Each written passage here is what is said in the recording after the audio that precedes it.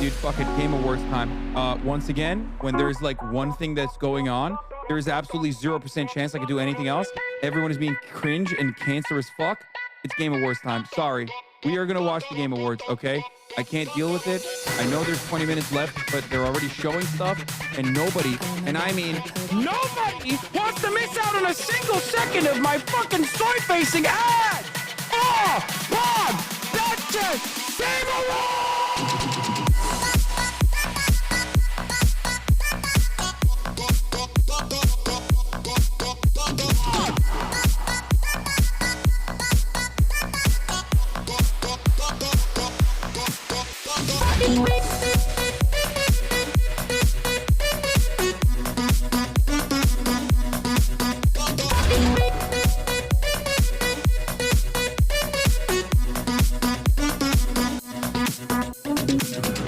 I can't even focus on this anymore because all of you motherfuckers keep talking about the PlayStation event. You dude, fucking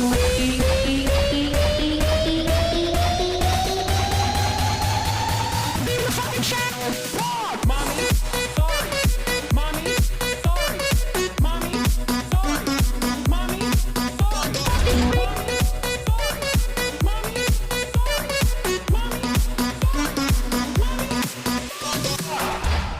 Dude, Megaphonics is literally just like hitting the levels of parasocial that previously people had never heard of before. Goddamn! What's going on, everybody? I hope everyone's having a fantastic evening, afternoon, pre-noon, no matter where you are in the world. I'm Hasan Piker, and this is the HasanAbi broadcast coming to you live from shitty weather, California, Los Angeles, folks. We're live and I hope all the boys, girls, and enemies are having a fantastic one because today's a beautiful day. It is 59 degrees and not so sunny here in California, Los Angeles.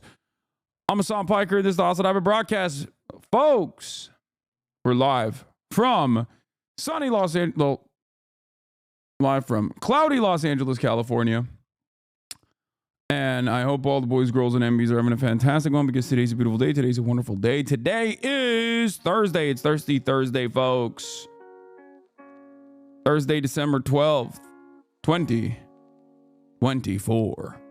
We are close to actual Christmas. We got like Christmas is in like 2 weeks, man. That's crazy. How did this happen? The year is ending already. I don't understand it. You look sad, tired. Hope you're doing all right. I am not sad, nor am I tired. I guess that's not true. I am a little tired, but I'm always tired. Cold plunge didn't work. Yeah, I mean, maybe it did. I'll talk about that in a second. This is part of the broadcast where I tell you about my personal news, though, before I get to anything else. And personal news wise, a lot has happened in the universe of HasanAbi Piker. I am big chillin', actually. What did I do last night? I ended the broadcast. I went back home, spent a little bit of time with my family, and I passed out. I passed out instantly almost. Fully equipped with the knowledge that I might be an autistic man.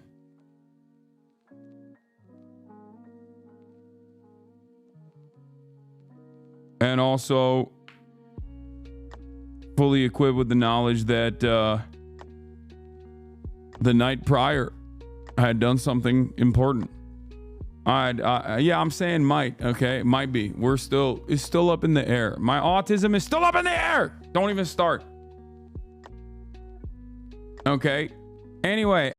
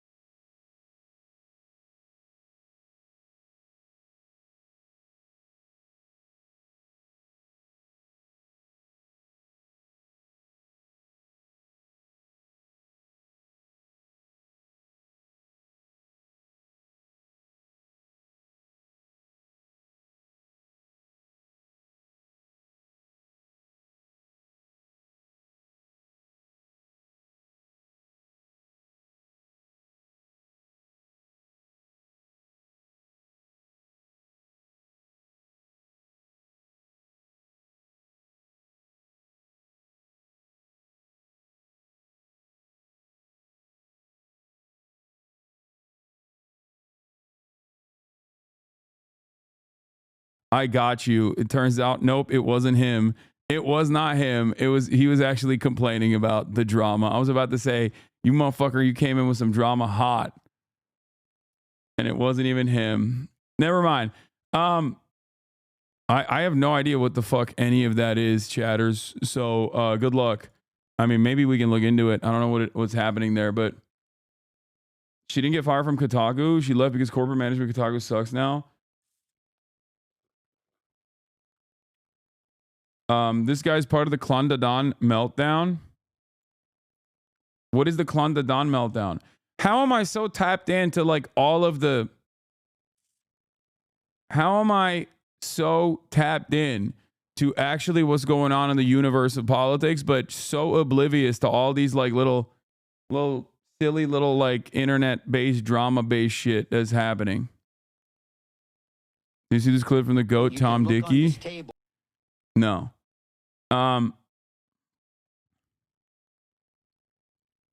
But anyway, listen. Yeah, I got the prisoners cheering on. We got video game awards. We'll be watching that, obviously.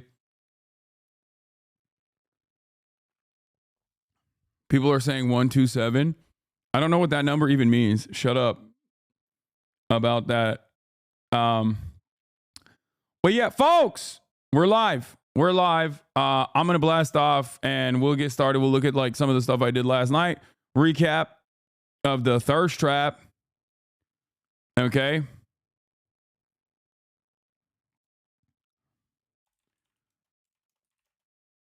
Recap of the ice bath, watching Sicko, UHC CEO shooter updates.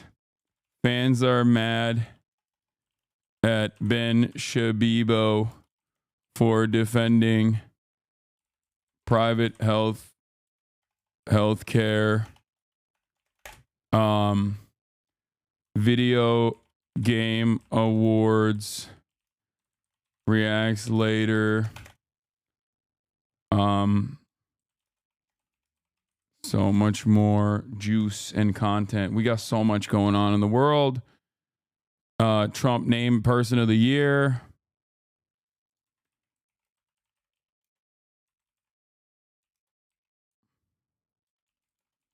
Of the year. There's some January 6th stuff happening as well. Do we have a blast off or what? Do we have a blast off meme? The drone story. I haven't even gotten into that. January 6th is a PSYOP. Klondadon. Y'all are so ableist in the chat. This community is autistic as fuck, chatter. Let's be real, okay? It is it's quite difficult for them to be ableist unless they are being ableist to themselves and others exactly like themselves. All right.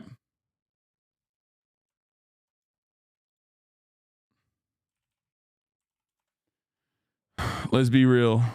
Let's be really fucking real, you know? Finally, WebP photos actually are easy to transfer over now, and you can just like drag and drop them. That's great. Anyway, we're blasting off. This is it.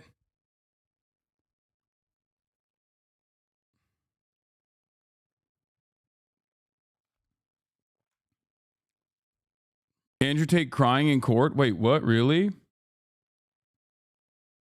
The drone started in November and no drones were reported on Thanksgiving. I heard a woman interviewed say this.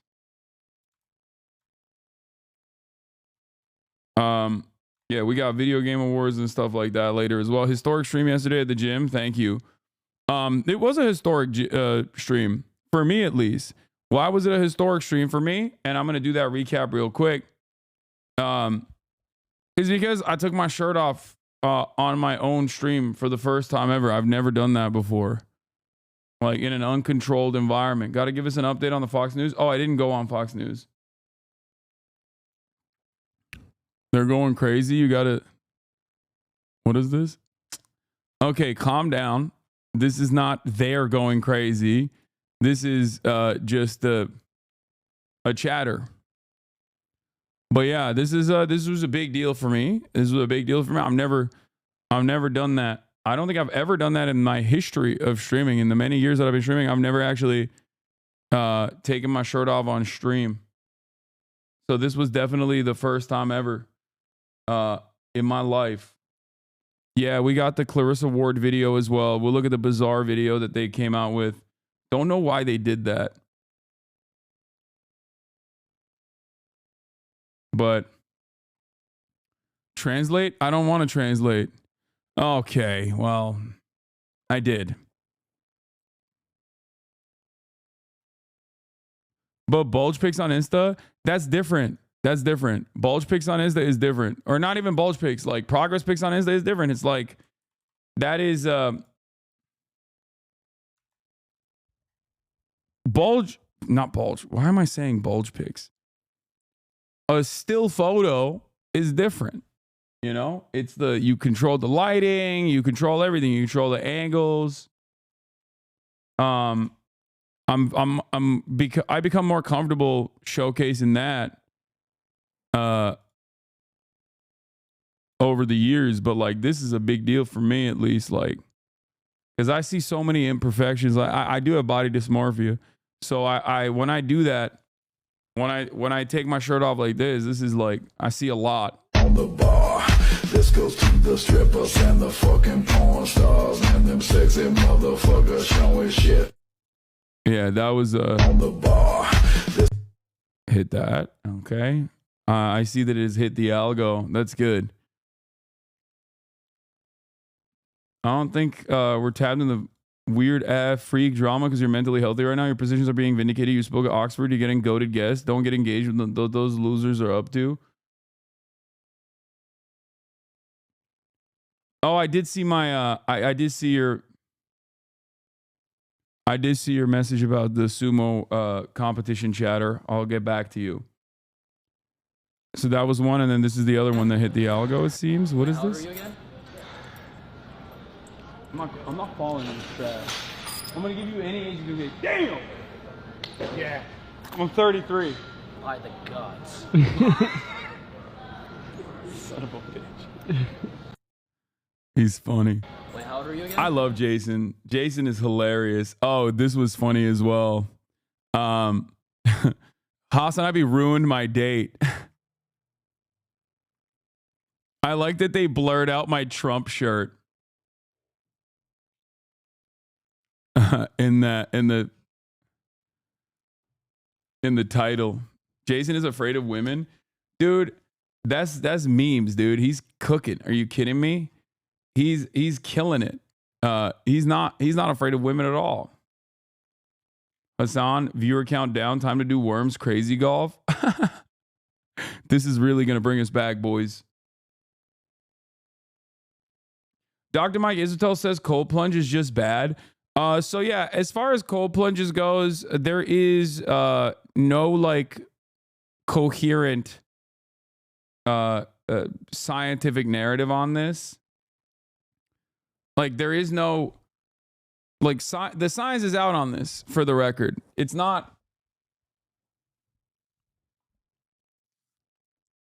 as of yet, people haven't really fully figured it out.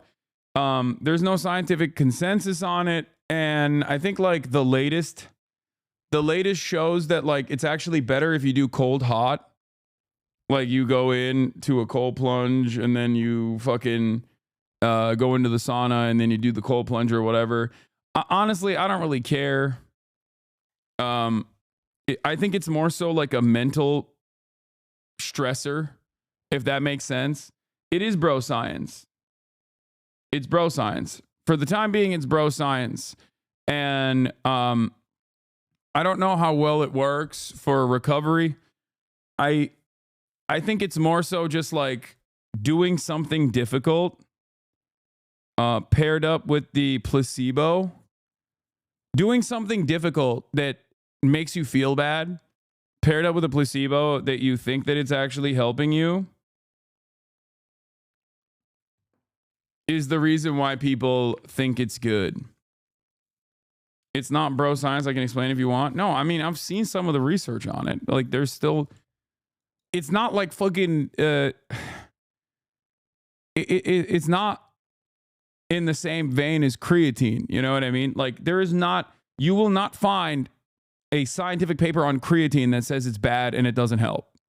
There is academic consensus that creatine actually does provide the benefits that it says it provides. Okay? Whereas cold plunge and things of that nature, a lot of this like rest and recovery procedures are experimental in nature. Some of them are limited in its success, but people still do it regardless. Creatine makes you bald. Okay, that part is also a part of the academic consensus. You know?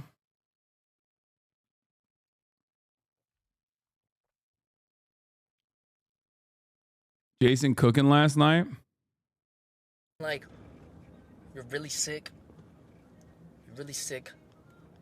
Your heart's literally about to erupt. You go to the hospital and they say, yo, you got health care?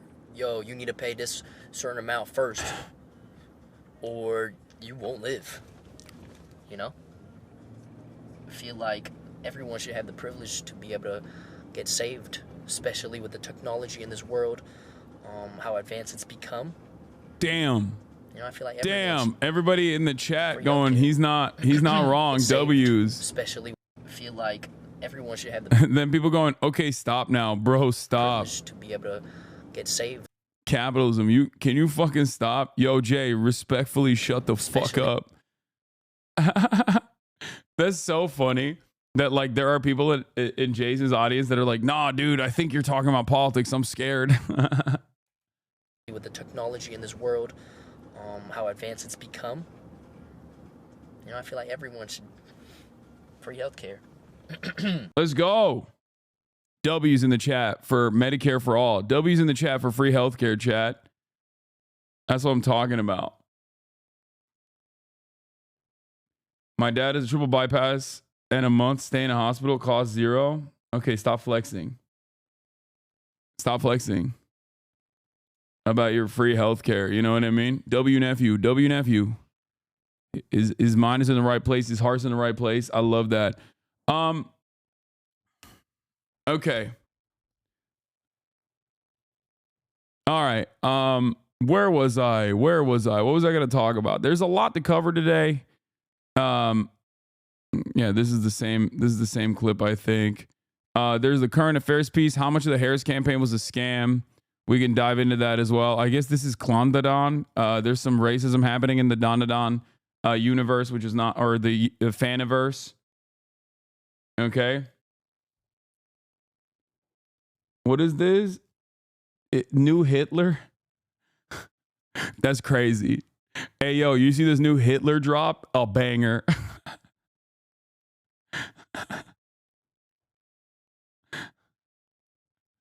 Yo. Hey, yo, y'all see this new Hitler drop? Tyler Hitler Vera dropped another banger. TikTok HasanAbi Girly Union has formed. This has 0 likes. You put this on just now. You posted this just now. Keep on sending me slaps to go crazy on 40. Keep saying it's time to be patient. There's so many people we turning the tables on. Capo got planned, but we'll say that for later on. Usher keep saying they know that they played it wrong. Katie just text what the fuck we waited on. Damn. Me, I'm expressionless. Niggas be talking about don't shoot the messenger. Five, get shot. We ain't lesson here. None of you pussies is blessings here. The HasanAbi Girly universe is expanding, and I like that. Dondadon article on the Discourse. Racists are trying to make Dondadon the latest when their latest front in their culture war. Oh, that's awesome. Yeah. I mean, this is kind of in my pocket because it's like weird culture war shit, but also an anime that I enjoy. So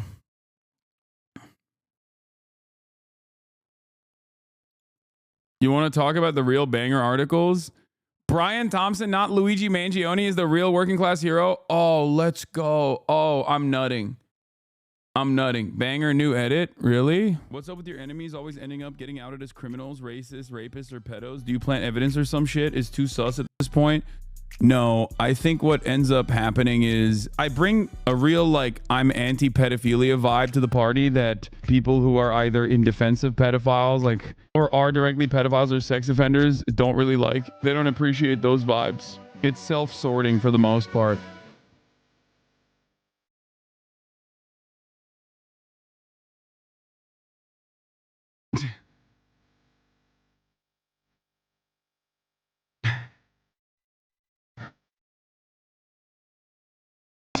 God damn. Judge me by my enemies. God damn, son. Jesus Christ. I took the jacket off as well. All right, what is this? Hold on. All right, let's get started with the news. Trump named time of the year, person of the year. Hello? Tower is able to stay at home last night, and there's going to be ringing the bell. Ringing the bell, and he's got to be excessively happy because we know he likes to collect magazine covers. Right. But now he doesn't have to mock one up. For the second time, he is Time Magazine's Person of the Year. To me, there are other contenders, but if they did anything but name him, that would be flat out biased. Well, so Time.com has just released that, and I'm looking at the actual article, and it's great. It said, and the subheadline is, if what comes next is anything like what he promises, Trump will reshape the nation and the world. And that is why so many people, according to polls, which we're going to get into very shortly. Dude, they're trying to be doing the same exact thing that they did with Hitler again. You know what I mean? Not wrong, but in a good way. No, I mean they're not wrong in a bad way for sure. Like, they're not wrong. Also, there's a bunch of stuff from the interview where apparently he admits prices likely won't go down, won't rule out war with Iran, says he agrees with Sarah McBride, and doesn't want to talk about the trans bathroom issue. Yeah. That's because he is a room reader and understands that, like, the trans panic shit does not work. It's sweaty and gross loser shit. I will forever stand by that. I know that things change and attitudes change and culture shifts, but the problem is for many Americans, they just don't give a fuck about trans people like that.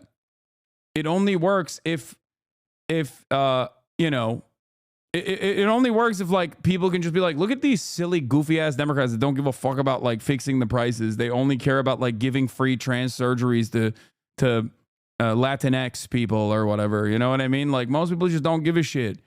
The sweaty fucking loser constituency that, like, only cares about trans people are they're marginal. They're loud, but they're marginal. They're just, like, popping off online. People are really up. Everyone I don't like is Hitler. Bro, come on now. I mean, come on now. You can make it. If you can't say Trump's got some Hitlerian politics, who the fuck can you call Hitler? Latinx is not real, bro. I know. I'm that's a joke. Anytime you hear me say fucking Latinx, know that I'm memeing, okay? Dude. Who the fuck can we say it has exhibited Hitlerian qualities, if not a guy who is just like, who fucking ran on saying, I'm gonna do concentration camps to deport 20 million people. It's crazy, man. What? It's wild. I saw someone say that calling Trump Hitler was anti-Semitic. Yeah, people are just fucking so brain broken. All right, we'll get in that. Let's just keep going about the next 4 years. Look, over the last 4 years, things have not gone well, and people are ready for something new, something better. He was Time Magazine's Person of the Year in 2016 when he won that election. Also up for the other contenders were Joe Rogan and Elon Musk Kate Middleton and Kamala Harris. But And Benjamin Netanyahu. Well, that's right. It's hard to believe that the election was just last month. And I mean, Feels like he's already the president, right? Exactly. I mean, and to Joe Biden's credit, he's essentially stepped out of the way and allowed Donald Trump to start doing what he's doing right now. And I think when you look at the other people that were considered, he was the only choice. I mean, you can't have Kamala Harris that lost the election, then become the person of the year. But by the way, as Trump moved in, he has Steve Witkoff over in the Middle East. He's got Tom Homan working the border, doing his appearances. Already. So he's got that going. The president of the United States got rid of the FBI director, put so much pressure on him. He actually saluted. I can't believe it's only been a month. I actually cannot believe it's only been a month since this happened, because it feels like a lifetime ago. Like, it literally feels like it was a year ago that the election happened. And goddamn, dude. Saluted the moment that he stepped aside. Great day for America. And then he's got his nominees stealing out of the spotlight in Capitol Hill. So they're following him around. And he's already calling the Prime Minister of Canada, meeting with him. Getting He's stuff already done. calling the But president Ainsley, of you know what's Mexico. different now? What? It's not really Trump tweeting or going. It's kind of like the things he's doing rather than the things he's saying. Action. You think he learned from mistakes 4 years ago? I don't know. I think it's definitely intentional. I also don't think he's not in the middle of an investigation. Yeah. No one's questioning the authenticity of his election. No. They're not talking about Michael Flynn making a call from Puerto Rico and them saying he's talking to the Russians about some secret deal to toss the country. Even Fetterman was tweeting on Truth Social. I think he's the first Democratic lawmaker to get on Truth Social, and tweeted out that Donald Trump should be pardoned for the case here in New York. You know what, Ainsley, to your point about why he's doing things differently last time, I think last time when he won, it was kind of a surprise. It's like, okay, I ran for a year, but I won. Now what do I do? Yeah, it was a surprise because Americans were kind of oblivious to the ways in which America operates, okay? Many Americans were oblivious to the anger and resentment that a lot of people felt towards these institutions that ruined their lives. And many Americans were like, oh, they'll never vote for this like racist charlatan. There's no way. And Americans were like, nah, dog, that guy is just like me for real. He's talking like me and he's walking like me. And I think part of that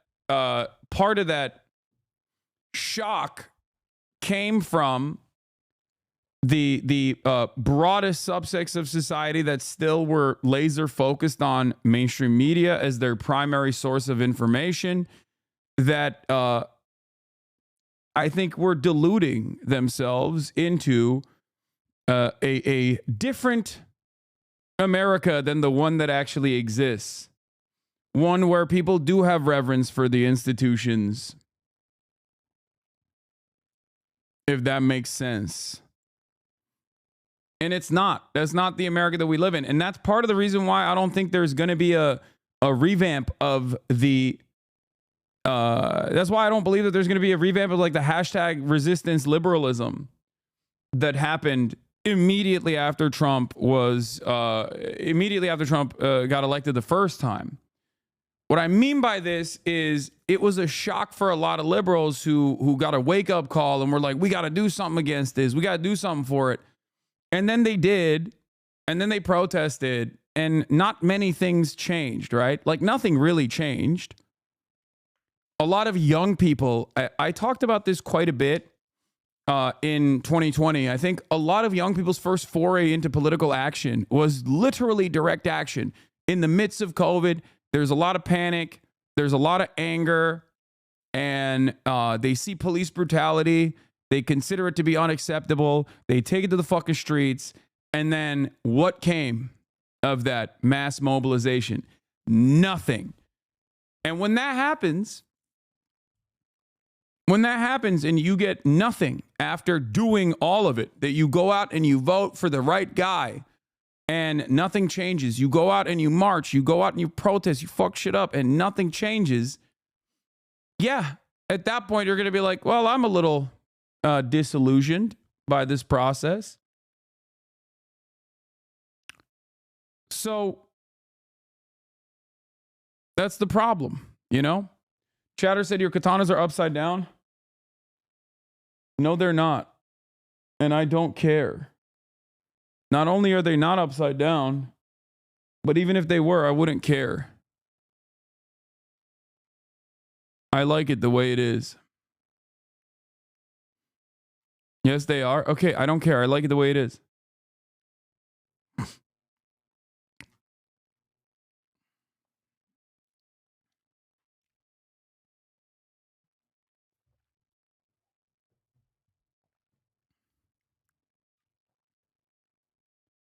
BLM, March for Our Lives, Women's March, Youth Climate stuff, all kind of led to nothing for progressive Gen Zers. Yeah.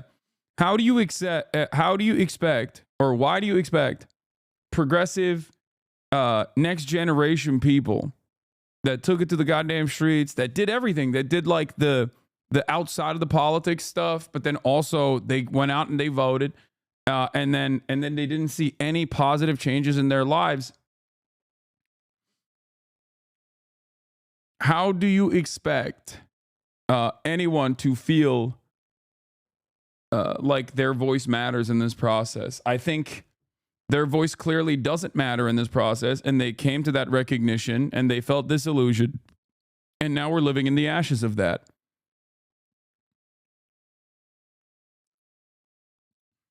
He's done it once Yeah, before. that's true. Some mistakes are always made along the way, but he's figured out how he has wanted to do it more efficiently, and so far, so good. And Elise Stefanik, by the way, got the Fetterman endorsement yesterday. That's the first time I've seen a Democrat come out and say that. Yeah, and they took a picture together. And to your point about Joe Biden just laying low, he's not doing anything except an historic number of pardons and commutations. Over 1,500 issued this morning. I don't think he's going to give us any comment about that. I don't think so either. Anyway, we're calling this the Trump effect, and it is in full swing. The last Fox News poll of the year is showing that the majority of voters feel hopeful about his victory, 54%. That's right. And with under 6 weeks until Inauguration Day on January 20th at noon, plans are well underway, including an invitation to the China President Xi Jinping to show up live in Washington. If he accepted, he would be the first foreign leader to ever attend. Is that right? That's right. Bro, he's going to make a MAGA communist out of me. I swear to God.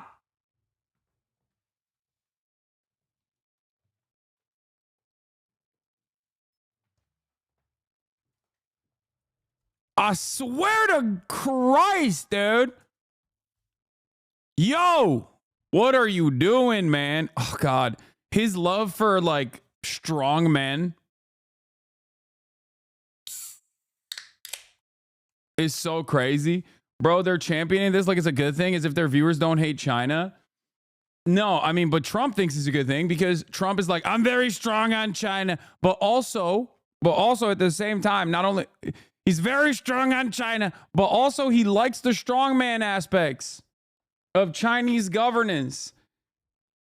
He likes that Xi is a strong man. Like he likes him for the wrong reasons, I guess, kind of. Like he doesn't like the centralized power for the broad, 15, 20-year agendas that can dramatically improve the material conditions of like Chinese people with like even development and stuff like that. But he likes it for the mass surveillance apparatus and the fact that like maybe he looks at it and he's like, well, you guys are really cleaning our pockets with your economy. I don't like it. And they worship you over there. I want them to worship me. Yeah, it's crazy. He's jealous of Xi's perfect hairline. Yeah, he does have a really good hairline. The first foreign I'm hoping leader to ever it's in the script. Okay. And Trump's inaugural fund getting a boost from a surprising source from Mark Zuckerberg. This is only a surprising source if you're a fucking idiot, okay? This is the least surprising revelation. I've been saying this. It's only surprising if you're like, oh, I don't understand. We've been lying and saying Mark Zuckerberg is woke for the last like 4 years when it's very clear that he was never actually woke. He's a fucking billionaire. Of course he wasn't woke. They're like, oh, I'm shocked. I'm shocked that I'm shocked that the company, the social media billionaire that is responsible perhaps for the most active right-wing QAnon radicalization is paying the piper, is bending the knee to the guy that he thinks is very cool.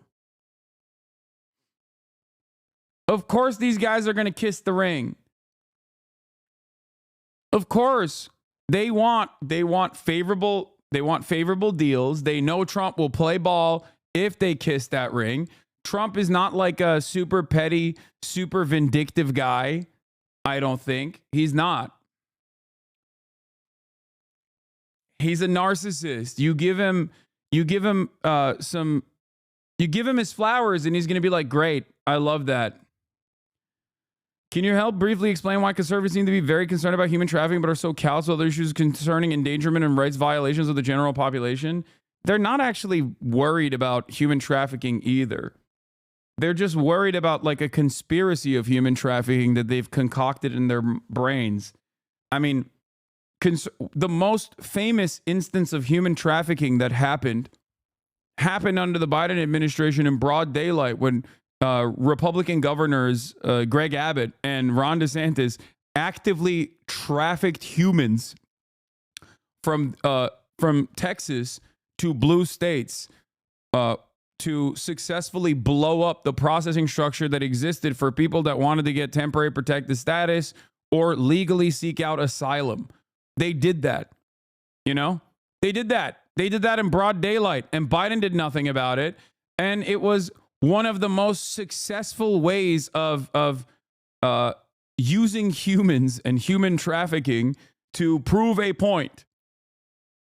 Now, the real point that they proved was, yeah, if you dump 100,000 people that are supposed to have their day in court and get legally processed through the system into unsuspecting blue cities, and then the federal government doesn't actually get in, the federal government doesn't actually step in and like try to help to alleviate some of the stress here, then yeah, it's going to destroy the structure that exists. That's the only thing that they proved. The only thing they proved is when there's no federal mechanism of pushback that right-wing governors get away with human trafficking. Meta donating $1 million as the tech billionaire looks to mend ties with Trump. Because remember, he took him off of Facebook in 2021 and then put him back on a few years later. That tells you a lot that they're mending their relationship. Yeah. He grew his hair out and he started doing jiu-jitsu. I don't know if it's related. And he wanted to take on Elon Musk and it never happened. Yeah, he's trying to look more like Danny Penny, perhaps. Also, remember, the Zuckerbucks in those key districts made him put his hand on the scale with a shadow banning of conservative groups and conservative politicians. And he's not the only. I think it's kind of crazy because so much of like virtually every single thing this guy just said. Remember, this is the most popular news network in the United States of America. Okay. And virtually every single thing that man just said, Brian, kill me. Every single thing he said is just a straight up lie. Okay. There is no other way to tackle the issue without just addressing that he is just lying. Like the Zuckerbucks or the fact that Facebook was actively suppressing conservative opinions. This is a falsehood. Spend any time on Meta products. Spend any time on Facebook, and you will very quickly understand that this is just a straightforward lie, okay? Facebook is filled to the brim with the most insane right-wing sentiment. Right-wing content creators on the news tab on Facebook have consistently dominated. Back when I was a Facebook content creator for the Young Turks, I couldn't believe I couldn't believe what I was seeing. Like, these guys were actively going to Congress and saying, Facebook is suppressing us. Facebook is silencing us. Facebook is blacklisting us, right? When in fact, they weren't doing that at all, okay? They were not doing that at all. In that process, while they were cry-bullying Facebook to get more favorable algorithmic outcomes for themselves, they were already dominating the algorithm, okay? They were already dominating. And they never stopped dominating the algorithm. They've always dominated the algorithm. But what happened in that process is that they turned around and they hired right-wing Republicans. Okay, here, Facebook's top 10s. Yep. Facebook top 10s, a bot that posts the source of the top 10 performing links.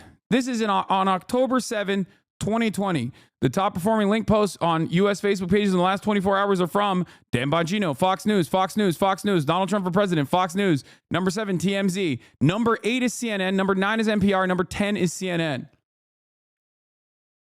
And they still, at this time, were complaining about how much Facebook was suppressing the truth, how much Facebook was suppressing right-wing sentiment.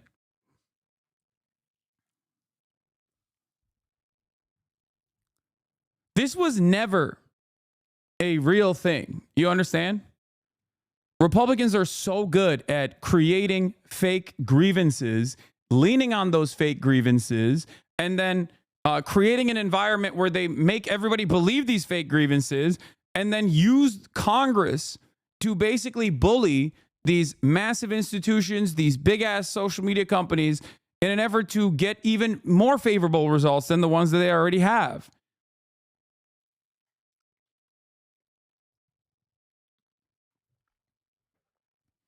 This is kind of similar to the way that right-wing grievances in the sphere of like Christian nationalism works, right?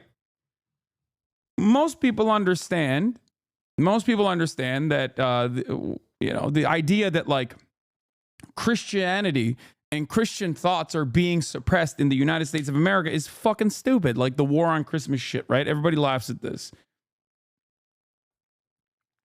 But the real reasons why the Republicans actually run with this falsehood is because it's not necessarily that Christianity is being suppressed. The reason why they go with this grievance politics is because they match up some kind of like oppression, some kind of anti-Christianity oppression with gay people existing, with women being able to get abortions. It's a way to reframe restrictions that they want to implement it's a way to propagandize their position. It's a way to reframe the restrictions that they actually want to implement on others by saying, no, we don't want to restrict on other people's freedoms. It's just that you're restricting my freedom. Okay? That's it. And it's the same process here where it's like, it's not that the right is being silenced. That's not real. They just made it up. But the real reason why they say that is so that they get even more favorable algorithmic boosts. That is the main purpose of this, and it works. That's how they get Congress to bully Facebook and maybe even threaten Facebook with like trust busting, for example, so that Facebook will then turn around and bring forward a right-wing people. Yeah, exactly. Work the referees. Thank you. Man Plan 80. They work the referees a little bit so that they go and they hire, Heritage Foundation people to do their content moderation. That's the real purpose here. And they have done that. They've been doing this since like 2016. Right? Like it's not new. It's not new at all. They had like people from Tucker Carlson's Daily Caller doing moderation on Facebook. It's ridiculous,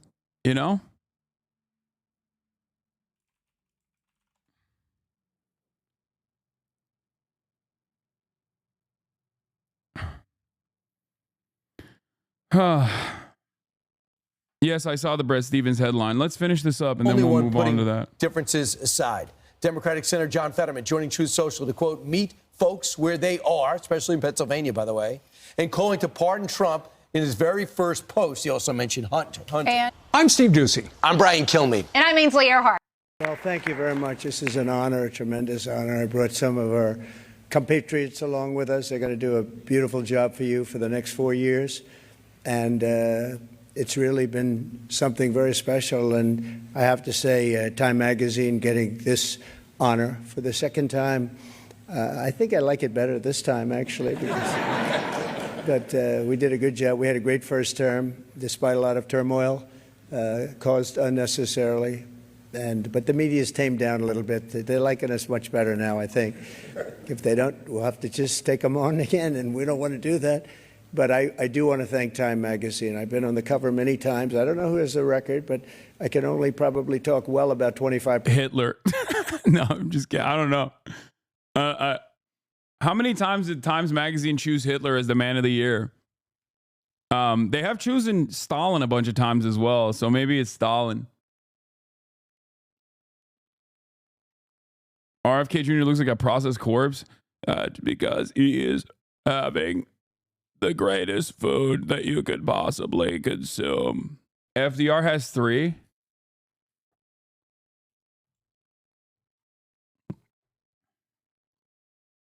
Percent of the covers. 25% are great. The others I just sort of hide. But it's been an honor, and every time it's an honor, I will tell you. And thank you very much for doing it. And thank the whole group at Time. Really very professional people. Thank you very much.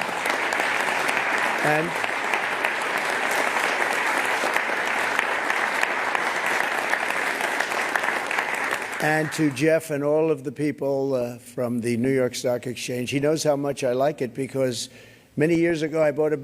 All right, let's talk about some of the stuff that he mentioned in this interview. Okay. Is there an actual interview? Like, was it filmed at all? Or is it just like written? Because to summarize some of the serious parts of the interview, yeah, you had an extraordinary year. Glaze, okay? Flawless campaign. I call it 72 days of fury. There were no days off, no timeouts. If you made a mistake, it would be magnified at levels that nobody's ever seen before. We hit something that was very special. We hit the nerve of the country. They don't want to see jails emptied out into our country. They don't want to see people from mental institutions being dismissed from their institutions. Okay? Mr. President, what did Democrats not get? You said they didn't get it. What do you mean by that? I don't think they got the feel of the country. The country was angry because of immigration, because of the people, millions and millions of people. No. This is one of the most frustrating parts about like how successful propagandizing works. The country is angry. This is correct. It's just that the Republicans recognize that anger and redirect that anger towards immigrants. That's it. But the country is angry because of the economy. And the immigrants are not actually contributing to the economy in negative ways. As a matter of fact, they're contributing to the economy in positive ways. So that's the unfortunate problem here, that only one side at least recognizes the anger and then channels that anger to appropriate vectors of hate. Vectors that are inoffensive to the current existing hierarchies, just to confuse people, just to divide people, just to turn around and say like, yeah, no, it's not the wealthy, it's not the rich that are fucking you over. It's actually the migrants. And that's it. Anyway, they were saying much lesser number. It wasn't a much lesser number, but even if it was, it's irrelevant because if it was, they were allowing anybody to come into the country. They are right now. They open it up again. You see what's going on. They're coming. They're pouring up through Mexico and other places. It's common sense, yada, yada, yada. They want to see people come in. They don't want to see, you can have, and this is one, they don't want to see, as another example, open borders. They want to see people come in. Everyone's okay with it. I am certainly. I want to have a lot of people coming because we're going to bring back a lot of jobs. We'll bring record numbers of jobs. You are using the word appropriate inappropriately. No, appropriate vectors of hate is like, what I mean by that is these are weak and underserved, marginalized groups. So it is appropriate from the perspective of capital owners to redirect the attention against them. Does that make sense?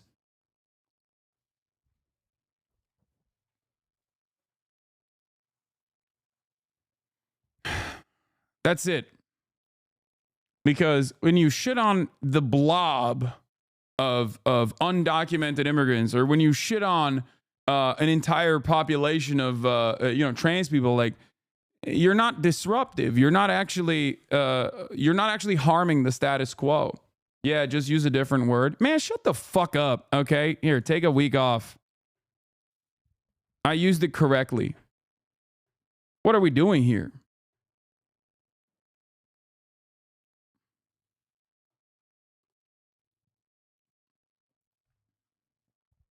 What the fuck's happening with the wokes of the day? Everyone is trying to be the woke of the day today. It seems we're just an hour in and people are still being fucking annoying. Stop being annoying. Anyway, the economy was certainly a big factor in your victory, but what was a bigger factor, I believe, was the border. I think the border, and I won it in 2016 on the border. I fixed the border. It was really fixed. They came in, dislodged everything. It's the border. I want to come back to immigration a little bit later. Let's start out on what's happening right now. You were elected on a promise to change Washington. By all accounts, the fight over that has already begun. One of your nominees was effectively blocked by the Senate. There are other senators who expressed doubts about some of your other nominees. Well, I don't think they will. And he wasn't blocked. I had the votes if I needed them. But I had to work very hard. He's talking about Gates. So you decided to give up on Gates? No, I didn't give up on him. I talked to him and I said, Matt, I don't think this is worth the fight. Okay, he talks about how it's not worth the fight for Matt Gaetz.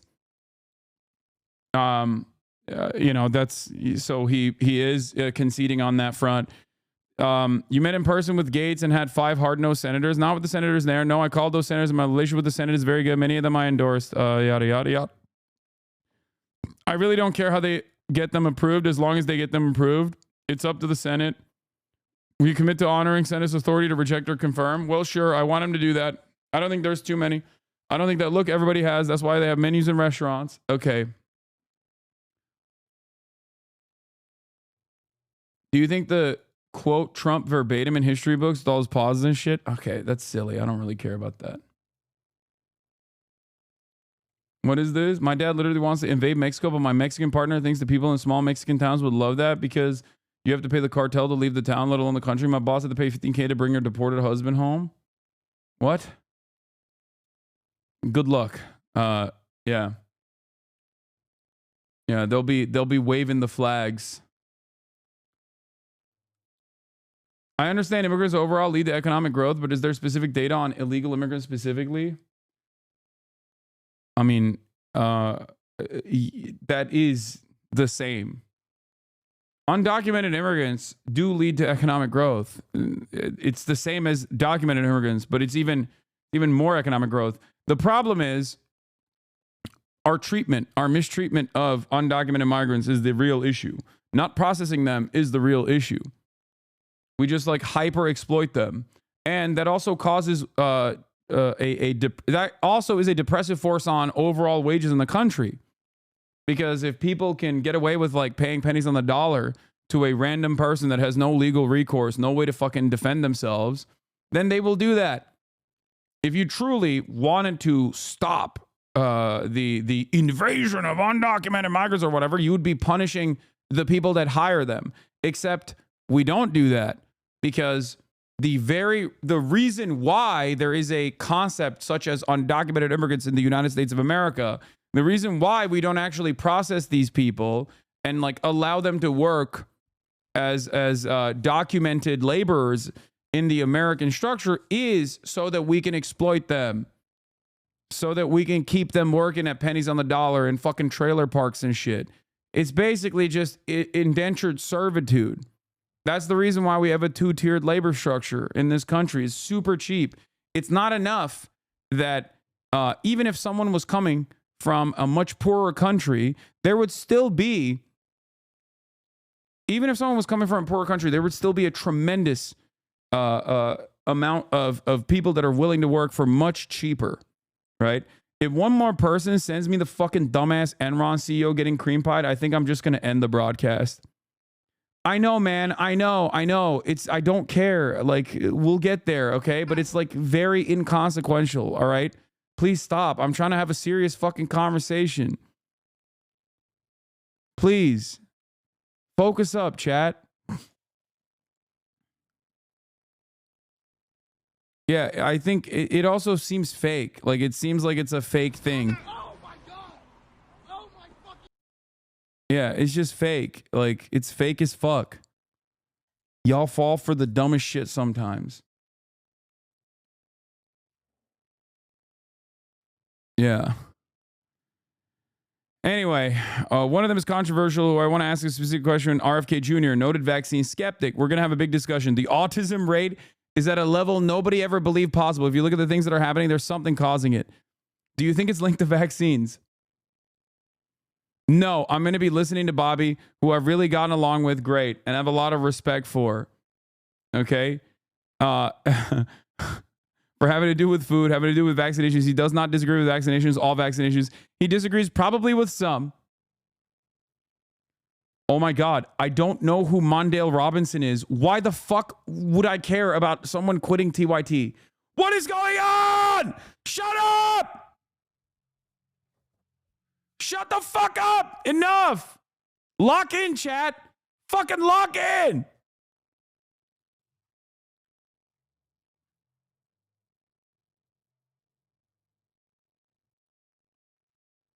I'm cranky.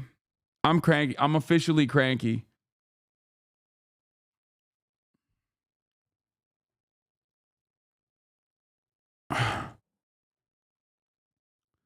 So that could include getting rid of some vaccinations. It could if I think that's dangerous, if I think that they're not beneficial, but I don't think it's going to be very controversial in the end. Do you agree with him about the connection between vaccines and autism? I want to see the numbers. It's going to be the numbers. Trump personally also believes that vaccines cause autism. He's talked about it before. He's like, you know, he's talked about it, but he's also done Operation Warp Speed. So I think when push comes to shove, he will do what is beneficial. Okay.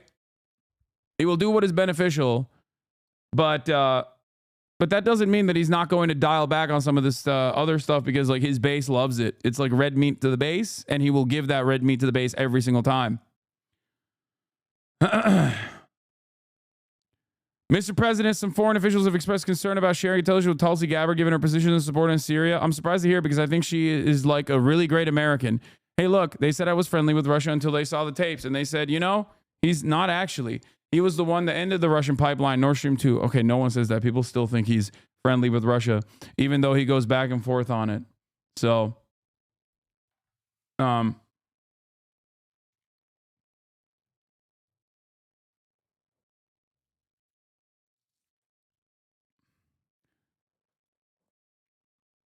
So I don't know. I'm surprised to hear it. Thank you. But yeah, wait, what? No, that's generous. Thank you. By the way, do you want hors d'oeuvres or anything? No, that's generous. Thank you. You sure? Yes, but thank you. If you learn that foreign officials are withholding intelligence because she is the head of your intelligence, would that change your calculus? I don't know. I'm surprised to hear it. I heard that the first time the other day. I mean, she's a great American. Okay, I don't care about this. Project 2025. No, look, I don't disagree with everything in Project 2025, but I disagree with some things. I specifically didn't want to read it because it was under my auspices. And I want to be able to say that, you know, the only way I can say I have nothing to do with it is if I don't read it.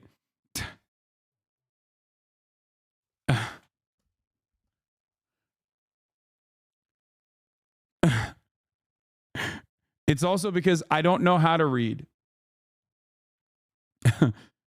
Yeah, he's going to do Project 2025. Okay. It's a lot of pages, 800 pages. That's a lot of pages. I thought it was inappropriate that they came out with it just before the election, to be honest with you. They should have waited until I won. Then I would do it. I let him know, yeah, I didn't think it was appropriate because it's not me. Why would they do that? Did you express those frustrations? Oh, I did. Okay, I don't care. Let's shift to a topic that I know you care about. Immigration. You recently said on True Social, you are planning to use... Okay, this is the good stuff. This is the important stuff. So he plans to use the military to deport migrants. The Posse Comitatus Act prohibits the use of military for domestic law enforcement. What will you do if the military does not or refuse to carry out your orders? Well, it doesn't. It doesn't stop the military if it's an invasion of our country. And I consider it an invasion of our country. We have criminals coming into our countries that we've never seen. We've never seen before. We have people coming in at levels and record numbers.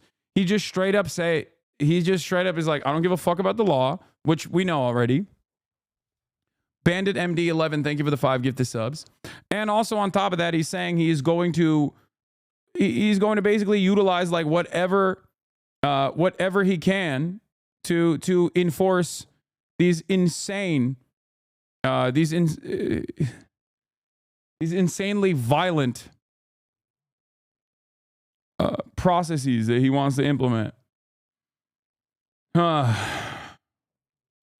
I'll only do what the law allows, but I will go up to the maximum level of what the law allows. And I think in many cases, the sheriffs and law enforcement is going to need help. We'll also get the National Guard.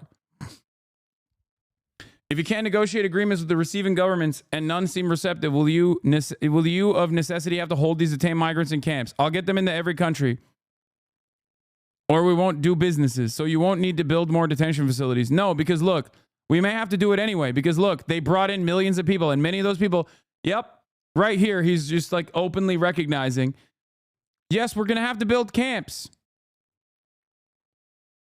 You look at prison populations, what's happening all over the world except here. No, I can't even conceive of why they would allow criminals. Why would somebody do that? Why would somebody do that? So you're saying there won't be new camps, more camps to hold detained migrants. Well, there might be. Now, this is a question that I knew the answer to. Okay. Of course, there were going to be concentration camps. Like, you can't deport people without detaining them. And you can't detain people without putting them in concentration camps. That's it.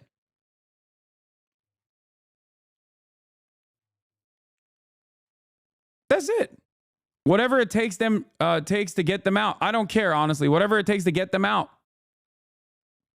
So for me to say this is Hitlerian is not an exaggeration. It's just an accurate understanding of Hitler and fascism in general. This is how it starts.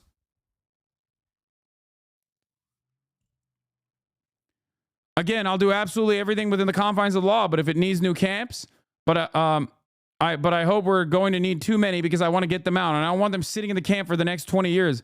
I want them out. And the countries have to take them back. And if they don't take them back, we won't do business with those countries. And we'll tariff those countries very substantially. When they send products in, they will have substantial tariffs, and it's going to make it very hard for them to do business with us.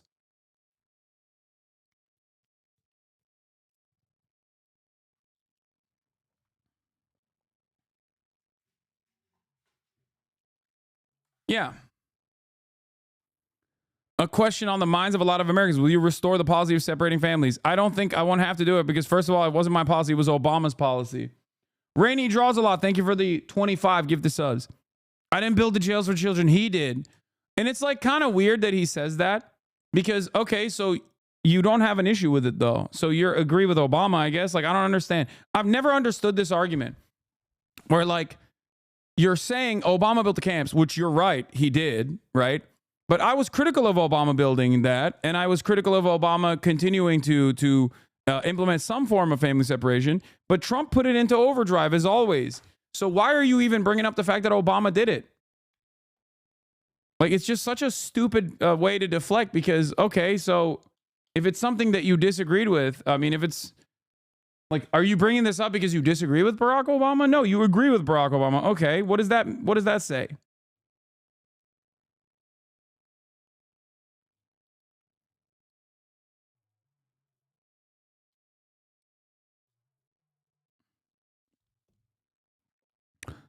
I don't want to litigate the past. I'm just asking if you will do this. Well, you said your policy. This was a policy of the country. I don't believe we'll have to because we will send the whole family back. Yeah. He also says we're going to do concentration camps, but we're not going to do child separation because we're going to pack up the kids too. As in, we're going to put the children in the concentration camps. Does that help you understand the situation a little bit better? Was there another form of governance that happened not that long ago? Perhaps almost 100 years ago. Well, I guess, closer than that. Less than 100 years ago, where there was a policy of putting everyone in camps, including the children.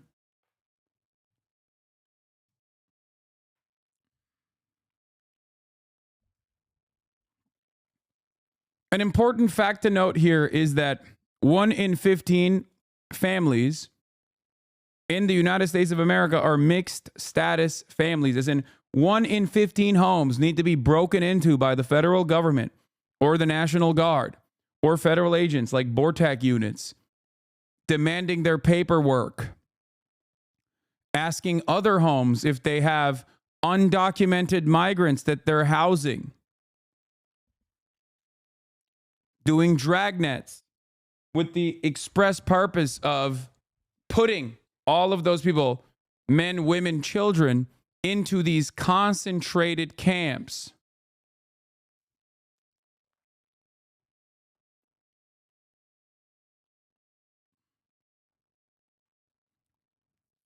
Raids at workplaces, raids in towns. I'm just saying, like, this is something that he is signaling he's going to do. It was his signature policy that he said he was going to do.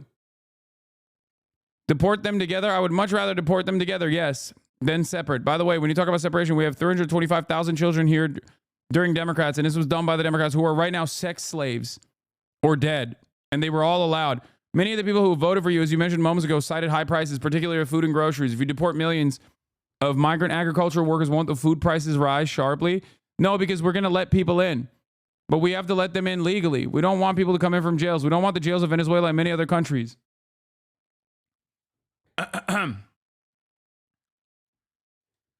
Why are you wearing my country shirt? Just curious.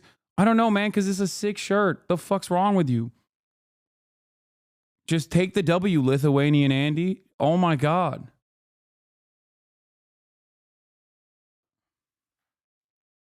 He's asked so many times too. He's been timed out for asking that question over and over again. Like, what do you think my answer is going to be, man? What do you think I'm going to say? Because I fucking hate Lithuania or something? Like, what is happening? Why are you wearing my country shirt? Just curious. Why are you wearing my country shirt? You got timed out. Still consistently is asking it. It's because I'm Lithuanian in my heart. Okay? In my heart, I'm Lithuanian. That's why. Estonia is not even number one. Maybe it's number two. Lithuania number one, Estonia number three. Okay? How about that? I'm tired of all the fucking positive play that Latvia, Estonia, all these other countries are getting. It's time for Lithuania, baby.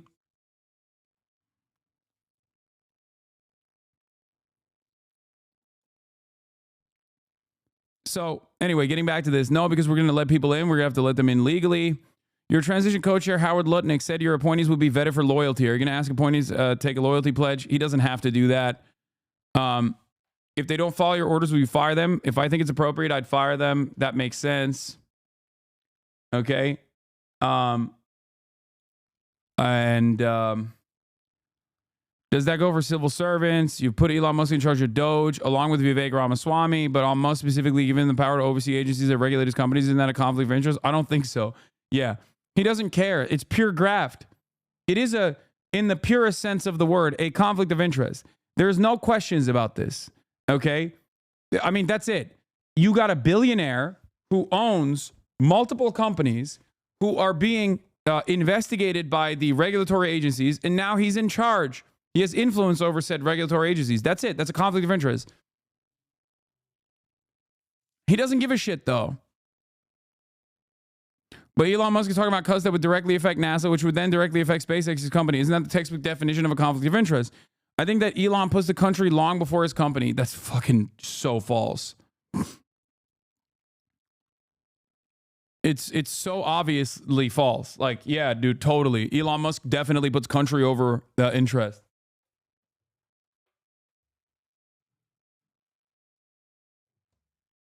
What a ridiculous crock of shit. It's just like, the craziest part about it is not that Trump says this, but also people believe it. You know what I mean? How do people believe this nonsense? I just don't understand it. Like, how the fuck does anyone turn around and say, yeah, I believe it. This is real.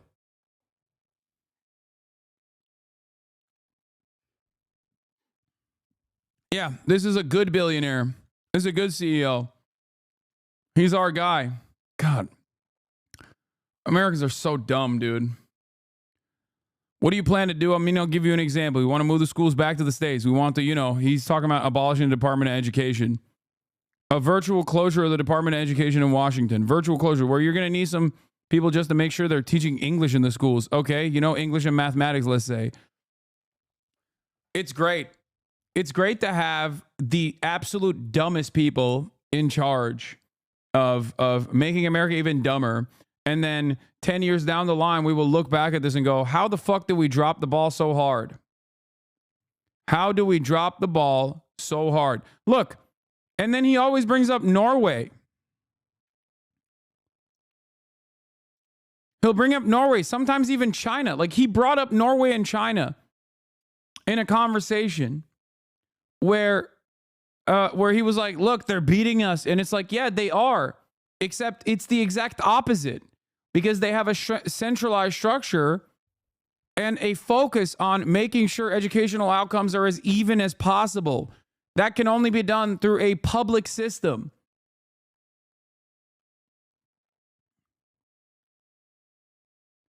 This is what is so frustrating. As a high school teacher, this will, one, completely get rid of special education funding, allow states to essentially privatize quality schooling, cause way more pushback than he thinks. I think we're so cooked. Like, I don't know. It's just, we are making the country shit. We are straight up. Norway is capitalist when you're criticizing socialism, and it's socialist when you want to copy their policies. Yeah, because Norway, much like every other fucking country, okay, is, first of all, I've never said Norway is socialist, but Norway, much like every other country, is a mixed market economy. It has some socialized aspects, and it has plenty of capitalism also. I would never call Norway a socialist state. Ultimately, it's a capitalist mixed market economy. So is America, for the record. It's just that the socialization, the socialized aspects of American existence are very limited. It's ascetic in comparison to these other European counterparts. But people do this all the time. That's what reactionaries do. I mean, yeah, they also do this. You're right, but they also do this for China. They'll be like, China is terrifying. Is a communist shithole. But then also when they want to talk about like the abolition of poverty, they're like, capitalism has been tremendous for China. They've destroyed, at the global stage, they've eradicated global extreme poverty levels in China because of capitalism.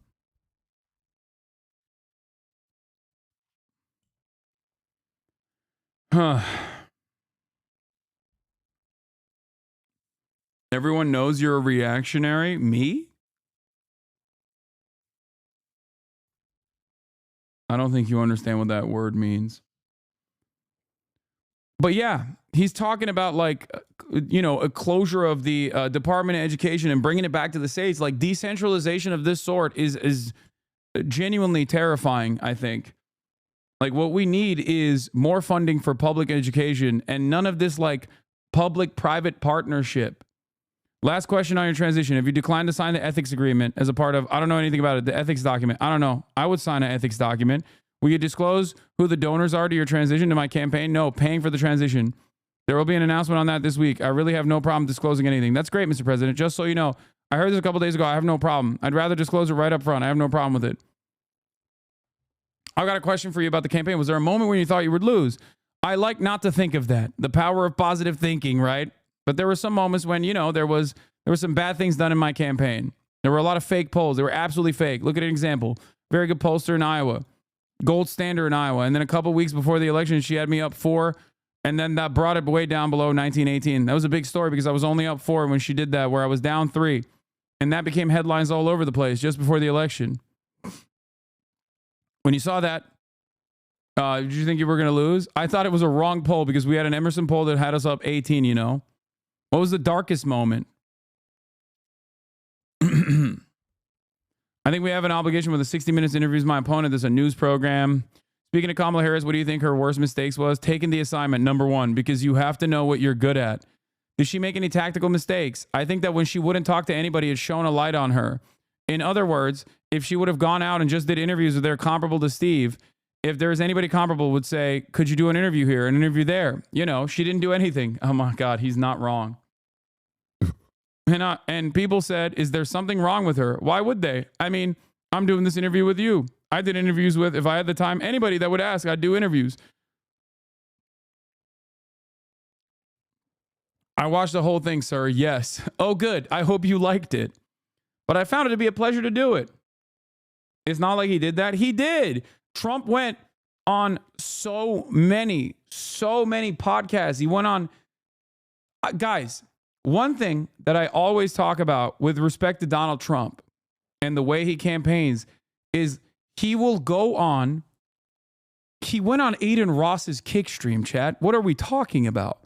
He went, at the time, he didn't just go on Joe Rogan or Theo Vaughn or any number of different podcasts, but he also would go on like random Republican news shows that were getting like 12,000 views.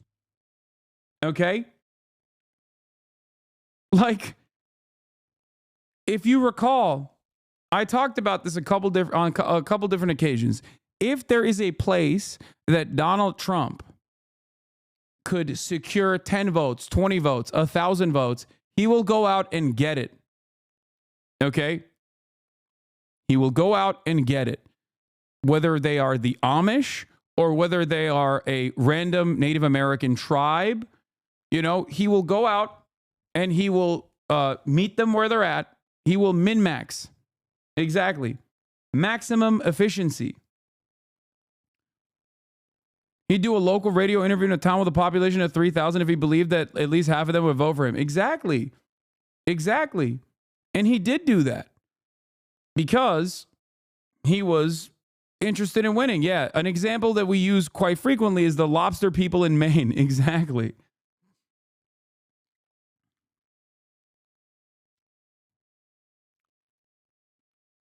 The issue here, however, for Kamala Harris versus Donald Trump is that Donald Trump can do that because he's a telegenic figure. He's a TV personality. He knows how to do that. Kamala Harris does not know how to do that. I'm not convinced that there is someone else who can emulate that in the Republican Party, by the way. I don't think J.D. Vance is that guy. The door knocking thing you posted earlier. Oh yeah. And here is some of that impact. I mean, that they're recognizing as well. Here is the Deal Book Summit that the New York Times is hosting, where it's just like a bunch of media personalities that are talking about like how badly they fucked up and how badly they understand the current ecosystem of information dissemination. They don't get it, okay? Or they're trying to get it. They're playing catch up. Here it is. In the Philly suburbs. And I'm telling you, we are way off. The entire political class is way off. First of all, digital is a new door knocking. Mm-hmm. You got to understand that. We were laughing our butts off at Donald Trump for suspending his door knocking campaign and letting Charlie Kirk and Elon do a bunch of stuff online. Mm-hmm. We said, these guys are idiots. These guys are stupid. Then you start knocking on these doors. You know what people come to the door with? Their phone in their hand. They're in a 24-hour digital surround sound that has nothing to do with CNN, has nothing to do with any stuff that we do. I asked my son, I got a teenage son, I asked him, who are the most influential people in the world today? I'm thinking to myself, he's going to say Barack Obama, Oprah Winfrey, Jay-Z. He says, Kai Cent, Aiden Ross, Jinxie, and Sketch. I don't know who he. Judging by the people that he mentioned, there is a very high likelihood that Van Jose's son has seen clips of me and does not like me. He's talking about. I said, what platforms are you on? He goes, I'm on Twitch, Kick, and Rumble. I said, that sounds like you need to go to the hospital. Van Jose's son is a Kick watcher. Van Jones's son is a Kick watcher and a Rumble watcher. That is crazy. Van Jones, you have failed as a parent. I'm just letting you know.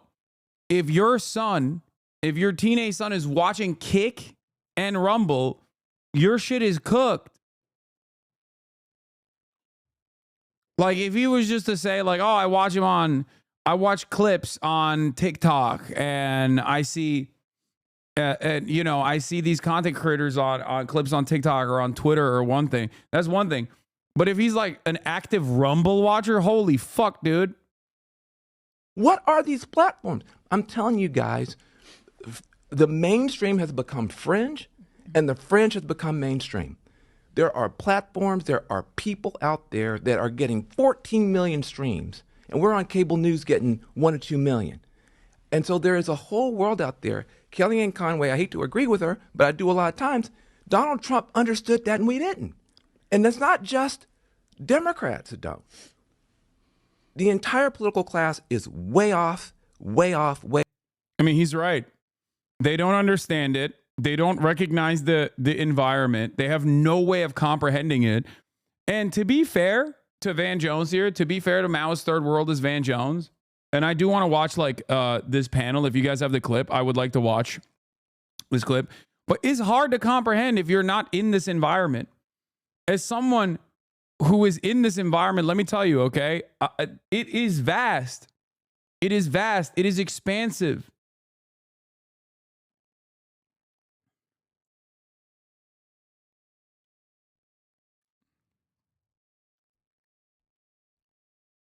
And people have no way of comprehending how big it is. Like, people don't understand. Like, if I'm getting 60,000 live concurrent viewers, that's like 600,000 on the Nielsen ratings. Okay, I'm at the DNC with 60K live concurrent viewers. That's a fucking reputable TV network. Like, that is a straight up sizable TV network, especially for the demographics. 60K to 600K, yes. The way that television Nielsen ratings work is unique viewership across the board in an hour, okay?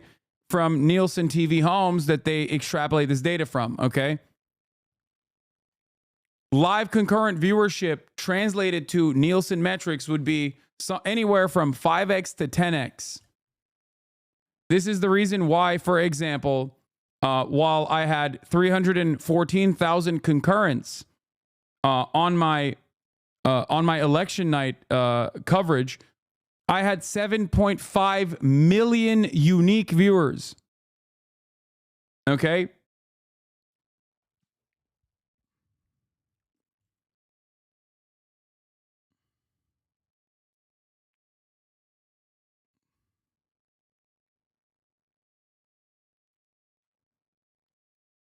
But yeah, this is a bunch of old people trying to comprehend how much they, how they lost.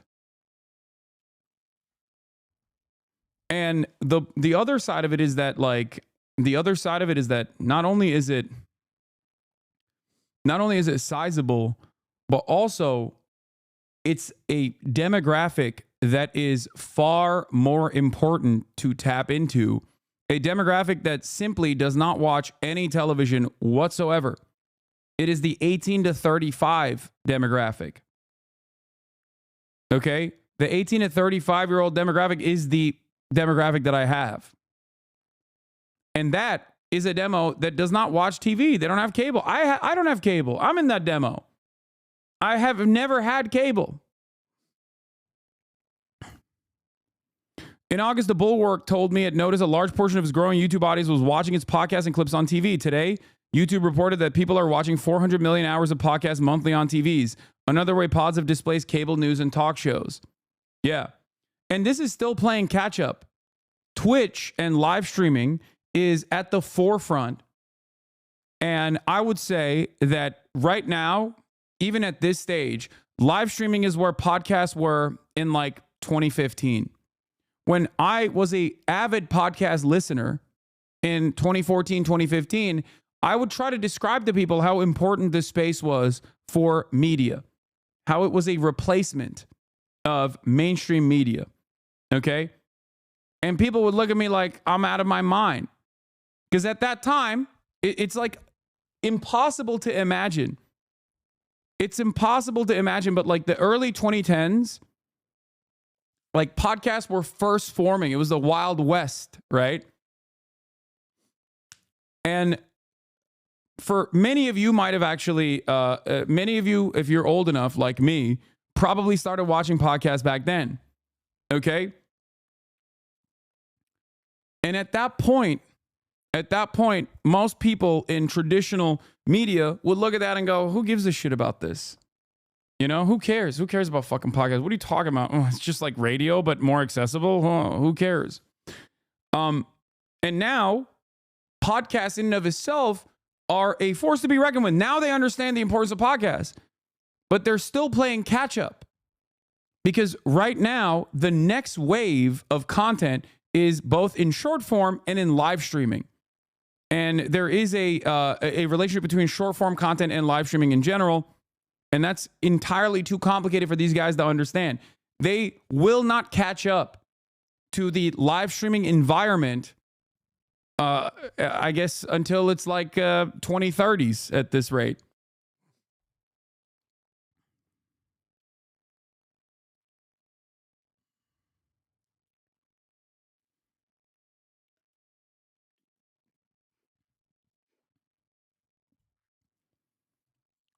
If it took them basically 10 years to recognize the importance of podcasts because they're now officially cognizant of the importance of podcasts, they're still going to, it's going to take them another at least 5 to 6 years for them to catch up to where live streaming is in this entire field. Viewers watch over 400 million hours of podcasts monthly on living room devices. The share of videos uploaded to YouTube in 4K is up by 35% year over year. Early tests of the streamlined subscribe button show more than a 40% increase in net subscribers to their TVs. Watch time of sports content on TV grow 30% year over year. The Ms. Rachel channel had one of the highest watch times on TV across YouTube channels in the last year. But is there parallels to be drawn between live TV and live streaming? Not necessarily. Because most leftists online are critical of them, of course they're going to ignore y'all love. Yeah, but the problem is the Republicans don't ignore their base. Structurally, the Republicans run towards their base. They're afraid of their base. The Democratic Party does not do that. They do the opposite. They hate their base. They run away from their base, and they treat their base like shit. But also on top of that, this is the reason why Republicans can go into where their base is and talk to the people that are even apolitical. Democrats can't do that. If I'm one of the largest leftist content creators, one of the largest progressive content creators in North America, and I am diametrically opposed in my worldview to many of the figureheads in the Democratic Party, the way to change that is not by trying to get me to be a loyal servant of the Democratic Party. The way to change that is by the Democratic Party changing its attitude. That's it.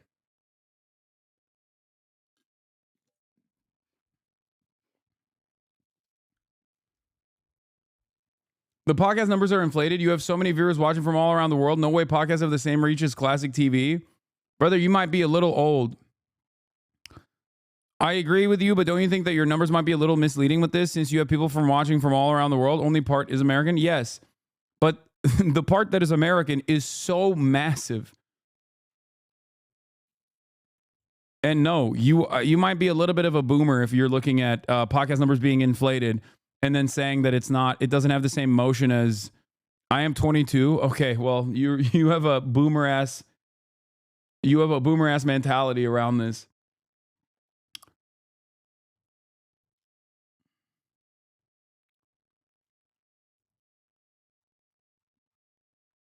The party needs to come to where the people are, not the other way around. It will not work and will never work. Even if you are a willing servant of the DNC, you're not going to magically make people love the DNC. Exactly. Exactly. I've been asked twice now by my Harris stan what I am doing to convince the world to let me run the country in 2020. I'm like, brother, I just want to have healthcare. What? What would you say the ratio is? Like 80 to 20? I think so. Probably, yeah.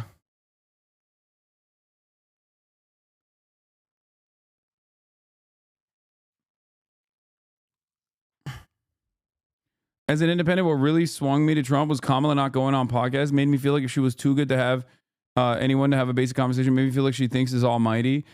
I mean, it's just, it sounds stupid. And it is kind of stupid to openly say that. But there are a lot of people who fucking operate like that. And if you want to win elections, you have to, you have to fucking go there. That's it. It's just, I don't know what else to say. There is one political party that has figured out how important political streams are. Do you know who I'm thinking of? What? You mean the Republicans, right? Is that what you're saying? Or are you talking about AMLO and Morena? Yeah, that makes sense. Yeah, AMLO himself sidestepped a contentious media environment by becoming the media himself. There is a lot of value to that. There is a lot of value to that. For sure. I joke and say I'm the largest leftist content creator in North America, but the real person, that honor actually goes to AMLO. He is the one with his daily live streams. It's true. But anyway, let's get back to Donald Trump. Times Magazine. Yeah, AMLO's morning conference totaled 2,505 hours of streaming, equivalent to 3.4 months of continuous broadcasting.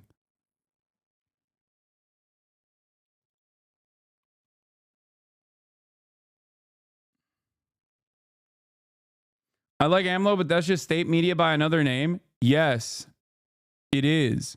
But guess what? A lot of private media is owned by liberal capitalists. So if you want to sidestep that because they're going to be unnecessarily contentious to everything that you do and constantly fucking shit on you, then use the environment where there is so much hatred towards mainstream media to your advantage by making your own version of this.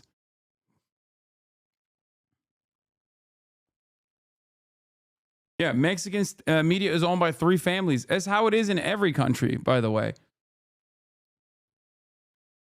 They have invisible incentives, like our media environment has invisible incentives, okay? Invisible incentives that unite them. That's why a lot of the messaging that you see on mainstream outlets, regardless of how diverse this environment seems, is pretty united on certain issues like foreign policy, pretty united on deregulation, pretty united on like talking about healthcare CEOs, for example, if we're going to use this past week. And sometimes you have to sidestep that. Sometimes you have to become your own communicator. Well, you say that and look who were on CNN last night. 3 former Fox News personalities on CNN Newsnight this evening. Yeah.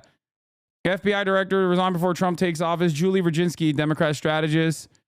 Gretchen Carlson, journalist and co-founder of Lift Our Own Voices. And Geraldo Rivera, journalist. All 3 are former Fox News personalities, now on CNN.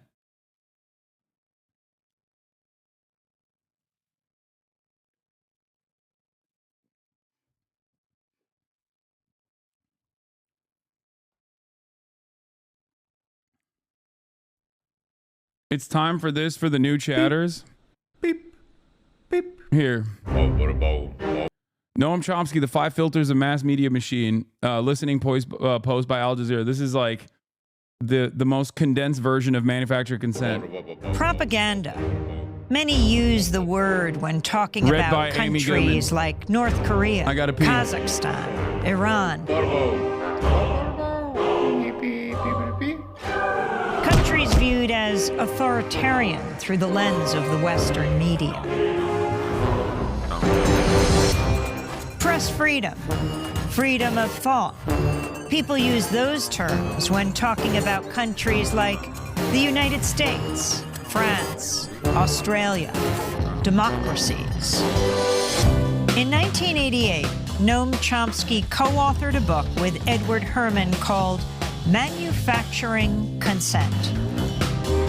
It blasted apart the notion that media acts as a check on political power, that media inform the public, serve the public, so that we can better engage in the political process. In fact, media manufacture our consent. They tell us what those in power need them to tell us so we can fall in line. Democracy is staged with the help of media that work as propaganda machines. Media operate through 5 filters. The first has to do with ownership. Mass media firms are big corporations. Often they're part of even bigger conglomerates. Their endgame, profit. And so it's in their interests to push for whatever guarantees that profit. Critical journalism takes second place to the needs and interests of the corporation.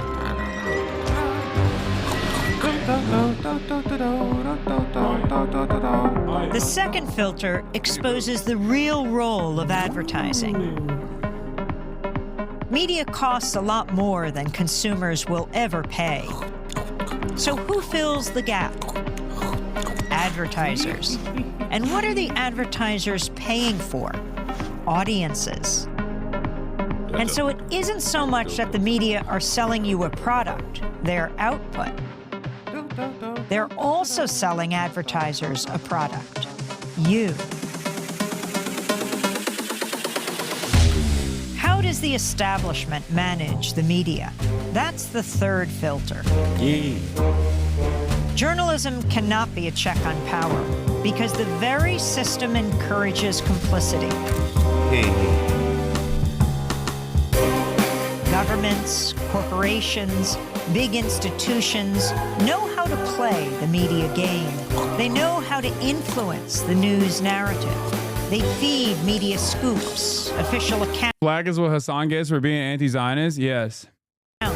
Interviews with the experts. They make themselves crucial to the process of journalism. Bro, why the fuck is everybody telling me to watch the Adam Freeland Destiny video? Like, are you fucking stupid? I'm not going to watch that, man. Like, the amount of people that have been spamming that today is crazy to me. I don't give a shit, dude. Like, we got so much to cover, and y'all are just like the biggest drama perverts. Like, you jerk off the fucking drama. I just don't understand it. And it is literally all like 30-month subscribers. You know what I mean? Like 30, be in a worse mood, please. I am. I'm in such a bad mood today. It's fucking annoying, dude. I'm trying to fix it. It's all 30 to 40 month subs.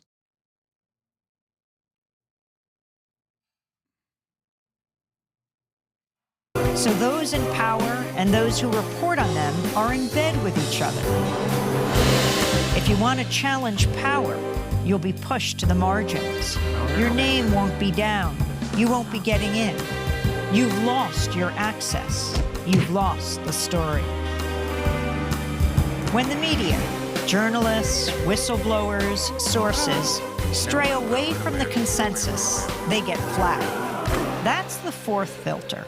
When the story is inconvenient for the powers that be, you'll see the flak machine in action, discrediting sources, trashing stories, and diverting. Yeah, if you can't actually critically cover the inconvenient truth, if you can't actually address the thing, if you cannot address the message, then you address the messenger.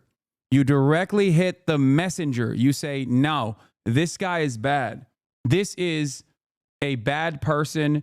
This is not a person that deserves your charity. Okay? The anti-Semitism allegations slapped onto every single person that is critical of Israel is a perfect demonstration of this. Okay? Especially someone like myself, right? You know what my background is. You know what my beliefs are. You know the amount of time I've spent talking specifically about anti-Semitism, right? And yet, so aggressively, a lot of these institutions have leaned on this notion. Leaned on this notion that, like, oh, I must be criticizing Israel from an anti-Semitic perspective. The conversation. To manufacture consent, you need an enemy, a target. That common enemy is the fifth filter. Communism, terrorists, immigrants, a common enemy. A boogeyman to fear helps corral public opinion. 5 filters, one big media theory. Consent is being manufactured all around you, all the time.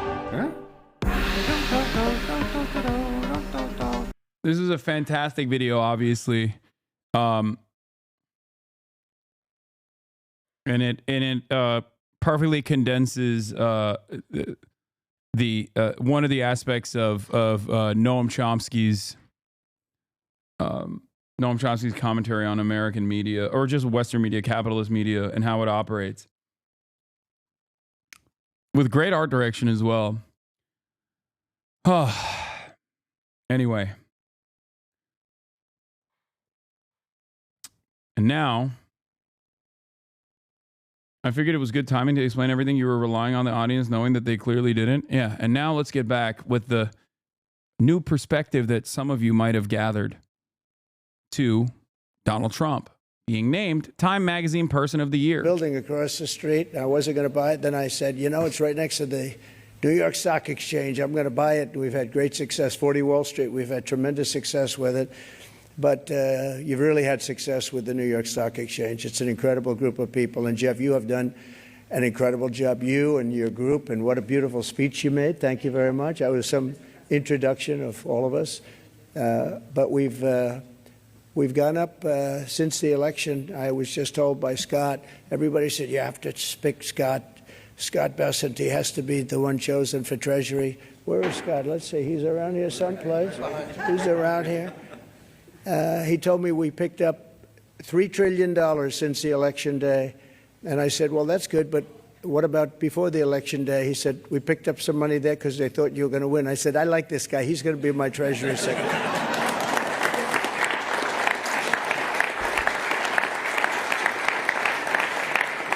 But it's true. I think we're going to have a tremendous run. We have to straighten out some problems, some big problems in the world.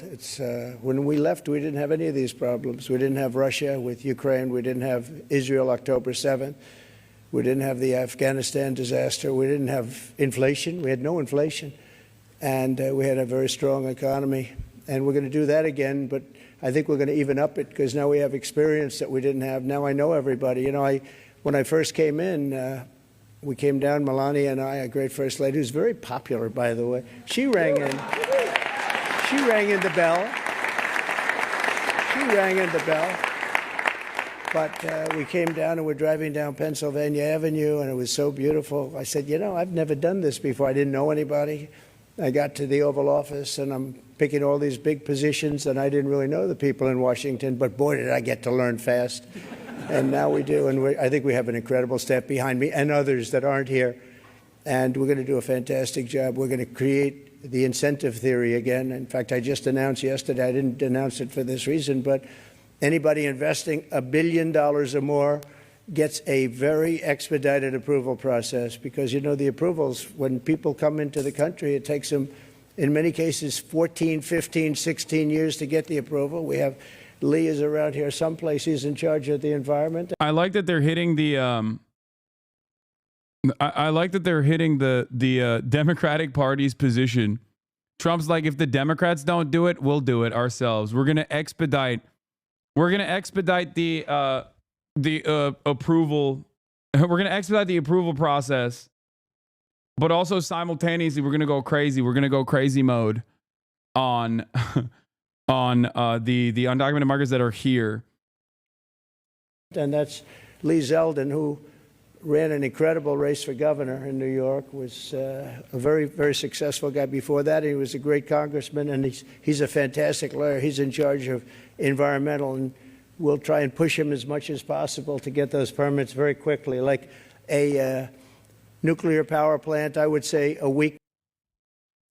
It's crazy how much power and influence the Republican Party holds in this country because they just don't care about preserving the sanctity of institutions or whatever the fuck the Democrats act like they care about.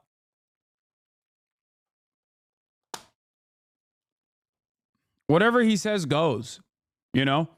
He could just be like, yeah, we're gonna expand Medicare, and ultimately he'd be able to utilize the bully pulpit and whip the Republican Party into shape to get it across the finish line, in my opinion. It would be a difficult fight, and it would require some kind of genuine commitment from Donald Trump, which is why it won't happen. Especially when some of his backers would obviously rail against that sort of thing. Look, another 21-month subscriber.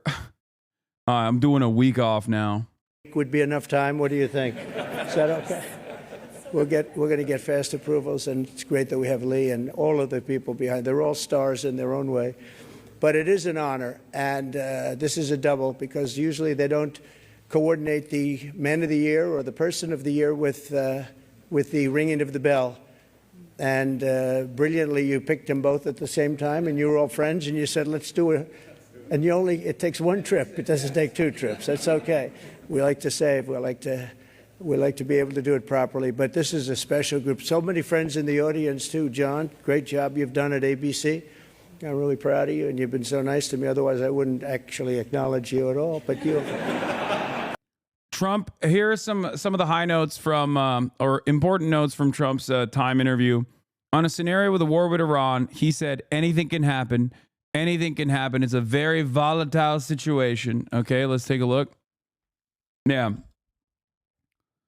There's a scenario where you would allow Israel to annex the West Bank. I will.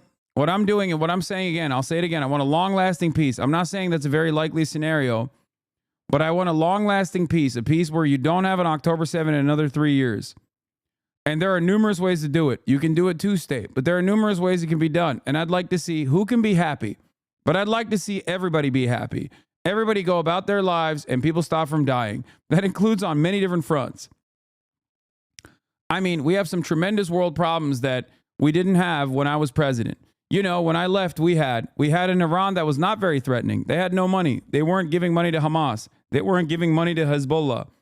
Iran recently plotted to have you assassinated, which, by the way, again, the media is incredible on this issue because foreign policy is uniparty, right? Foreign policy is uniparty, and mainstream media is completely complicit, okay, in this uniparty endeavor. So, of course, when Trump says something crazy like, oh, yeah, I might actually annex the West Bank, who knows? They don't follow up. There is no following up. Okay? Immediately just move on to some more escalatory sentiments about Iran. Iran is trying to get you killed. Will you go to war with them? Anything can happen. Anything can happen. It was a very volatile situation. I think the most dangerous thing right now is what's happening where Zelensky has decided, with the approval of, I assume, the president, to start shooting missiles into Russia. I think that's a major escalation. I think it's a foolish decision, but I would imagine people are waiting until I get in before anything happens. I think that would be very smart to do that. Do you trust Netanyahu? I don't trust anybody. Can I ask, did Elon Musk meet with the Iranians at your behest? I don't know that he met with them. Reportedly, he met with the Iranians. I don't know. He didn't tell me that. Another important aspect of this was the trans conversation. Okay, so let's keyword search trans in here. I think that some women in the America want to know, are you committed to making sure the FDA does not strip their ability to access abortion pills? That would be my commitment. Yeah, that's always been my commitment. Can I shift to the transgender issue? Obviously, sort of a major issue during the campaign. In 2016, you said that transgender people could use whatever bathroom they choose. Do you still feel that way? When was that? In 2016. I don't want to get into the bathroom issue because it's a very small number of people we're talking about, and it's ripped apart our country. So they'll have to settle whatever the law finally agrees on. He hit the Kamala Harris angle on this. The law decides. I'm a very big believer in the Supreme Court, and I'm going to go by their rulings. And so far, I think the rulings that have that people are going along with. But we're talking about a very small number of people, and we're talking about it, and it gets massive coverage, and it's not a lot of people. But on that note, there's a big fight in Congress right now. The incoming trans member from Delaware, Sarah McBride, says we should all be focused on more important issues. Do you agree? I do agree with that. On that, absolutely. As I was saying, it's a small number of people. It was a big issue, though, on the campaign. I mean, one of the ads your campaign put the most money behind was the Trump is for us and Harris is for they, them. Well, it's true. Trump is for us. Right. It obviously strikes a chord. I mean, Trump is definitely for us, okay? And the U.S. is the vast, vast majority of people in this country. And us is the vast, vast majority of people in this country. And also, I want to have all people treated fairly. You know, forget about the majority or not majority. I want people to be treated well and fairly. On the trans issue, will you reverse Biden's protections for trans kids under Title IX? I'm going to look at it very closely. We're looking at it right now. We're going to look at it. Look, the country's torn apart. We're going to look at everything. So he basically said on the trans issue, he's like, I don't want to get into the bathroom issue. I don't care. It's a tiny percentage of people. Who cares? Who cares? That doesn't mean that like trans people are going to be protected. They certainly will not be. It's just, it is not as significant nor consequential, and Trump understands that. That's the difference. Because if he was a Matt Walsh type, if he just like wanted to literally, if he ideologically was committed to like killing trans people, he would have an answer to that. He would be like, they're dangerous groomer predators. Do you understand? The reason why it's not a priority for him is because he understands that it's the sweatiest fucking losers that care about this shit aggressively. Okay? Now, this doesn't mean that he will go out of his way to defend trans people. That certainly is not the case. He will still be at the whims of people who do care a lot about this shit, right? People who do care quite a bit about this. But it's yet another clear example that the permanent room reader, Donald Trump, has read the room and knows that this is like not a big priority for him. Okay. Yeah, his hyperfixation is on immigration right now. That's what he cares about. The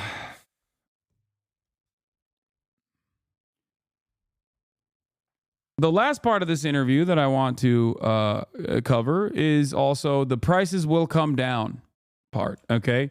Because he talks about prices.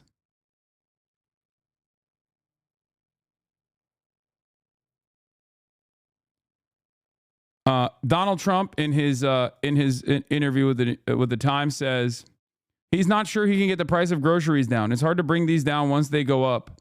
You know, it's very hard. Prices will come down, Trump told voters during a speech last week, laying out his vision to return to White House. You just watch, they'll come down. Everything will come down fast. Not only with insurance, but everything. You've realigned both political parties. You've changed America. There's got to be something that you understand about winning votes for the American people that your opponents maybe don't give you credit for. It's, you know, I think people want to lead a good life. I think they want to be able to buy groceries at a reasonable price and not have to turn off their heat in order to buy 2 apples. I think that people want security. I don't think people want to have our borders rushed in, invasion, yada, yada, yada. They don't want to see somebody in a weightlifting contest, a woman against a man. Again, a fucking totally made up thing. It makes no sense. They don't want to see, you know, men playing in women's sports. They don't. They don't want to see all of this transgender, which is just taking over. And then when you look at not many years after this person who went through the process saying, who did this to me? As you know, it's a very high percentage. Media also playing a role here. You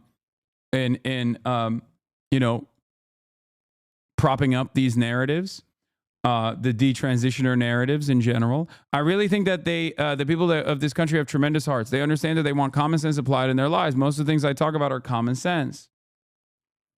They don't want to see their food price go up by 57% in a short period of time. And I think that's why I won. The Republican Party has become the party of common sense. And it's so many of the things I mentioned and other things too. They don't want us to have they don't want to all have electric cars. They might want an electric car. Electric cars are great, but they're not for everybody. They also want gasoline powered cars or hybrids or anything else that has to come out. They don't want to have a mandate on cars. Okay, where's the other price conversation? Hold on. J6 pardons. I'll be looking at oil prices bringing down, coming very substantially. If the prices of here, this is where he says, now the difference is you've had 3 times as much now. They have essentially they try to get the equal, but they didn't do that. You'd have energy, you'd have inflation that would have been much worse than it is. And it already was possibly the worst the country's ever had. We've had inflation. They've lost on inflation. They lost on immigration. They lost on, as a part of immigration, I think a big part of the border is the border itself. You know, if you can subdivide the word immigration, they lost on the economy, but it was a different kind of it. It was the economy as it pertains to groceries and small things that are actually big things for a family. If the price of groceries don't come down, will your presidency be a failure? I don't think so. Look, they got them up. I'd like to bring them down. It's hard to bring things down once they're up. You know, it's very hard, but I think they will. I think that energy is going to bring them down. I think a better supply chain is going to bring them down. He is hyper reliant on, I think, his relationships that he has with Saudi Arabia and maybe even Russia for OPEC plus, the cartel playing ball with him. If he does like a little pull and push on foreign policy, and then his reliance on big oil, which was so incredibly invested in Donald Trump's reelection, to basically lower the price of oil, that will then lower the price of all goods across the board. That's what he's thinking.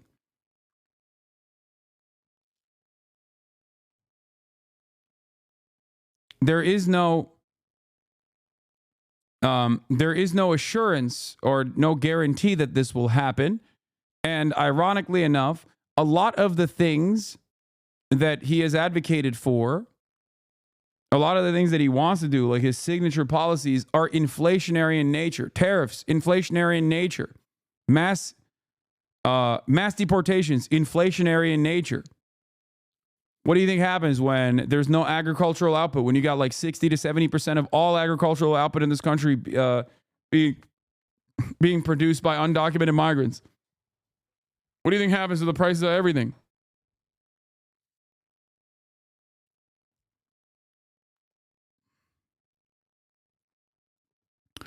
You know, the supply chain is still broken. It's broken. You see it. You go out to the docks and you see all these containers. And I own property in California in Palos Verdes. They're very nice. And I'm past the docks. I've been doing it for 20 years. I've never seen anything like it. You know, for 17 years, I saw containers and, you know, they'd come off and they'd be taken away. Big areas, you know, in that area. You know, they have big ships coming in. Big. The port. Big. Very big. I see this for years as I was out there inspecting property and things. And I look down and I see there are 13, 12, 14 containers. You wouldn't believe they can hold each other. It's like crazy. No, the supply chain is broken. So what has happened to the containers? I don't understand.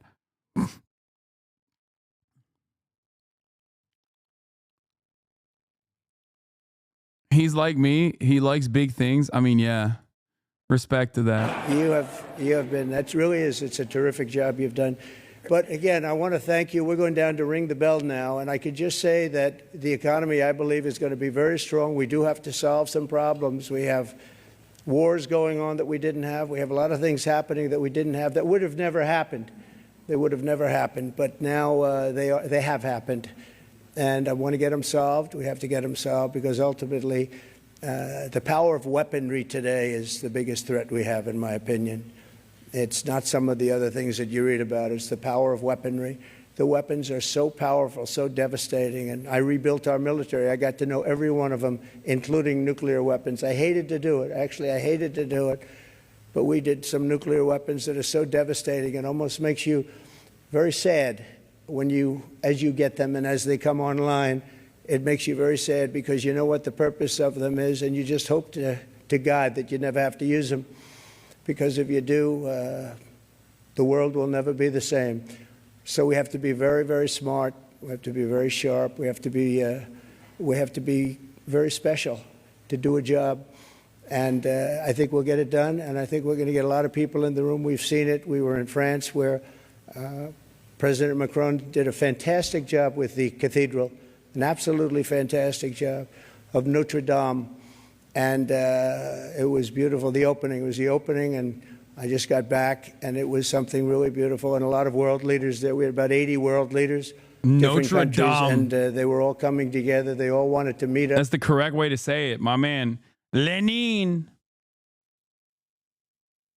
And meet me as representative of the U.S., and there was a lot of goodwill, but we're going to get some really tremendous goodwill. I was even thinking about inviting certain people to the inauguration, and some people said, wow, that's a little risky, isn't it? And I said, maybe it is. We'll see. We'll see what happens. But we like to take little chances, but that's not a bad chance. Here's a gentleman that's going to do a great job at HUD. Good luck, my friend, right? He's going to be a he's been my friend for a long time. But nice to see you. I haven't shaken his hand yet. Come on. Congratulations. Thanks. Really, you're going to be great. And Ben Carson is your biggest fan in the world. You know that. Ben has been with us for a long time and has done a fantastic job. Thank you. Good. So, ladies and gentlemen, go on. We're going to put it straight. We're going to give tremendous incentive like no other country has. We're cutting your tax. What do you have to say to the American we got Jim Cramer in the building. investor in this country? Well, I think you're going to. Yeah, I don't know why he brought up Ben Carson when he saw a black guy. Well, I do know why he brought it up. He's like, black guy, you all know each other. Ben Carson loves you. See some very good days ahead. A lot of incentives are going to be given. You saw yesterday a $1 billion investment, and we give you very fast approvals. Nobody's come up with that one yet, although it seems pretty simple. I think you're going to have some great days ahead. We have to conclude a couple of bad wars that are going on. A lot of bad things are going on, but we'll get them done. Do you think that we are in a situation where business will be far more embraced under you than currently? Well, I don't want to really knock current, but I will tell you more than at any time. I know Ben Carson was the HUD secretary. I don't think Ben Carson remembers that or knows that. Time anywhere in the history of our country. Now, we used to speak together about the idea that the averages mattered and were a good barometer of your performance. Is that still the case? Can we go beyond Dow Jones, maybe to NASDAQ? Well, I think I've always said, to me, stock market is all of it, all of it together. It's very important. It's an honor to be here at New York Stock Exchange. I sort of joked that I actually bought the building across the street because the stock exchange was here. It's a big deal. 40, it's a nice building. 40 Wall Street. So, look, we're going to do things, I think, that haven't been really done before. We're going to be cutting taxes still further. We got it down to 21%. We're going to bring it down even. Oh, great. We really need that. That's great. Fantastic. We're going to cut taxes even further, he says. Nice.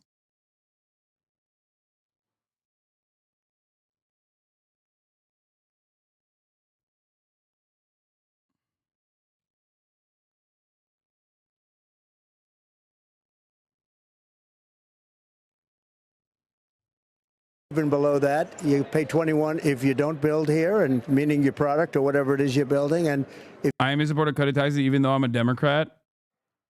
Why? Do you make millions of dollars a year? Are you a corporation? I own stocks too. Oh my God. Bro, we're never getting anything good. I'm going to be honest with you. We're never getting anything good. Okay? Individual taxes also went down. Standard deduction was doubled. Brother, brother, you are the reason why Republicans get to do whatever they want. Your taxes went down, let's say $1,000. Okay? Your taxes at the end of the year went down $1,000. Do you know how much the taxes of the actually wealthy people went down? Do you understand? Do you know that those taxes, those tax cuts are slated to sunset this upcoming year? Unless you're in the top marginal tax rate, unless you're at the tippy top, your taxes are supposed to come back up. I understand that, but my life improved. I don't wish ill on other people. Oh my God. No, it didn't. Okay? You saved $1,000 and you thought, oh my God, how fantastic. It's great. Okay? The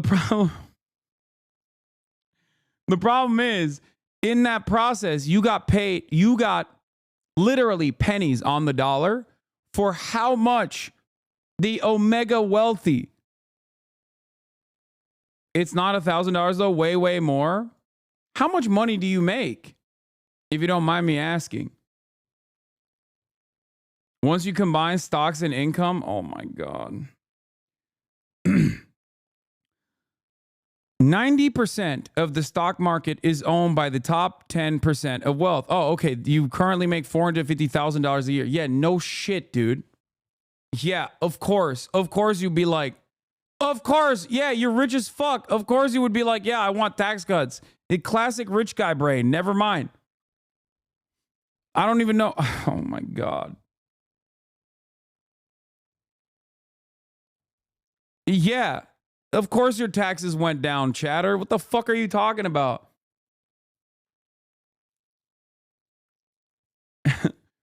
You are not the average person. Your current net worth is $450,000. That means you're in the top. You're not at you're not the 1%, but you're close to it. Also, broke boy, where the fuck is your sub? What do you mean? You have 450K is your net worth? But you're not even fucking peppering the goddamn community with some gifted subs? Pay up. If your yearly income or your net worth overall or your yearly income is $450,000, yes, of course, you're rich as fuck.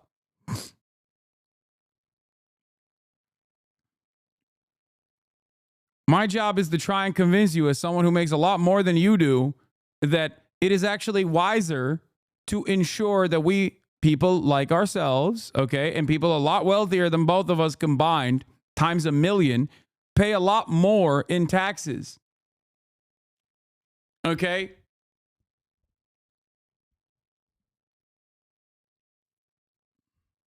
Because if we pay more in taxes, especially those who have parked all of their assets in the stock market,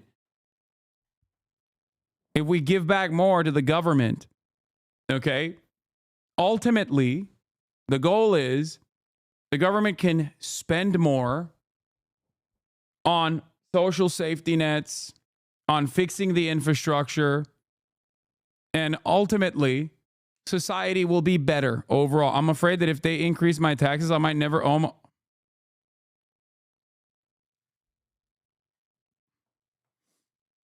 Okay.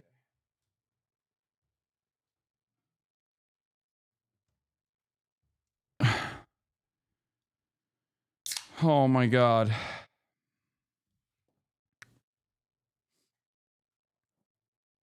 This has got to be bait, man. I can't.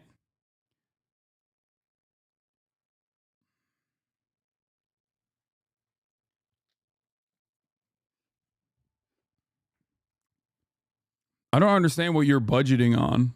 If you're making $450K a year and you can't purchase a fucking home when the home prices are $2 to $3 million.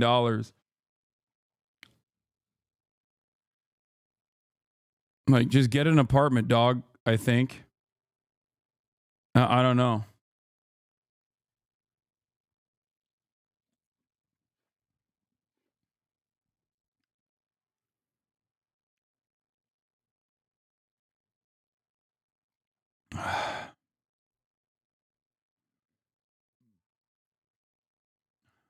is tied up in HAIC Tua coin.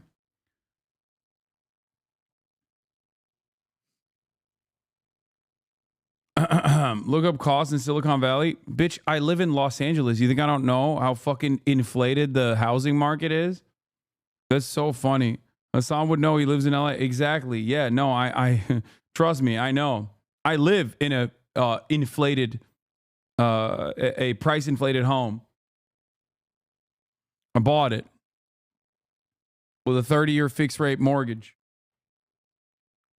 I know. And as someone who is incredibly fortunate, I hate this kind of nonsense. I hate this, we need to do more fucking tax cuts nonsense. He's missing the point here. All he's arguing is that housing should be better now that tax cuts are good. Yeah. The problem is, here's the contradiction, okay? You have a lot of assets in the stock market. You make $450,000 a year. You feel, understandably, like you're a part of this. And in some ways you are. You are in the top 10% of wealth. So you, of course, have a lot of motion in the stock market. So when the stock market is doing well, your net worth goes up. Okay? The problem is, in order for society, in order for Americans across the board to have a better outcome overall, we need to break this a little bit. The system that has been quite fortuitous for someone like yourself and even someone like myself. I'll give you one example. You're frustrated by the home prices, $2 to $3 million. The homes are $2 to $3 million over here. When in reality, part of the problem, at least in the Bay Area, is that there are a lot of homes that people are just sitting on. And also, I guess the Bay Area is one of the only places where, like, I would say zoning deregulation is a necessity. But the reality of the matter is people are just simply not building houses. There is no mechanism. There's a shit ton of Airbnbs. People are not building houses. There is no mechanism to bring the housing prices down so that someone like yourself and many others can purchase homes. Or someone like yourself or many others who work in the companies that you either have a vested interest in and stocks in can actually continue to hire people. It brings everything's, it is very consequential. It's very important. It brings the price of everything up. If home ownership is impossible and rent is unsustainable, then you have to increase the wages as well. But when you increase the wages, so much of that still goes back directly into the pockets of landlords. Our entire system is designed to constantly eke out profit. And because of that, nobody wants to turn around and actually do things that are deflationary in nature. Blow up any of these bubbles, if you will. NIMBY zoning, boomer Airbnb, private equity, simply viewing houses as an asset to begin with. Exactly.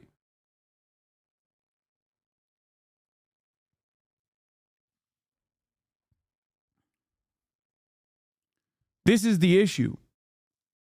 And Trump is not going to do that. He's just going to keep cutting taxes further, which is going to contribute to this problem even further. That is the issue here.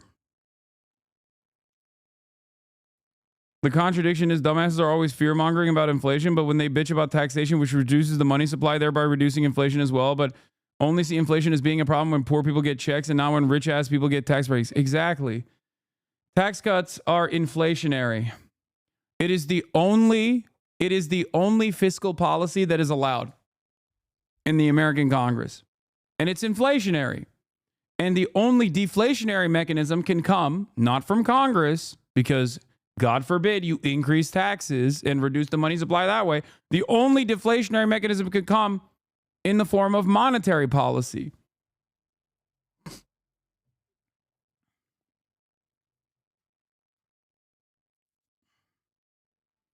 If you're thinking sector by sector, one of the immediate deflationary policies that you can engage with would be to readjust the housing market by making the government compete against the pre-existing inventory of houses by building fucking public housing. Build socialized housing immediately, instantly.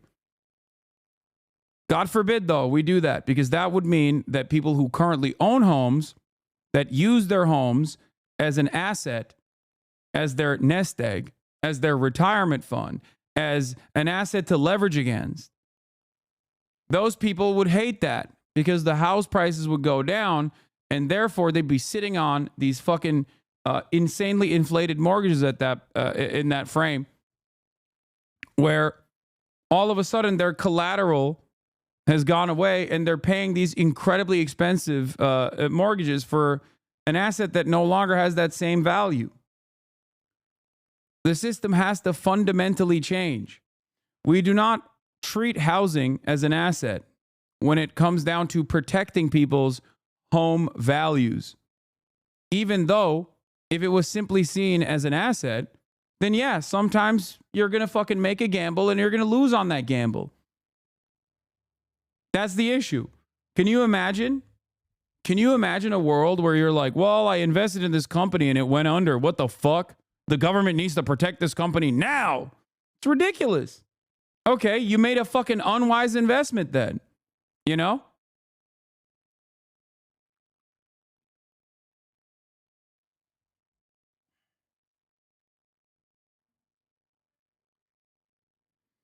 That's just not true. Look up how much goes in taxes, how much down payment you needed for a $3 million home, and how much the monthly payment at 6% rates after the 20% down payment, how much you need dependents, and so on and so forth. Wait, what?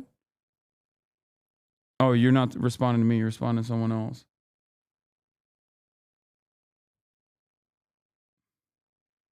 Yeah. What happened to risk? Everybody wants to have it both ways. Everybody wants to act like housing is shelter when it comes to demanding that the government protect this asset, but everybody also treats it doubly as an asset, as a risky investment. It makes no dang sense. If it's an asset, doors open.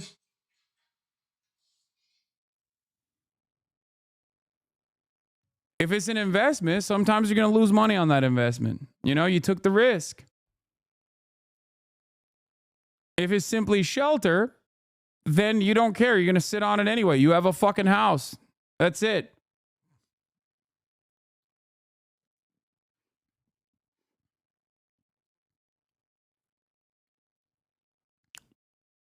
This man making $450K a year still has not peppered the chat to win over their favor by showering all of you with gifted subs, by the way. I am noticing that gifted subs have not come in from Broke Boy over here. Some of the smooth brain trust fund chatters probably think they'd lose money if their taxes went up to pay for universal health care, even though it'd be cheaper than their insurance costs. Baja blast my brains out. Thank you for the 25. Bill Vok, thank you for the 5 gifted.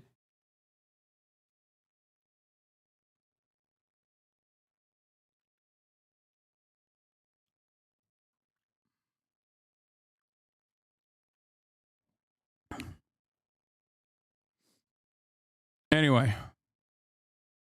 If you do, we're going to try getting it down to 15%, but you have to build your product, make your product in the USA. And how about every working person who's watching it would love to be able to see dividend tax maybe much lower, capital gains much lower. Well, we're going to be... Yeah, let's lower capital gains taxes even much lower. Fuck it, dude. No taxes. Why do we even have taxes to begin with? Fuck it. YOLO. Alamans, thank you for the 5 gifted. The Ether Paradox, thank you for the 5 gifted. Code Fred, thank you for the 20 gifted. Castle Commander, thank you for the 5 gifted. We're talking about that, and we're really talking about lowering taxes. Last time, as you know, we took it probably from close to 44, 45% down to 21. Everyone said that was impossible. Now, it was always my, I really wanted to get it down to 15, and we'll be able to do that.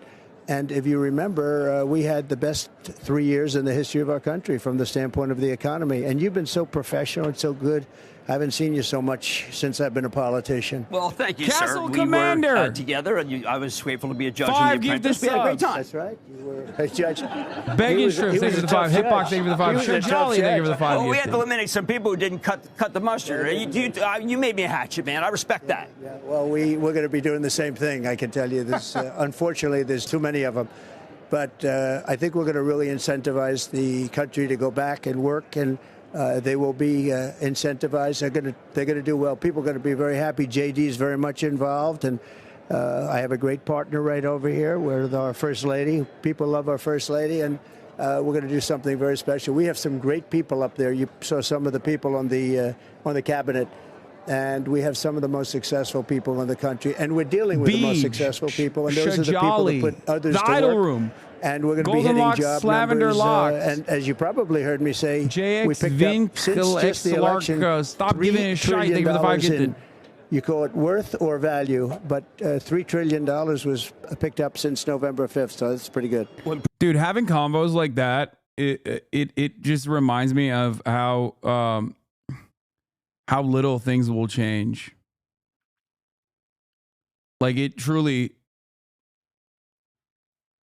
like, how the fuck, brother, you make $450,000 a year and you still want tax cuts? Like, it doesn't make any sense. And you complain that you can't buy a house, not realizing that the reasons why you can't buy a house is partially because of the hyper individualistic nature of Americans who think, well, what the fuck? House prices are going to go down? Are you kidding me? That's like my net worth. That my entire net worth is associated with it. I've taken mortgages out against this. It's my leverage. You're like, oh, no, the stock market might go down. If the stock market goes down, then my net worth goes down. Then I definitely can't buy a house. Okay.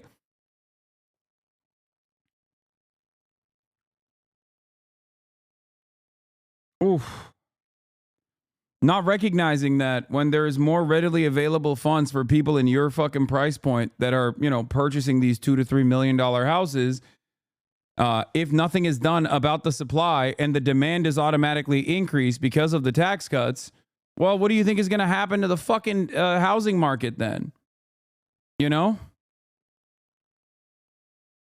Yeah, you get tax cuts, you have more take-home pay, okay? Stock market is supercharged. Now you got more money. Now, you know who else has more money? All the other people that are one bracket above you. They have more money, even more money than you. Now they're going to buy their fucking third house. But hey, don't worry. You'll be able to rent it from that guy who's one income bracket above you, you know? Meanwhile, the conversation is so silly because there's hella people. There are the overwhelming majority of Americans, like 97% of Americans are nowhere near that level of wealth. And they're fucking starving and suffering. And some of those motherfuckers voted for this dipshit who's like, yep, we're going to do tax cuts.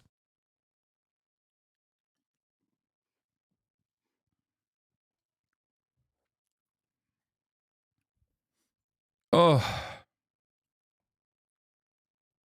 President Reagan was here. He talked about putting the bear into hibernation, letting the bull Chuck Dice, thank you for the 50 gift Sound like a good motto? Sounds perfect. I can't do any better than that. That's what we're going to do. All right. Now, I know we've got some other people here, but I don't see Elon Musk. I was hoping because he's been a good, let's say a good aid to you on a lot of different things, whether it be crypto or whether it be GOP-1 drugs. I mean, there's a lot of different ideas. Well, he's got a lot of ideas. He's a great guy. He's a really good guy, too. And I guess his stock has done pretty well. Everybody's stock has done well since the election and even before. And Scott Bessent's done a fantastic job. And one of the things I liked about Scott is that he said long before I even know who he was that the market's only doing well. This is before the election. It's only doing well because they think Trump is going to win. So we made Scott the Treasury Secretary, which everybody frankly wanted. And he's going to do a fantastic job. Meantime, how about a crypto? Really, we do need, I think, you're embracing crypto. Very different from the previous administration. Strategic Petroleum Reserve like for crypto? Yeah, I think so. We're going to. The other part of that argument, going back to that one chatter, the other part of that argument is like, listen.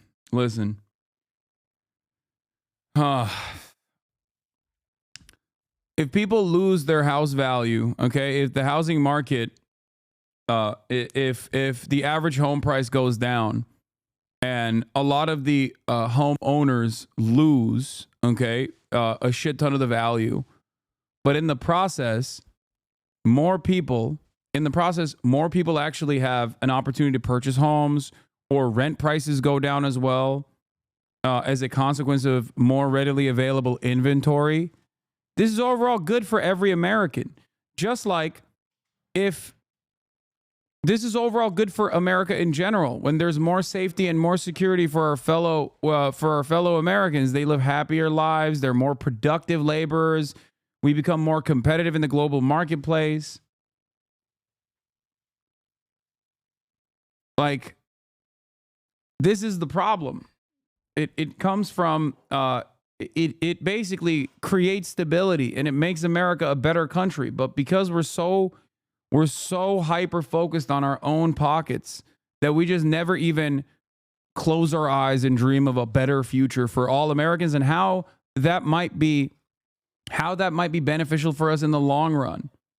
Okay, this Northern There's some Line times where I can like laugh about the state of the world, but then like still once every 2 days, I remember with like a wave of dread that the American government is about to be beholden to the Department of Governmental Efficiency headed by Elon Musk and Vivek Ramaswamy, which they specifically named Doge after the dog meme. And in my head, I kind of go, ah! After like a minute, I kind of like forget about it and I get over it and I can like live my life again. Boo, America KKK should be the worst fourth world country. Yeah, dude. My goal is not to change the unequal exchange dynamic that America has enforced upon the global South, but instead to punish the poorest of the labor aristocracy. Okay? This is how we will win. It's not permanent first world genocide. It's actually permanent first world genocide just for the American poor.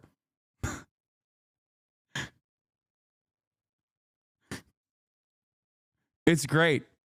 Yeah, we must liberate the world by punishing the American working poor, okay? All the while, the American wealthy that are the most successful parasitic force on the planet. Yeah, people be like, my issue is with the American people, not with its governance. I want to punish the large majorities of the American poor. Fuck the American bourgeois.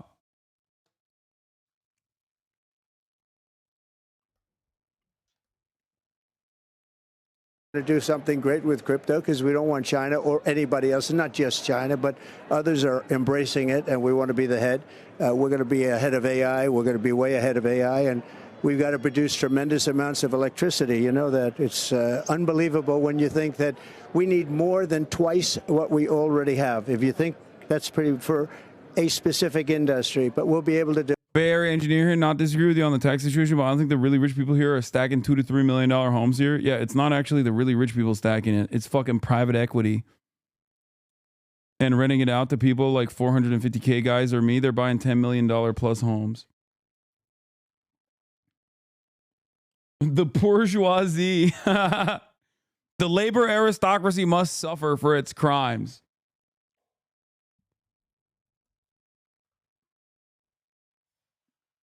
He's got to be happy that Google is building the nuclear to keep the AI server farms running. Yeah. Do it. We have Lee Zeldin in charge of the environment. He's going to be giving us very strong approvals, I think, and he's going to make sure everything's good. How big of a tax cut you getting because of Trump? Be honest, dude. I have no fucking idea. I don't know, and I also don't care. Clean and proper, but he's going to give us very fast approvals. Natural gas makes it so that we should be able to afford it and be able to handle the 5% per year grid. Right. But obviously you think that we need to be able to be the king of AI, which means that we also have to, some people would say, protect Taiwan, because right. China would like very much to be able to have that technology. Well, we're going to be having a lot of talks with China. We have a good relationship with China. I have a surprising relationship. Now, when the COVID came in, I sort of cut it off. That was a step too far. That was, as they say, a bridge too far. But we've been talking and discussing with President Xi some things and other world leaders. And I think we're going to do very well all around. And we are we've been abused as a country. We've been badly abused from an economic standpoint, I think, and even militarily. You know, we put up all the money, they put up nothing, and then they abuse us. So Coastal blue state professionals never got a tax cut. Trump raised taxes on 200 to 500K earners and eliminated SALT deduction. That chatters was dumb as fuck. I mean, he seems to think that he earned it. He seems to think that he got more take-home pay. On the economy, and we just can't let that happen. We're not going to be abused anymore. We put America first, but we're also going to help other countries. I know you've got a ton of things to do, but what can you say to the working person who owns stocks? Should they buy more stock? Well, I don't want to get into a situation where they do and we have a dip or something, because that can always happen. You know that better than anybody in the world. Probably. Yeah, when you advocate for certain stocks and then they crash dramatically. I know you. I know your ways, Kramer. I'm long on inverse Kramer. I think you're the leading authority in going up and going down, but you always end up. He always ends up. That's the good news. But we have like Doug Burgum standing Puebla right over here. Has done a fantastic job. He's been on your show many times, and we have just tremendous people. I would say this. I think long term, this is going to be a country like no other. We had the 3 best years ever until COVID came in, and then we did a good job getting rid of it. The stock market, if you look at the markets, were higher than just previous to COVID coming in when we handed it over. And now we know. I know the people. I know the players. When I came in, it was very interesting, Jim. I came in, and I was not a Washington guy. I didn't know too many people in Washington. I had to rely. Now, who do I know people? I know people. I know people so much, they're coming out of my ears. So we have great people. Mark Zuckerberg? Well, Mark Zuckerberg's been over to see me, and I can tell you Elon is another, and Jeff Bezos is coming up next week. And I want to get ideas from them. Look, we want them to do well. We want everybody, and we want great jobs, fantastic salaries. We want people to love, and, you know, when they wake up. It's so wild that like none of this shit actually helps the working poor. None of this shit will actually help the working class, but it won't even fucking matter for the most part, because the scraps that he's offering them is culture war narratives that he will fight and win, specifically because the culture war shit is already made up as a distraction to begin with. Meanwhile, the wealthy will keep robbing you fucking blind. Great stuff overall. And it's not like the Democrats will put a fucking stop to any of that anyway. You know? It's great. Fantastic. The gap between the rich and the poor will grow in ever more concerning ways. We're already at the Gilded Age.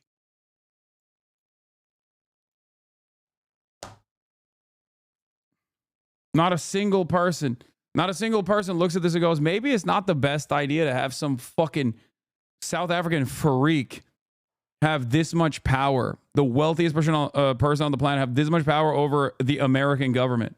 Nope. That guy's got my best interest in mind, baby. He's got my back. I believe it.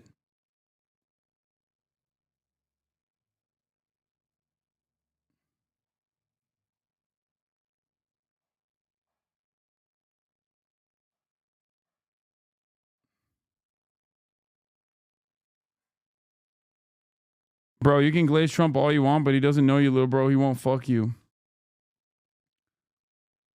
The 200 to 500K bracket went from 33 to 35%, and on 450K, you're paying 45K in CA taxes. You no longer got a federal deduction for that, so there's another 15K in taxes.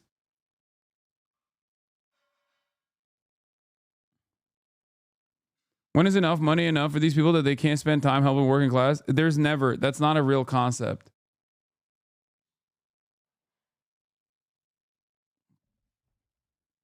There's no such thing. It's never enough.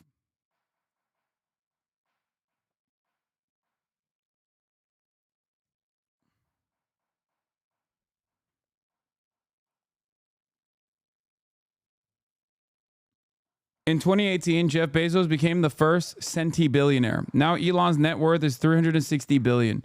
It's crazy to think about this. Yeah. Don't worry. All of that will go away when the global market collapses. Okay? Because all those guys and their net worth is entirely tied to the stock market. So when that goes pee pee poof, you know, Trump is the base MAGA communist, okay? Trump is the base MAGA communist, JD Pond, permanent first world genocide heir, okay? He's going to claw back the stock market from speculators' hands one way or another by collapsing the American economy.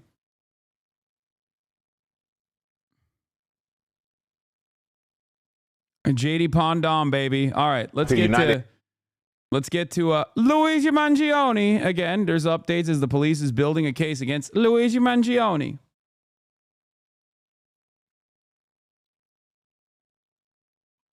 The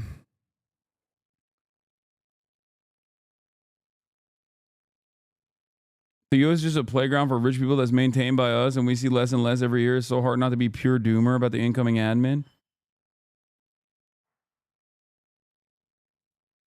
Looks like they're trying to set a precedent. Woman jailed after using shooting suspect's catchphrase as insurance company denied claim. Oh, wow. A Florida woman was charged after the police says she threatened an insurance company with the phrase delay, denied, depose. An arrest affidavit obtained by WFLA said the FBI contacted the Lakeland Police Department on Tuesday with information about an alleged threat.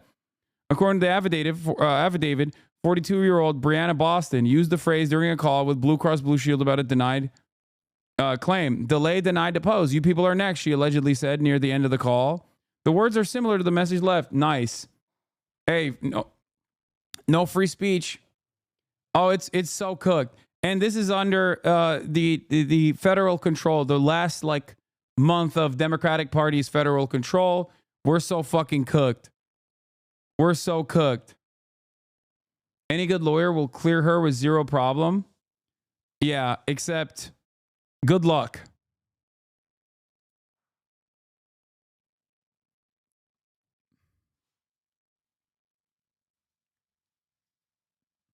She reportedly said she used the phrase because it's what's in the news right now. Boston argues she did not own firearms and was not a danger to anyone, the affidavit said. Police concluded that she intended to use the United Healthcare CEO's homicide to her advantage.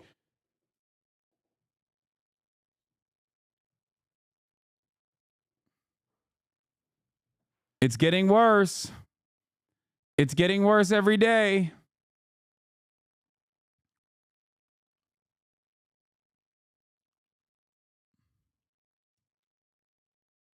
Yeah. Also, the idea that you think this person has the capabilities of hiring a competent lawyer when she very clearly is cooked. After being charged with threats to conduct a mass shooting or an act of terrorism, a judge set Boston's bond at $100,000.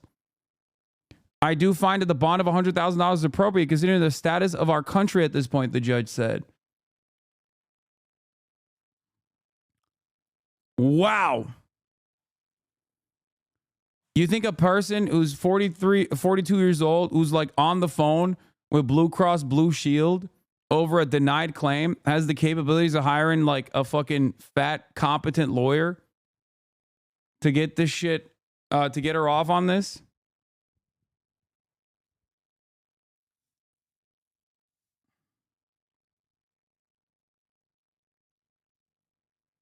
We're so goddamn cooked. We're so fucking cooked.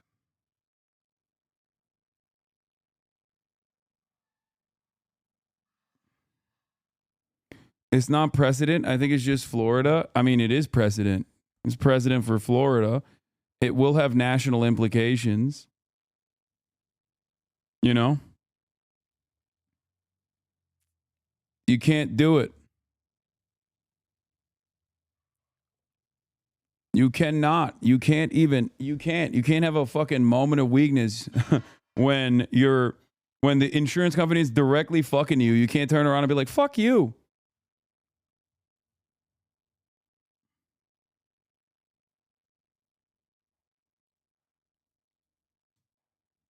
Yeah, here's a cool tidbit from, if you want to understand the Polk County Sheriff's Department. We're going to shoot you a lot, Polk County Sheriff Grady Judd says that the gunman who was killed by deputies in a standoff chose to get shot when he pointed his firearm at law enforcement. If you point a gun at us, we're going to shoot you. We're going to shoot you a lot.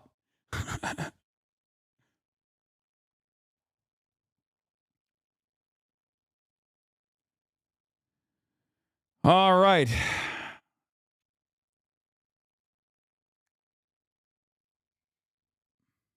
The healthcare CEO murder. Investigations say the ghost gun the suspect was allegedly carrying when he was arrested matches the shell casing found at the shooting scene.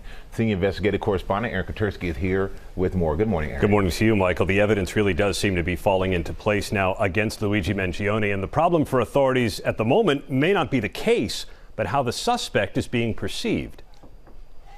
This morning, police say the case against suspected killer Luigi Mangione is getting stronger. We were able to match that gun to the 3 shell casings that we found in Midtown at the scene of the homicide. Investigators also say they've matched Mangione's fingerprints to prints lifted from a water bottle and granola bar wrapper found near where United Healthcare Chief Brian Thompson was gunned down. The 26-year-old remains locked up in Pennsylvania, challenging his extradition to New York. Prosecutors are undeterred. You confident you have the right guy in the shooting of Brian Thompson? Well, I'll start by saying, obviously, this is a profoundly disturbing, as we've alleged, murder. I should have never saved District Attorney Alvin Bragg in Walking Dead. At the time, I thought he's going to put Trump behind bars, you know? Boy, was that a mistake. Holy moly. God damn, dude.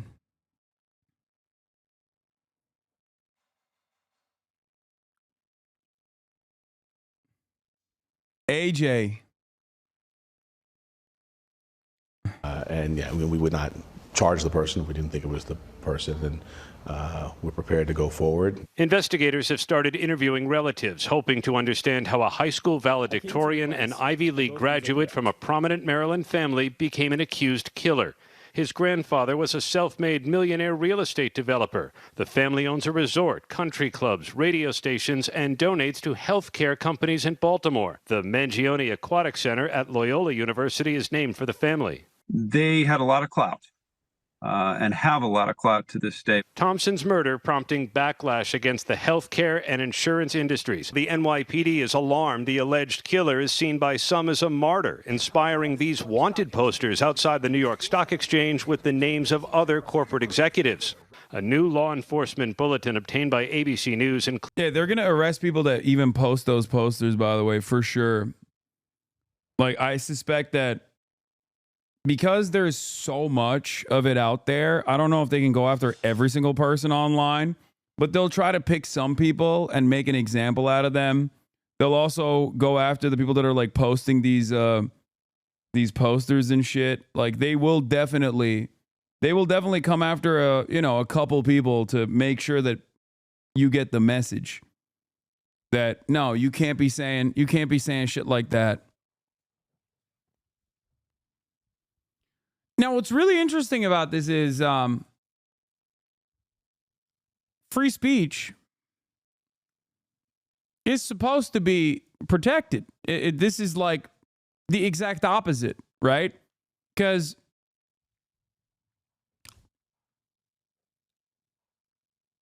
even putting out like terroristic threats against trans people or whatever, that doesn't put you directly in the ire of federal law enforcement or law enforcement at all. As long as you are directing your anger at those who have less than you, you're good.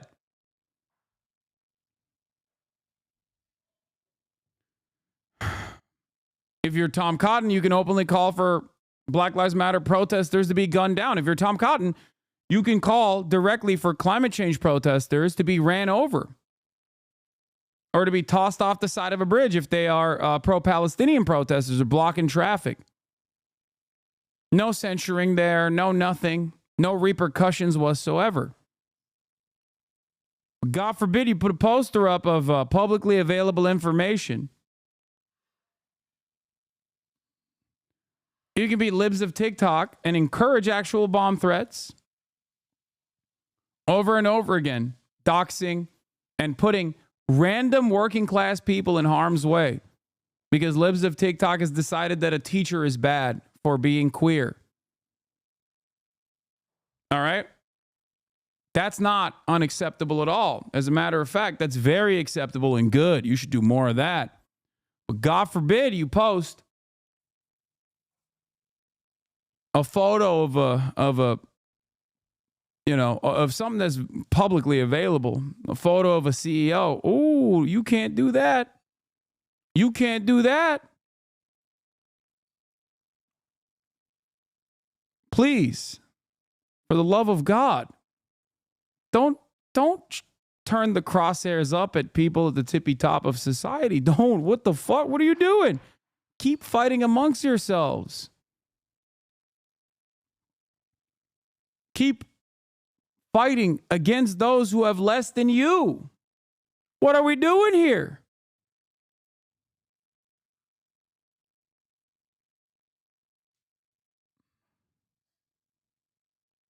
You can't be doing that. Includes this image of a banner invoking the words found on the shooter's bullets. The bulletin warning many social media users have outright advocated for the continued killings of CEOs, with some aiming to spread fear by posting hit lists. What do you make of people celebrating the murder of Brian Thompson, or someone who sees in the suspect someone to take inspiration from? Celebrating this conduct is abhorrent to me. It's deeply disturbing. And what I would say to members of the public, we will be vigilant and we will hold people accountable. We will do that. United Health emailed employees overnight telling them what you do matters. But there's real fear the murder of Brian Thompson has revealed a deep sense of frustration and anger aimed at the entire health insurance industry. Yeah, and that fear is really real, really real. But what is the reward on the status, of the status of the reward? There was some, $50,000, $60,000 offered. It's still being worked out, and apparently there was some question as to whether, because 911 was called and not Crime Stoppers in New York, whether it should actually be. Oh, come on. But really? Look, if it weren't for the heads-up customer and employee So at it's more McDonald's, of a split thing, right? It should be a split thing with the feds getting involved, but they seem to deserve it. Otherwise, there wouldn't have been a break in the case. And let's hope the guy who called 911 gets that reward in the end. Okay, Aaron, thank you. Now to major developments in the investigation of the murder of the United Healthcare CEO Brian Thompson. The suspect's mother filed a missing persons report days before the shooting. And police now say there is hard evidence connecting Luigi Mangione to the murder. Lilia Luciano is in Huntington, Pennsylvania, where Mangione is being held. Lilia, good morning. Good morning to you, Adriana. You might remember those bullet casings that were found at the scene of the crime that read deny, delay, and possibly depose. Well, those have now, according to ballistic analysis, been matched to the ghost gun that was found with the suspect, Luigi Mangione. This is the first time that forensic evidence, according to NYPD, places him at the scene of the murder. Shell casings found at the scene where United Healthcare CEO Brian Thompson was killed matched the 3D printed ghost gun 26-year-old Luigi Mangione had in his possession when he was arrested. He's framed. It's fake. CEO didn't even die, actually. He's alive still. It's a psyop. I'm going to be a conspiracy guy in the Trump administration, but like a weird conspiracy guy. Weirder than the normal conspiracy guys. You know what I mean? Yeah. Like, Brian Thompson has actually escaped to Cuba. He is alive. I have it on good authority that they cooked this up as a psyop to silence dissent, to figure out who is actually saying, oh, this is good. Yeah, inside job.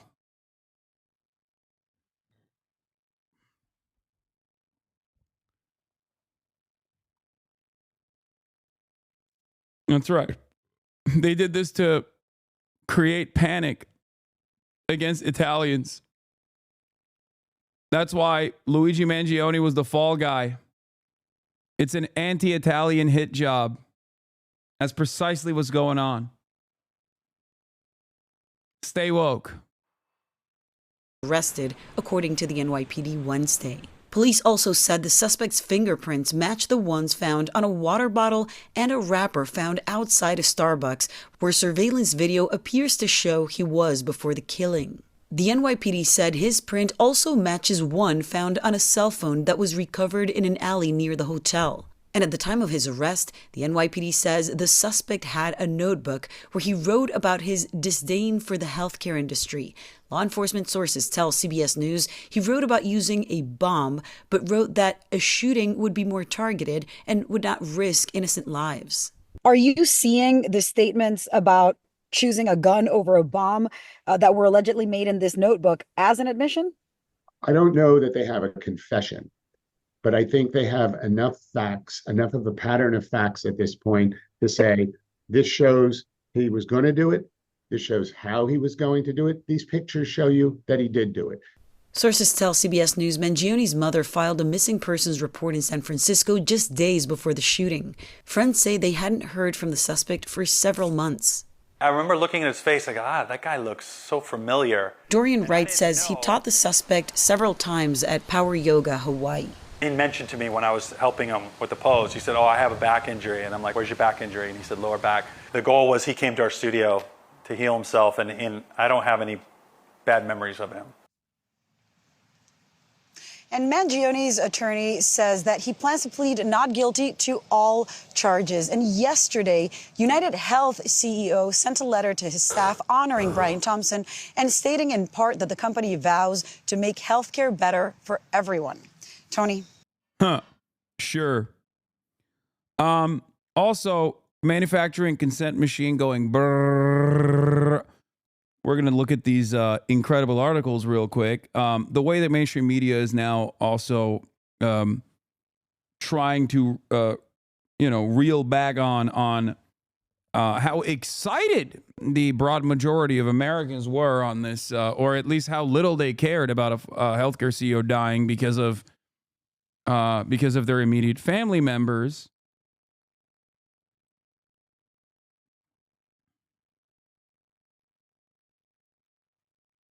Many of the employees I've talked to share the public anger, which New York Times might realize if they bothered to talk to anyone outside of management. Yeah.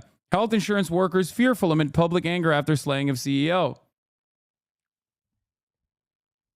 If you're actually a health insurance worker at a lower level, if you're a fucking pencil pusher, if you're a paper filer, you probably get fucked over by your healthcare company too. You probably have family members that have been fucked over by your healthcare company. So you probably understand. I wouldn't assume that you have a real interest in like defending your fucking upper management, let alone your bosses. But of course,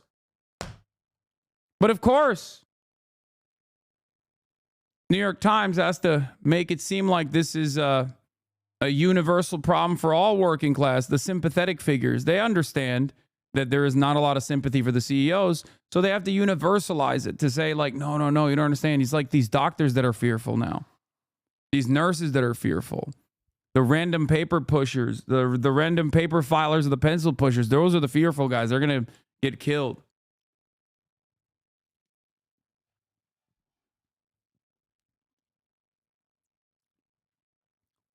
The difference, however, is that if someone who's in customer service was outed, doxxed, persecuted, and murdered by a vicious person who has also been hurt by the insurance industry, you wouldn't have this kind of press coverage. Well, you might now, just so they can say, oh, look, see, they're going after everybody. But in the past, there would be no such interest in that sort of thing. There would be no bridges being shut down. There would be no manhunt for multiple weeks because you're just a fucking worker. You're worthless. The media would not go out to bat to defend you. And even if they were to do it now, the only reason why they would do it is to defend the likes of other Brian Thompsons.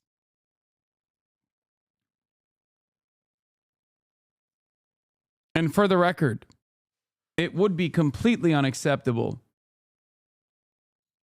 if someone were to do such a thing. Just so you understand, I'm not joking at all.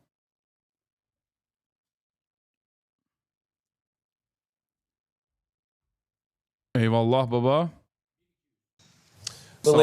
So it's an interesting interaction This is a really funny thing that happened, by the way. you had with the inmates from over the chain link. Tell me about it, Alex.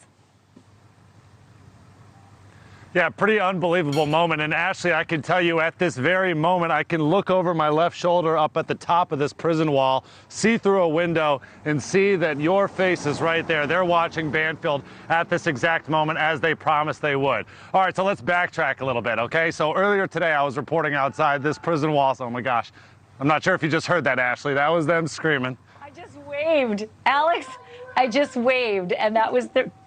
Can you hear that? Hi, guys. Say hello to Alex Capriello. They said, we got you, Alex. Ashley says hello. I can't believe this. There they are. I can't tell if you can hear this.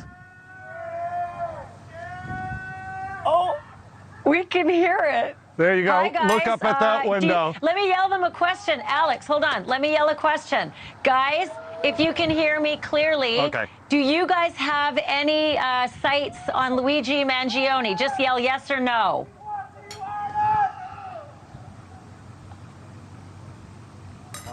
I don't know if they're answering. They're flickering. They're saying no. Go They're ahead, saying ask no, another they one. don't They can have hear sights. Okay.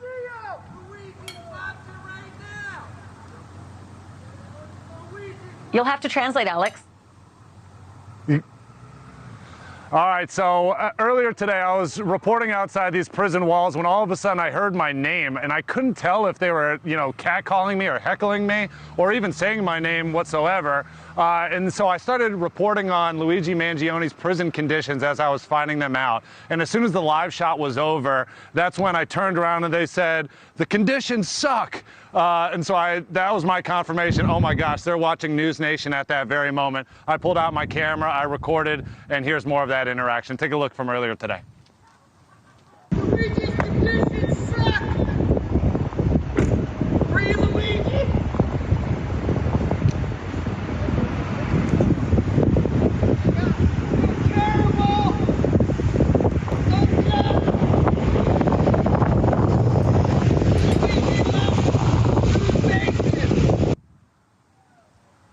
Ashley, they're going nuts in there right now watching this video on playback. This was just from a few hours ago, and here they are, 10 o'clock as promised. They said earlier today, tell Ashley Banfield that Luigi is watching at 10 o'clock. I mean, obviously, that's just a hard roast at this point because they're not near Luigi in any way, as confirmed by the Department of Corrections earlier today. But at the same time, they've picked a trusted news source to watch this very high-profile national case. Of course, they're watching us. It's crazy. Hey, Alex, can I ask you a favor? Can I just ask the guys, if they can hear me right now, to answer yes or no very loud?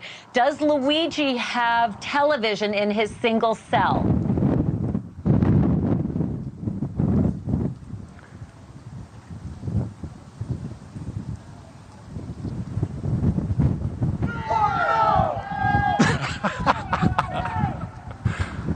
No. Unreal. They said no, right? Obviously, we have a little bit of a delay, but they're getting they're getting the questions and they're giving us the answers. So Luigi does not have. This is so fucking dystopian, dude. I mean, I'm sure the imprisoned in this situation, I mean, they feel probably somewhat happy that their humanity is being recognized because they are able to communicate. But it is crazy. Like when you just like pull yourself out of the situation for a moment, it is so fucking dystopian, dude.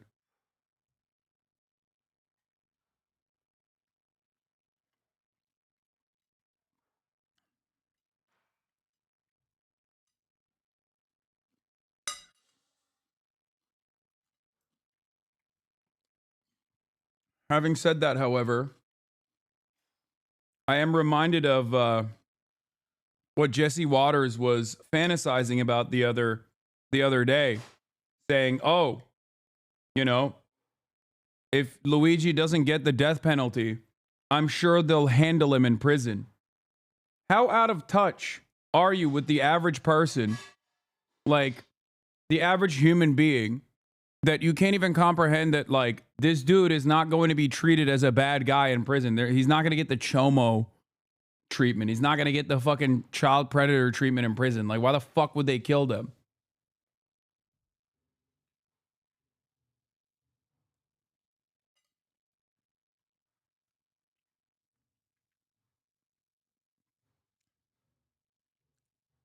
I suspect that the broad majority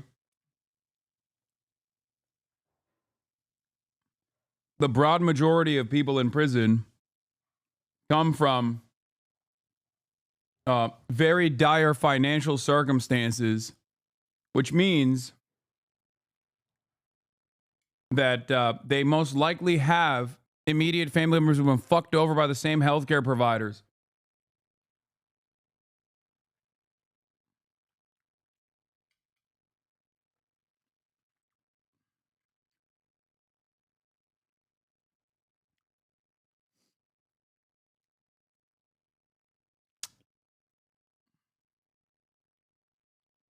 Yeah, I'm not gonna play the Jesse Waters clip again. Wow, this is quite something. This is the strangest interview I've ever conducted.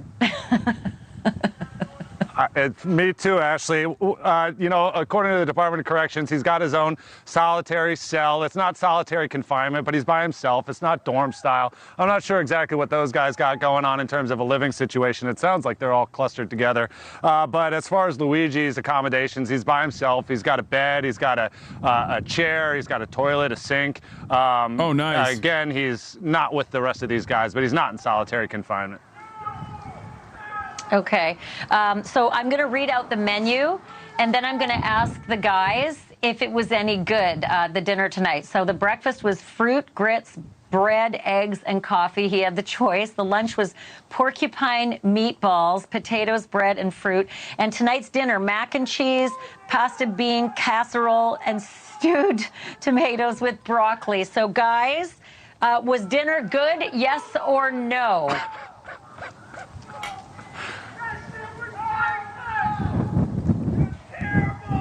What terrible, are they saying?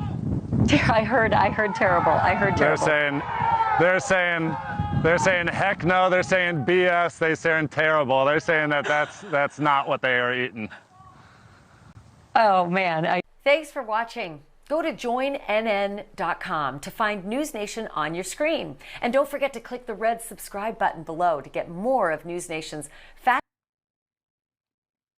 Officials with the NYPD tell CNN that CEO wanted posters have been seen around the city as fears grow that. I love that they censor the faces of the CEOs, like this publicly available information. Yeah, dude, people will have no idea who the CEOs of companies are now. Why do that if you don't think that it's like a broad majority resentment? Why do that anyway? If your opinion is of the mind that these guys are heroes, they're profit makers, and that's a good thing, they're jobs providers, who do you think is going to see that and do anything mean? Copycats could target other corporate executives. Well, Jim, there is a real sense of nervousness and even fear in C-suites really across the country. This fatal shooting in Midtown Manhattan, not far from where I am right now, has been a real wake-up call for business leaders and for boards of directors. The security firms that are paid top dollars to protect executives, they say that their phones have been ringing off the hook ever since this news broke. One veteran security executive told me that corporate America is nervous, and he said healthcare is the target now, but who's next? And so, yes, companies are considering a range of steps to try to ramp up security, including reassessing the security protocols that are already in place and the budgets. They're increasing the number of security personnel and the amount of technology in offices and even in the residences of executives. They're urging executives to delete their digital footprints, including stuff like the floor plans of their homes and any information that's out there about where their kids may go to school, and they're also enhancing male screening. There's also a sense that this killing really made it clear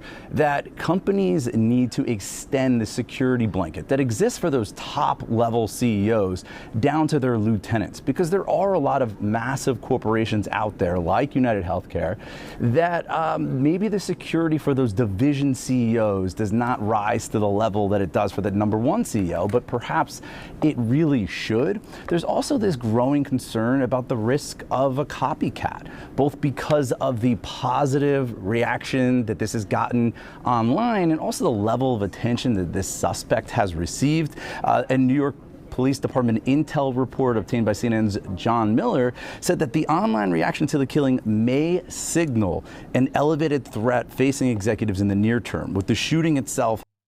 Yeah, maybe if people were serious about this,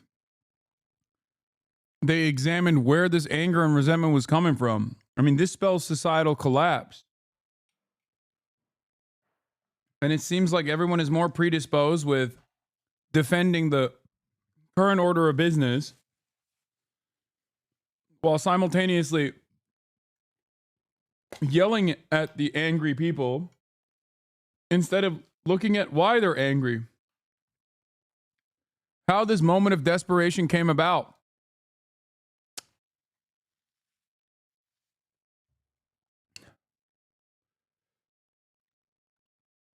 Having the capability to inspire a variety of extremists and grievance-driven malicious actors to violence. New York City's top prosecutor says there could be more charges against the suspected killer of the United Healthcare CEO.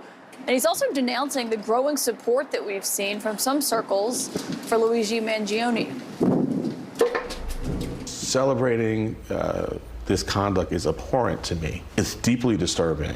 And what I would say to members of the public, people who, as you described, are celebrating this and maybe contemplating other action, that we will be vigilant and we will hold people accountable. We are at the ready. The Manhattan District Attorney Alvin Bragg there making that promise after wanted posters targeting other healthcare executives were seen posted around New York City today. Joining me here tonight, Nicholas Florco, staff writer for The Atlantic, who argues in a new post, quote, "Murder is an awful answer for healthcare anger." And he joins me now, and it's great to have you because you also used to work. Wow, brilliant take, man. Yeah, no shit. Yeah, no, I don't think.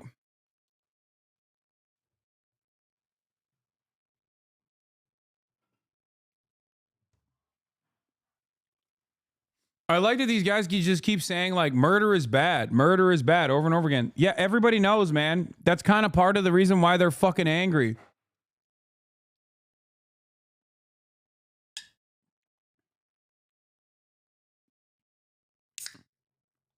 Yeah. You get this, like, top-down approach to the subject, and you look at it like, well, this is a individual act of violence. Like, why are you celebrating it? Yeah, to the person whose fucking, loved ones had their insurance claims denied, so they were just like, all right, fuck it, like, I'm just gonna die. Well, that's murder.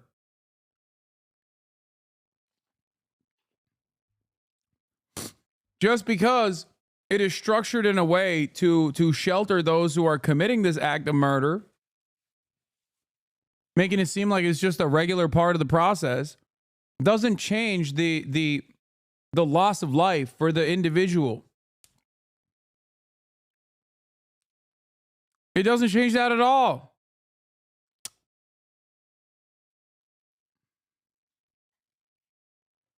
Oh.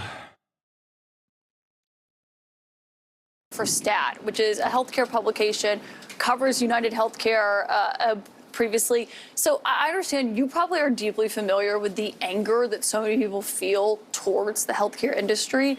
But the idea that you people are using that to celebrate the murder of a father of two children is just kind of stunning. It really is. I mean, I'm used to people being angry about healthcare my entire career. People have been angry about health insurance, about healthcare prices. I've never seen anything like this. I mean, the amount of outpouring of support for Luigi Mangione and the amount of hate going to the United CEO is just, it's unprecedented. Yeah, but we've seen some people say, well, the reaction that we've seen to beef up security for these CEOs or to focus on that is them focusing on the wrong issue. But in looking at that, I mean, we're also seeing people put up wanted posters with their faces. I just want to show some people who maybe aren't, as prolific on social media as others, the reaction that we've seen towards the suspect here online. This Ivy League hottie named Luigi is the Robin Hood that we never knew that we needed. Yo, you know what's really funny about this? I think the average person, aside from like, yeah, healthcare should be free, is also literally not even fucking focused on like the morality of the conversation at all. Like they just don't give a shit. And they're way more predisposed with how this guy is probably framed as a patsy. Like the average apolitical guy is like Bradley Martin, who I was talking to last night on stream. And he was like, yeah, dude, his eyebrows don't match. Like that's what the average person is predisposed with. They're like,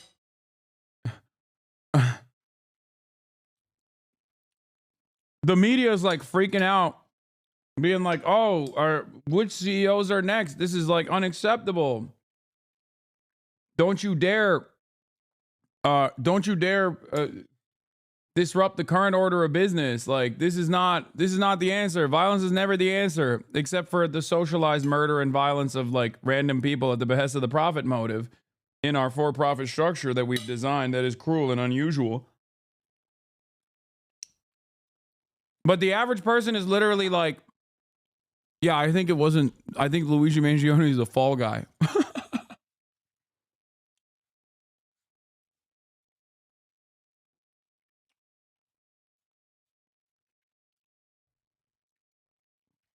The average person's like, bro, 286, bro. You see that? See that conspiracy? It's the 286 Pokemon. And the Bible verse. Or whatever the fuck people are focused on in terms of the conspiracies.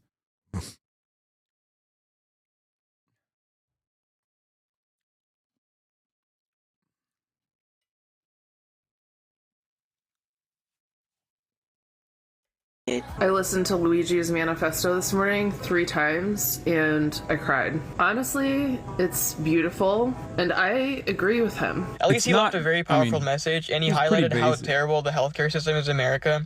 I think he'll go down as a hero in history. What does that say to you?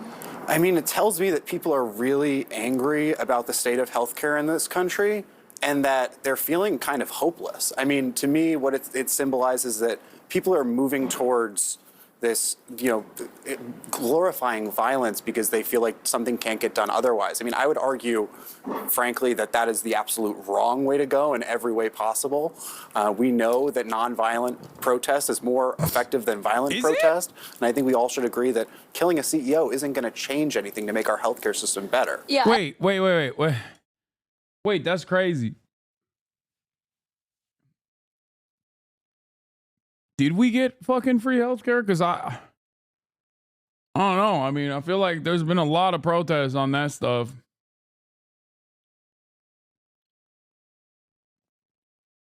There's even been violent protests, really, like riots, Black Lives Matter protests turned into riots. That was like all the headlines. Shit just doesn't change at all until people in positions of power recognize that this is unstable.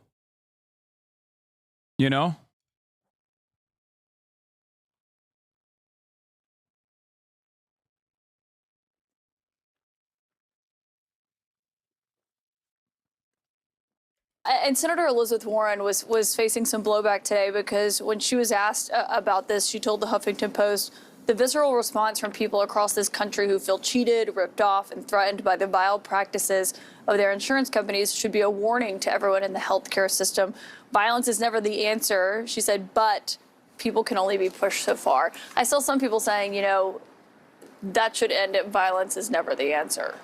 Yeah, I mean, I think that Senator Warren has struggled with what a lot of us that have been talking about this have been struggling with, which is balancing both the fact that our healthcare system causes real harm and real suffering, and that murder is absolutely incorrect. The thing that I think is important to highlight is, unfortunately, Senator Warren is right in a lot of ways. We know from history that society... Bro, for the person whose immediate family member was harmed by for-profit healthcare, they look at it as like a serial killer, okay? Like, that's it.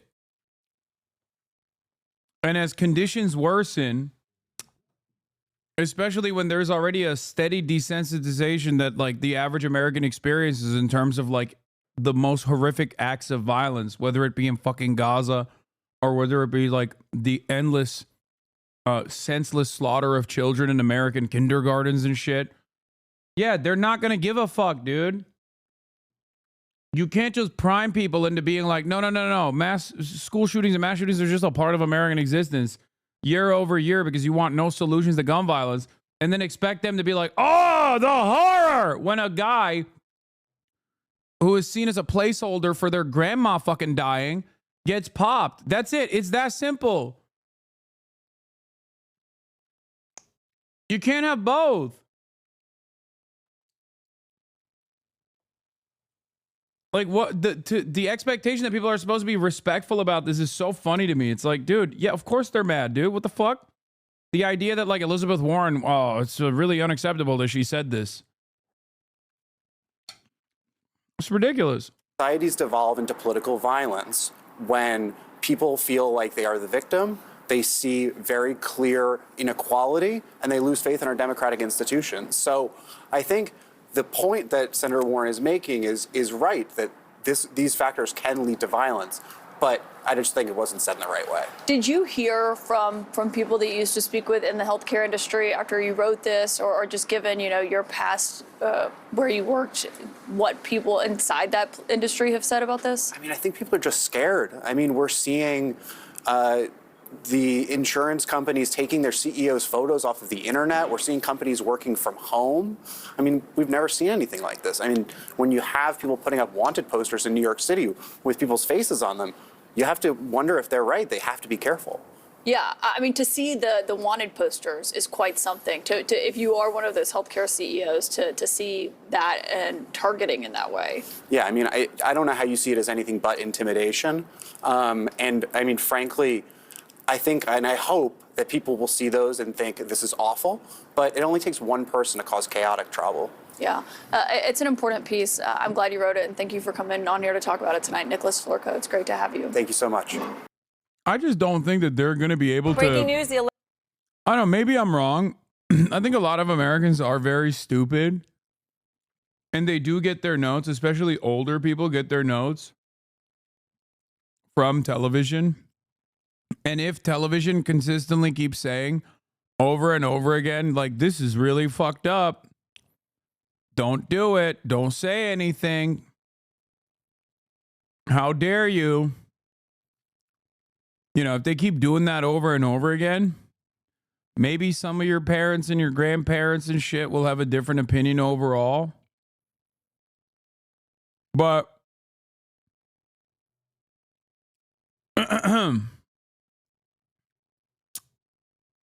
I just don't think they can finger wag their way out of this. You know what I mean?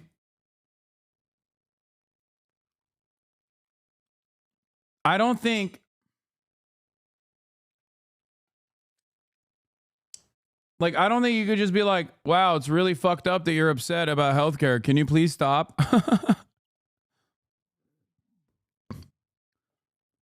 Come on, just peacefully protest, please, instead. That was much easier to ignore.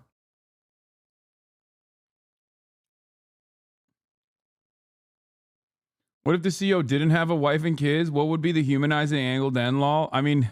I don't think the fact that the CEO has a wife and kids has been enough for people to be like, oh yeah, let me reconsider. Like, they just don't give a fuck. People just don't care. And I understand why they don't care. Because poor people die every fucking day. And we've been trained into thinking that there is no value. There's no worthiness to human life. So yeah, it's going to be really hard. It's going to be really hard for people to turn around and be like, okay, well, you know, mass shootings are happening daily. School shootings are happening daily, weekly, whatever, right? And there's no solutions to that. But when some CEO dies, like, I'm supposed to fucking feel bad? Like, what do you mean? Alleged CEO killer Luigi Mangione denied bail, as many people are sympathizing with him online tonight. The book Delay, Deny, Defend, which is about the health insurance industry's tactics, jumping to number 2 on Amazon's nonfiction bestsellers list. Number 2. Safe to say that book would never have been anywhere near number 2 if it were not for Luigi Mangione. Those 3 words, delay, deny, defend, were almost identical to the ones found on shell casings near the crime scene. And on Yelp, the McDonald's where he was apprehended has been hit with a flood of 1-star reviews, calling the employees, quote, snitches and rats. Jason Carroll is out front. This Ivy League hottie named Luigi is the Robin Hood that we never knew that we needed. I listened to Luigi's manifesto this morning 3 times and I cried. Honestly, it's beautiful and I agree with him. At least he left a very powerful message and he highlighted how terrible the healthcare system is in America. I think he'll go down as a hero in history. He had been a named suspect for less than 48 hours, and yet, within a fraction of that time, many in the world of social media had already made up their minds about Luigi Mangione. I'm just eating it up because this is like regular everyday person becoming our hero, our vigilante. Also, like, you think these people are card-carrying communists? The people making these fucking TikToks and shit? Like, you think these are people who are like the proletariat must rise up and seize the means of production type people? No. Not even a little bit. No, they're just regular ass people who are like, yeah, I totally get why he was fucking pissed off. Have you ever had your fucking insurance claims denied?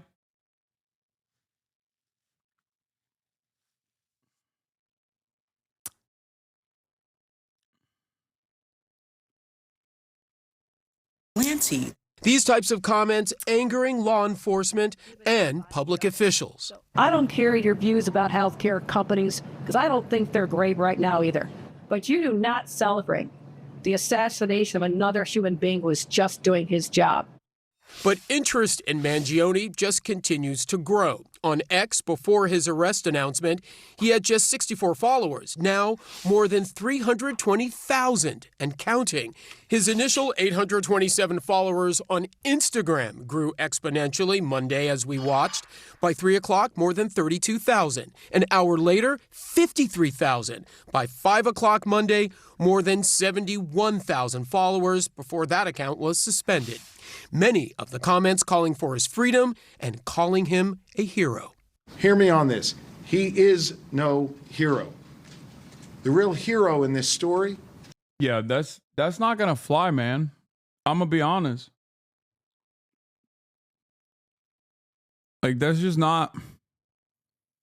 The real hero is the person who snitched, is not the message that you want to carry across.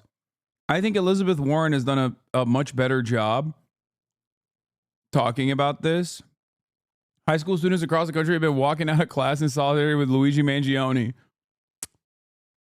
Yesterday, over 1,400 students walked out of school at 10 a.m. to show what we believe in.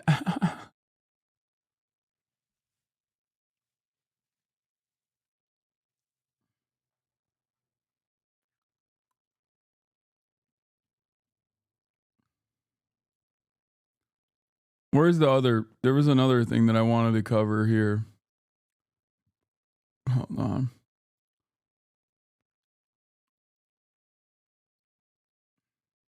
Oh, AOC.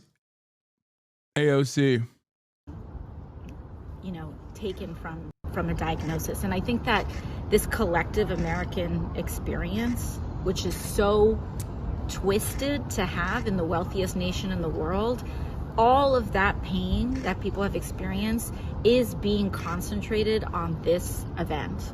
And it's really important that we take a step back. This is not to comment, and this is not to say that an act of violence is justified. But I think for anyone who is confused or shocked or appalled, they need to understand that people interpret and feel and experience denied claims as an act of violence against them. People go homeless over the financial devastation of... Yup. Great way to talk about it. You can say sell out AOC all day, every day. I don't give a fuck. These are the moments where she shines. No, that's a fucking fantastic take. Dude, you're never going to hear a Democratic elected turn around and be like, yo, that guy was fucking based. Your dumbass will say it.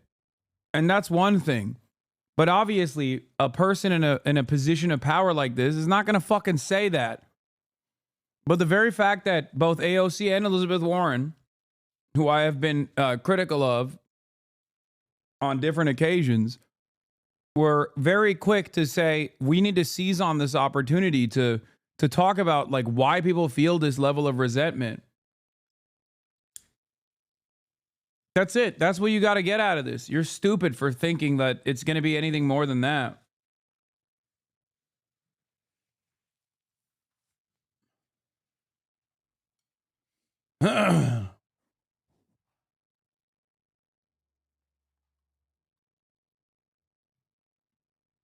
She got $150,000 in donations from UHC. Okay. Do you think she's for-profit healthcare then?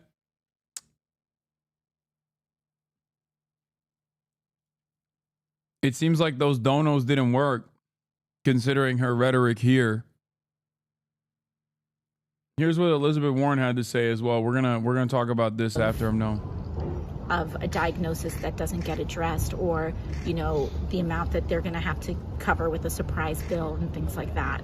And when we kind of talk about how systems are violent in this country, in this passive way, our privatized healthcare system is like that for a huge amount of Americans. I mean, I did not have health insurance until I got elected to Congress. I was running. When I first ran for Congress, I had to sit in a free clinic while waiting.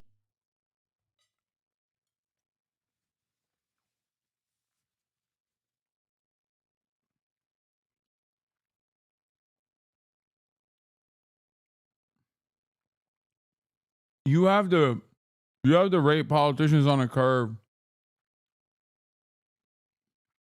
That's it. This is a good coverage of it in the mainstream media. Let's be honest, since we're having an honest conversation. The reality in this country is, if you kill people with a gun, it is very obvious to everybody what's going on, and you're rightly deplored. And we should deplore that. If it is a more systemic kind of killing, as your social media person was saying, if people are being killed through PDF files and through claim denial letters and through a deliberate practice of... My brain is so broken, and I know chat is the same way, because you hear PDF files and you immediately think, oh, he's using internet speak to say pedophile. Like, immediately. And I hate myself for it. And God damn it, this community is fucking so like-minded on this. Oh my God. Instantly, my brain and so many others' brain in the chat went to, oh, he's saying pedophiles.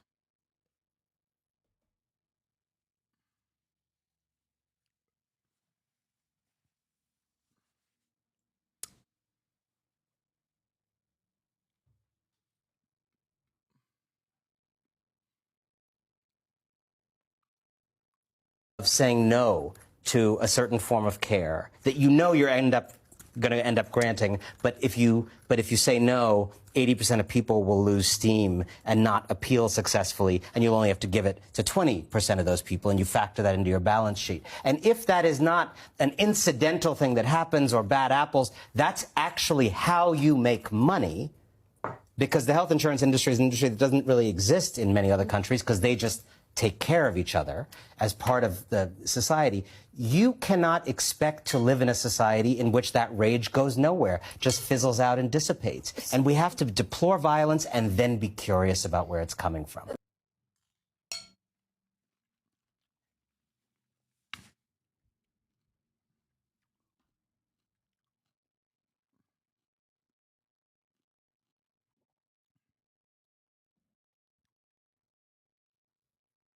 Suspected United killing was Ivy Leaguer with anti-capitalist leanings. Yeah, they're trying desperately to turn this into like a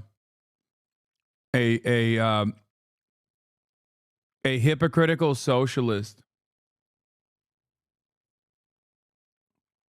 They're desperate to make it seem like that, but I think it doesn't work. Here's what Elizabeth Warren had to say as well, by the way. What happens when you turn this into the billionaires run it all is they get the opportunity to squeeze every last penny. Yeah. And look, we'll say it over and over. Violence is never the answer. This guy gets a trial who's allegedly killed the CEO of United Health. But you can only push people so far. And then they start to take matters into their own hands. Yeah. What happens when you turn this into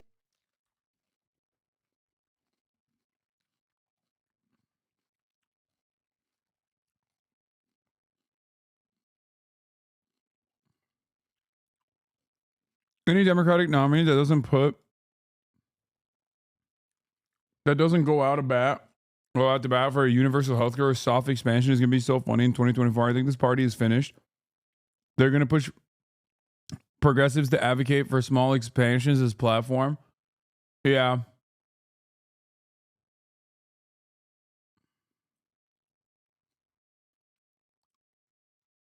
Yeah. I think they're literally not going to do it. The Democrats are physically incapable of doing right by their constituents, or even like taking advantage of the understandable anger that people have in their hearts towards this system. And that's it. That's where we're at. I get it. Like, I know the anger that Luigi Mangione felt, and I know why people don't give a fuck. I get it. So no amount of finger wagging in this direction is going to cause people to change their opinions on this when their fucking family members are being killed, you know? It's the same. This is partially what happened with the Democrats losing the goddamn election, right? Everyone was like, bro, wages are not competing with the price of goods. Price of goods have outpaced wage expansion. And the Democrats were like, nah, shit's fine, dude. Shit's fine. Chill. Chill. What are you talking about? Well, it's fine. Calm down. And what happened? They fucking lost. People are so mad that they're like, yeah, I don't give a fuck that some CEO got killed. Shut the fuck up. Fix this goddamn healthcare. And the Democrats are like, well, best we can do is maybe if you are under the coverage of certain kinds of Medicare or certain kinds of healthcare, we will actually reduce the price of one piece of pharmaceutical product marginally. And that's the best we can do. And it's like, yeah, people don't see that. People don't care. They don't see that that's a good thing. Like, they don't see it as a marginal improvements are not going to fix it.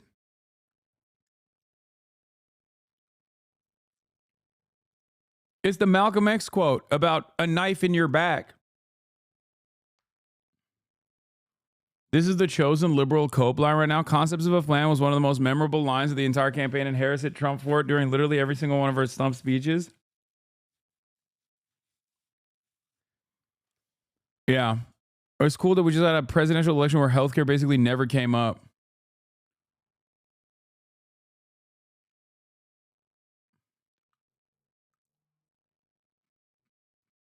Marginal improvement might have worked in 2016, but definitely not now. Fuck no. Marginal improvement might not. No, that's incorrect. I don't think you understand. If you think that marginal improvement might have worked in 2016, you fail to understand the anger and resentment that people felt when they voted for Donald Trump. You feel, however, that we're making progress in this country and worldwide? No. I will never say that progress is being made. If you stick a knife in my back 9 inches and pull it out 6 inches, there's no progress. If you pull it all the way out, that's not progress. The progress is healing the wound that the blow made. And they haven't even begun to pull a knife out, much less try and heal the wound. People don't even acknowledge that a knife exists. They won't even admit the knife is there. Yeah. That is the wonderful attitude that the Democrats have.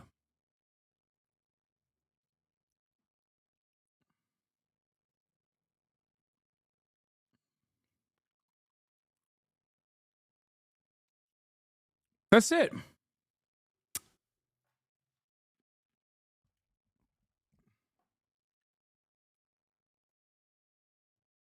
Anyway, my dad used to say the Republicans stab you in the heart and the Democrats stab you in the back.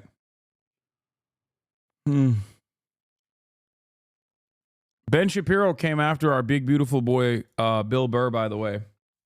And yes, I will be watching the Video Game Awards later. Calm down. So I want to show you Ben Shapiro has not given up on this issue. I don't know why he's that hard I don't know why he's this hard-headed and he hasn't like dropped this. Folks, the reason we moved on to some other shit that is more favorable for him. He is just like, nope. He's just like, no, we're gonna talk about this. Folks, well, no matter what, we're just gonna keep pumping this fucking situation. And this time he's coming after Bill Burr. Yesterday, Luigi Mangione, who is the alleged of the United Healthcare CEO, he had been arrested in Altoona, Pennsylvania, and he was brought into the courthouse in Hollidaysburg, Pennsylvania, where he immediately began shouting at the... Chat, tell me how many dislikes this has. Ben saying Bill is disconnected from reality is insanely ironic. My insurance denied our claim when my third child was born. It wasn't a mistake. We fought with them for 2 months over it, and they finally agreed to pay. The right and left agree on this issue. The healthcare system is broken. We, the regular people, are the ones suffering, not millionaires. I feel like I'm being gaslit. He's suggesting that the CEO of the biggest healthcare insurance company in the U.S. has zero effect on anything around him. Oh, now they're at 50-50? Finally, it's gotten down to 50-50 for Ben. The press. It's not totally clear what he is saying here, but here is video of him emerging from a police car and being ushered into the jailhouse where he... All right, get to the Bill Burr problems. part. This means you get to shoot people, which has some sort of surfing accident where he had a really bad back injury that apparently left him in crippling pain. And he had a surgery that is very often unsuccessful that implanted a series of pins in his spine. And he presumably was having some sort of fights with some health insurance company, but that is totally unclear. And he did leave a manifesto. His manifesto is very short. It's 262 words. And it is worth exploring because it is a window into the mind of people who tend to believe that because the world is filled with problems, this means you get to shoot people, which is unfortunately a growing sentiment on the left and even some parts of the right. So here is what... There's something so funny about Ben saying this because, like, has there been a right-wing shooter that Ben hasn't said is good? Like, when right-wingers engage in vigilante justice against those who are powerless, ultimately, Ben loves that shit. He loves it all day, every day. He hypes that shit up. Ben loves it when Israel is shooting. Wait, I'm in this video? Ben loves it when, at what, 42?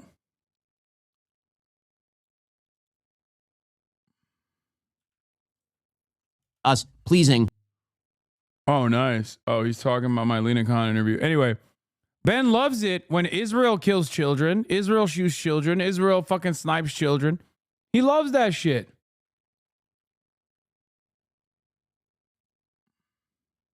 complex, but I do not have the space and frankly do not pretend to be the most qualified person to lay out the full argument. In other words, he didn't have a solution for any of the health insurance problems in the country. And those problems are quite real because the United States has a very heavily subsidized and regulated healthcare system. Insurance is not actually insurance. It's actually just health coverage. Insurance, as we mentioned yesterday on the show, would imply that you are making a bet with the insurance company that something bad might happen to you, and the insurance company is betting that it will not happen to you. That is obviously not how healthcare works in the United States, because no company in their right mind would bet that, for example, you won't need a checkup next week. Right? That would be a stupid bet. So this isn't insurance at all. It's health coverage that is provided at discount based on government subsidy and also based on collective risk pooling. Okay, that's actually how the system works, and the system doesn't work particularly well in a lot of ways. I love that he's going back to his roots. This is extremely my shit. This is old hat Ben. This is how he used to do. This is the commentary they used to get out of him. For people who wanted to come across as like intelligent.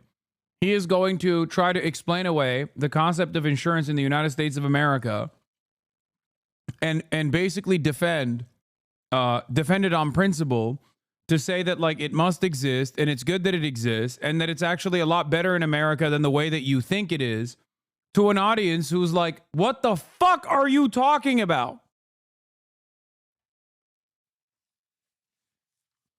You can't, this is literally fucking Vibe Session 2.0. This is like when the Will Stancils of the world try to explain away to the fucking average working class person who's like, dog, everything is so expensive. What the fuck is going on? That it's just in your mind, actually. You don't understand. It's just in your mind. This also is identical to Destiny's argument from yesterday.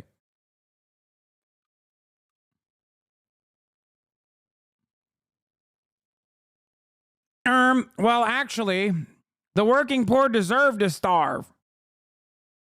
It works better than many of the other systems, including nationalized healthcare. But the point there is that the alleged shooter himself. Okay, where are the facts for that? You got any facts for that? He works better than other systems, including nationalized healthcare? Hasan eats poop. This is what I think of you. Nice, man.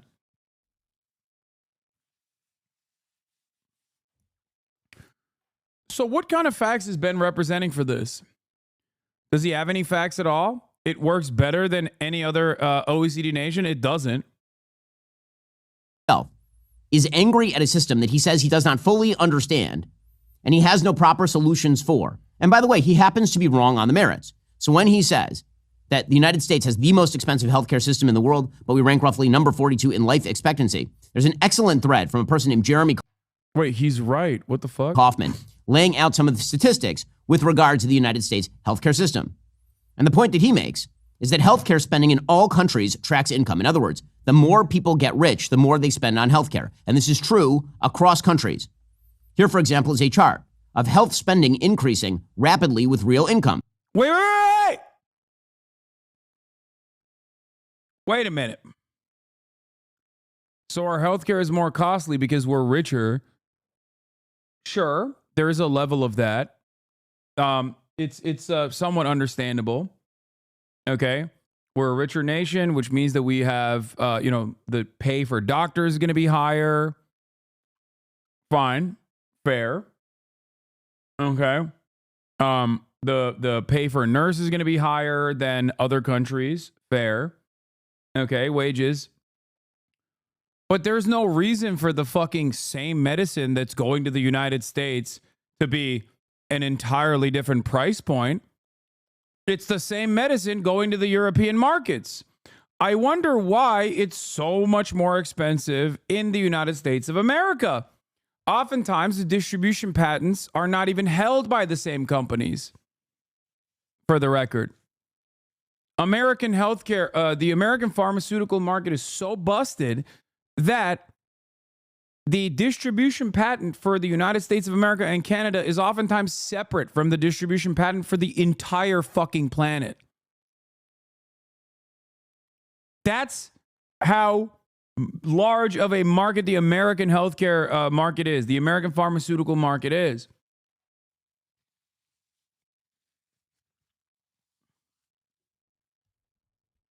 So what the fuck's that about? How does that work?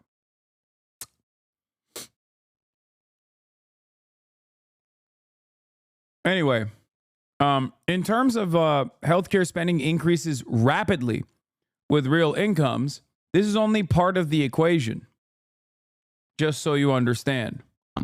So if, for example, you live in Hungary and you have a significantly lower income, you're going to spend less on your healthcare.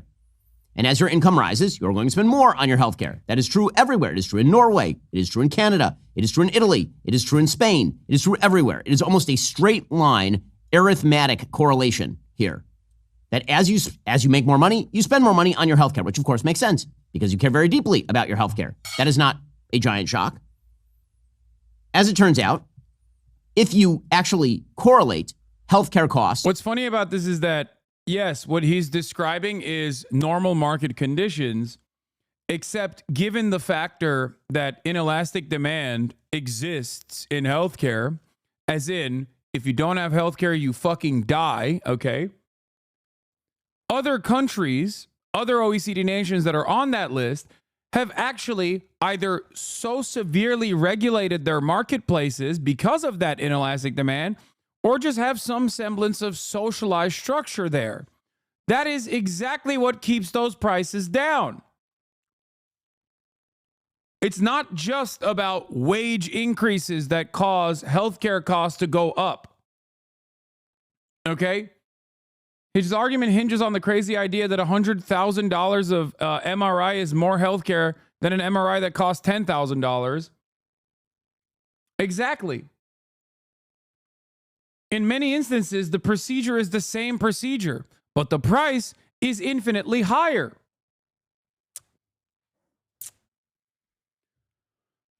It's not even that I'm pretty sure he cooked that graph somehow. The U.S. is well documented as spending way more per capita than normalized the cost of living on average. I know. That's the other part of this as well. I assume that this graph is misleading. But this is the idiotic chart that Matty Iglesias put forth that is so easily destroyed. Two charts you need to look at simultaneously to understand. Americans spend far more than foreigners out-of-pocket for healthcare. Americans have a relatively low out-of-pocket share of healthcare spending. This is a fucking insane thing. Average out-of-pocket health spending per capita, Americans spend far more than most of these other countries, okay?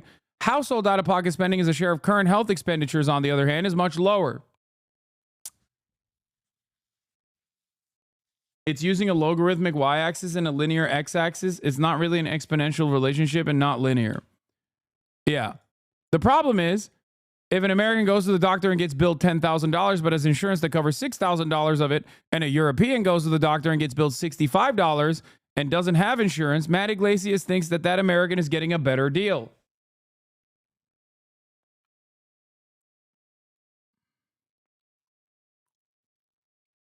So why is it that Matt Iglesias thought that this would be a fantastic fucking way to stop people from getting mad at their health care?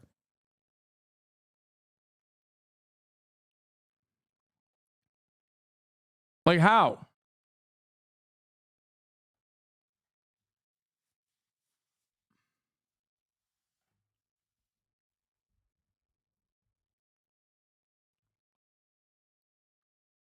Yeah.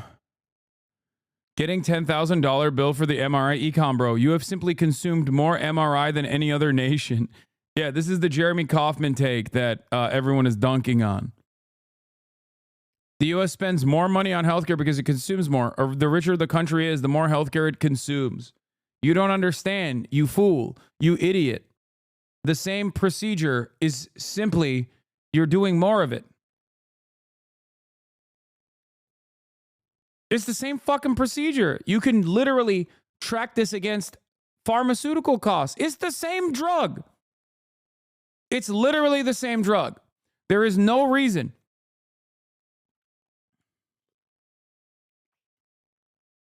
There's no reason for an American to pay more for the same fucking drug.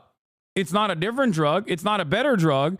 And if you actually look at the healthcare outcomes overall, because we're so bad, because our life expectancy is so much worse than other comparable OECD nations, We must be taking the worst drugs, I guess. Well, the reality is we're not taking the drugs at all. That is the problem. I think in the most conservative estimates, 20 to 30% of the overall untimely demise comes from, I think, a lack of health care. And that's the most conservative estimates, 30%. There's obviously plenty of other factors that play into our life expectancy being low. Some of the most immediate factors are mass availability of guns, another problem that we will never fix because gun violence is actually responsible for the death of many people before they die at the normal age that they would die.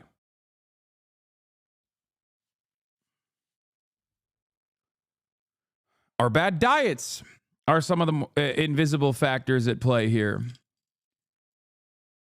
Even non-walkable cities devoid of public transit factors into why American life expectancy is so low.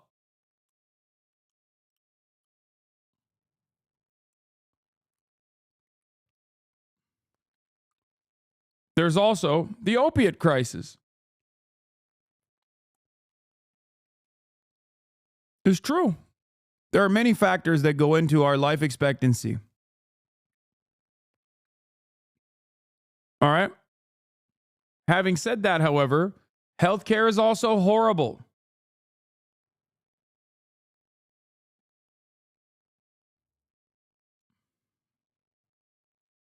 So Ben's argument is fucking idiotic here. With income, what you see is that income rises, so does healthcare costs. Again, not a giant shock. In rich country, labor costs more. Inputs cost more. The real price of healthcare increases actually slower than incomes in cross-sector. Wait, I don't understand though. Like, if a drug is being produced and manufactured in America, why is it fucking cheaper when European marketplaces buy that same drug? Why is it 10x in America? Please, Ben, explain this to me. I don't understand. Sectional analysis. So as income in the United States increases, so does healthcare price, but slower than income increases in the United States. Not only that, you can see in surgical prices that there is correlation between income and the price of surgery, for example. Because again, as people make more money, they also demand more money as the inputs on labor. If you are a surgeon in the United States and the average income is $80,000 a year, you're going to make more money than in a country where the average income is $40,000 a year. That is not a shock. Straight line correlation. Cesarean sections are more expensive in Norway, where the income is higher, than in Israel, where the Yeah. It's yeah, it's just that the doctor wages are too high. I mean, that's a part of it. That's definitely a part of it. But not the only part of it. Seems to me like if we care about fucking efficiency, as Ben claims he does, then we should maybe cut out this ineffective middleman that is just simply expanding prices for no reason. Also that a bunch of shareholders that have bought into this expensive, unnecessary middleman turn profit year over year.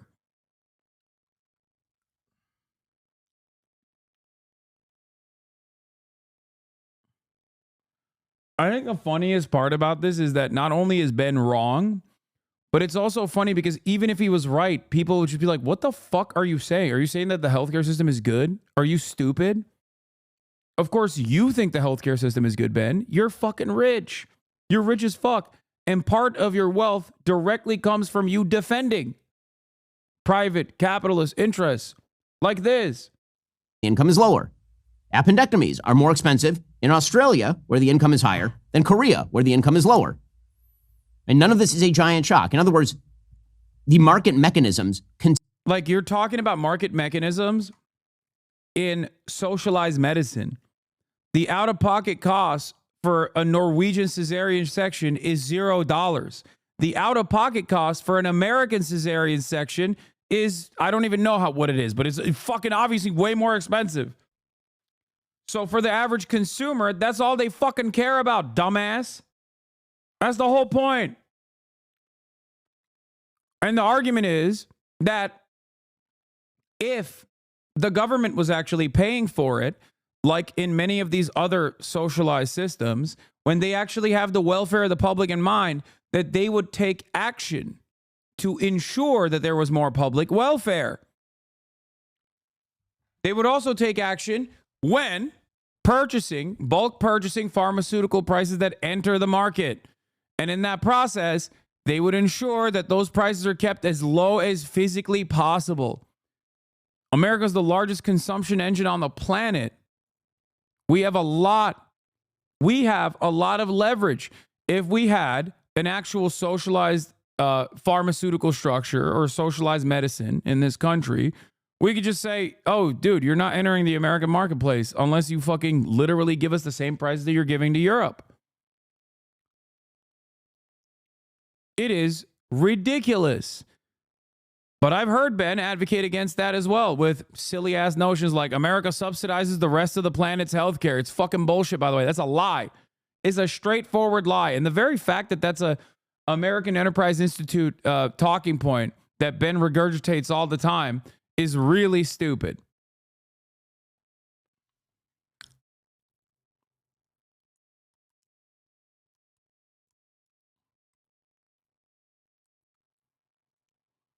Yep. In spite of Americans paying nearly double that of other countries, the system performed poorly on health equity, access to care, and outcomes. That's it.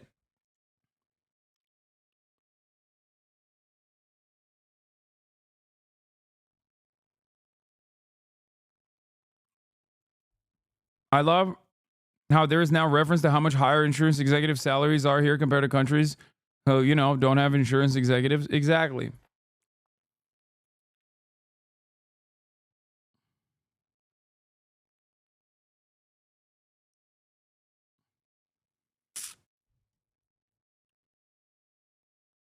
Less than 10% of health dollars go to physicians, 7.3% to be precise. The idea from Eric Levitz et al. That cutting healthcare costs must come from cutting physician salary and no place else is hilarious. I think many specialists earn too much, but let's be serious here, people.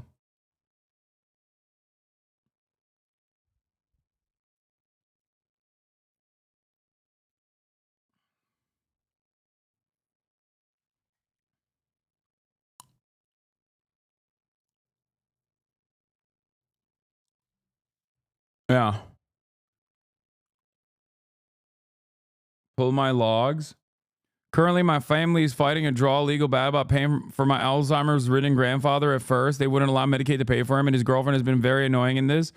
But that is besides the point. I keep thinking over and over. Socialized medicine would have fixed this entire issue. It's been very stressful for our whole family, myself included. What is this? There's girly pop news. Please cover it.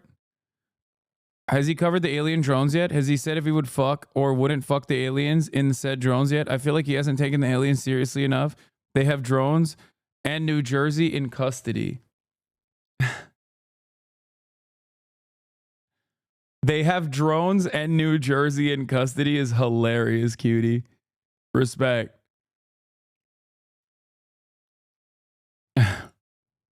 Excuse me, I would like to know what your take is on whether or not you would fuck these drones, please. I would like to know if you would have sex with these drones or not. What time does the video game awards start, by the way, chat?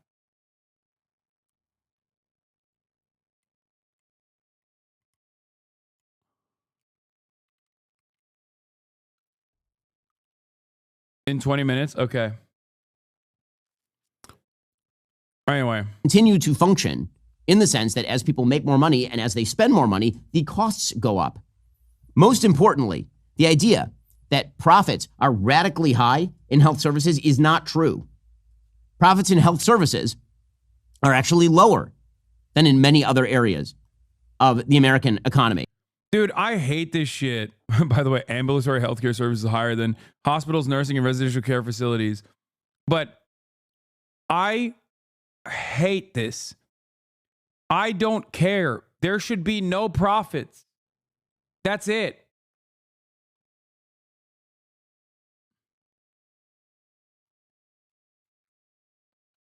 What do you mean profits are not high enough? You die if you don't get it. It's so stupid. Oh man, I'm so sad how fucking low the profits are for the healthcare industry. Okay. Let the goddamn government handle it then, bitch. What the fuck is this argument? What is this argument? So if you look at hospitals and nursing and residential care facilities, the profits are somewhere in the neighborhood of 2% to 5%, somewhere in that neighborhood. If you look at construction, they're way higher than that. Profits are really, really high in manufacturing, for example, but they're not particularly high in the healthcare industry, again, because of regulation and subsidization. So why exactly is it that we spend so much money? Oh, he's saying profits are not high for healthcare because of regulation and subsidization. Ben's advocacy is to fucking make it even more costly.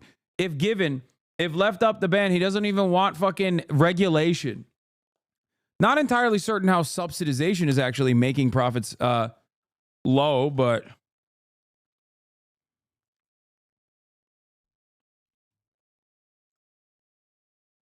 it also doesn't entirely make sense because, yes, for example, United Healthcare's profit margins are 6%. This is profit margins, okay? These are profit margins. United Healthcare's profit margins are 6%. That's $33 billion in profit.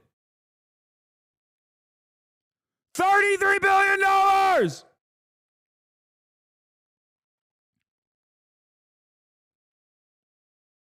What do you think has a higher profit margin?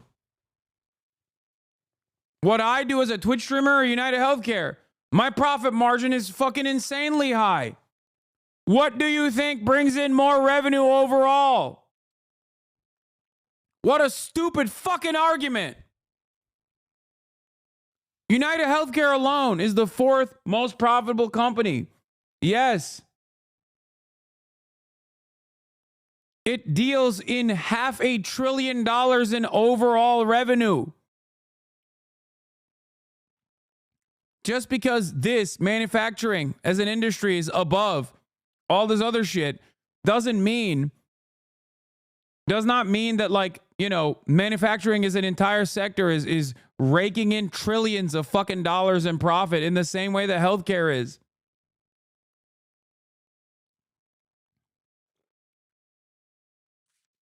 Just because the profit rate is low doesn't mean that they're not making a shit ton of money. Also, one thing to remember always is profits are a fucking stupid way of looking at this because companies are incentivized to keep profit rates low anyway. Their jobs are to still, like, executive compensation is before profits come in. Like all of this other shit that they're buying, mergers and acquisitions, all of that, stock buybacks, these are before profits. So just because a company's profit margins are low doesn't mean that it could not have been higher year over year. Also, this isn't even insurance. This is just hospitals and nursing and residential care facilities, which Ogre is right. I didn't even fucking realize. This is not even health insurance. But health insurance is there. It's at 6%. For United Healthcare, it's at 6%. That's what their profit margin is.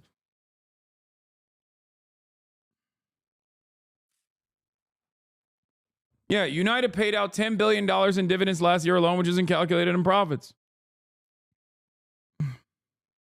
Industry, again, because of regulation and subsidization. So why exactly is it that we spend so much money, but we get so little input in terms of our health expectancy rising, our life expectancy rising?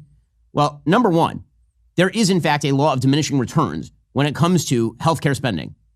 It's true across countries. At a certain point, a massive increase in healthcare spending only leads to a marginal increase in life expectancy. And this is not just true of the United States, it's true literally everywhere.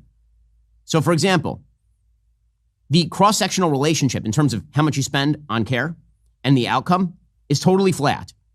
So the life expectancy in, for example, Israel and Luxembourg is totally the same, but the health expenditure per capita is wildly different. So Israel is spending about $2,500 health expenditure per capita.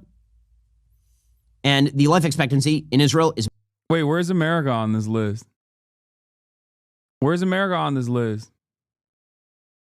Also, this is from 2011. Maybe it's not from 2011. It's from 2011 dollars. About 82 and a half years. Same exact life expectancy in Luxembourg, except they're spending $6,500 per capita. Because it turns out, no matter what you do with medicine, you simply can't prolong life beyond a certain point on average. So what's the big problem in the United States? Oh, okay, great. Then we should pay less then.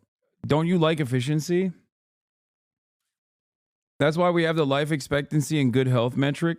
Why does the United States have a lower life expectancy? Well, there are a bunch of reasons. But the biggest reasons are we do a lot of drugs, we're really fat, and we drive badly. Those would be the... No, it's car-dependent infrastructure. It is. Opiates are a problem for sure. Opiate deaths are that rob people of their lives, cause people to have their lives cut short. And yes, our bad food habits, our bad consumption habits also play a big role. It's not because we drive badly. It's because we don't have fucking adequate public transit, dumbass. Something that you advocate against all day, every day. Americans have an incredibly fucking car-reliant infrastructure. We don't have any public transit. We don't have walkable cities. And also, notice how Ben didn't mention another thing? Interpersonal violence. Why is that red one so large in comparison to all these other countries? It's because of gun violence! It's because of guns, Ben! It's because of guns! People are committing suicide with guns! People are dying in mass shootings! There's a lot of gun violence in this fucking country!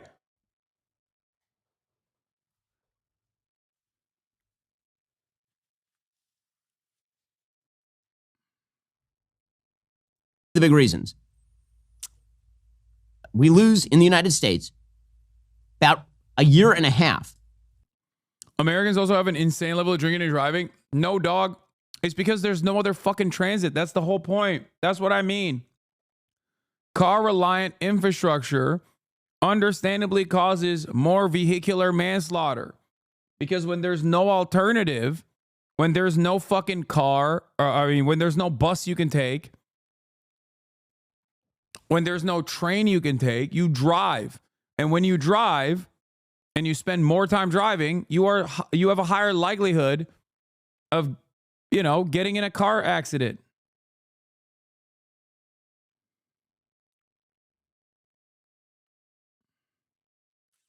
You're just restating the point from another angle, dog. Oh my God.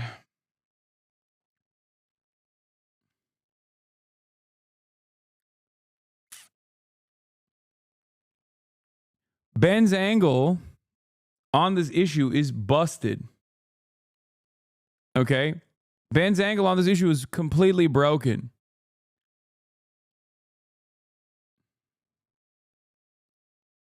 Yeah, we also have these like big ass militarized American vehicles that are more dangerous too, where you can't see children under the hood because it's so fucking high. Ben looks at this graph and says, it's because Americans are making wrong choices. They're individually driving poorly, and they're individually choosing to be fat, and they're individually choosing to do drugs. That's the problem. Ben is looking at systemic failure and reducing it down to individual responsibility. This is an idiotic way to try and approach any problem whatsoever. Because how do you instill individual responsibility upon every single individual? You do it through regulation. You do it through laws. That's why we have seatbelt laws, for example.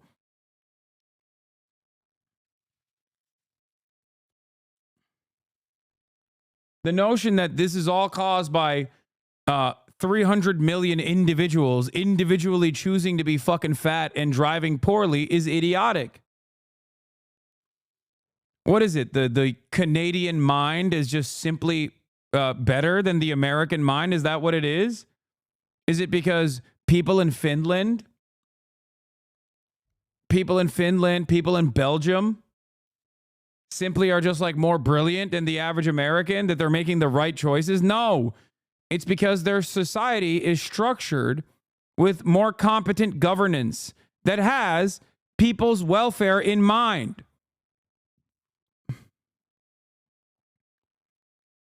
It's so stupid thinking the American skull is shaped differently, you know? Ultimately, reducing everything down to the individual responsibility means that there is some sort of genetic predisposition that the American mind has, and it's not something you can solve through some kind of like regulation. It's fucking stupid. In life expectancy on average through drugs, car accidents, and violence, and we happen to be really fat. Okay, we have a huge diet metabolic problem in the United States. In fact, it has surely it can be both. No, guys, I mean, I'm not even going to entertain that as a joke. Okay, yes, American culture is hyper violent, hyper individualistic, certainly, but when we're looking at problems, systemic problems, and problems that obviously require systemic solutions, you can't just fucking deflect the attention away down to the individual. Okay? I'll give you an example. The one that I used already, vehicular manslaughter, car accidents, okay? Let's say you want to take public transit to work. How are you going to do that? In a city like Los Angeles, how are you going to do that? It doesn't exist. What do? Let's say you want to walk somewhere. Well, the cities are not walkable because there's no public transit, so there's no need for sidewalks. There's no need for walkability. So what do? Do you walk on the side of the road? Okay, now you got killed by a fucking guy. You're a part of the fucking vehicular manslaughter statistic now. Good job. You cannot individually fix this problem if the systems are fundamentally broken. Okay? That's it.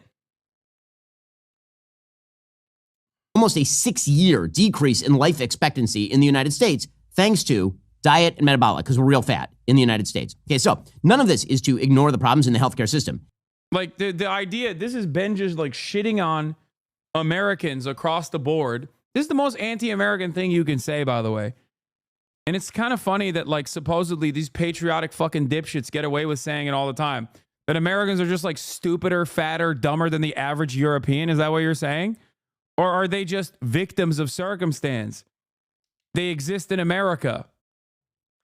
Like, I know I joke about Amerifats and AmeriKKK or whatever the fuck. But, like, ultimately, I do recognize that most people cannot overcome the structures that bind them, okay? That's it. So Ben is just simply saying Americans are just too stupid. They just eat like shit. They're fucking dumb. They're stupid. What a ridiculous statement. It is to point out that whenever anyone suggests that there are easy solutions and they are only barred by the evil of greedy health insurance companies, they are lying. It is not true. It is over. I mean, it would be an easy solution if people like you weren't so resistant to it and desperately trying to fucking delude people into thinking that it's somehow their own fault, their own personal fault. Overtly false. Okay, that's true whether the shooter is saying it while murdering somebody. The alleged shooter is saying that while murdering somebody. It is also true whether you are a comedian or a political commentator. So this brings us to Bill Burr. So I have to say, Bill Burr is an... Okay, so Bill Burr, I used to really enjoy his work. I mean, on occasion, I still enjoy his work. He's a comedian, which means he's very hit or miss. His Red Rock special, for example, hilarious. I used to be, I'm such a Bill Burr fan that I actually bought a ticket for me and my wife and 2 of our friends to go see Bill Burr at the Hard Rock Casino down here in Hollywood, Florida. And I have to say, it was one of the worst shows I ever saw in my life. He's woke. Let me guess. He's woke. Bill Burr has become woke. Folks, I used to be a fan of Bill Burr, but then I found out he got hit with a woke ray. Wokeism. Because he got up there, and Bill Burr has become woked. He has become woked, I assume, because his wife is very much on the left. Over time, I think he became embarrassed. Wait, his wife? What do you mean by that, Ben? What do you mean his wife? The lovely Nia!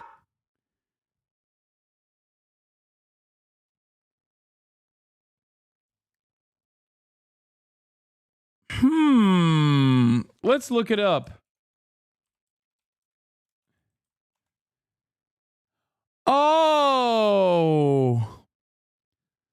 Oh, that's what he means. Oh, so that's what Ben means when he says his wife. Oh, okay. Weird, because they've been married since 2013, and I'm pretty sure the Red Rock special was way after that. It was only a couple years ago, as a matter of fact. So I don't know where the fuck he's coming from.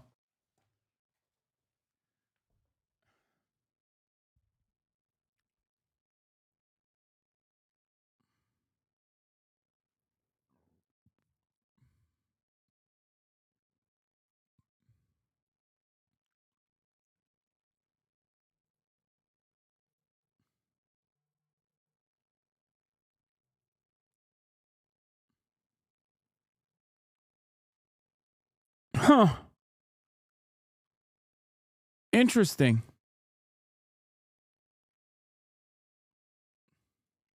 That many people on the right thought he was very funny. And so he decided that he was going to start woking. Yeah, Bill Burr, picture with infamous leftist Patrice O'Neill. There he is, woking Bill Burr.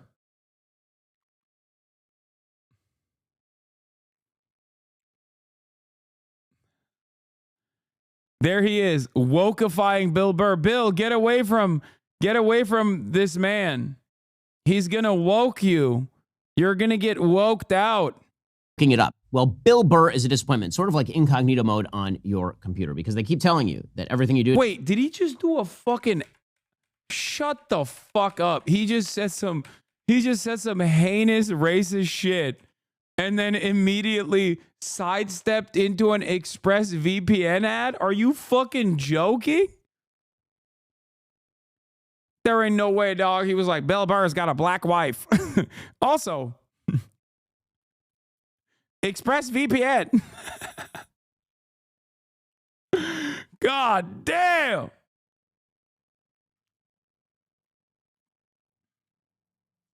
God damn.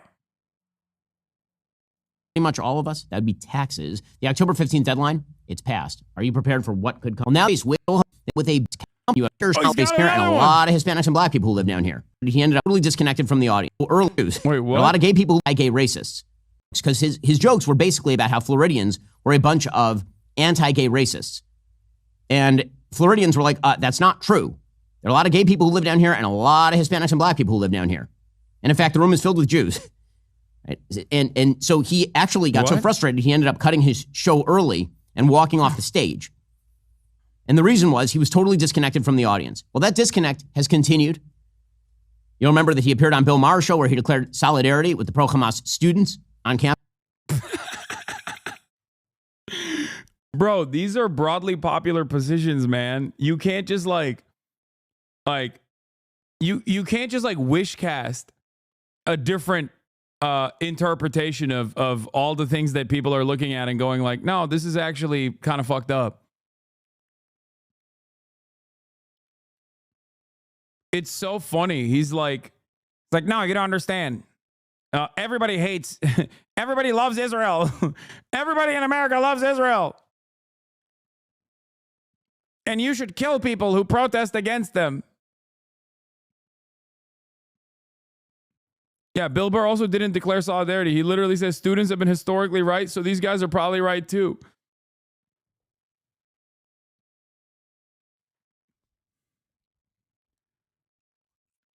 It's so funny.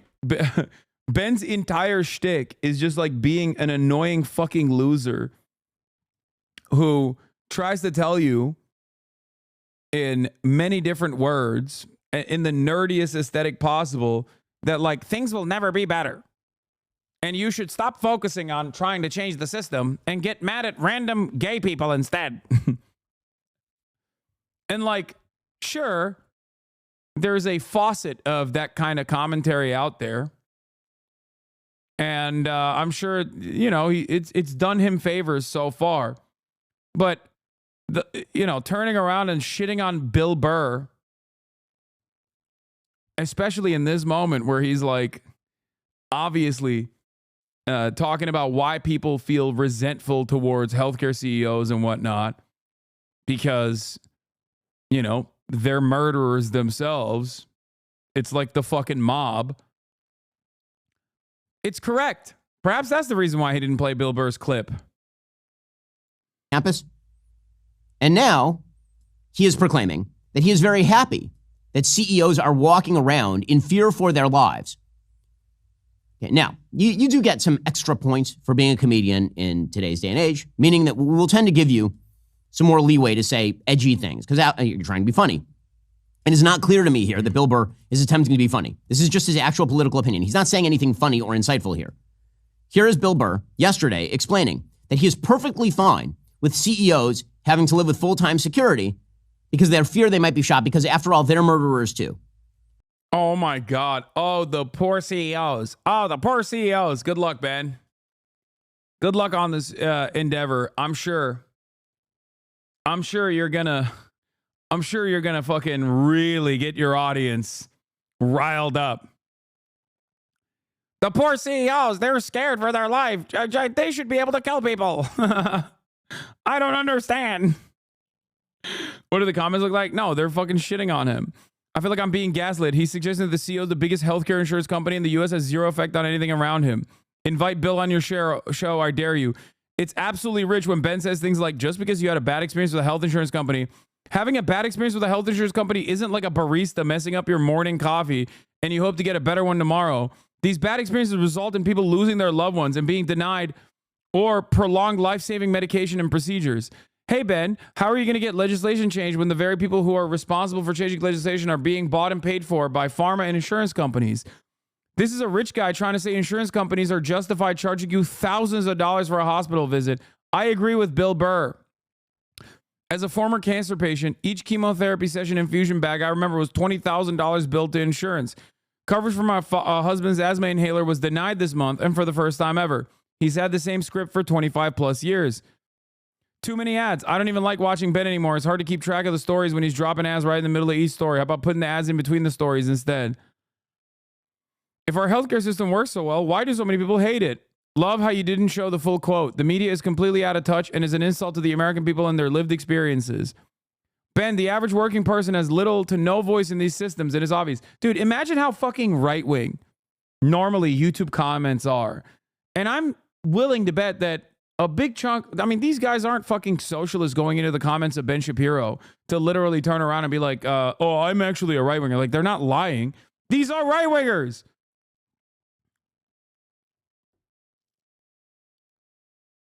These are not just right-wingers. They're like annoying right-wingers. They're the type of right-wingers that go and get their notes from fucking Ben Shapiro. It's a real unique kind of right-winger. We have a hype train going, by the way. Speaking of ads and how annoying they are. Remember, I no longer serve ads, but you can still support the show by subscribing for $7 now, I think. Or for free with a Twitch Prime by connecting your Amazon Prime account to your Twitch account. You get one free Prime subscription a month. Also, Bill Burr's been talking about executing CEOs and hunting them down for years. Here it is. They focus on. You know what I mean? There's a guy from Nestle that doesn't think water is a human right. I mean, that guy should be hunted down and shot. Yeah. Right? And they're going to sit and just talk about, talking about all the, I don't know what they're talking about. Yeah, we got to get America back to work. It's like, dude, this guy wants to own the rain. Can we do something about this guy? He was at Nestle. You're supposed to be happy, like making cocoa for people. And this guy's like going, well, people are running out of water. What if we owned all the water and we kept it under our place? And in the future, when everybody's, that's how I picture the guy talking. I want to own the water. I want to have it underneath my house. And just, I'll come to the door in a robe, slightly ajar. Right? Just a complete animal. Just a complete animal.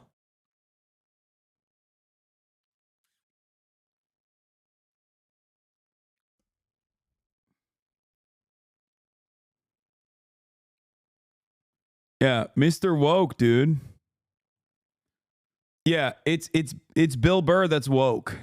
It's not Ben that's quote unquote woke in this situation, wokely scolding people for feeling some type of way about the way the current insurance structure is so damaging to the average person's life.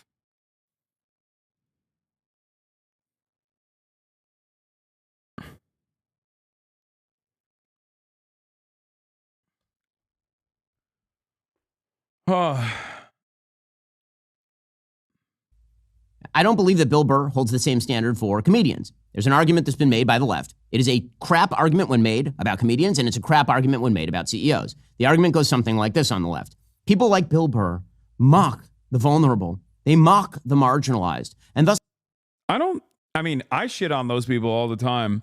Whenever people come for Bill Burr, I tell them to shut the fuck up. This is part of the reason why.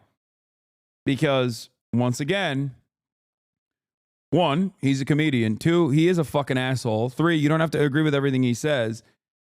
But most people don't actually get up in their feelings about Bill Burr, which is ironic because you're getting in your feelings about Bill Burr right now. You're woke. You're a fucking SJW, Ben.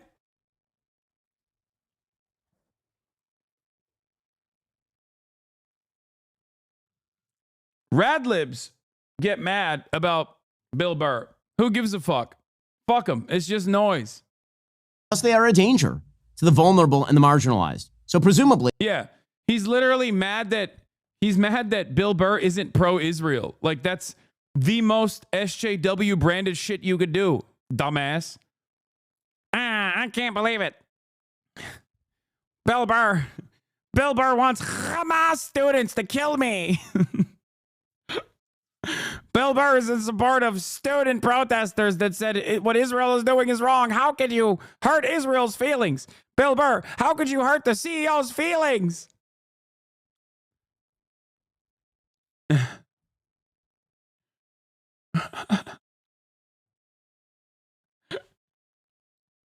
What a bitch. Yeah. When you're a right winger, it's awesome because you literally your priorities are completely busted. It's just out of whack.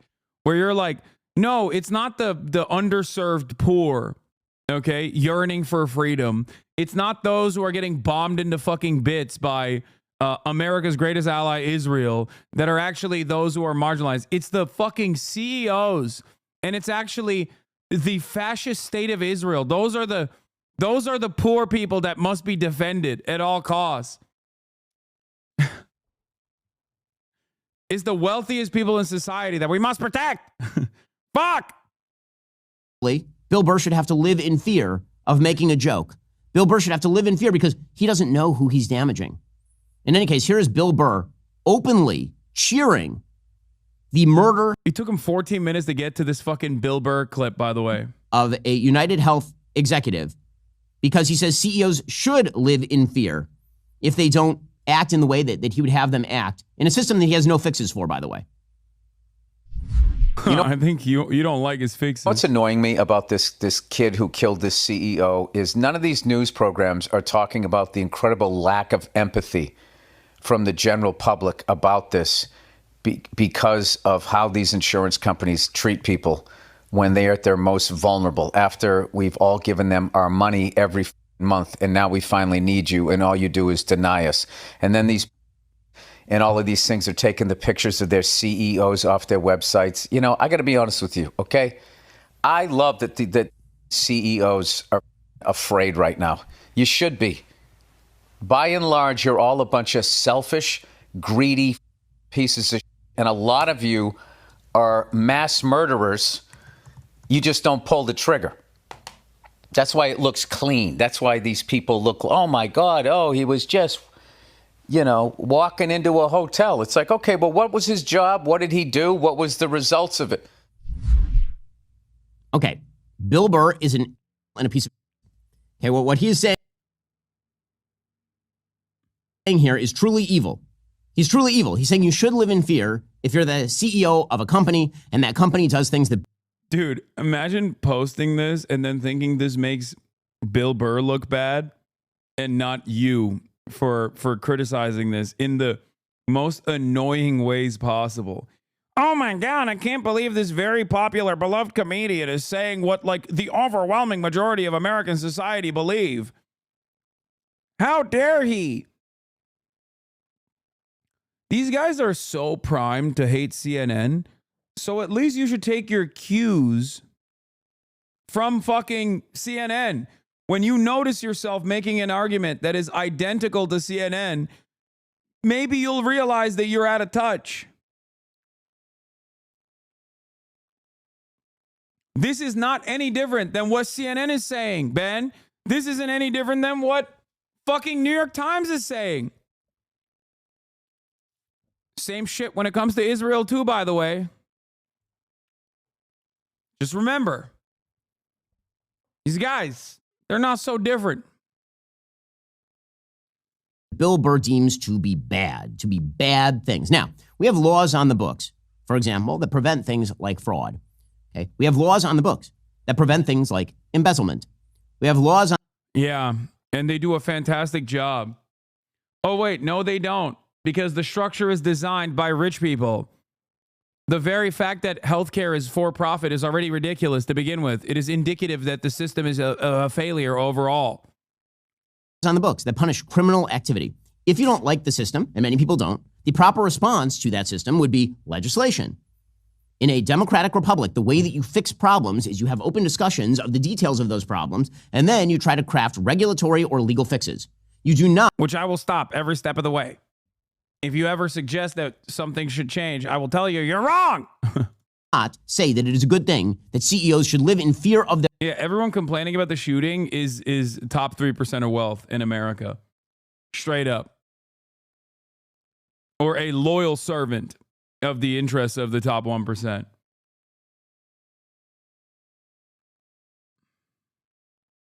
Their lives because Bill Burr deems them morally inferior. Bill Burr doing his blue-collar class routine act is a bunch of horse. Bill Burr is worth $14 million, and he makes his money making crap movies for Netflix at this point. You're richer than Bill Burr. Yeah, he's a rich guy who gets it. You're an even richer guy who doesn't. What's the argument? This is so funny whenever people are like, wow, the kid was from a rich family. Luigi was from a rich family. Isn't that crazy? It's like, okay, motherfucker, how rich are you? Like, what are we doing? What is this pocket watching?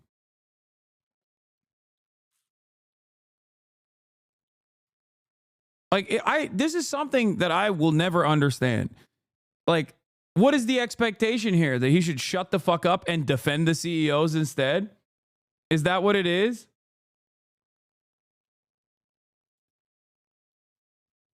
Is that what the argument is? I love it because, you know, for obvious reasons, I have a very deep and personal connection to this line of criticism because it's probably the one that I get every single fucking day. It's like, oh, you're rich. Why do you advocate for the poor? It's like, okay, I'm not black, but I advocate against anti-black racism. I'm not trans. I advocate against transphobia. I'm not a woman. I advocate against patriarchal constructs that harm women. I'm not getting an abortion anytime fucking soon, but I think women should have bodily autonomy. The fuck is this? Yeah. What is why do you bring this up? Why do you bring this up? Is it the expectation? Is it your expectation that I fucking stay in line? Is it your expectation that Bill Burr know his place and defend the interests of the wealthy then? It's so stupid. It's just a thing that literally hangs right there. There's no purpose for this statement. None whatsoever. It only makes sense. It only makes sense if you're wealthy and you're advocating for the interests of wealthy. In that sense, it does make sense. Okay? In that avenue, it makes sense. Like Ben Shapiro, who is even wealthier than both myself and Bill Burr combined times 10. And of course, as a very rich guy, he's advocating for the interests of the wealthy. As a CEO, he's advocating for other CEOs. But it doesn't make sense to bring this up about Bill Burr. Unless you're trying to say you're out of touch with the interests of the average person.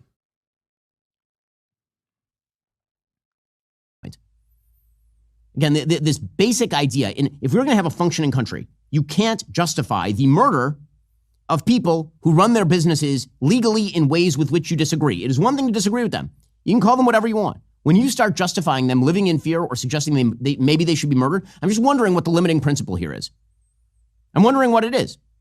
The alleged shooter in this case was echoing Ted Kaczynski, the Unabomber. The Unabomber suggested that if you were, for example, an oil executive, maybe you should be murdered. Because after all, there were externalities to the oil industry. Why not the banking industry? Why not? Maybe Bill Burr doesn't like the banks after all. Ben, if I were you, I wouldn't be making this argument, big dog. I'm just being real. I'm keeping it $1.50. Because shit like this is not going to be read in the way that you want it to. You know? When you say stuff like that, not recognizing that the appetite that broader American society at this point has, because they're just holding on by a fucking thread. You know? Especially when previous members of your community have gone out and done hate crimes and shit. So there's at least a couple incidents that have already occurred. You've already agitated enough mass shootings. You don't want to say stuff like, you should probably be a little bit more careful and considerate about the way you talk about these things. I myself, I'm going to go out on a limb here, and I'm going to say, I do not condone what Ben Shapiro is saying. I condemn it. That bank denied grandma her loan. So maybe Jamie Dimon should be tracked down and murdered. This kind of stuff is full stop evil. It is evil. I don't care what complaints you have with the health insurance company. The notion. I can't believe Ben really just, wait, I got to run it back. Well, that was crazy. You can't justify the murder of people who run their businesses legally in waving in fear or suggesting maybe they should be murdered. I'm just wondering what the limiting principle here is. I'm wondering what it is. The alleged shooter in this case was echoing Ted Kaczynski, the Unabomber. The Unabomber suggested that if you were, for example, an oil executive, maybe you should be murdered. Because after all, there were externalities to the oil industry. Why not the banking industry? Why not? Maybe Bill Burr doesn't like the banks after all. That bank denied grandma her loan. So maybe Jamie Dimon should be tracked down and murdered. This kind of stuff. No, Ben, no, Ben, stop. Ben! Ben! Ben! Stop!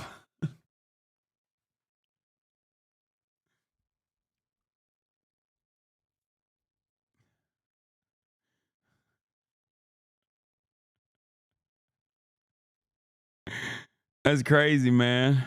Of all violence. Unfortunately, it's not just Bill Burr. It is so many members of the elite of our society.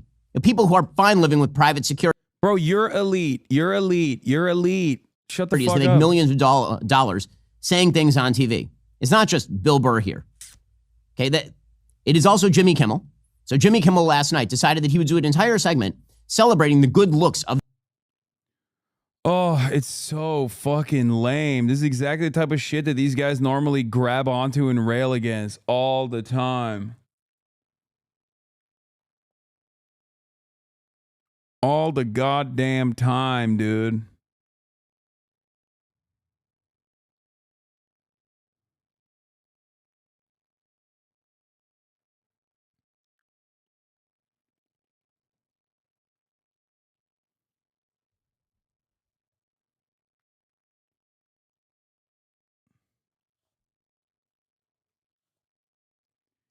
Bruh, just I should go and murder the banker who made my grandma homeless. Who's this left-wing extremist you're watching? I need you guys to understand, I'm watching this specifically because I'm condemning it. I am not condoning Ben Shapiro's statements about how Jamie Dimon deserves to be hunted down and murdered, okay? I am condemning it. Condemn. Okay? I do not condone. This man is a left-wing loony. Cenk would call him the extreme left or max left or something along those lines, okay? Shame on you, Ben. I disavow.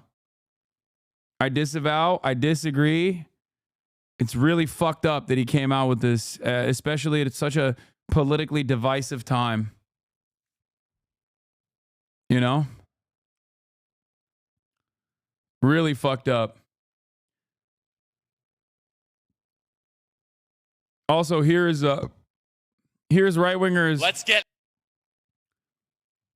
Here's right-wingers celebrating vigilante justice when it's their guy doing it. Loud for Kyle Rittenhouse. Murder, assassination, vigilantism.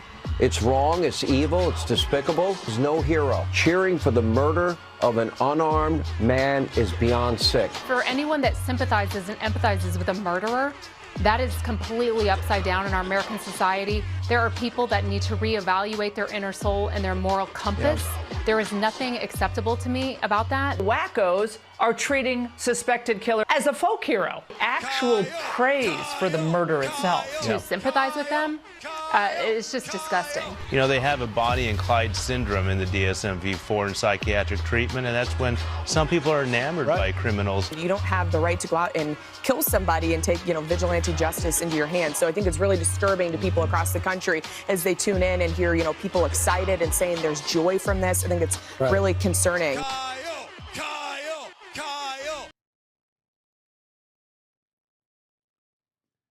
Oh, that's it.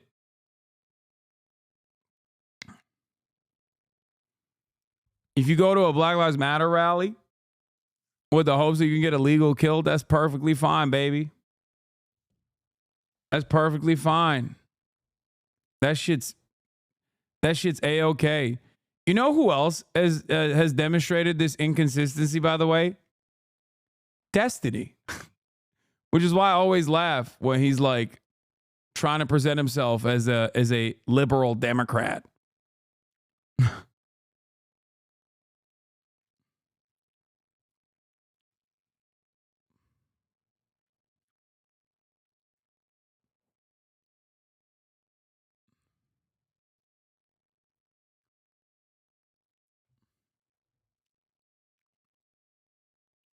I know the Game Awards are in 5 minutes. I'm gonna watch it. Also, the New York Times instructed staff to avoid publishing photos of Luigi Mangioni's face. Internal company messages leaked to me reveal. And it turns out it was because they thought it was unhelpful and unproductive. If you visit the New York Times front page story today of the shooter, it features Mangioni's back as he was being marched to his arraignment. Another Times story today on Mangioni's notebook features a photo of a generic police tape barricade. The media paternalism at his worst. The idea that seeing the shooter's face too much or reading this 262-word statement will necessarily inspire copycat assassinations and therefore should be withheld from the public. My publication on Mangioni's manifesto yesterday came after multiple journals of companies like the New York Times and NBC told me that their outlets were in possession of the manifesto but would not be publishing it. These outlets were perfectly happy to quote selectively from the document, as CNN did, insisting that the contents merely showed how unwell the shooter was. Flagrant editorializing. That's the problem with selective disclosure. It shapes the narrative in subtle ways that can be misleading. National security officialdom, from cops to CIA, are masters at this. Take, for example, what is perhaps the most storied photograph in CIA lore, the above picture of 9/11 mastermind Khalid Sheikh Mohammed. The photo depicts him as disheveled and disoriented, having been taken the morning he was rousted out of his bed in the middle of the night in Pakistan in 2003. Overweight and donning a ratty undershirt, the deer in headlights picture delighted CIA public affairs, who decided to circulate it widely to undermine the image of al-Qaeda's omnipotence, thereby proving that the spy agency could dispense justice. Now the New York Times is putting its own thumb on the information scale, having appointed itself an enforcer of public safety. The news value and public service of showing his face is declining. Times photo editor Clinton Cargill wrote yesterday morning. I think we will still not pub the whole thing, editor Andrea Canapil added, so as to not provide bullhorn. What is this? Oh, Hideo Kojima's here. My goat is here. He's in a 10-mile radius of me.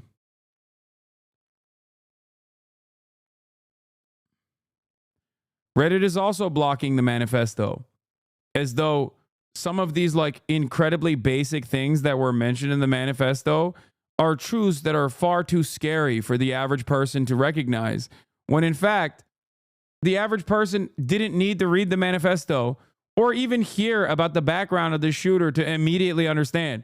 We didn't even know who the shooter was. It literally took 3 seconds. As soon as people understood who the victim was in this situation, they were like, oh, I know exactly what happened. One must ask the question, why?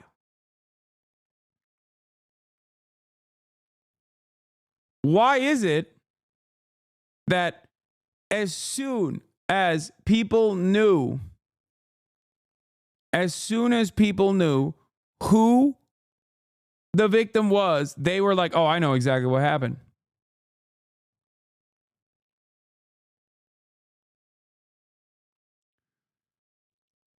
Meanwhile, the New York Times wrote this fantastic article. Brian Thompson, not Luigi Mangione, is the real working class hero. I suspect it dives into Thompson's background, growing up in a working class family in Jewell, Iowa, a tiny farming community north of Des Moines. Let them eat cake. Why the Queen's pastry makers are the true working class heroes of France?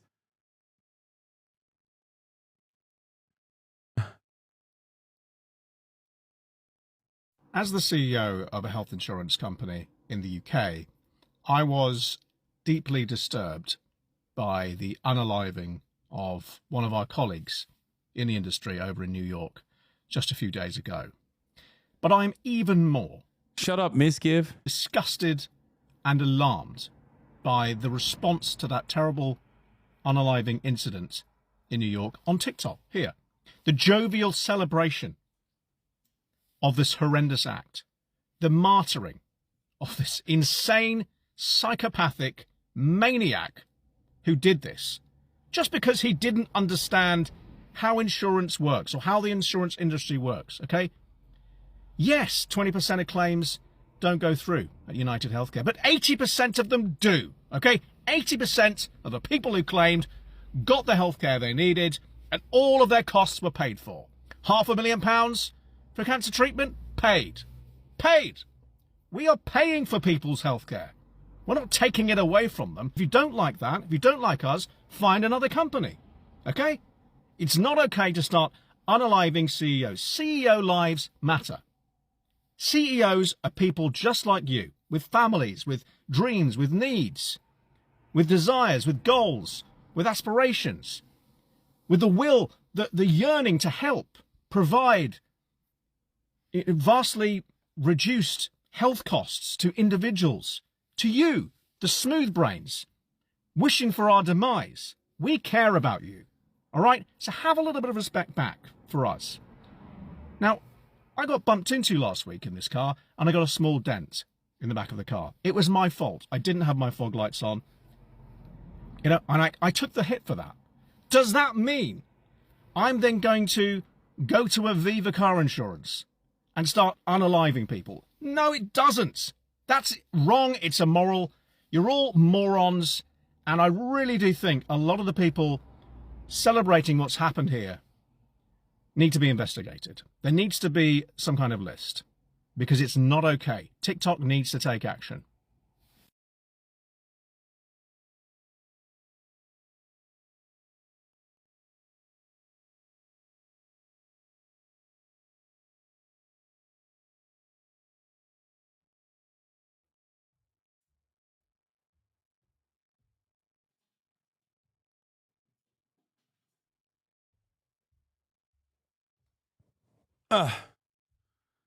It's time for the Video Game Awards, ladies and gentlemen. We're going to be diving into that right now.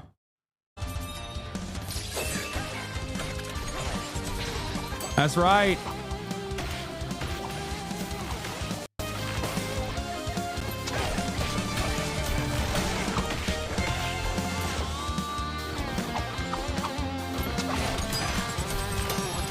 Doesn't the pre-show end now?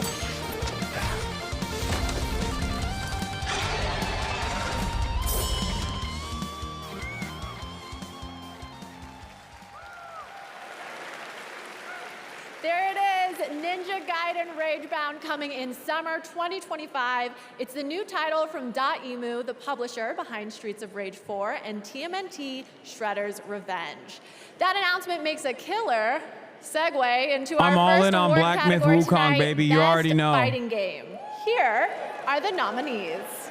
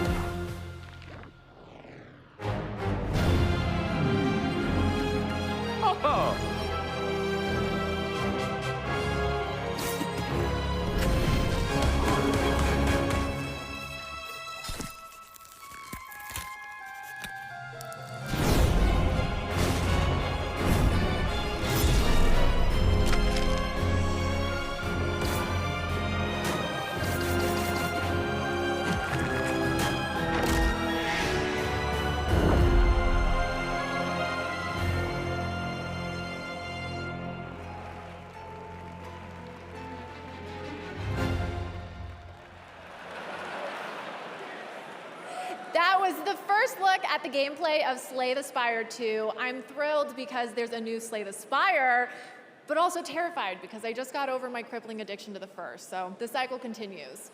Anyway, after the show, be sure to head over to TikTok and share your best gaming highlights from Oh my God, Pog. with hashtag gaming on TikTok. Pog, I'm gonna do that. And now it's time for our next award, Best VR AR Game. And the nominees are Arizona Sunshine Remake, Asgard's Wrath 2, Batman Arkham Shadow, Metal Hellsinger VR, and Metro Awakening. The Game Award goes to Batman Arkham Shadow.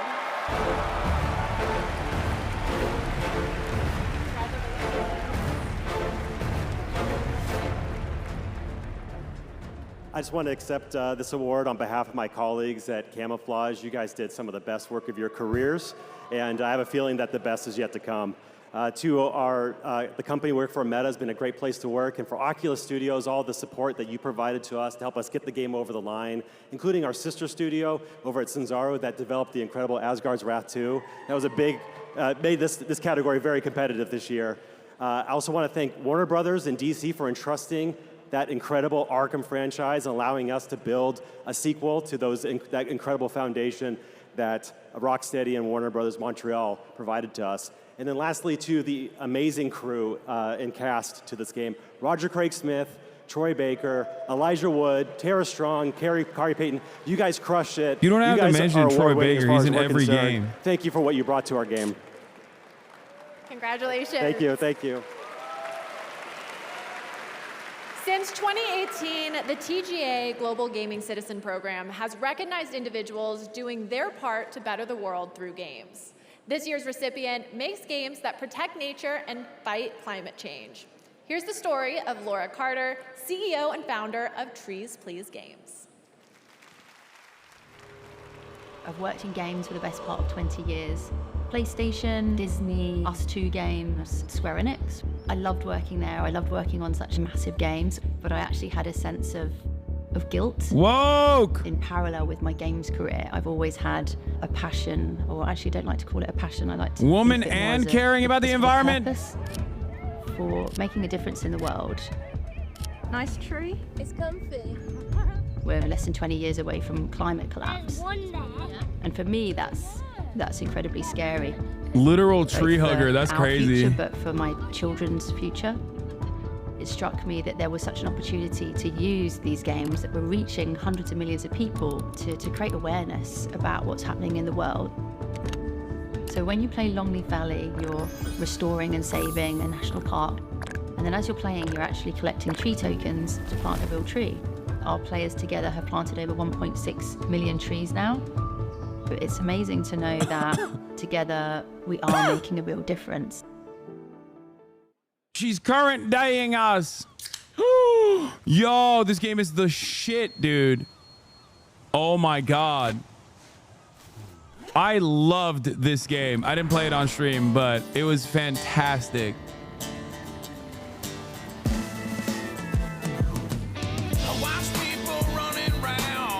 Let me tell you, that's a cozy fucking game right there.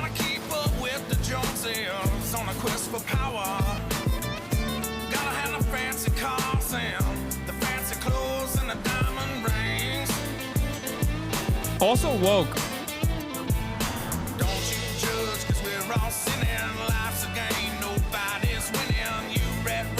Also a woke game.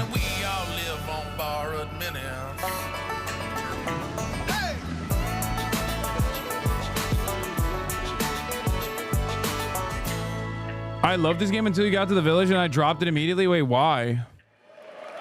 You didn't like the village? The village was sick. Game Awards opening act presented by State Farm.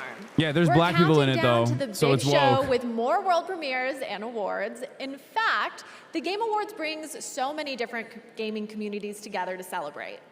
If you want to see everything State Farm is doing in gaming, head to their website right now at statefarm.com/gaming because like a good neighbor, State Farm is there. And now we have our next world premiere from the legendary creator of Deus Ex, Warren Spector. This is Thick as Thieves.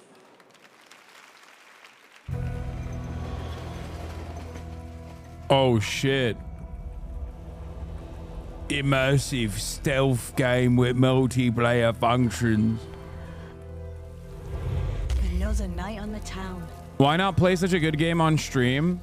I don't know. I fucking tuned into the video game awards and half of the audience left immediately at the mere mention of gaming. Oh, the McEwen estate. Perhaps that's a reason. Always fun. You're not the only one who thinks so. I don't like this art style, but it's okay.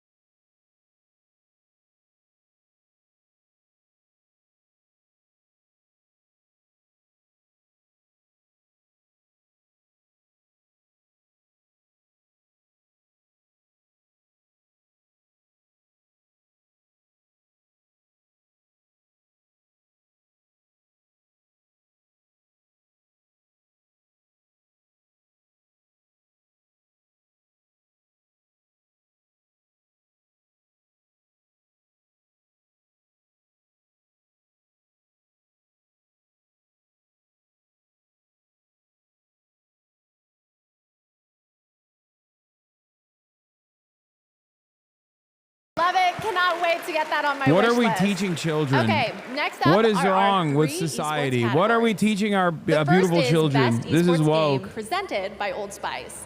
And the nominees are Counter-Strike 2, Dota 2, League of Legends, Mobile Legends Bang Bang, and Valorant.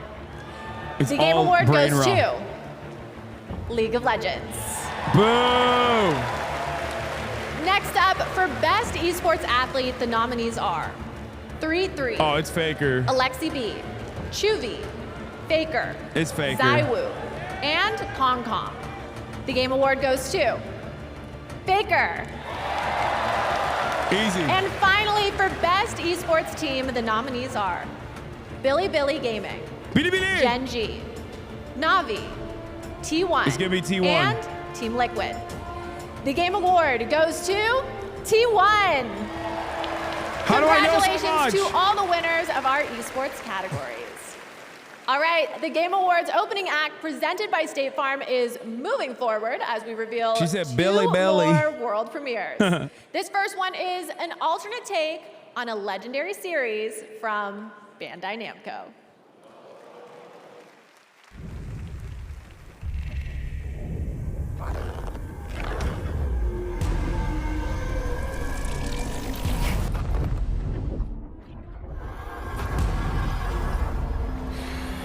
Damn, that looks...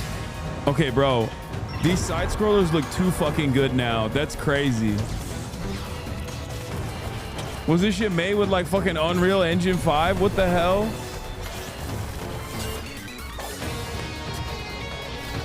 They done made Pac-Man woke.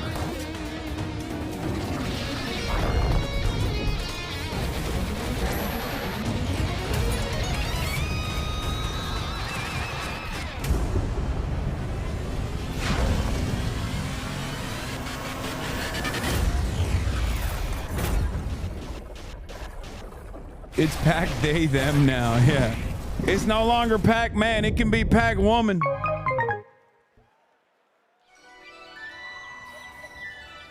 The fuck is this?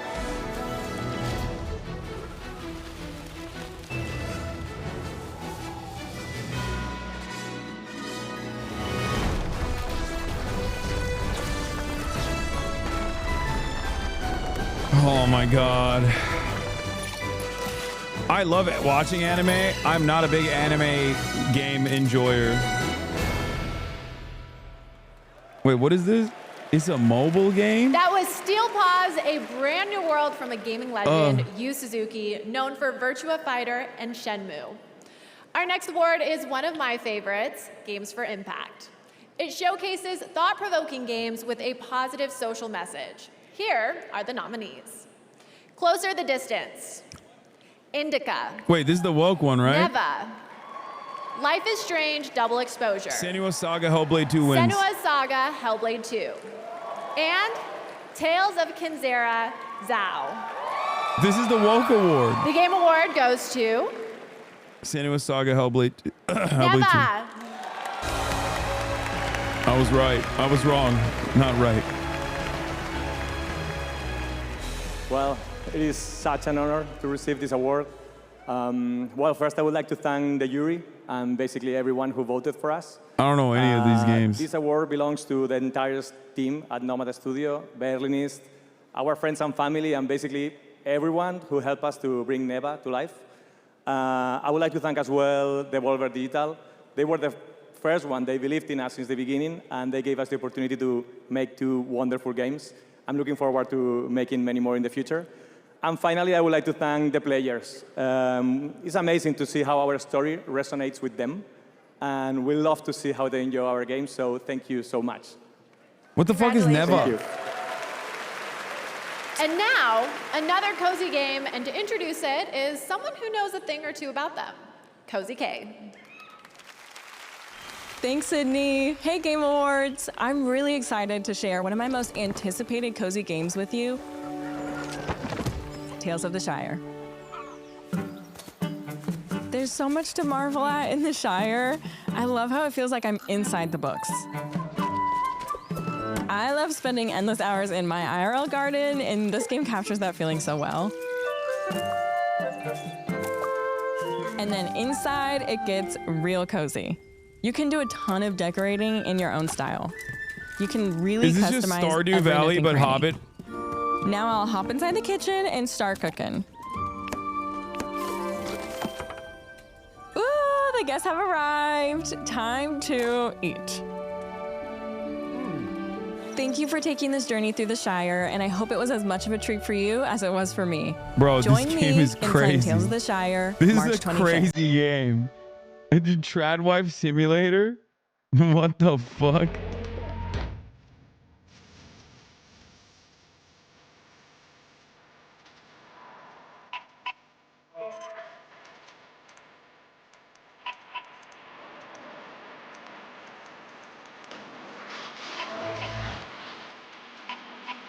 What?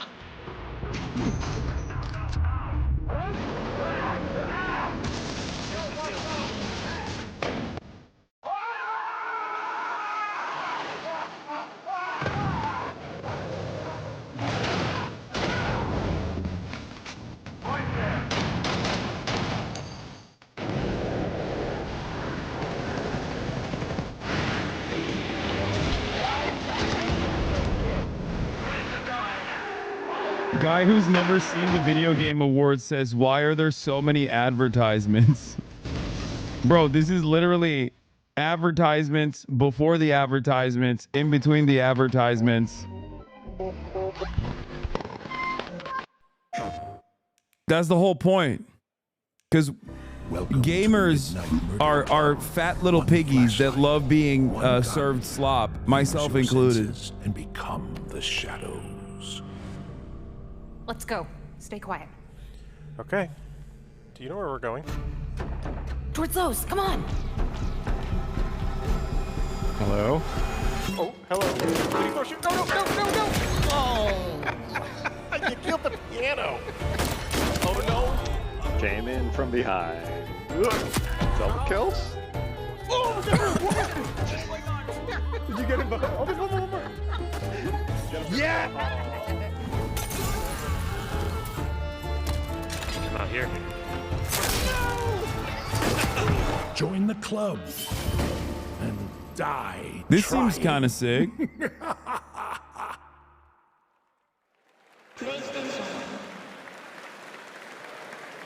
Welcome back to the Game Awards opening act. We are so close to the big show, which, oh my gosh, thank you so much. I love you too.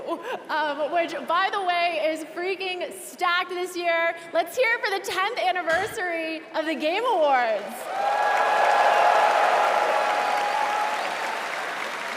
But until then, enough. I'm kidding.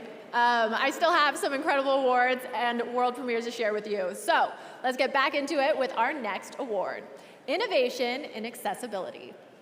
These nominees have all made strides to make their games as playable as possible by as many gamers as possible.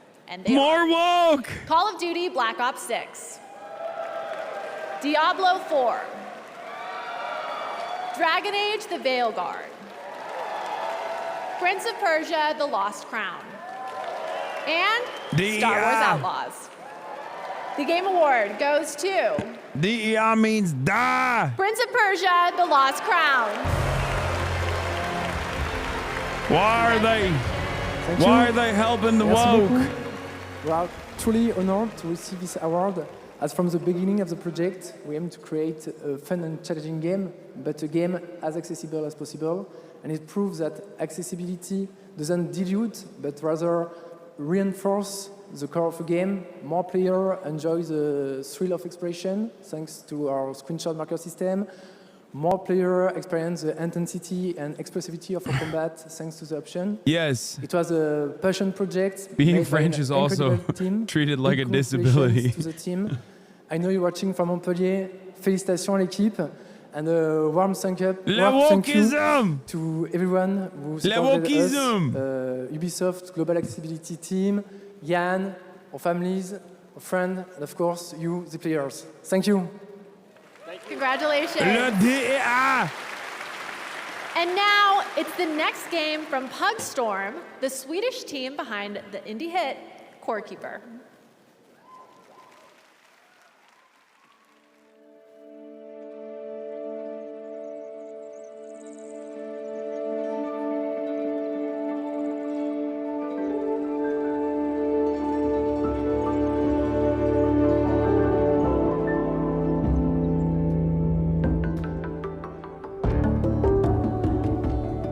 You summarize Asmongold's chat to a T? No, I think we make fun of your jokes. Asmongold and his chat would never come up with pack they them. No. We like to have fun here, and I think when we make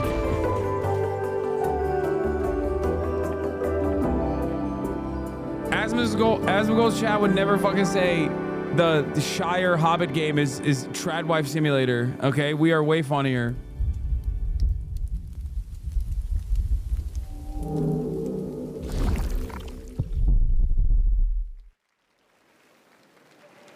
Love it. And that is the perfect way to get into our next award, Best Family Game.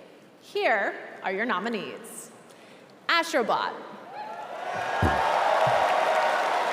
Princess Peach Showtime. This is also woke because family implies that there's a Super Mario Party a sister Jamboree. or a mother playing the game. The Legend of Zelda Echoes of Wisdom. Game should only be played by fail sons. And The Plucky Squire. Wow, a lot of us are excited about Best Family Game. The Game Award goes to Astrobot. Thank you so much. Thank you so much. Why aren't they on the main stage? Because I think these are the rapid fire awards, right? Because something we've been working hard on for many, many years at Team HasanAbi. So first thing, I want to thank Team HasanAbi over in Japan, all 65 of you. Thank you so much. It's your heart and soul that went into this game, you know, really trying to please and put smiles on people's faces. So this is really for you. Thank you so much. You know, making a family game is important because we're forming the first gaming memories of people. We all have first gaming memories, right? And so it's both a privilege, a big responsibility as well, but it's one we take very much at heart. So this award, you know, it's for the kids and the parents out there. We love you very much. Thank you very much. Congratulations. Okay, the theater is filling up. Like, I can see heads all the way back there. The energy is huge with our main show only minutes away. But I still have 2 more world premieres for you. First up, a new and very unexpected game from a studio that was nominated for 3 awards at the Game Awards 2022. Yeah, this is like, dude, I should knock.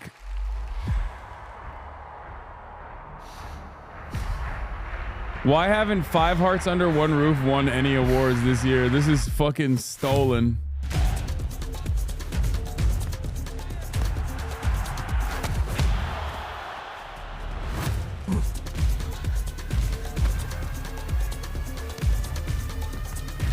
FPS football is kind of crazy. It's like Wait, is it from the makers of Sifu?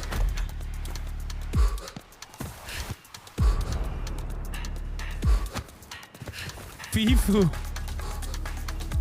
Damn, they made football Rocket League.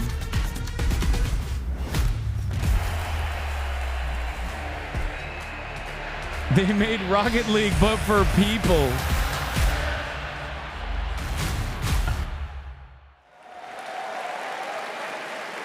Okay, would you believe me if I said I only have one more incredible world premiere for you? Get ready to have all your senses overloaded in the best way possible, of course. This is Solasta 2.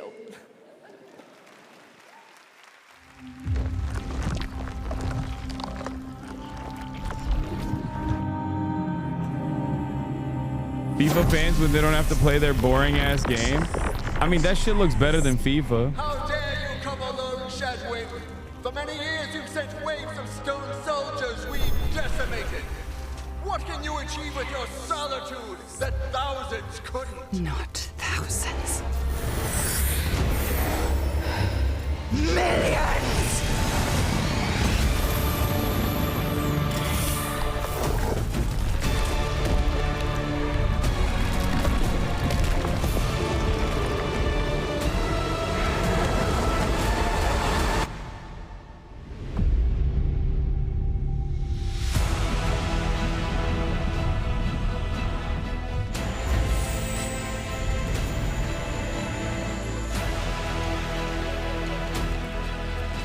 Do you think this is the year that we get a Bloodborne remake? Fuck no.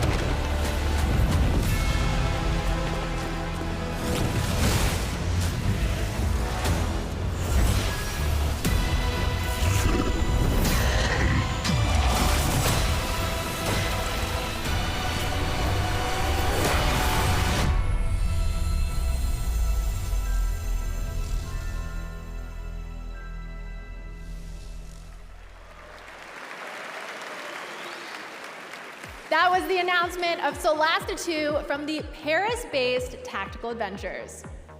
All right, my friends, that is it for our opening act, but the 10th anniversary show is just getting started. Ray the cooked Game you? Awards main event is about to begin with You see Hasan do the big autistic awards, test with big Maya TVM announcements, yesterday. amazing performances by the He got TVA such a Orchestra, high score. 21 Pilots, Come Snoop on. Dogg, and more. This is a Game Awards you definitely do not want to miss. All right, the countdown is over. The 2024 Game Awards starts now. All right, here. It's just awesome because like I knew that man was on the spectrum, you know? Nothing wrong with being on the spectrum. Honestly, like I feel like people on the spectrum are just really cool. How long are the tests? Did you like the one that Hasan did? Are they like? Is it like a long test or like how is it? Like how? I think there was like 80 questions. 80.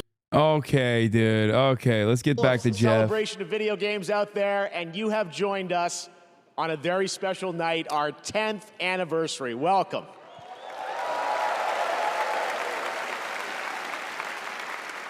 You know, when we started TGA in 2014, we had no idea it would become as big as it is around the world. But I felt, like so many of you, that games and the people who make them and the fans deserve a moment like this. You watch this show because games are part of your identity. They mean something to you. And tonight is a tribute to just how far games have come, and despite the challenges our industry faces, where they are going in the future. And let me just tell you, you have tuned in and joined us on a very special night.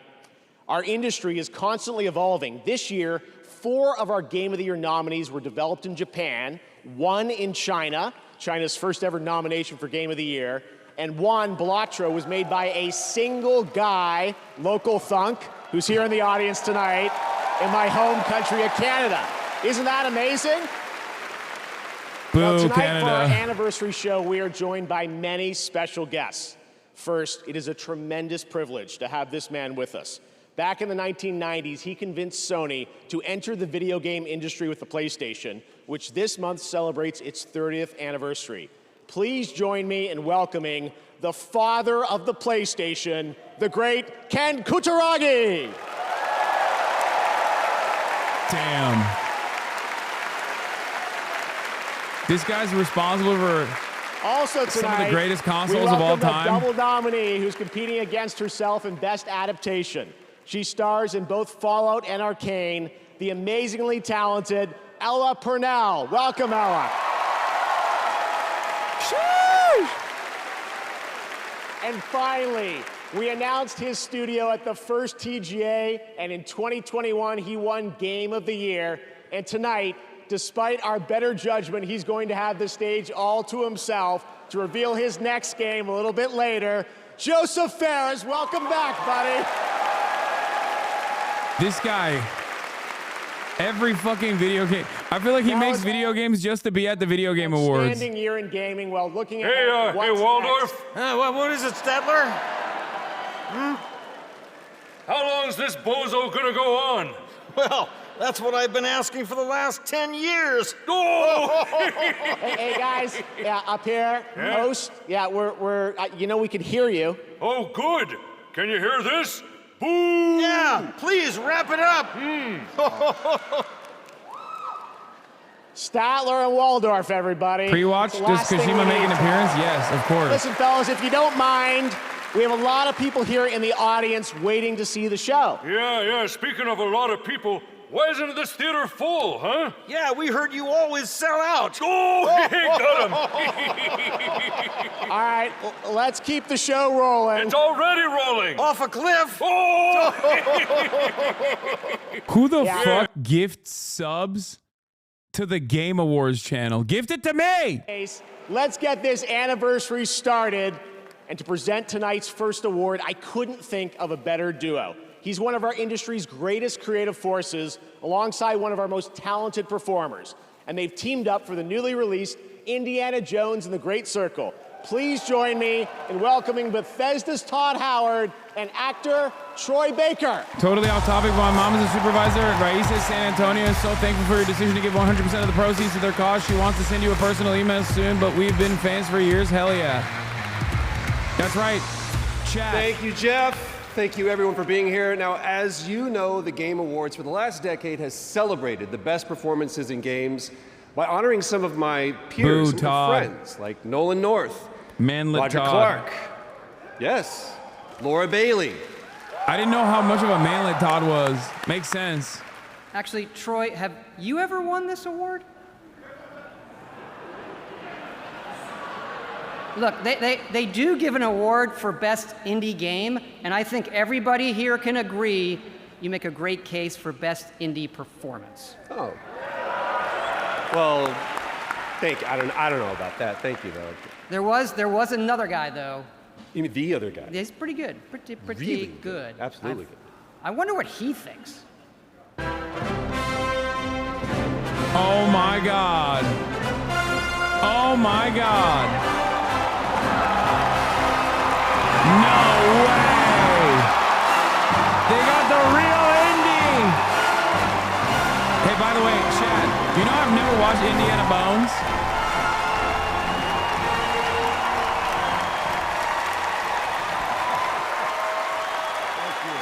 I was wondering if I should play the game or not. I've never watched the movie. Much. Thank you. While you're on your feet, let's give a big round of applause to these two guys for the Great Circle. Thank you.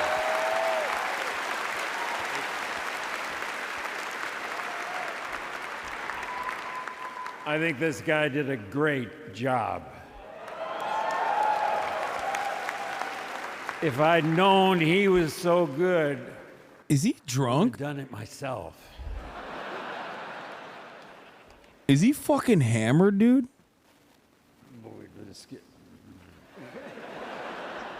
And now, we're here to present the award for Best Performance. How Here are old the is he? nominees. Best performance. Wow, just look at it all. It's still going strong. I should cross over and start asking questions. I think she's going to need our help. This job, it's a death wish. I'm gonna finish it. I know what you are. I don't need you anymore. The shadow will always hang over me. What will I become?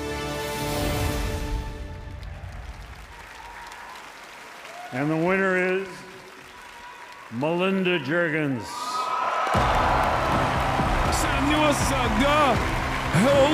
Oh, that's Donkey! Oh! Isn't that Donkey? Wasn't that Donkey who inspired Luigi Mangione?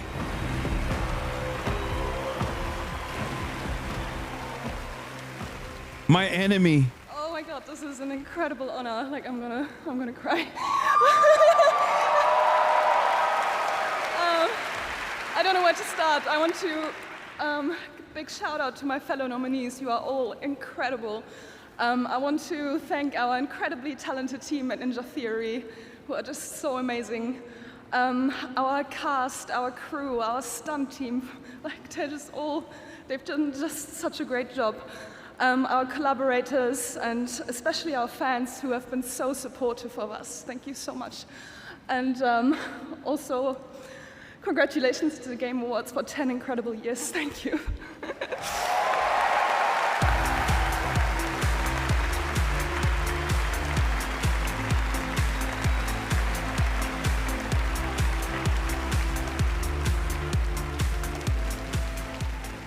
Congratulations, Melina. Our first two-time winner for Best Performance. She won back in 2017 for the first Hellblade.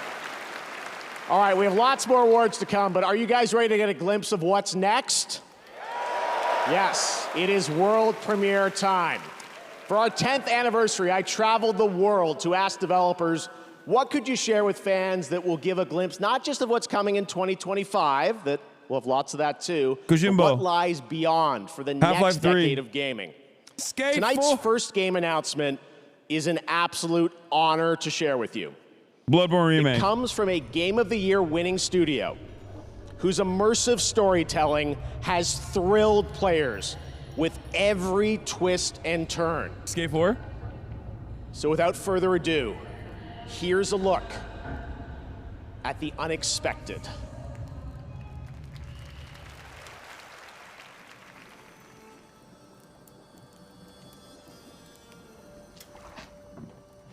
Dearest Witcher. Daughter, I've watched ye grow.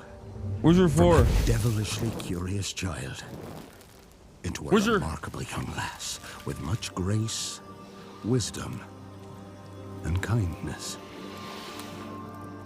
Take the easy times what shape us, nay. 'Tis how we rise to face the hard times what does that for us.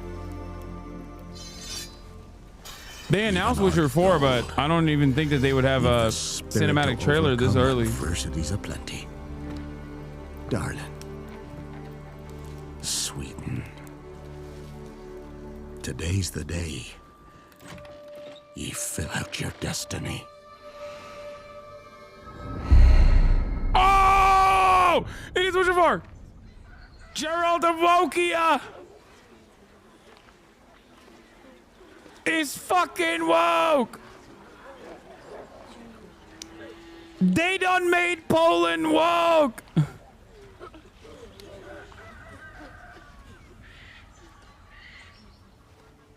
It's woke Witcher. Forgive me, daughter. 'Twere my only choice. I shall be the bringer of salvation.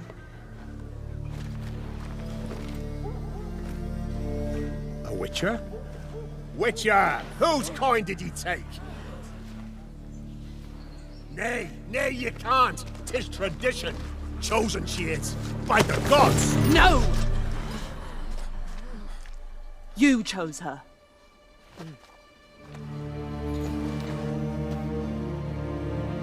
Damn, edgy atheist. Edgy atheist Siri.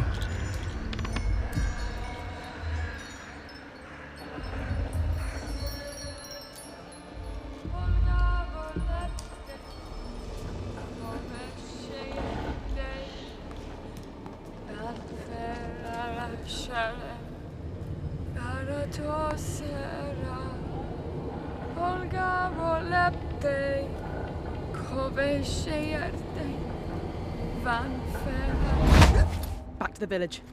Go, now. Nay! I must save them! Save the village! Save yourself!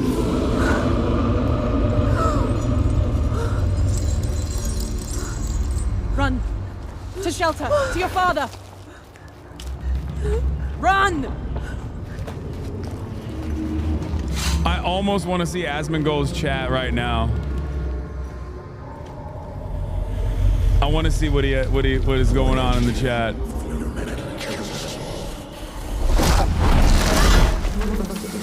Hopefully CDPR won't woke. Fuck it. She ugly.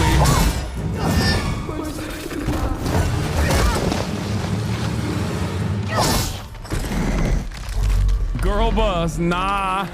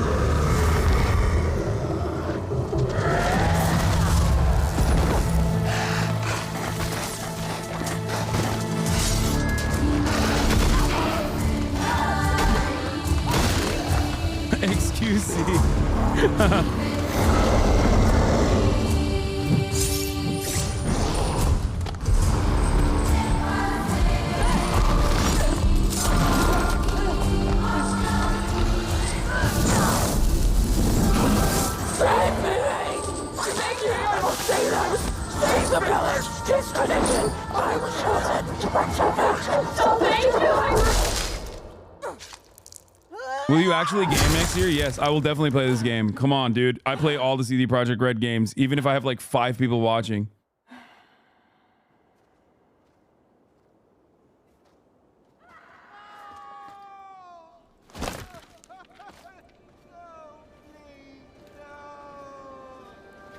She went to go to the woods.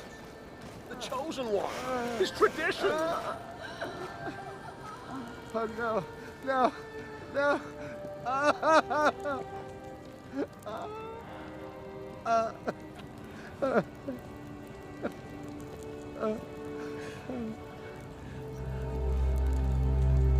It's all we wanted. For her to go to the woods. To go to the gods. Gods? There are no gods. Gods here. There are only monsters. Pause! She means men! Men! Men did this! Saga. Yeah, that's gonna be in a couple years though. It's not gonna be ready for fucking a couple years, right? Like, pretty sure they just started making this game. There you have it, the very first trailer for The Witcher 4 from CD Projekt Red. And yes, as you saw, obviously Suri will play the protagonist in that title, and we're very excited to hear more about it. We don't like that. Where's you ready to have more fun? Gerald? Because tonight, trust me, the surprises just keep coming all night long. Right now, I am proud to present a brand new standalone game. Please watch.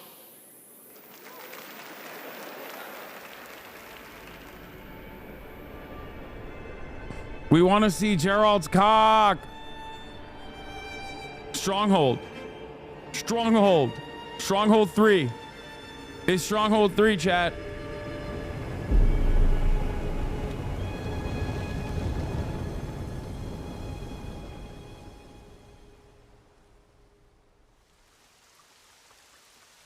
They said standalone.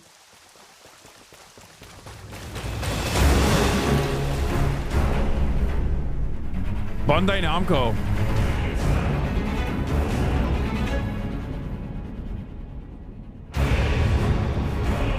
What?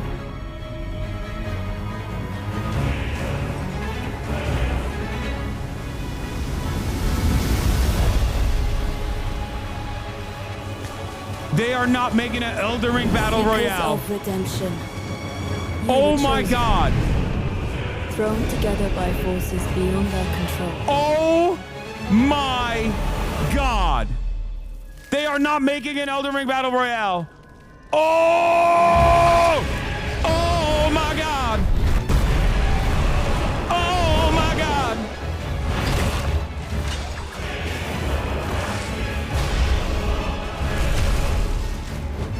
This could be very bad. This could be very bad for From Software. This could be very bad for From Software. Once they get a taste of that fucking revenue, once they get a taste of that fucking sweet, juicy, freemium revenue, oh no. Tragedy oh no. must be averted. It's good, but it's also, it could be devastating for From Software. Now that they brought by Sony, oh no.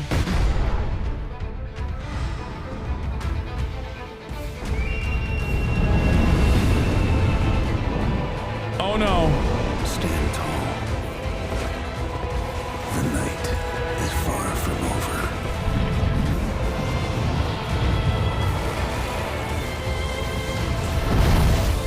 Little pillager, bent on sacking the lands of gold. I will swat away any and all who dare approach. Nameless King was in the trailer.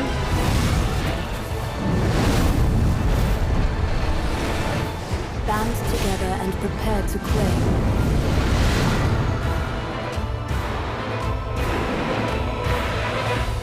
The life of the Night Lord.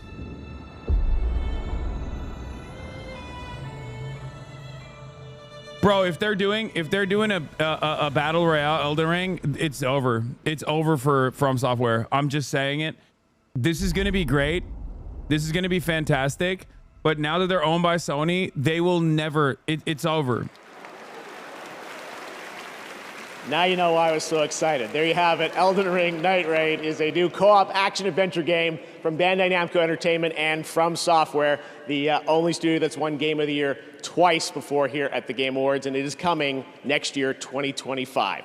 Now, trust me when I say we are just getting started. Some of the biggest surprises, believe it or not, are still to come, as well as performances by Snoop Dogg and 21 Pilots, and awards presented by previous winners like Hideo Kojima and Sam Lake. But right now, here's news on a new platform for one of this year's Game of the Year nominees. Time to kick it up a notch.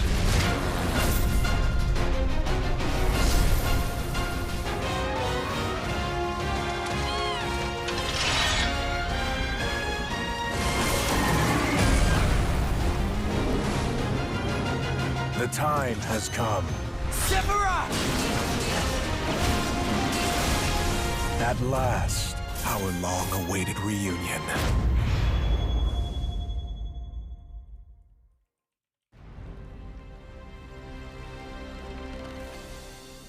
Let us hurry. There is nothing to fear here. That's what scares me.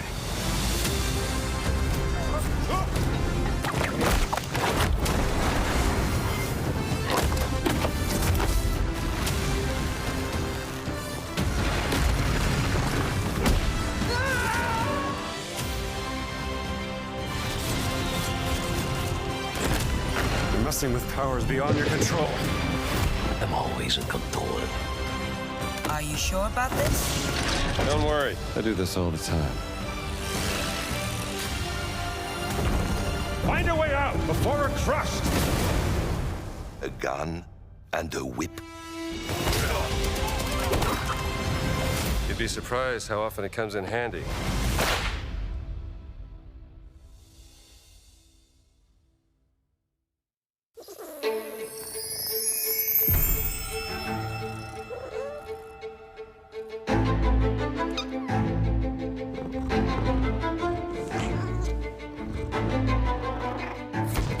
What the fuck?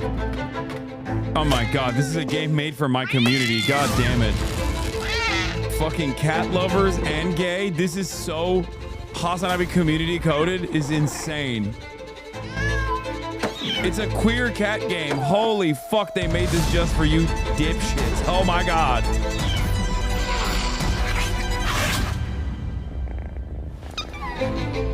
With bisexual lighting, too.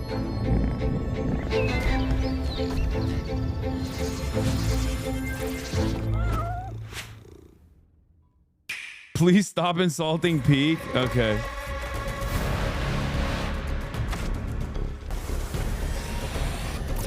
I've never seen a game that was so fucking HasanAbi community coded in my life.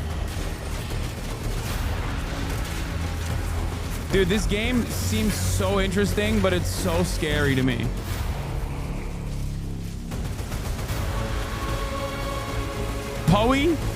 Poe's just been sitting. I downloaded it and it's been sitting, waiting to be played, but it's just so terrifying. That fucking skill forest, man.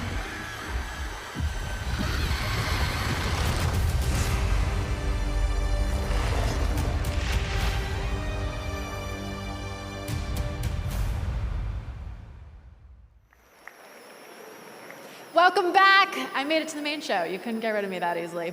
For a limited time only, Prime members in the US can go to Amazon.com/thegameawards to get up to 50% off select nominees: Final Fantasy VII Rebirth, Silent Hill 2, and Star Wars Outlaws.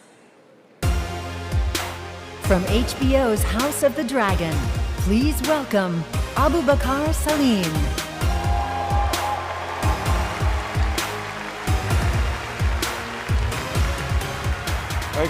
Thank you. Don't worry, I'm not gonna cry about my dead dad this time. But I'm here to present an award that celebrates victory. The thrill of conquering your foes in a battle where physical and mental prowess collide in a struggle that feels like the most important fight of your life. And no, I'm not talking about Twitter, but I am talking about the best action game. Here are your nominees. Best action game. You know what I'm in the tank for. You know what I'm in the tank for. You know what I'm in the tank for, and it ain't Call of Duty. It ain't Call of Duty. Helldivers was good too. Wukong, Wukong, Wukong, Wukong, Wukong, Wukong, Wukong.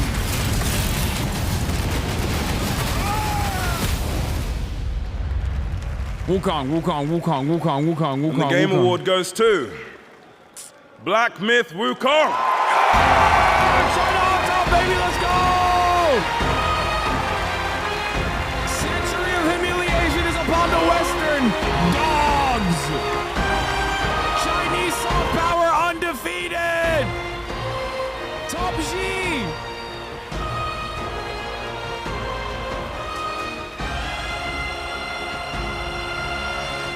Give a shout out. Give a shout out to G.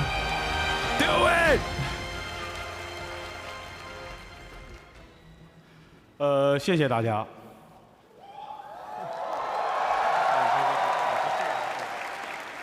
非常荣幸能够获得这个奖项。首先要感谢每一位玩家。Heard he a Mao hater? Nah. He just has to say that to win awards like that. Don't worry. 智慧的东方神话得以在这样的一个舞台上绽放光彩。也要感谢主办方，没有在我上台的过程中设置空气墙。 Thank you, everyone. We are deeply honored to receive these awards. A heartfelt thanks to every player. It's you who brought the tale of wisdom and courage rooted in Eastern mythology to life on this stage. And of course, a sincere gratitude to the Game Awards for not placing any invisible walls on my way up here.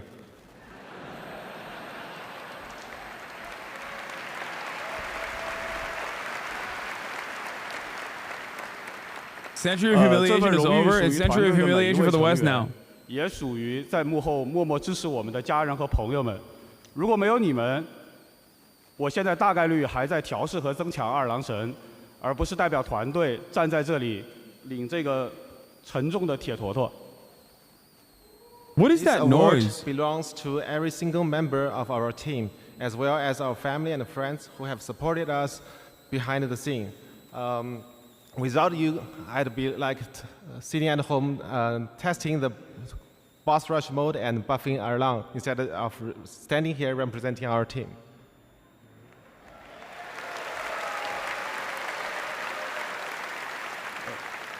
最后我想说的是，《黑神话：悟空》这个游戏真的不难，尤其适合没有玩过动作游戏的玩家。相信我，谢谢。Lastly, I want to say this: our game isn't hard at all. It's perfect for players new to action games. Trust me on this. Thank you.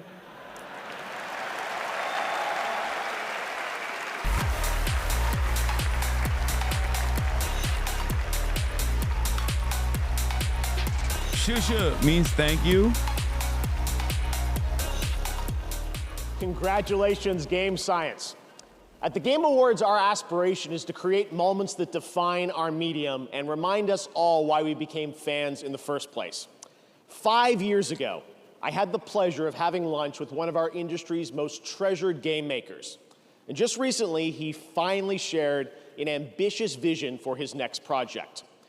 Tonight, as a very special gift for our 10th anniversary, I am beyond honored to reveal this stunning new project for the first time anywhere, with an early look at real gameplay footage of this studio's highly anticipated upcoming title. Death Stranding 2. Let's take a look at this announcement trailer Kojimbo. that I'm sure will capture your imagination. Death Stranding 3. They skipped the second one. Oh, never mind. Epic Games? As you recall, very swift and much 25 kilometers radius of ground zero now.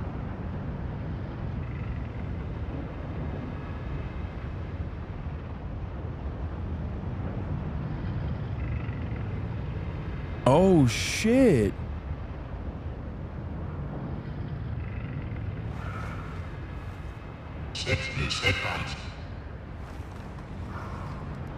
Yo, Shadow of Colossus, but like dystopian future style goes hard though.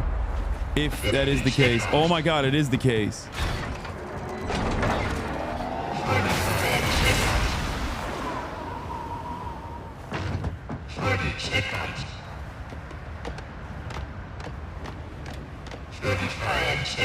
Wait, you're supposed to kill mechas, not be a mecha. What the fuck?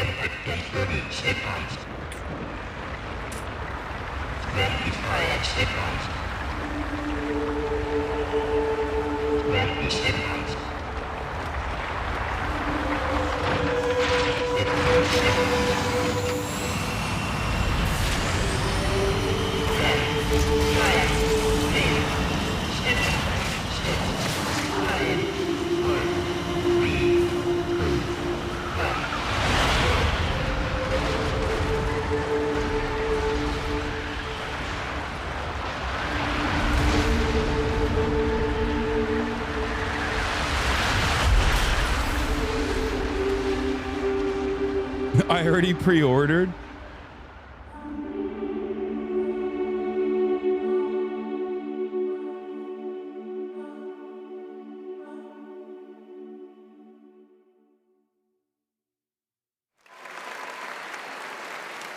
That was your early first look at the untitled next project from Fumito Ueda-san, a creator who pushes our medium forward with each of his incredible creations.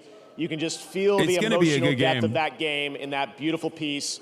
Ueda-san and Gen Design, thank you so much for this announcement reveal. It's gonna be a fucking banger, Next February no matter what. marks the release of Sid Meier's Civilization 7, the Shit's latest not even installment titled yet. in one of our industry's longest-running and most successful franchises. Tonight, we are honored to welcome the Game Awards Orchestra, conducted by Lauren Balfe, to world premiere the stunning theme to Civ 7, composed by Grammy Award-winning composer Christopher Tin, who joins us tonight.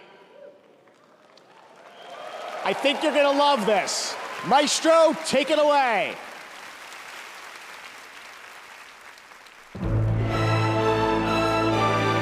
This is honoring Luigi. In my headcanon, this is honoring Luigi Mangione. Never forget, Luigi Mangione worked on Sid Meier's Civilization. Which one was it? Was it Civ 4?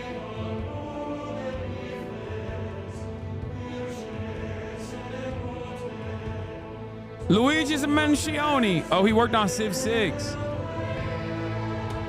Yeah, so Civ 4 doesn't make sense.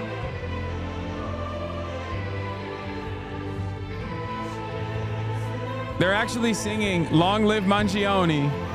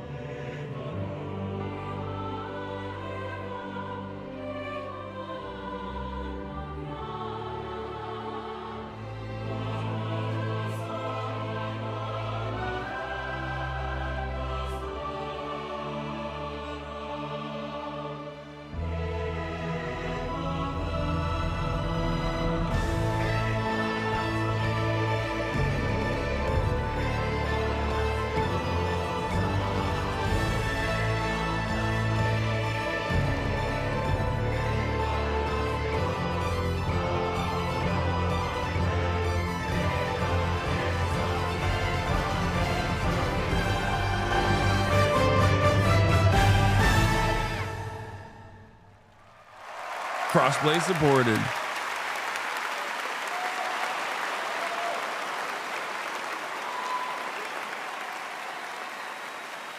Absolutely incredible. Thank you to the TGA Orchestra and Lauren. There's much more to come from them throughout the night, including our signature Game of the Year medley. You can look forward to that. Right now, it's time to get the first look at gameplay of a project from a studio that has previously been nominated for Game of the Year.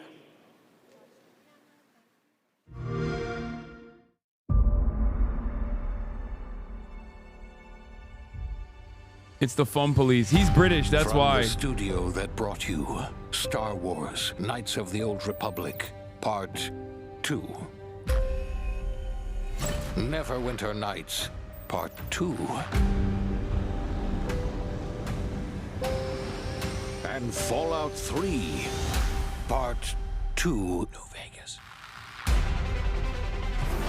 Comes a completely original Part 2. And Outer Worlds 1 slap, by the way. We've included everything I liked it a lot in the first game. More action. More weapons. And more graphics. I don't think it was. Get ready for I don't think it was adventure trash. that took 3 times longer to make, but will almost certainly be 2 times bigger.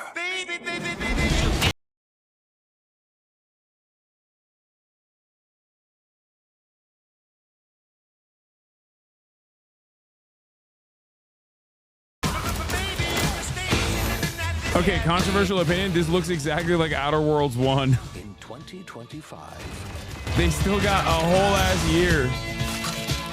Welcome back to the future. Try not to break it again. The Outer Worlds 2. I'm not interested in hiring any more idiots. I'm looking for people of tact and vision and perspicacity. It looks like Overwatch 1 with RTX on. Okay, I mean, it just looks like Outer Worlds 1. Please welcome the director of HAIC Studios, winner of Game of the Year for It Takes Two, Joseph Fares. All right, I can't tell you how pumped and excited I am to be here today to show you our next thing. This guy's way too jacked to be a fucking video game designer. We say we fuck shit up without fucking up. And no, listen. This time, it's some next level shit, I'm telling you. I mean, no, what we're gonna show you is gonna be amazing. I know I sound cocky, but it's really hard not to be cocky when you have a game like this. Are you ready? All right, let's roll HasanAbi's next co-op adventure, go. His games are bangers, though. The co-op games are so sick. Undeniable. It's Walk! Never mind!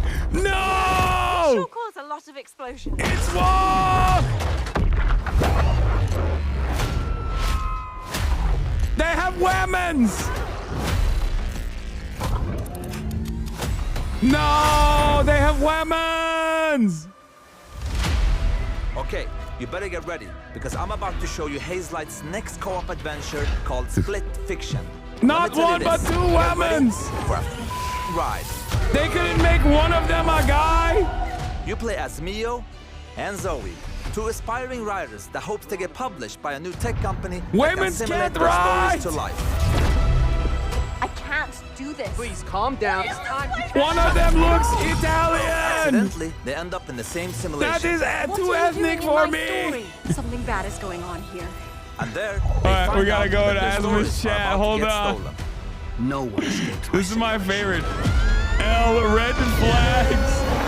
I need a strong and muscular guy. Reality through the very worlds that they created. Hands above your heads. But the thing is, they're strangers, and Mio writes sci-fi, while Zoe writes fantasy. So you will, for every level in the game, jump between a sci-fi world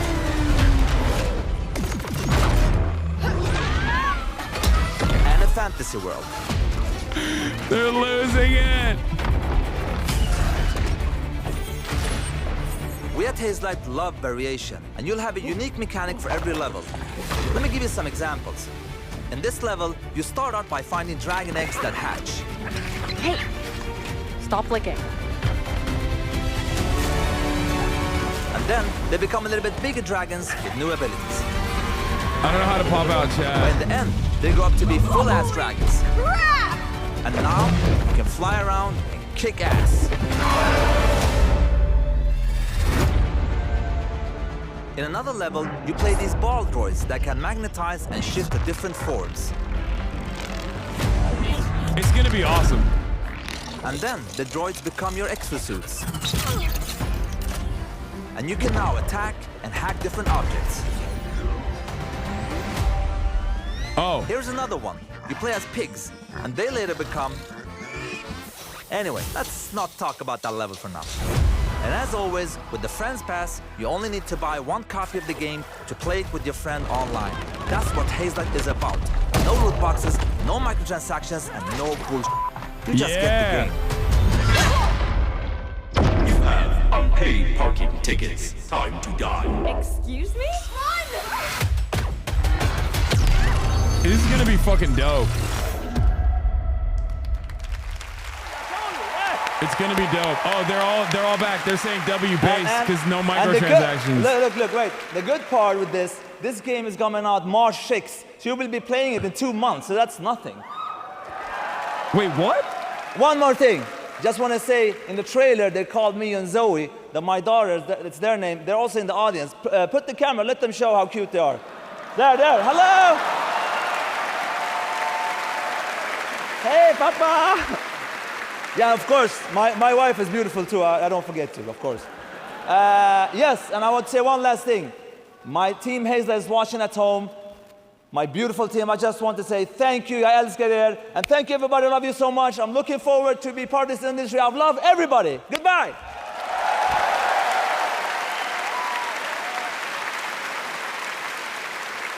Joseph, what a guy. I spent some time with him in Sweden this summer and played a few hours of Split Fiction. It really is everything you'd want it to be, a great follow-up to It Takes Two that Joseph won for Game of the Year. It's been so amazing to have so many Game of the Year winners back with us again tonight revealing new projects. All right, we have much more Game Awards to come. During the show, those of you in the US can head to tgalegion.com for a chance to win one of 20 Glacier White Lenovo Legion 7i laptops, which have the power to handle the latest games. This Lenovo Legion 7i has the power we need to finally beat the impossible level.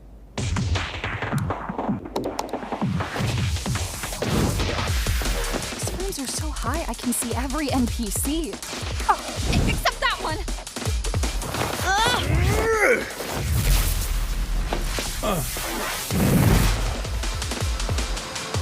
Reach your Lenovo Legion.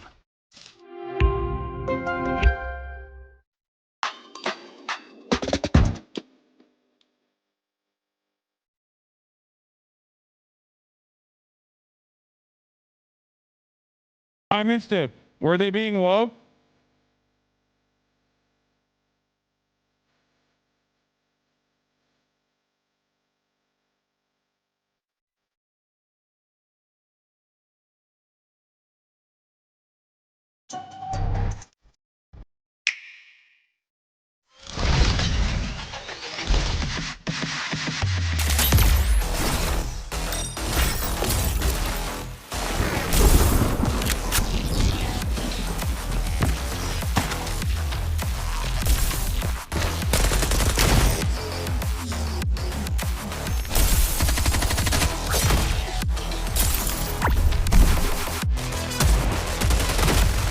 I need me that one. No, not this one. No.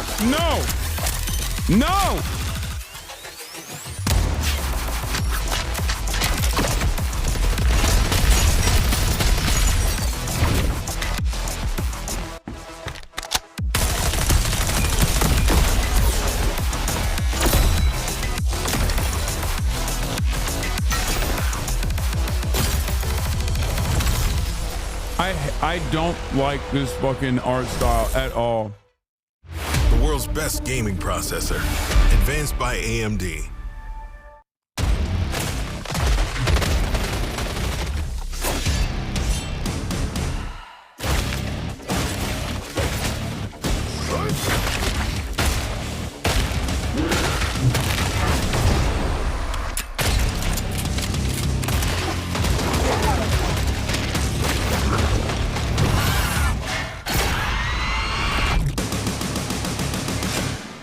It appears Moorcroft's little project is as real as they say.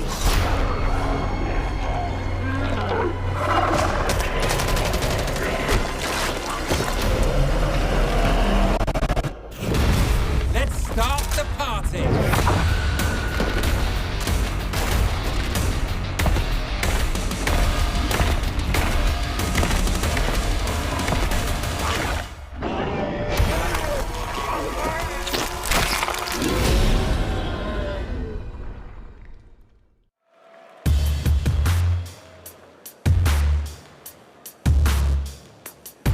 All right, we're back here at the Game Awards, and we have so much more to share with you. Now, when we created the TGA in 2014, I wanted to celebrate the people who devote their lives to entertaining and sometimes comforting or affecting us through video games. In fact, 25 years ago, back in college, I started writing a series of articles called Behind the Games, chronicling the development of games like Half-Life and Metal Gear Solid 2, because I knew games were nothing without the people behind them. Now, the sad reality is that over the past few years, the gaming industry has suffered significant and unprecedented industry-wide layoffs. Those affect the games we get to play and, even more importantly, the people who make the games we love. We can debate and certainly disagree with the reasons why, and honestly, as a show, we kind of struggle with how to address these topics in a constructive way. But this year, inside of these challenges, we found greatness. I'm proud to share with you the story of a single individual who saw developers in need and did something truly extraordinary. Meet TGA's first ever game changer. Starting in early 2023, significant waves of layoffs started in the games industry. It strikes you, it hurts, right? It's like a ton of bricks. What am I supposed to do? Tens of thousands of gamers have been laid off at a level that is unprecedented in the industry's history. I love this brand. I love this company. Oh my goodness, what am I going to do? I actually started in games relatively late. Even though I've loved the industry ever since I was a little child, because there weren't games jobs around here, I stayed passionate about it and broke through in basically my late 30s. I had seen a few friends get laid off before Thanksgiving, and I said to my wife, Jess, like, this is unacceptable. Hi, everybody. It's Amir, and I'm here to help support you as you look for your next opportunity in video games. I can't imagine what it must feel like for someone to have to go to their family around the holidays and say, I don't have a job, I don't know what's going to happen. I had a robust background in things like data analysis, and I said, well, I can do something with this. I started a community with one resource. We just started putting together a list of all the job openings out there. And over iteration after iteration, it ended up becoming a suite of several different resources. We have 2,300 coaching volunteers who've given people over 50,000 community coaching conversations for free. He's pure pro bono, Amir. There is no payment. He doesn't take anything back from the community. I'm proud to say we've helped place nearly 3,000 people. It's funny to in hate jobs. bald people while being an Asmongold fan. It's like career Santa Claus. If it weren't for Amir and for this community, I wouldn't have even known this job was here. He has created this like beacon of light. Please join me in welcoming a man who has the well-being of the game developer community in his heart. On behalf of the Game Awards, I'm honored to present the first ever TGA Game Changer, Amir Satvat.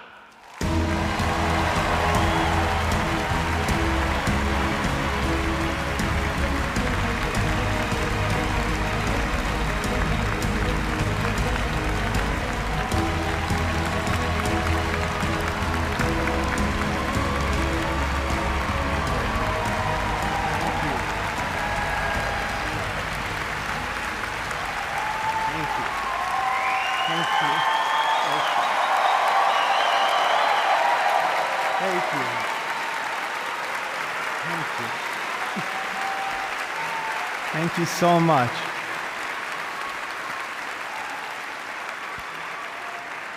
Thank you so much. No, you're breathtaking. Thank you, Jeff, and the Game Awards for this extraordinary honor. I can't help but say that I love video games with all my heart. To all game makers everywhere, you are seen and treasured, and our community will always be there to help you.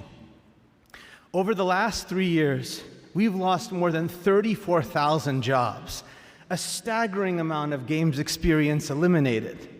This has consequences. You can't make great games without great people. He's right.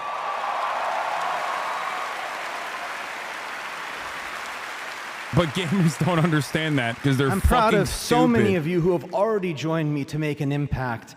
And I really have to thank everyone in our community who gave all their time and commitment to build it. As we gather here tonight for this amazing celebration, I challenge everyone to ask themselves, what more can we each do to make our industry better? Unionize.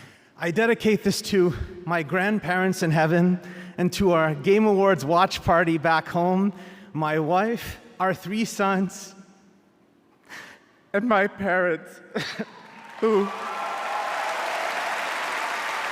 really devoted their lives to me and taught me that my value lies in how I treat other people. Growing up, all I ever wanted was to be a part of the video game industry. As a kid from Farmington, Connecticut, it felt a world away. Not anymore. Thank you very, very much. Thank you. Thank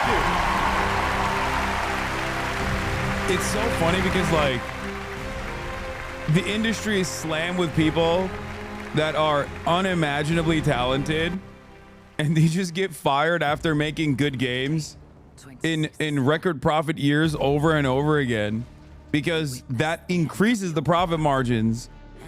And then they only hyper focus on live service garbage, DLCs and loot boxes, because they want to make money. But gamers don't understand that it's capitalism that's at fault here. So they yell at fucking developers who look exactly like the sweaty fucking gamers themselves. For the fate of humanity. But then all this like Sweet Baby Inc shit makes it's like a psyop. It makes gamers fucking hyper focus on the dumbest shit for no reason. Rise, partner. Our hunt for Starfall. How are you gonna shit on Titanfall? No, Titanfall's great, dude. You're wrong. Exert control. For mankind depends on our victory.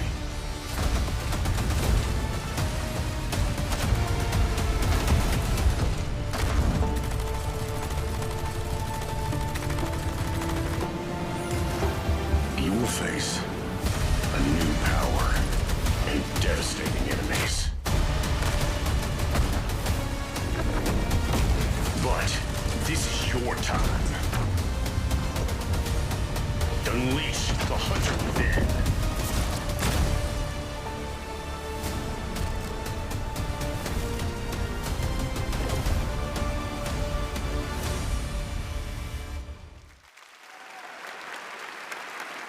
That was the announcement of Steel Hunters, which you can play test tonight. I played that back in the summer, and it plays as good as it looks. Definitely has a Transformers vibe to it, as you can see. Really fun game. All right, and now I'm proud to reveal one of the most beautiful games I've seen in a long time, developed by an incredible team up in Canada.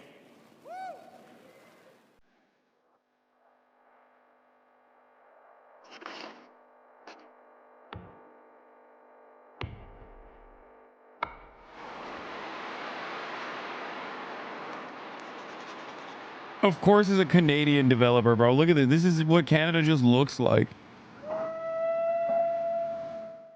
Snow, Mexico.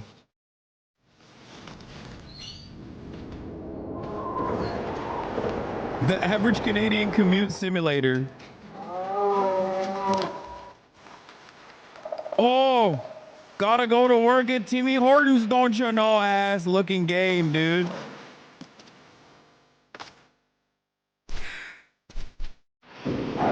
Warmest day in Canada.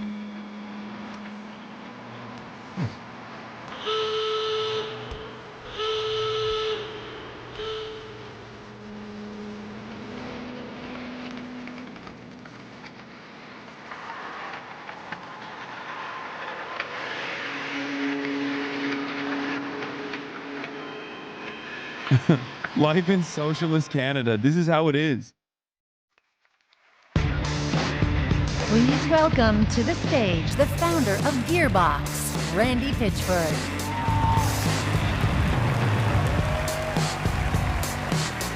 Borderlands fans know why I'm here, right? This is the moment. Everybody at Gearbox is watching right now, and I'm kind of freaking out. Listen, this is the thing. You fans of Borderlands, you're why we fight. Every pixel of Borderlands is made with heart and soul, handcrafted by the Gearbox team. We're all giving it everything we got, you guys. We're putting everything we have into this game. And listen, I can go on talking about Borderlands 4, or I could just show you Borderlands 4. Who wants me to keep talking? Anybody? And who wants me to roll the trailer for Borderlands Mother Fluffin' 4? As you wish, the world premiere first look at Borderlands 4.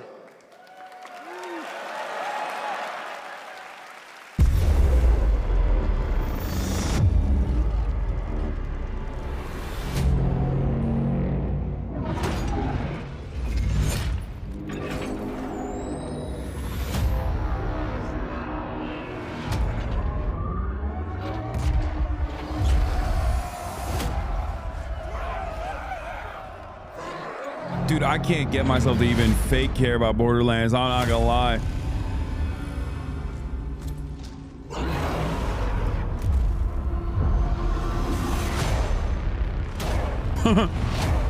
Someone said make another game, dude.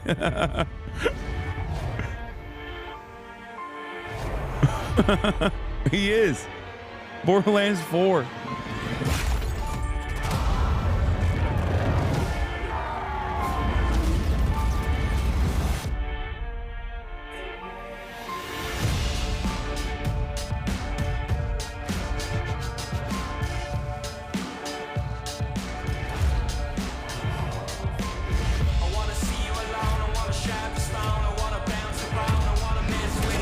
It's woke! The characters are black! It's woke!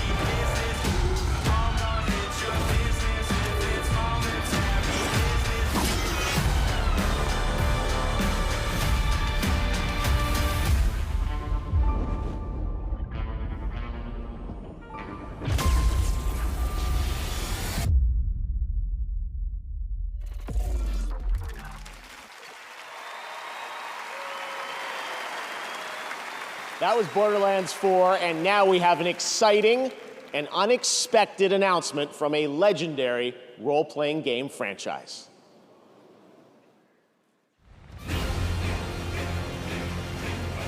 On this, my sword, I swear, to shield the Firebird's flame forevermore.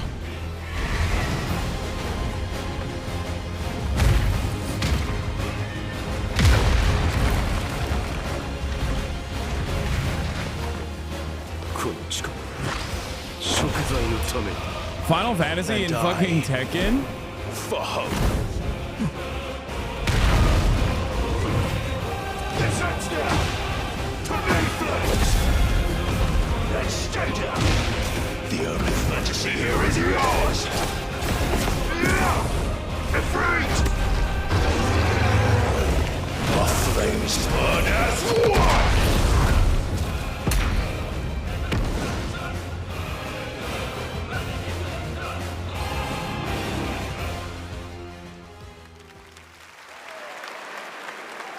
There you go. Clive is joining Tekken 8 next week. Right now, we want to recognize more nominees and winners in some other categories here at the Game Awards. Here are the nominees.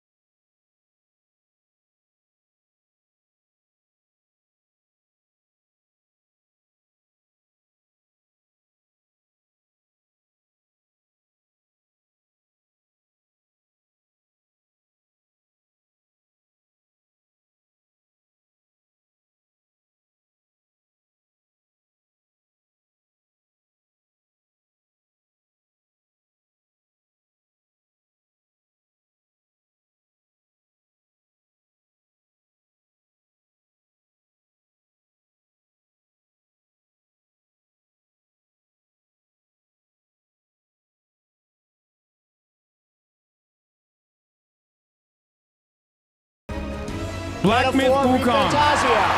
No!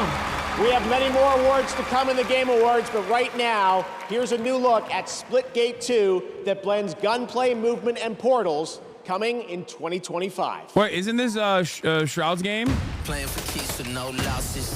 Dripping around with no frosting. Look at the team, our bosses. No, this isn't Shroud's game, right? What's Shroud's game called?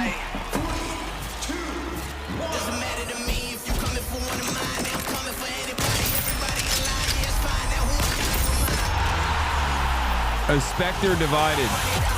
Or Spectre Divide.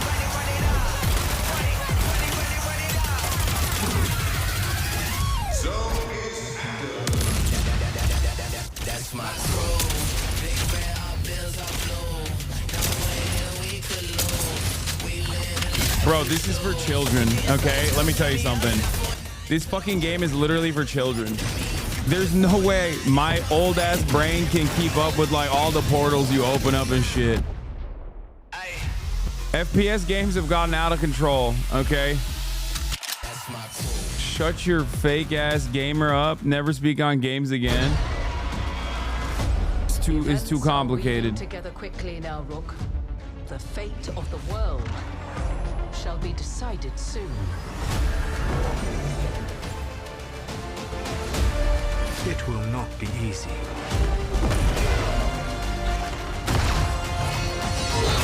But you are this world's only hope. FPS game supremacy? Okay, dude, calm down.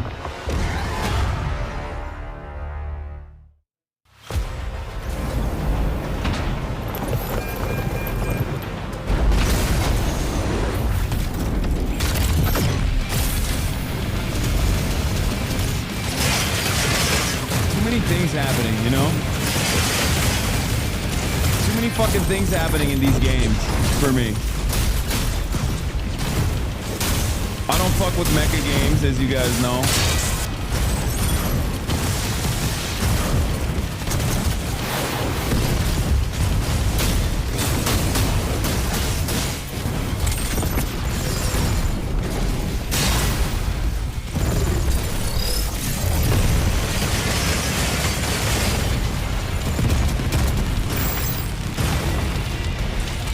most way too dank game of all time.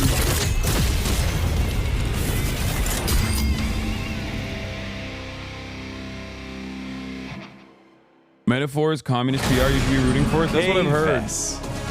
This is your one shot. Get in with the underworld's most dangerous syndicates. Damn, and pull off it's the off greatest 35%, not looking Outer good. Rim has ever seen. Star Wars woke laws, dude.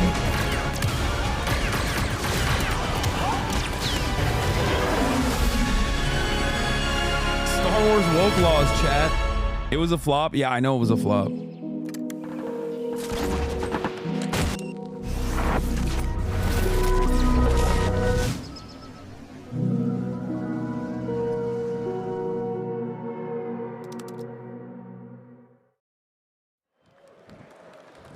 Nominated tonight for Best Adaptation, Riot's Arcane is a stunning animated series based on the League of Legends franchise. Anyone who's watched this show will tell you the music.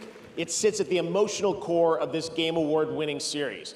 Here is a special tribute to Arcane's music and iconic characters, featuring Royal and the Serpent, David, and 21 Pilots with the Game Awards Orchestra.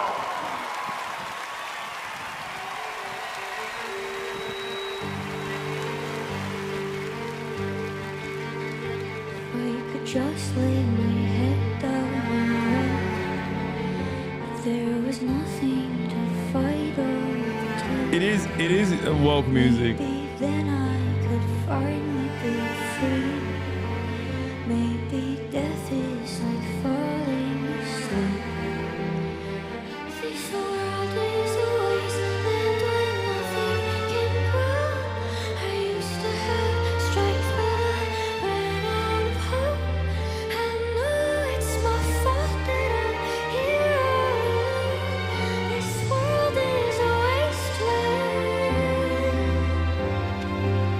It's so good. Arcane is so fucking good.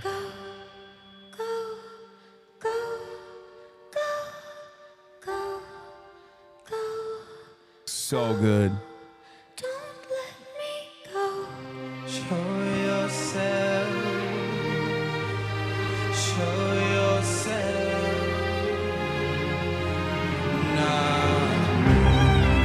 It's not Riot Slop. Nah. It's not Riot Slop, Chad. It's actually fucking good. I don't play League of Legends. I'm anti-League of Legends. I think Season 1 was better, but it's still so fucking good. Remember me. I'm on my own. Oh, it's so sad. I'm too far gone. I couldn't see. Remember me. Remember me. All the times I cut so deep. All my life I couldn't breathe. Remember me. Remember me. Poor Vander. Remember me. Remember me.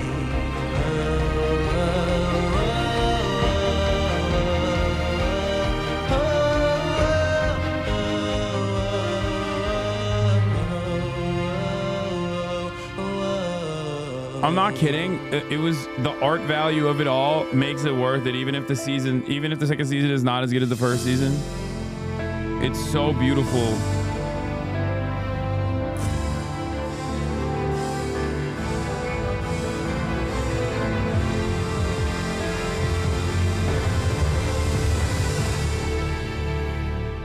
My body's on the line now. I can't fight this time now. I can feel the light shine on my face. Did I disappoint you? Will they still let me over if I cross the line? Take a seat, but I would rather you not be here for what could be my final form. Stay your pretty eyes on course. Keep the memories of who I was before. So stay with me because my body is on the line now. Pull the blanket 21 Pilot. Did I disappoint you? Will they still let me over if I cross the line?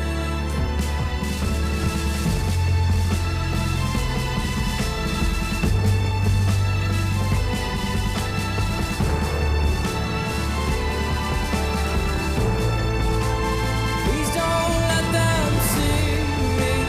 Sure, there's nothing left to try.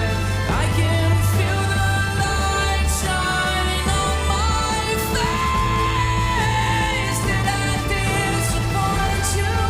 Will they still let me over if I cross the line? My incredibly controversial opinion is that Arcane's music, some of it If hits, I but there's a cross lot of the like angsty millennial music in there.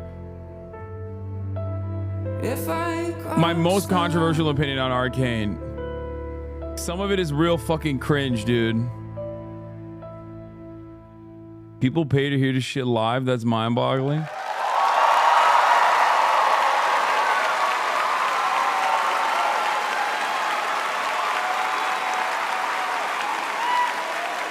What a beautiful and emotional performance. Thanks to Riot and those artists for putting that together. Incredible.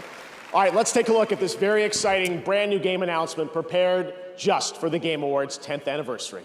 I'm sorry, I didn't know I had a lot of Imagine Dragons lovers in the fucking chat, dude. Holy shit.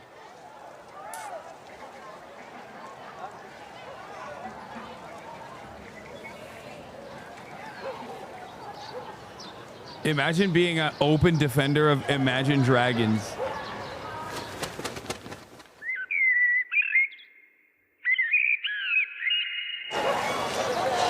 Oh, the misery. Yeah, you like that?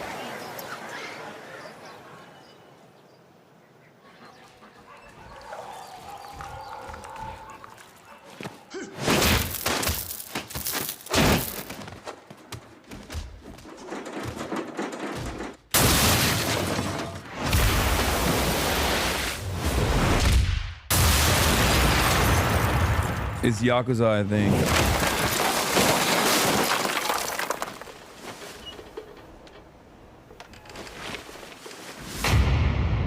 Sifu 2. Ip Man.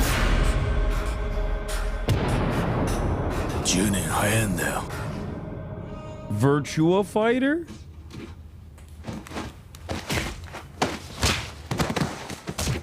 What is happening?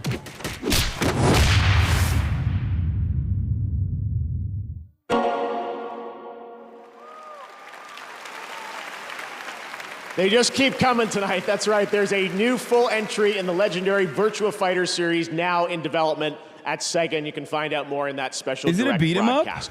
Tonight, we've got another announcement for you. Check this one out.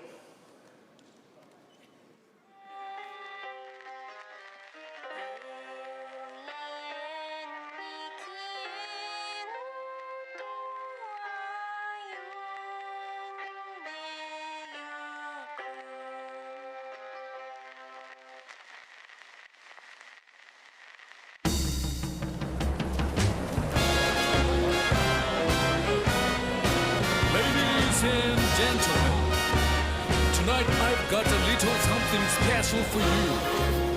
We're gonna try out the brand new tool. OG Yakuza? Yakuza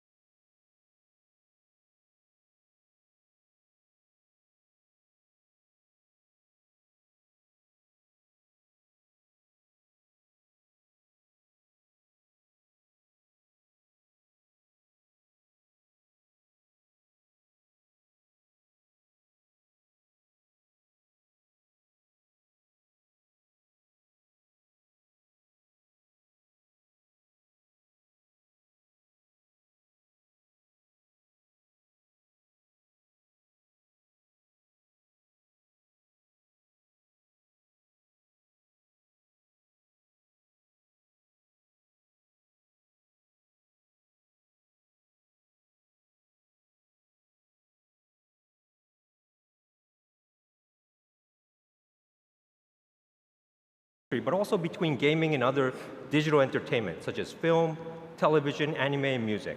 This role will undoubtedly become even more important in the next 20, 30 years. I'm looking forward to supporting that too.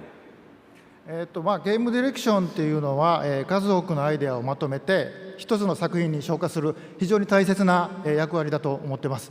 今日ノミネートされているタイトルは、数百名から1000人を超えるチームもありますけれども、数名で作ったタイトルもあります。小さな手漕きのボートでも、数百人が乗る、巨大な豪華客船でも数百数千の船団でもやっぱり方向を示すですね、舵取りが非常に重要だと思っています。まさにその舵取りがゲームディレクションだと思っています。Game direction plays an important role in bringing together countless ideas and uniting them into single cohesive work. Tonight's nominees for this award includes projects created by teams of hundreds or even thousands, as well as those made by just a few people. Yet, all of them have a it's clear pretty funny and unified when vision. like Whether it's a small boat, Asmongold's a large audience cruise ship, or a fleet of boats, a helmsman is required. And doesn't that realize how helmsman woke this is man the is. direction. はい、ではノミネート作品を紹介します。So, someone involved in direction, I'm honored to introduce the nominees for Best Game Direction. Best Game Direction.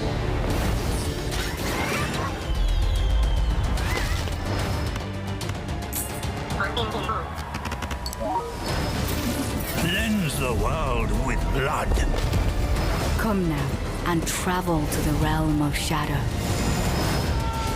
It's good to have you back, Cloud. We shape our own destiny with our own hands. And now, the winner is Astrobot.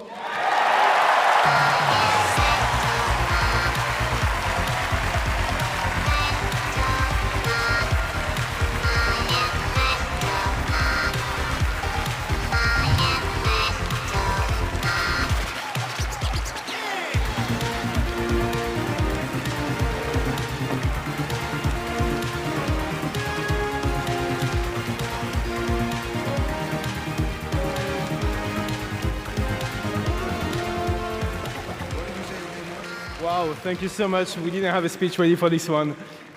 This is really amazing. So thank you so much. Team HasanAbi back home, all of you, really, this is for you. Game direction is, of course, like as Kojima-san said, like an ensemble of things, and but actually in our case, it's really like every single person on the team coming and really bringing their own vision and being responsible for their own work. So you are all game directors back home, and I'm really dedicate this one to you. Thank you so much.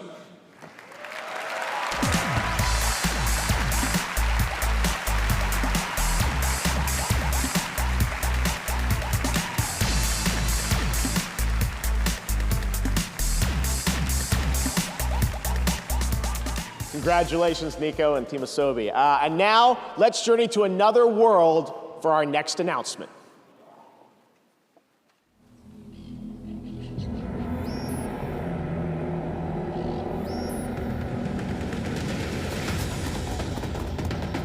I will not be playing Astrobot.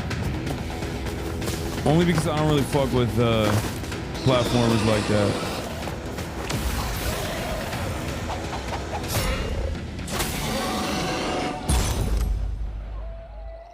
Turok?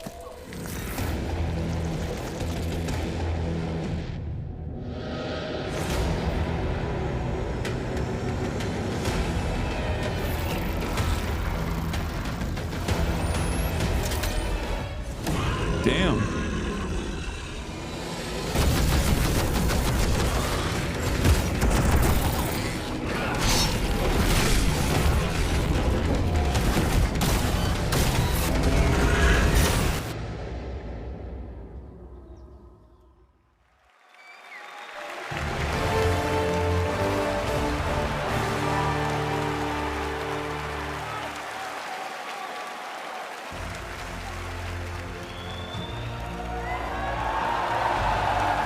Attention, citizens!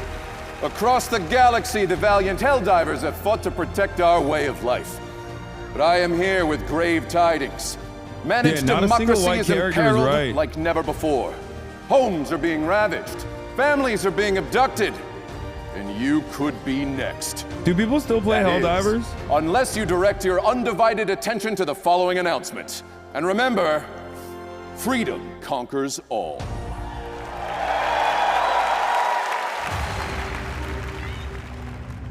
They arrived without warning, laying waste to our peaceful colonies. Ne istiyorsun? Crushing all resistance. They stole our citizens' homes. We gave up on democracy this election. Yeah, true. And something much, much worse.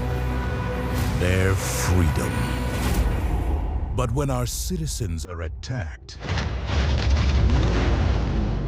our greatest heroes arrive to set them free.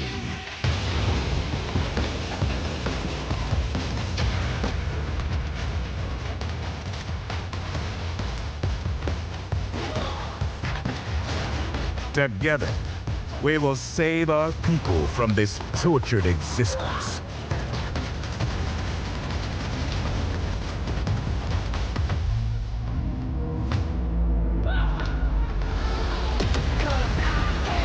For we are those who stand in the way of all tyranny,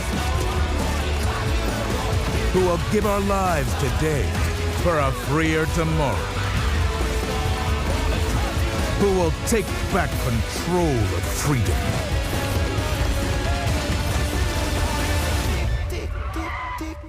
And deliver peace to our homes. We are the Helldivers.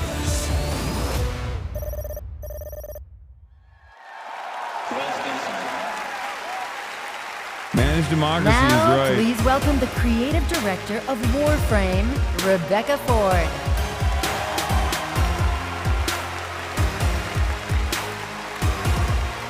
Hello, everyone. Hi. Thank goodness for waterproof mascara. The music has been a lot. That's amazing. But hi, everyone.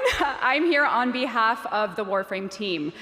We are here at the 10th year of the Game Awards. It was actually 12 years ago that we launched the alpha build of Warframe, and it changed the lives of our team. Our irreplaceable community has allowed us the privilege to be up on stage 12 years later to present to the world our next major update. We are going to show you the final trailer for Warframe 1999 and the release date. But before we hit play, if you don't know what Warframe is, if this is your first time hearing it, we don't know anymore either, but we're still having a lot of fun making it. And 12 years ago, we never could have imagined that our alpha build has turned into something like this. We are forever grateful for our community. Thank you for giving us the best version of yourselves, Tenno. Please enjoy our trailer. It launches tomorrow. Thank you, Tenno. Please enjoy.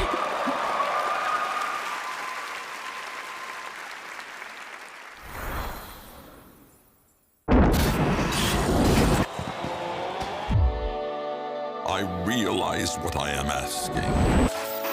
But you, of all people, understand what is at stake. For the sake of everything before and to come.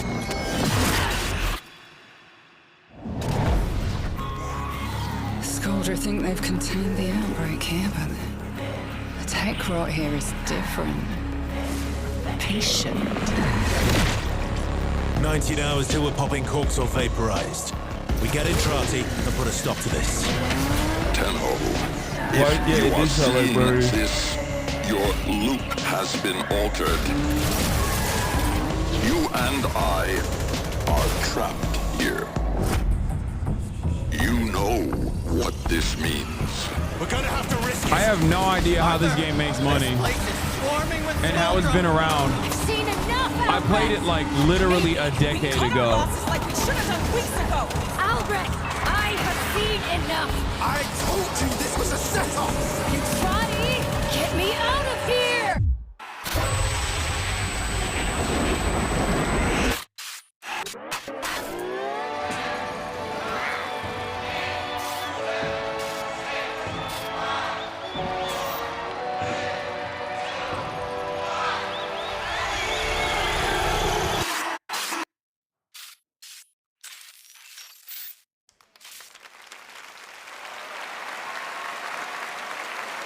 That looks great, and if you're watching TGA on Twitch or Steam, you can get a free Nyx Warframe tonight during the show. Still to come, Snoop Dogg takes the stage with world premiere new music and the Game Awards Orchestra returns. But first, earlier this year, Palworld took over the internet and broke records for the independent studio Pocket Pair. Tonight, we have a first look at the game's next update.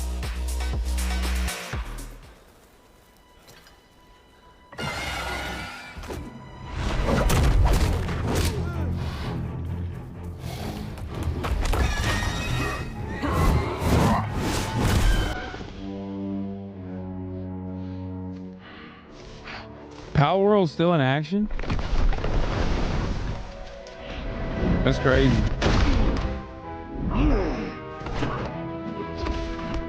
Nintendo, don't look. That's crazy. Nintendo executives are like there, no? That's gotta be wild. You got like John Nintendo in the building.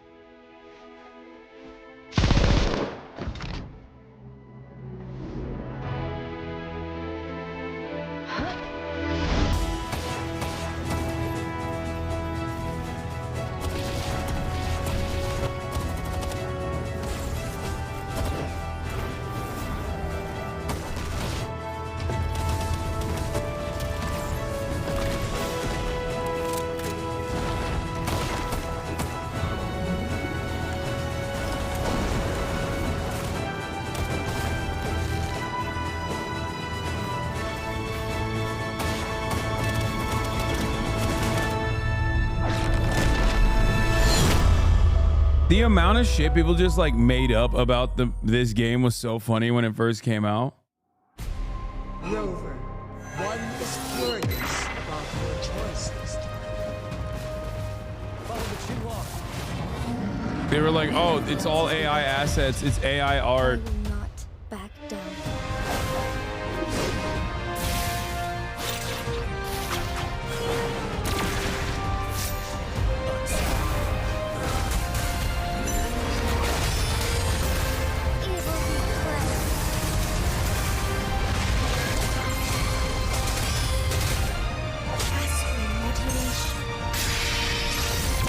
Yeah, it wasn't AI. It was just stolen from Pokemon. As far as I understand. The Montelli family extend an invitation for you to grace Laguna with your esteemed presence and partake in the celebration. I too am curious to see what you've seen. This for that, this for that, this for that, this for that. Who's the black sheep? What's the black sheep? Now know who I am or when I'm coming, so you sleep. It wasn't even stolen. That was looked into. Nintendo. The choice is yours. You can get with this or you can get with that. You can get with this or you can get with that. You can get with this or you can get with that. I think we'll get with this, for this is where it's at. Evet. This for that, this for that, this for that. İnanamıyorum yani artık. Önden sipariş veriyoruz.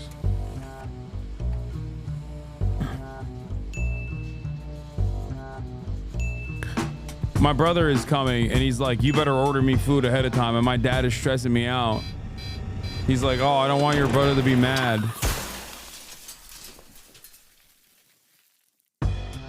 And it's like, bro, I got it. Like, I'm ordering. Don't worry. Chill. Creativity unrivaled anywhere. Advanced by AMD. We're back with another deal. For a limited time only, Prime members in the US can go to Amazon.com/thegameawards to get $50 in-store credit when you buy MetaQuest 3S.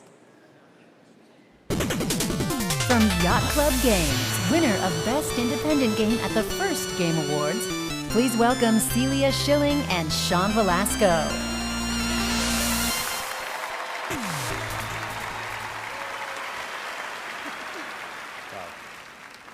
10 years ago, we were called onto the stage, completely stunned, as Shovel Knight, our first game, took home the first ever Best Independent Game Award.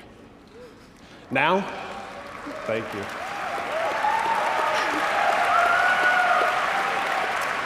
And now, Shovel Knight is getting old enough to become vintage in its own right. This year, a new set of developers released their first game. They're just getting started, yet they've already created something extraordinary. We're excited to see how their talents will shape the industry for the next 10 years. These are the nominees for Best Debut Indie Game. Best Debut Indie.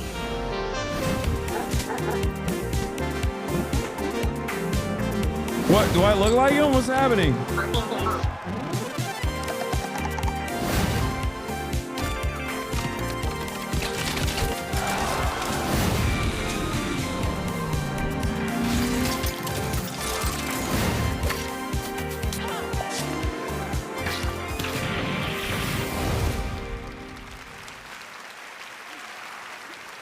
And the Game Award goes to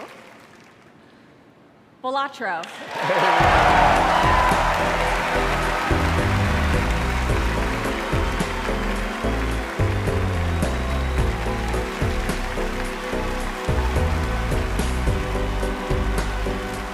Poor donkey, poor dunk.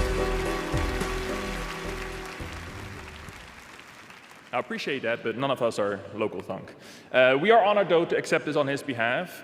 And while he's not one for the spotlight, he does like to shine his spotlight on other games that he thinks deserve equal recognition.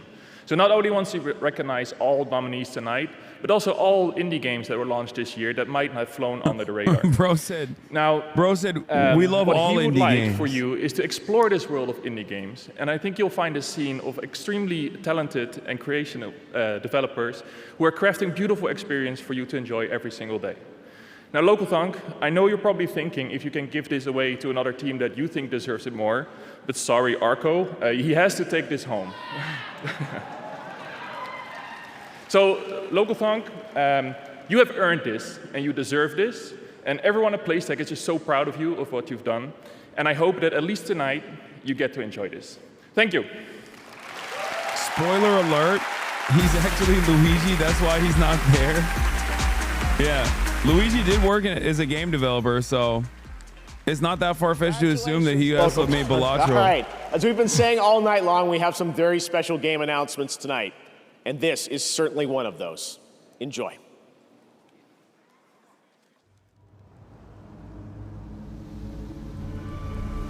Oh, dude. I'm gonna play the fuck out of this. It's shameless. Shameless. No, I think it's Assassin's Creed, right? Oh, wait, is this Sekiro? No. No. No. I thought it was Assassin's Creed.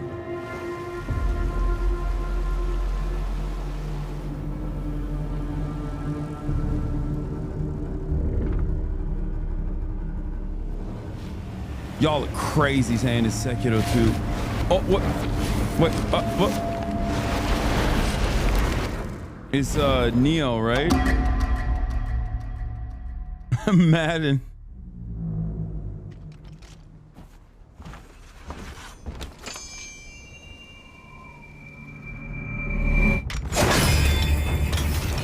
Dude, we were just talking about Onimusha yesterday.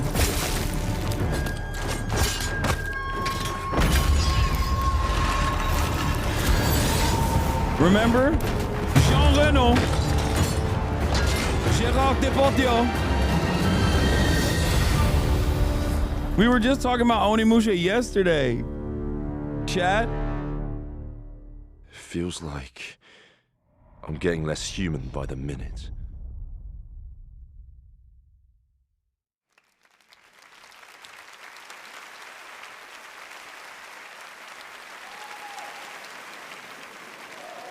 Use some vaguely Japanese shit and immediately say I want to play it. I had a great time seeing that game this summer out in Osaka. I love that franchise and how it combines swordplay and a Japanese dark fantasy setting with some amazing over-the-top enemies, as you saw in that announcement trailer. Thank you to Capcom for that. All right, now let's get an update on the first Berserker, Hasan. That's me. Hey everyone, I'm Joe Russo. And I'm Anthony Russo, and we're thrilled to be back on the Game Awards to introduce a brand new trailer for the first Berserker, Kazan, a game rooted in the legendary Dungeon and Fighter universe. Studio Agbo collaborated closely with our friends at Neopol and Nexon to create this action-packed cinematic trailer brought to life in Agbo's signature style. We're excited to unveil it here at the Game Awards along with the official launch date. Stay tuned until the end and enjoy the reveal.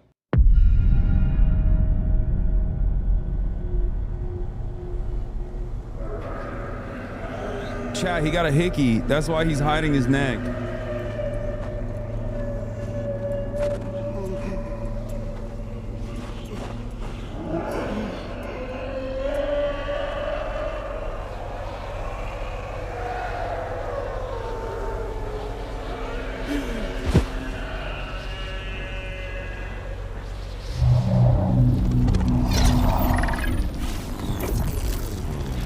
It is me. It's me. This is my game.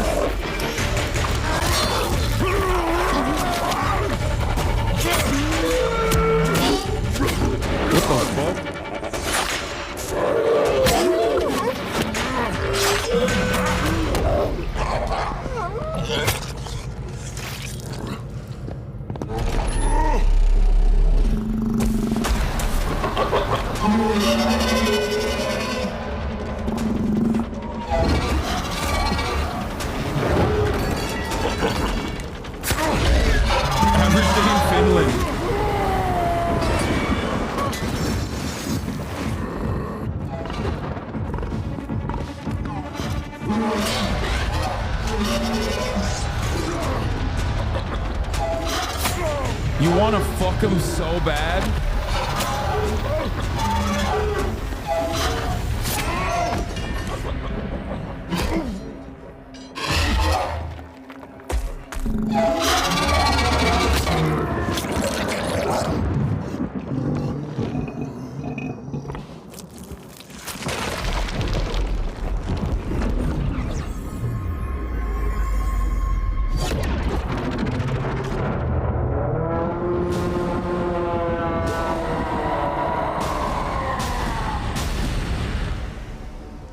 Hasan.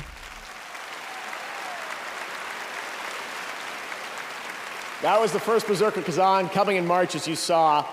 A great hardcore action RPG. And now we're thrilled to show you another game set in the Dungeon and Fighter universe for the first time anywhere. Arad is an open world action RPG developed in Unreal Engine 5. It's coming to Steam, console, and mobile. Here's the first ever look.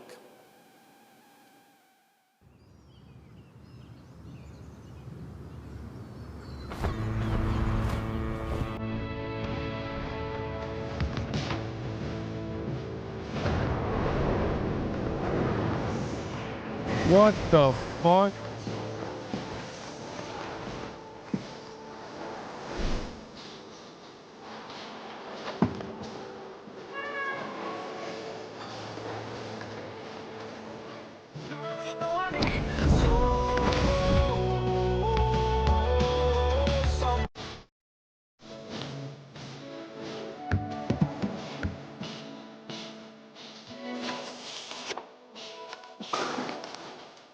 I gotta check in with the admin chat to see what they're saying. Okay, they don't like it.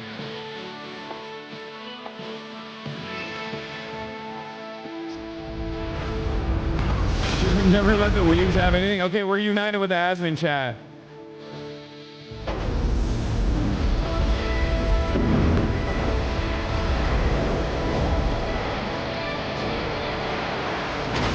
They're saying dick tone game. They're saying dick tone game in the chat, dude.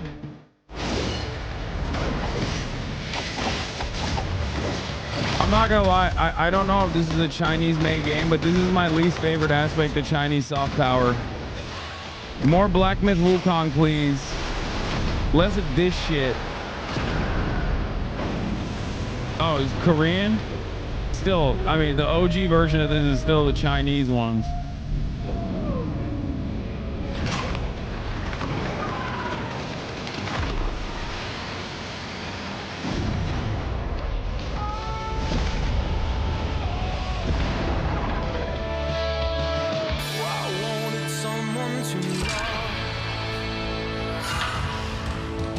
Gotcha games have ruined a generation of kids' wallets.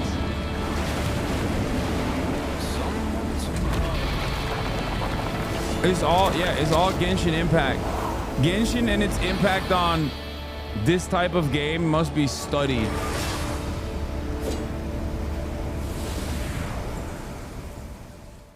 It's all gotcha. It's all Genshin. Looks great. All right, next is the open world zombie adventure Dying Light, the Beast from Techland. We announced this at Gamescom. It's got combat, parkour, and nights you may not survive. Here's a brand new look at the game, which is coming in the summer of 2025. Turkish game.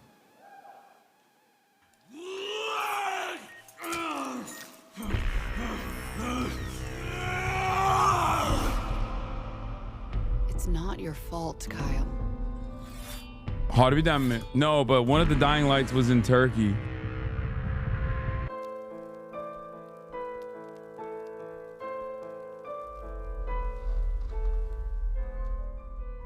I do not feel obliged to believe that You can't get a video game character and name him Kyle, bro. That's disrespectful. Reason and intellect has intended us to forego their use. He has gifted us the means to decipher the code of nature, and it's our highest purpose we must strive to accomplish. I only answer to this divine calling. And you. Like, that's not a Kyle. That's like a Logan. You know what I mean?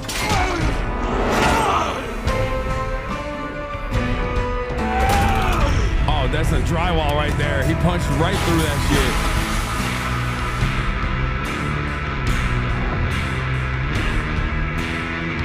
shit. Do you see who's the real beast here?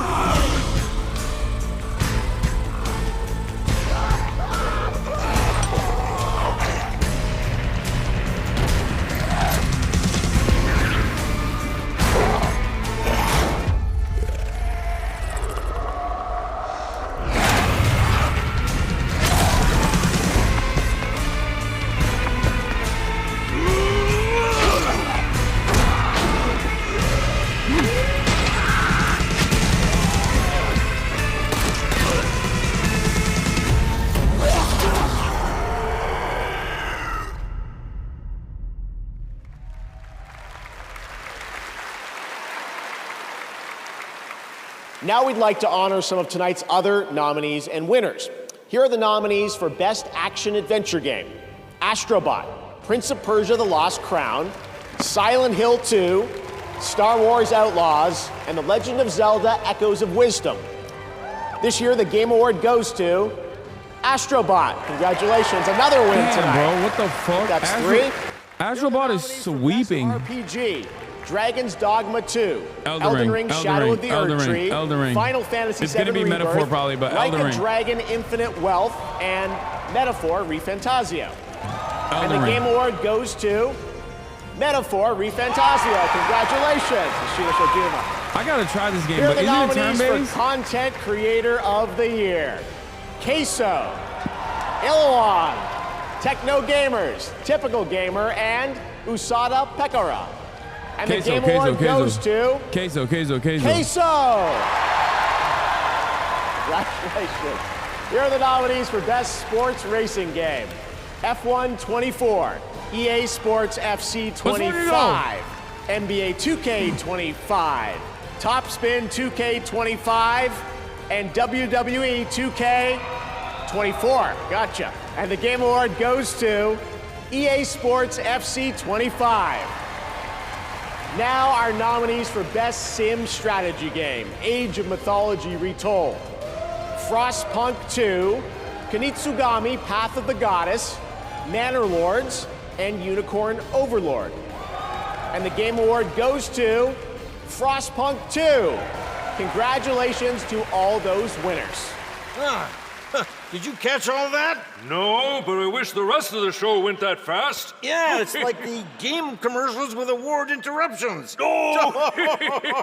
Fucking got him. Hey, someone watching online saw us on the show. Oh, yeah? What did they say? Let's see. River Runner 445 said, have you two ever considered becoming developers? We're already developers. We are? Yeah. By watching this show, we're developing an immunity to bad entertainment. Oh! Yeah. Oh, wait. Huh? There's Kojima, look. Ooh. Did you know that Jeff Keighley's friends with him? Yeah, but does Kojima know that? Don't even bring up Hideo! Don't even bring up Hideo-sama! Apparently right now, 100 million people around the world are watching this show. Yeah, and the other 8 billion people have better sense. Yeah,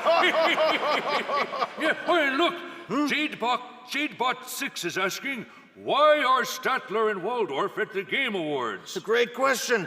I've been asking myself the same thing. Help! Yeah, help us, Jadebot 6. You're our only hope. Yeah, make the commercials stop. Yeah. Please. Please stop. Make it stop. Make it stop. Crytek. It started in the swamps.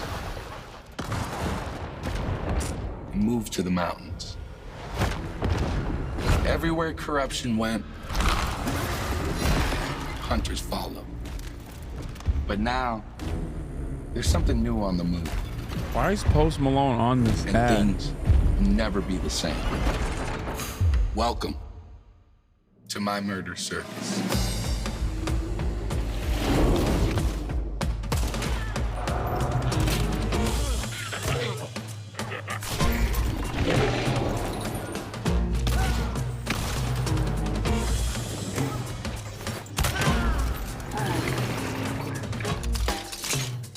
It's showtime!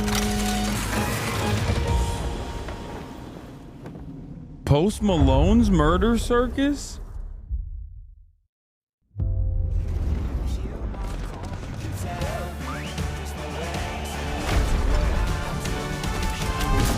Watch me do it.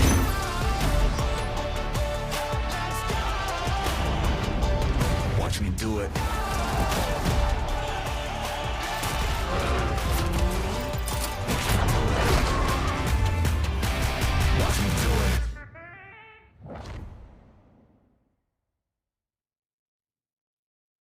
Handheld gaming revolutionized. Advanced by AMD. Steam you like Deck on watching top. TV shows and movies? Don't watch on that. You want a Quest. Look at that. It's a movie theater in your living room. What? And you. Why you wanna would go to the anybody gym. do that? Then you remember gyms. Bring the gym to you. Let's do this. Ah, that's what I'm talking about. Whoa! And do you want to play the Put your hero ads or when be they the do. hero? I don't run ads no more, but you can still subscribe if you'd like to support the show. The night. Okay, y'all. Chatters. Yeah. You got this.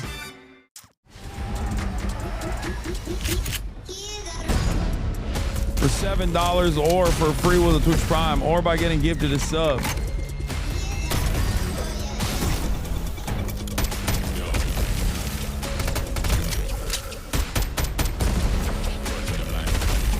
My contract ended, so I don't need to run ads no more.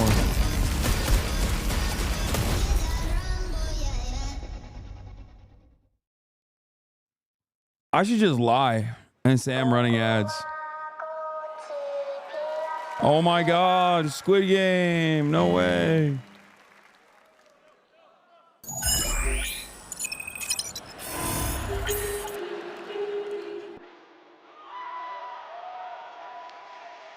Planty Andy, thank you for the 10 gifted.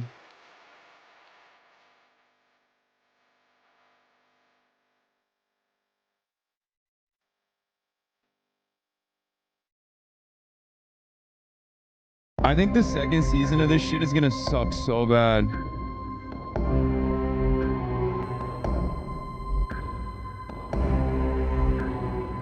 Wait, are they making a new game? Are they making a game? Awards. I assume you are all familiar with the Squid Game, because not everyone can physically experience the games. We have created a simulation. Unleashed will provide the same highs, or for the unskilled, lows. To all players watching at home, access will be granted to everyone on December 17th, whether you're a Netflix member or not. Be on the lookout. In the following week, weeks, my team will be unveiling the next round of the games. I have brought with me a special preview of Squid Game Season 2. We believe games can reflect and improve society. Whether we succeed will be for you to judge. And to all the heads of the studios and CEOs, I'm not gonna lie, I think the game might not be that bad, especially for like co-op.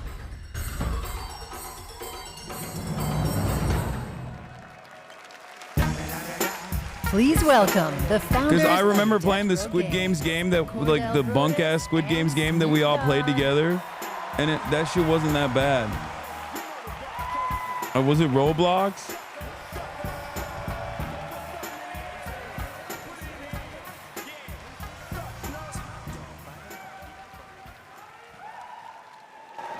This year, my father and I launched Death Row Games with the dream of bringing minority stories to the gaming world.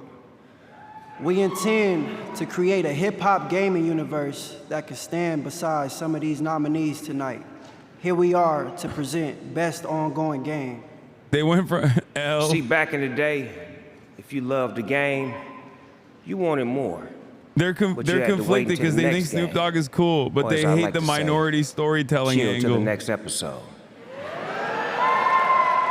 But obviously, y'all just couldn't chill.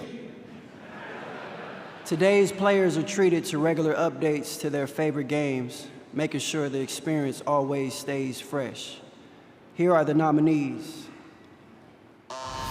Best Ongoing Game. This place, it's reshaping reality into a perfect stillness. The return of hatred has pulled us back into the light.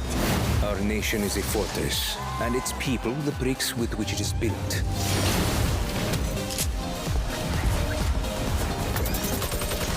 Together, they fight for freedom. Will you? Bro, if Fortnite wins, this is so bunk. It's probably gonna And the Game Award goes to... I don't have a game, cuz. Yet. Helldivers 2. Thank God.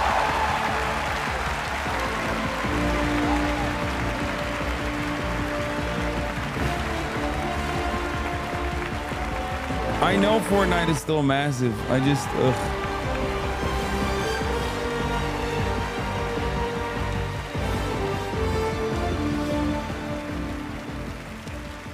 Well, I did not expect that.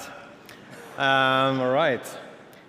I'm very honored to be accepting this award on behalf of the amazing, amazing team over in Stockholm, Sweden that made this possible. So please, a round of applause for our amazing devs.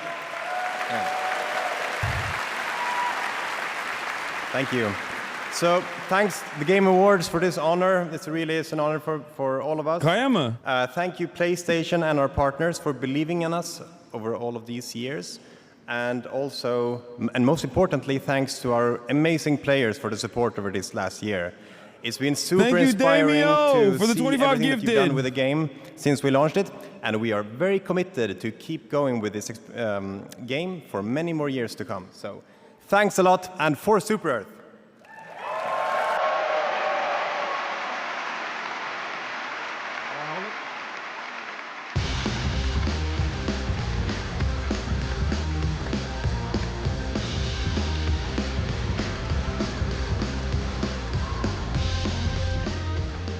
Congratulations to Arrowhead, and thank you, Snoop. He's dropping like it's hot right now in Fortnite Festival Season 6 after an appearance in Chapter 2 Remix. And later tonight, he will be back live on stage, premiering brand new Snoop Dogg music. You are not going to want to miss that performance. But right now, we're thrilled to share the announcement of a brand new game from a beloved game developer.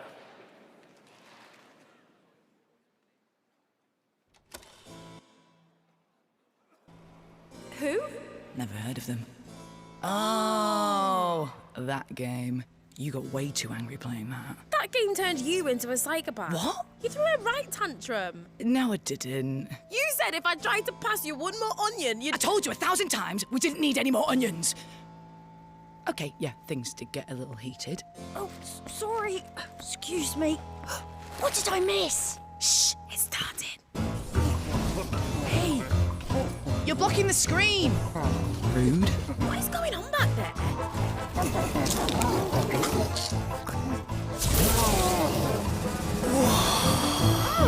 This looks pretty good. Oh, this looks wicked. Oh my. Oh, it's a two-player.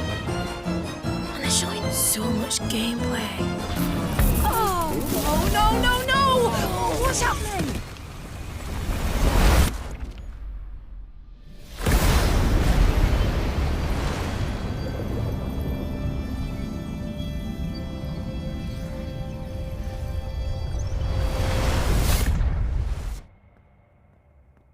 Drew, what was that? Did you feel that? Oh, I don't understand what's happening. This would never have happened at E3. What the heck is that? Huh?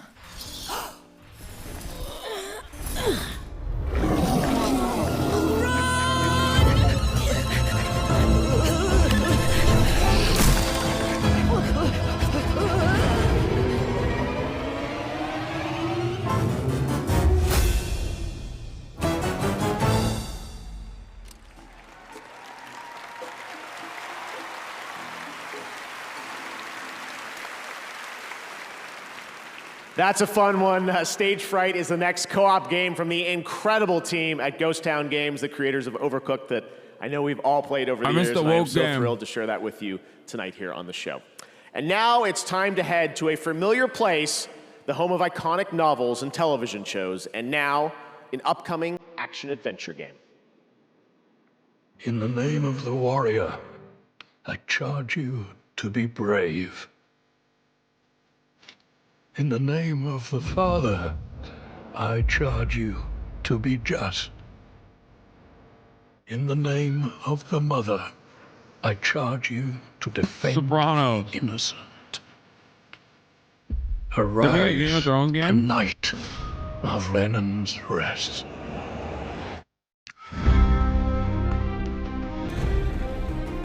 This could be so.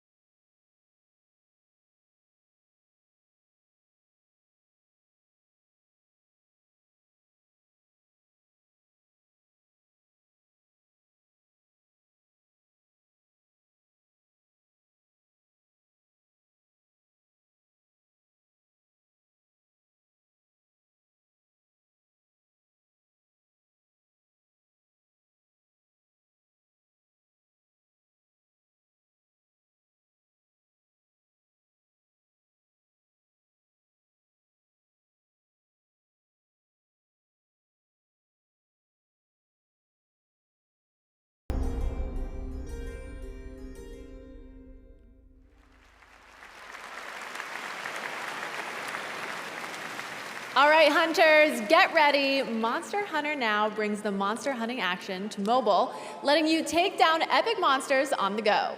We're excited to introduce Season 4 Roars from the Winter Wind. Introducing Switch Axe, Tundra Habitat, and even more monsters to discover. Look, there's one right now.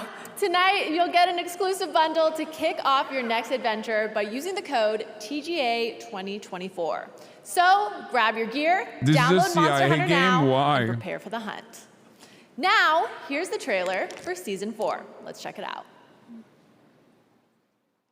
Stick that! You got it! Stick that!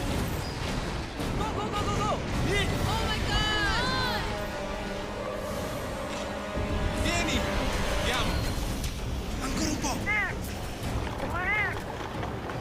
Finally making its Monster Hunter Now debut, Tigrex, Lagombi. Get ready to hunt them and wield your own switch axe. A new season begins. Monster Hunter Now. Dude, I love the graphics. That's Unreal Engine 5 right there. The power. It begins. Another battle.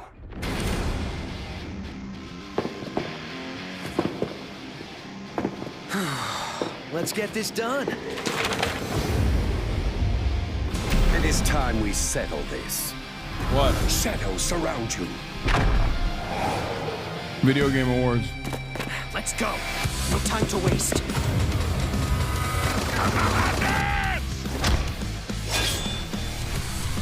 Feel the dragon's wrath.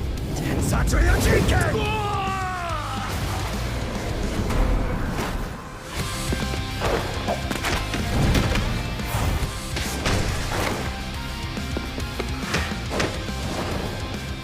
Let's end this!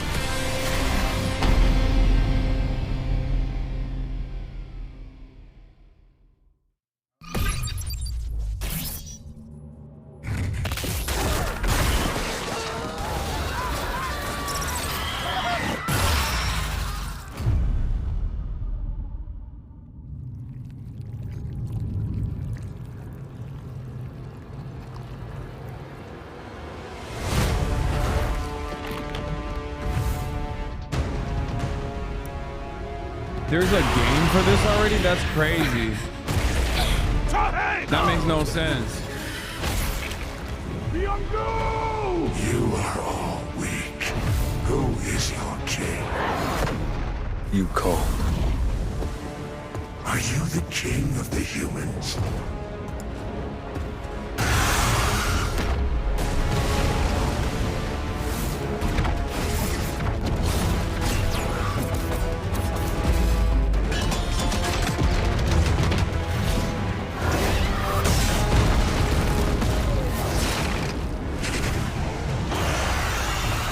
Arise.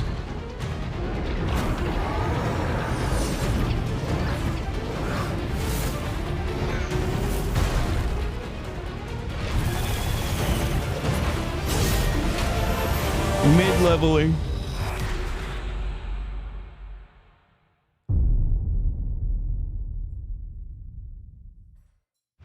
Power your dreams. Advanced by AMD.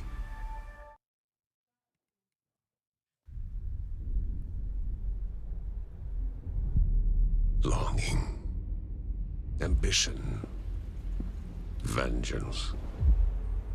Powerful emotions that fuel our lives.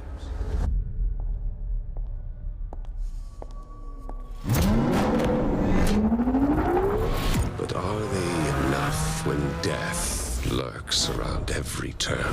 Need for Speed. When fear and destruction consume us.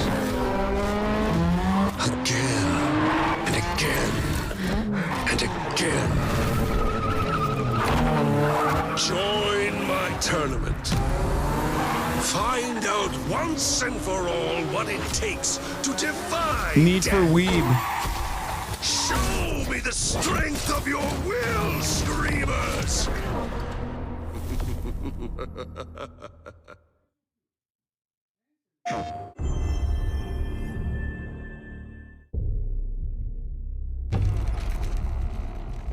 You all know the drill.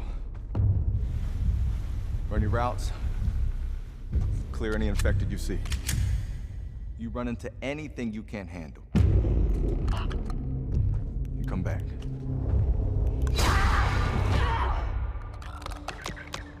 Dina, run! This way! Hurry! Is this a joke? I have to finish it. You killed my friends. Are they fucking joking? Are they being for real with this? What the fuck is happening, dude? You can't stop this. It's not even okay, it's good, but it's not even that good. Like, what are you doing? God damn, dude. Please welcome from The Last of Us Part 2, Shannon Woodward.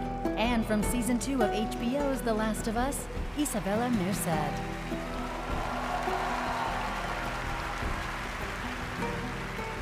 Hello. Hi, Dina. Oh, hi, Dina. Hey.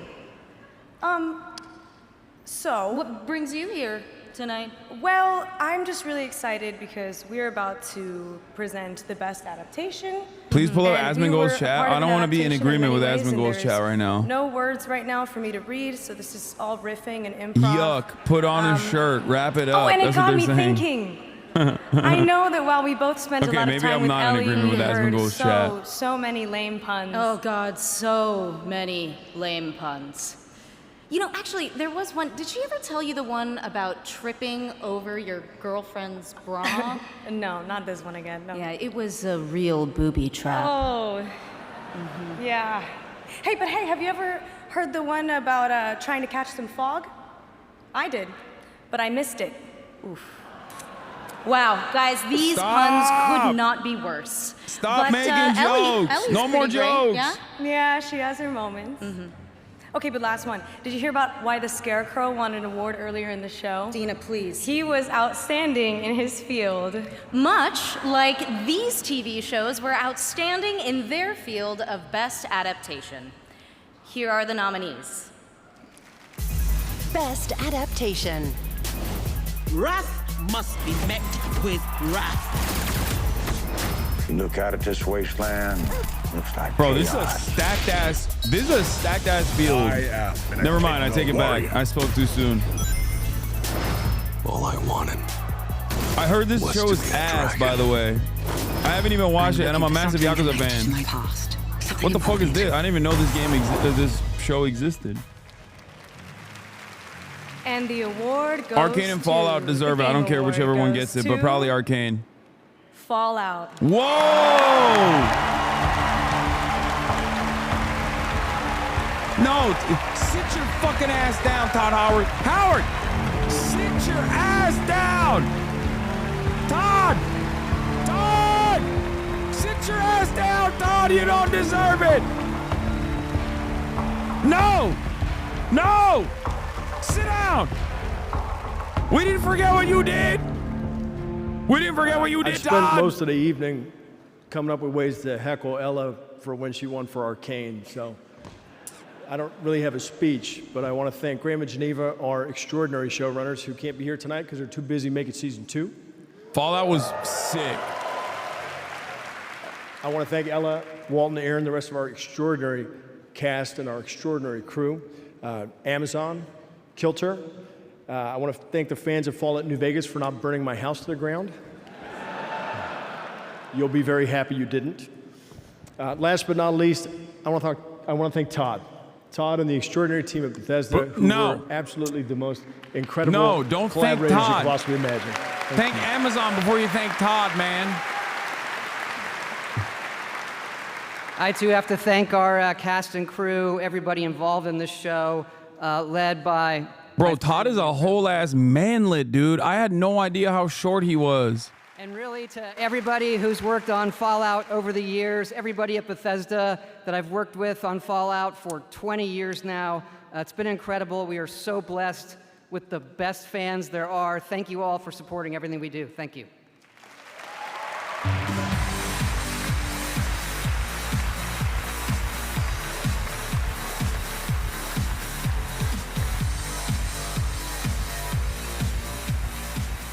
Congratulations to Fallout. Next up, we head to the year 2097 and the co-op heist FPS Den of Wolves from Ulf Andersson, the creator of Payday 1 and 2 and GTFO. Here's your first look at the gameplay.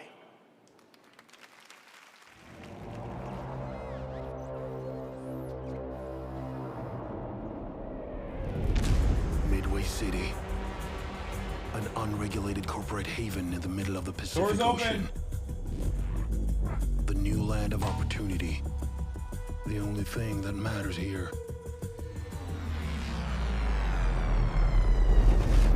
Every single re-release of Skyrim takes an Industrial intro. espionage, sabotage, assassinations. Who gets into this line of work? it could be you.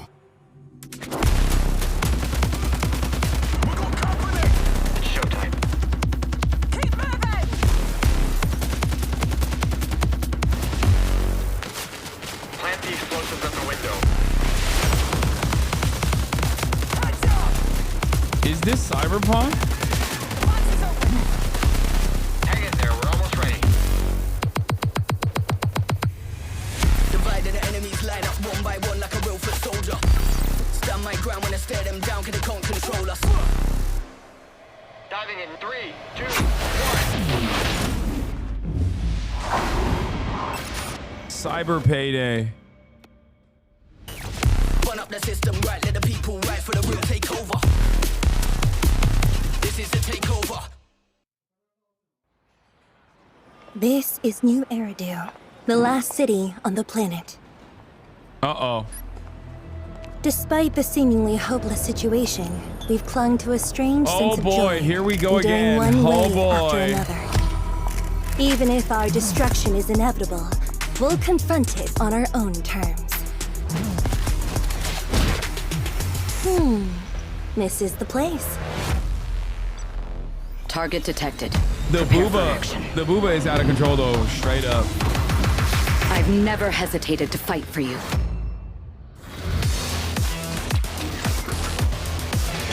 I wield my blade only against evil.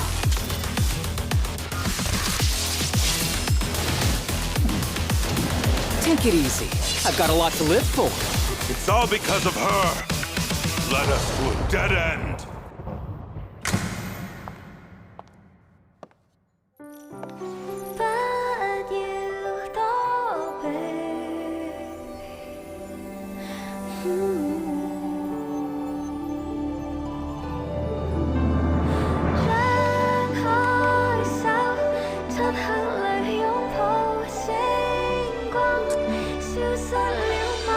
What is happening, bro? I don't even know what I'm looking at.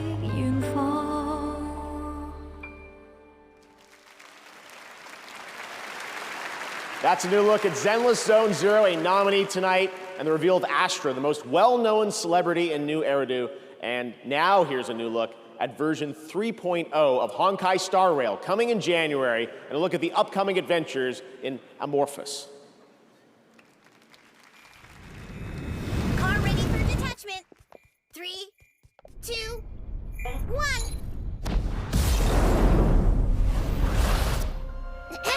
I'm over here. Yeah, the Hoya version is like not it.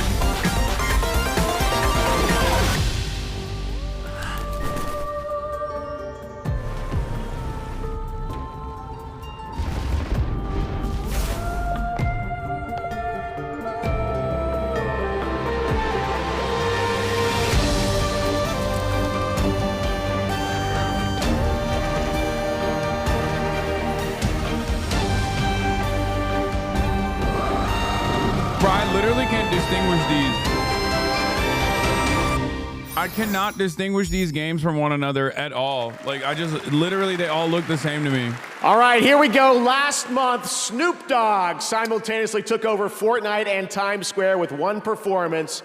Well, tonight, he's here at the Game Awards to finish the fight, to help us celebrate our 10th anniversary like no one else can, debuting a brand new song from his new album, Missionary, with Dr. Dre, that drops tonight. Game Awards, give it up for Snoop Dogg! That's racist? Yeah, it's racist. I need you on your feet right now. Everybody on your feet. Yeah, I'm being racist for saying all of the same exact game design, art direction, games look the same. Please excuse me while I get this done.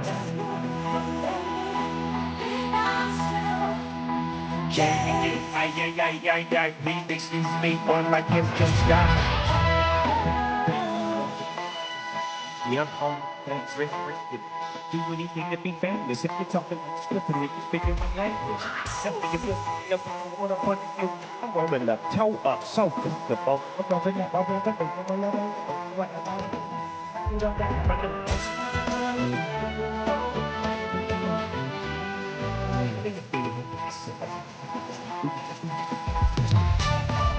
up. And if you're talking about the West, homie, thank me. You better thank me. Ain't nothing new. I just wanna say, but let me be myself. Can we get please excuse me for the style. Thank you. Be myself. If you're having a good time tonight, make some noise. Yes. All right, y'all.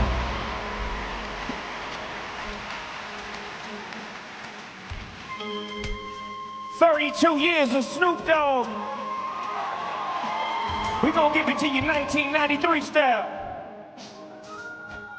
With so much drama in the LBC, it's kinda hard being Snoop Eagle Double G, but somehow, some way, keep coming up with funky ass hits like every single day. I get a little something for the G and make a few ends, that's how breathe through. It's 2 in the morning and the party still jumping cause my mama ain't home. I got some freaks in the living room getting it on. And what time y'all leaving?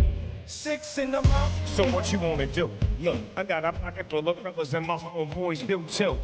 So turn off the lights and close the doors. But what we don't love or know. So we gon' blow an ounce to this. G's up, freeze up for a second now, bounce to this.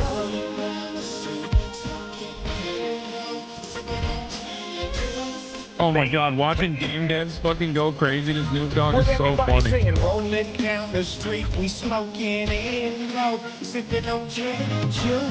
What a time to be alive, dude. With my mind on my money, now that I've got me some Seagram's gin. And everybody got their cups, but they ain't chipped in. Now this type of hit happens all the time. You gotta get yours, homie, I gotta get mine. Everything is fine when you listen to the D.O.G. I got to cultivate a music that be captivating he who listens to the words that I speak as I take me a drink to the middle of the street and get the maggot to this freak named Sadie. She used to be my homeboy's lady. Now it was 80 degrees when I told that freak, please raise the puppies and UTs, cause you get none of these at ease. As I mob with the dog pound, feel the breeze, and now you know I'm just rolling down the street, smoking window, sipping on gin and juice. Laid back, with my mind on my money and my money on my mind. Rolling down the street, we smoking window, sipping on gin and juice. Laid back, with my mind on my money and my money on my mind. Thank y'all.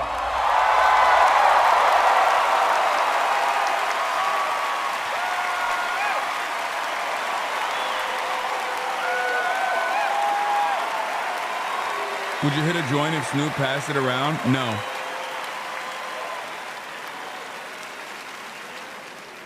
Snoop Dogg, the legend, what an amazing performance. Thank you, Snoop. His new album with Dr. Dre, Missionary, comes out tonight. And Snoop's now in Fortnite as a Season 6 festival icon. And starting today, you can also grab Platinum Festival icons, The Weeknd, Lady Gaga, Billie Eilish, and Karol G. Also this year, once again, we had the Game Awards vote in Fortnite Island, where the Fortnite community picked Murder Mystery as their favorite island of the year. You can head to the TGA Island right now to check out all the nominees and meet MetaHuman Jeff. Yes, that's actually a thing. Stick around, much more Game Awards ahead, including more surprise new game reveals. That's right, we are far from done. And awards like Best Narrative, and of course, Game of the Year with the Game Awards Orchestra. Bro, I'm not gonna lie.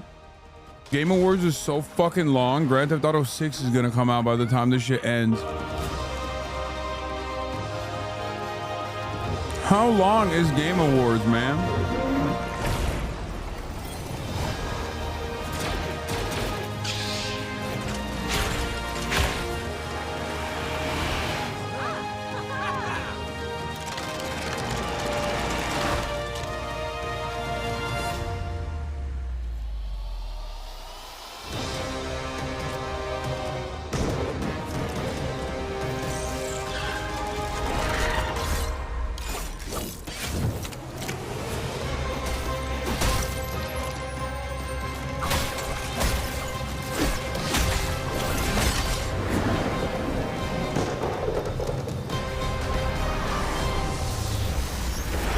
Was the streamer awards this long?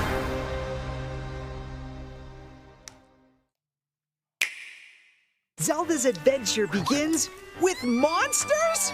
She can learn echoes of pots.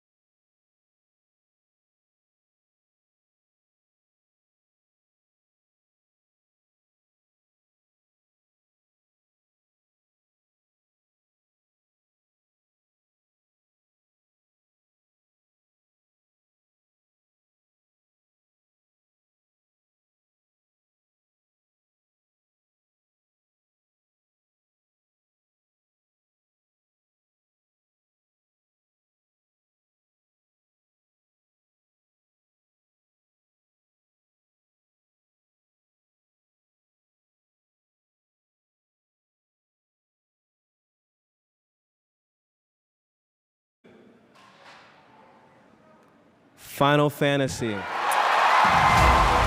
didn't know Khalid played ball like that.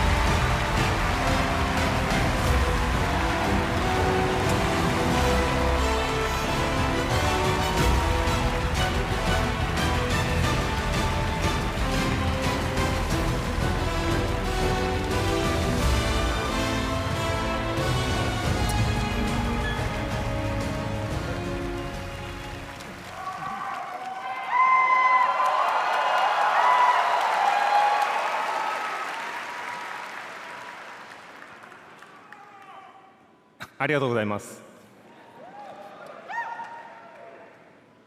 ありがとうございます。すごい、まだ I'm 興奮 reading してます。 Asma's chat. Someone had just said W Japan, dude. I'm so excited, I have no words. W Japan, man.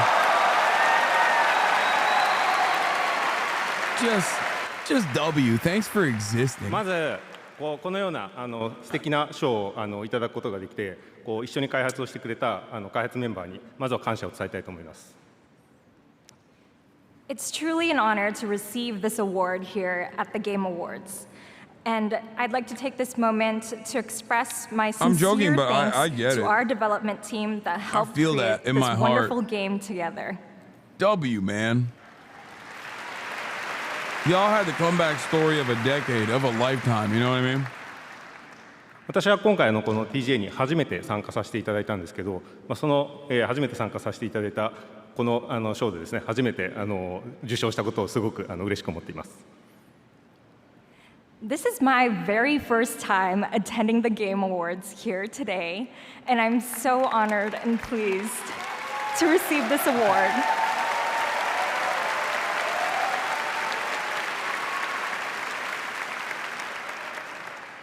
本日ですね、ゲームファンが待っていたようやくファイナルファンタジー7リバースの PC 版を発表できてすごく嬉しく思います。また、この PC 版を通してですね、このゲームのサウンドをですね、多くの人に伝えれたらと思います。とてもワクワクしています。And I'm equally pleased today to be able to finally announce the PC version of the game.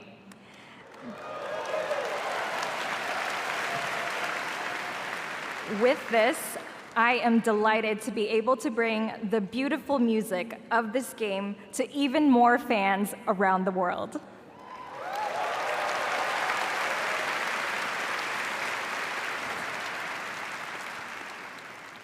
今日はありがとうございました。Thank you.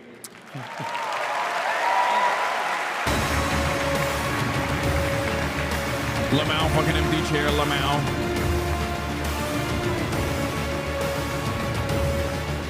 Congratulations to Final Fantasy, and now it's time for a tease of what's next from a legendary gaming franchise.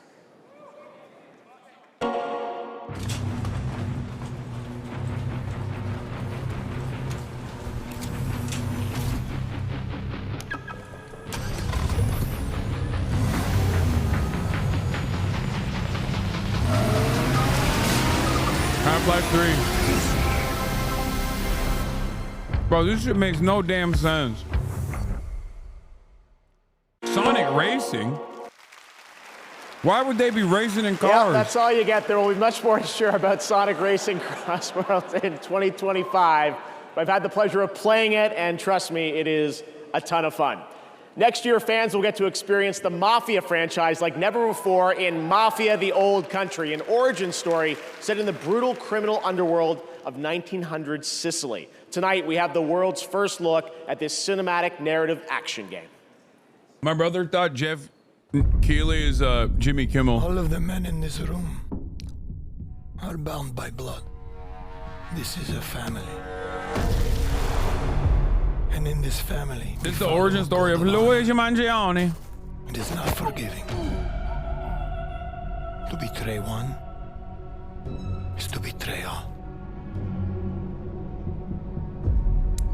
Do you wish to commit yourself, your life, to this family?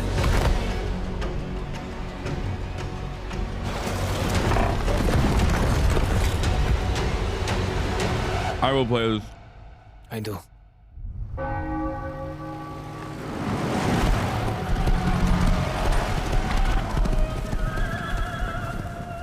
To become a man of honor, repeat these words.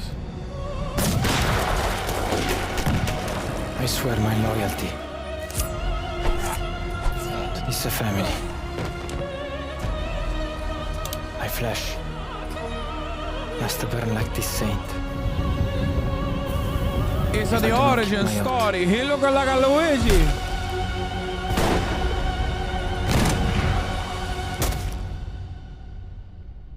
Welcome, Enzo. I'm gonna be so racist towards Italians. Oh my God. I can't wait. Summer 2025. Now, more winners tonight at the Game Awards. Here are the nominees for Best Independent Game: Animal Well, Balatro, Lorelei and the Laser Eyes, Balatro. and UFO 50. And the Game Award goes to Balatro. Congratulations again. Now the nominees for Best Mobile Game: AFK Journey, Balatro, Pokemon Trading Card Game Pocket, Wuthering Waves, and Zenless Zone Zero. And the Game Award goes to Balatro. Congratulations again, local fun. Here are the nominees for Best Audio Design: Astrobot, Call of Duty Black Ops 6, Final Fantasy VII Rebirth, Senua's Saga Hellblade 2, and Silent Hill 2. And the Game Award for audio design goes to Balatro. Senua's Saga, Hellblade 2. Congratulations, Ninja Theory. Now the nominees for Player's Voice. It started with 30, down to these 5. Black Myth Wukong. Black Myth Wukong. Genshin Impact. Elden Ring Shadow of the Erdtree. It's gonna be Genshin that wins. They fucking dominate. They rig the polls. But it's and the Game Black Myth Award, Wukong. 100% by the global community selected this, goes to Black Myth Wukong. Black Myth Wukong. Congratulations, Game Science. All right, there's still more Game Awards to go and more game announcements ahead. But right now, here's a look at Infinity Nikki, which has already achieved 20 million downloads, and a look at the new shooting star scene for the first time anywhere.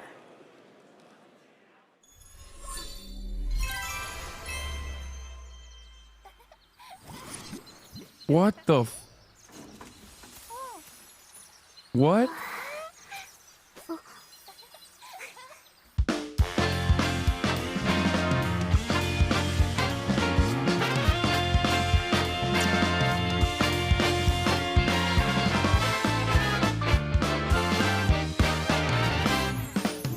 Jump into this life, falling through the rings of sunshine, explore and fantasize, pick an outfit for this ride, trying out all styles, and don't leave any friendships behind. Add a final touch, snap a photo so adventures can rewind. The world is full of surprise all the time. Make a wish and your dreams will come to life. What is going on? Soaring high into the arms of clear blue skies, from the fields so green, the breeze is picking up, it's time to rise. The star will be your final light, the dress brings out your smiling eyes. So hold still and your courage will, these stars plenty behind. Soaring high, the day's so wild to be doing and dead with your talents, make some friendships and feel alive. To harvest I'm afraid to inform you that Asmongold's chat actually loves the game. They literally love it. Like half of the chat was like, "Oh, you gotta play this Asmongold."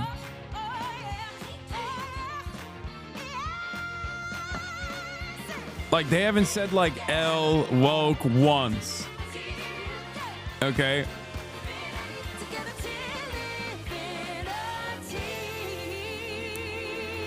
How do y'all feel that you and Asmongold's chat both love this fucking game? Everything I've done for my family.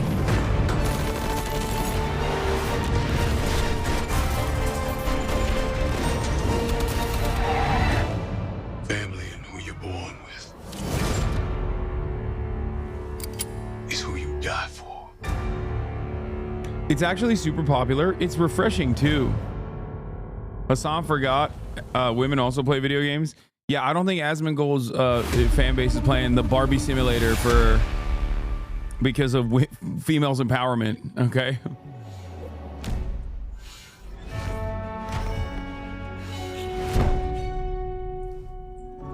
Yeah, the real horseshoe theory is extreme misogynists and extreme misinterests getting together to enjoy the Korean Barbie game.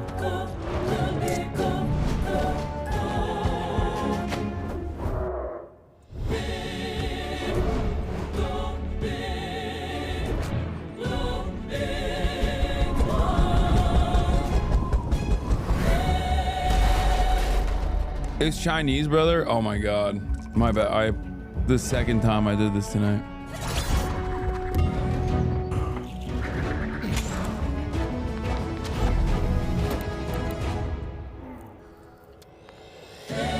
You don't understand? It's specifically made by women for women.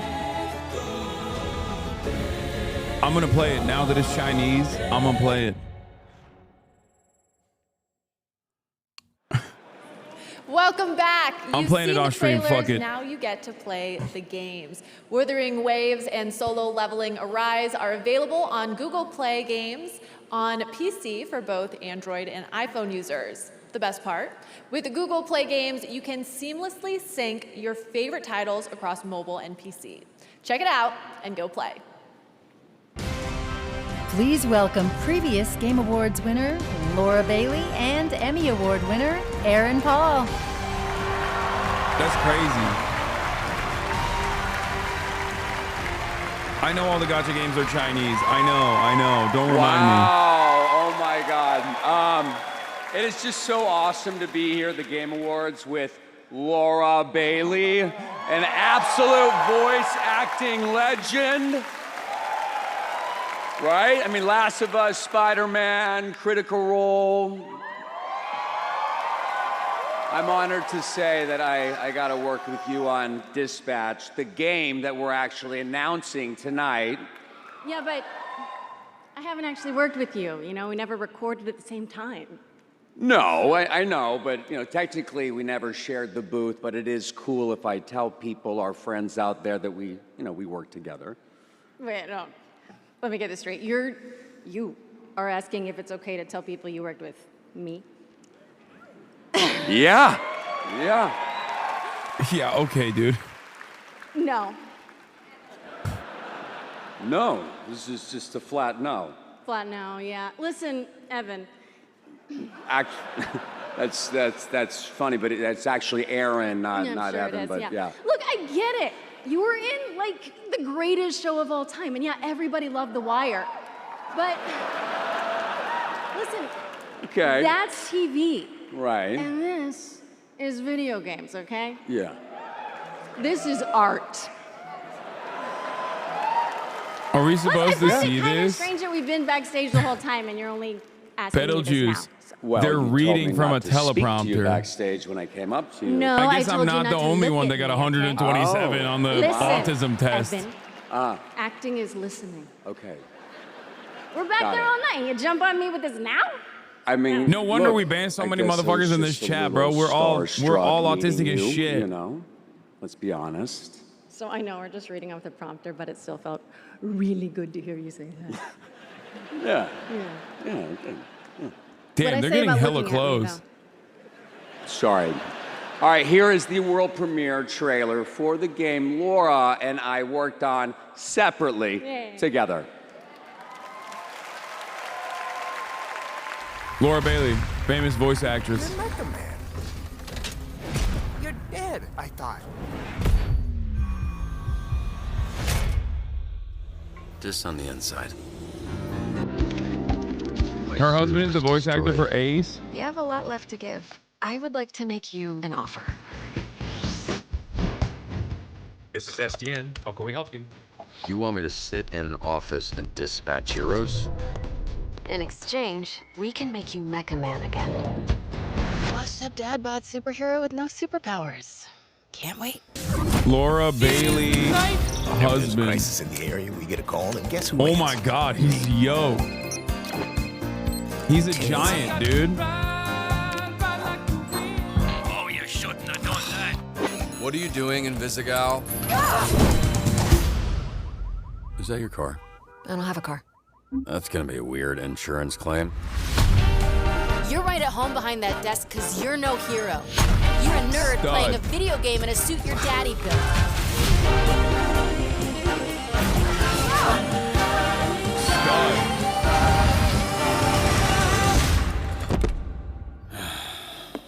You gonna eat those Twinks? That's not what they're... You know what? Help yourself.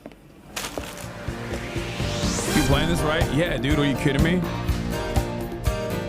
This is the easiest lock of the fucking... This is literally the easiest. Wait. name's Beef and I'm naked. Oh, no. I refuse to believe that's what he sounds like. Easiest lock of the fucking day. That was Dispatch, and now to present our next award, please welcome a Game Award winner from last Wait, year. Moist He's a Critical is in visionary it? Creator, How come they Sam never White asked me to from fucking Remedy. voice shit like this, man? This sucks. My goat.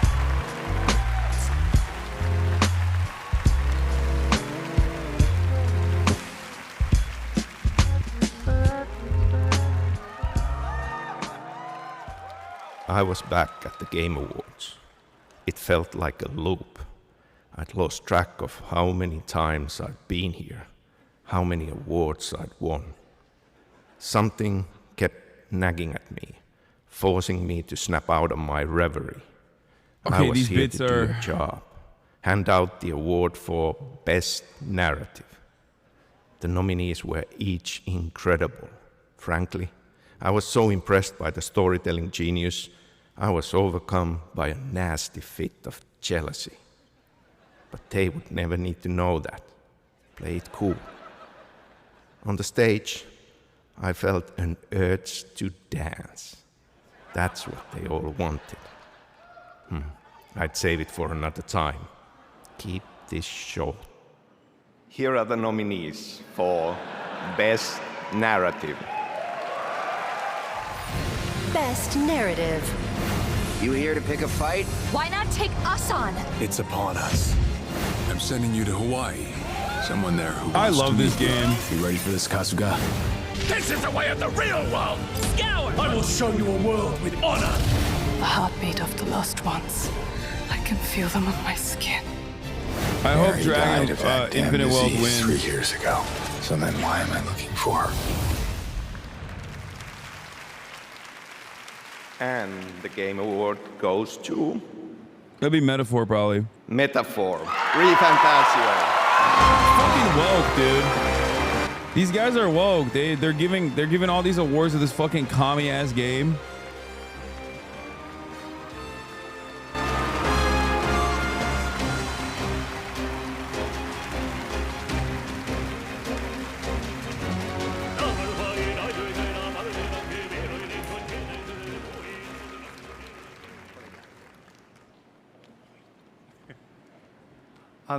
今日は本当に素敵な素晴らしい賞ありがとうございます。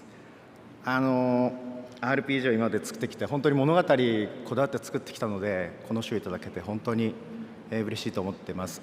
関係したスタッフみんなと喜びを分かち合いたいと思いますし、何より遊んでくれたゲームプレイヤーの皆さんに心より感謝を申し上げます。ありがとうございました。So first of all, I think it's fantastic. I feel so happy and so honored to be up here on stage at this incredible show. I think storytelling is a really important part of games. And I think knowing that we focus on making stories throughout our career, and knowing that we've been honored here in this way today is really honoring. So additionally, I'd like to thank everybody at the studio who has helped make this game. Without their help, we could not have done this. So thank you guys so much. Thank you. Thank you very much.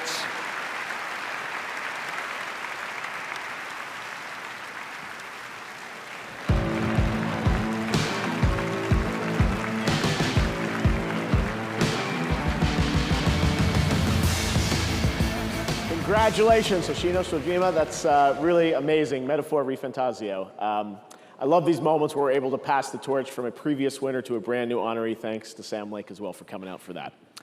All right, well, before we get to Game of the Year, we do have one last very special announcement to share with you. This year, the stars aligned for some very magical things to happen at our anniversary show. Things that might not have ever seemed a possibility. If you truly love video games like I do, this moment is for all of us.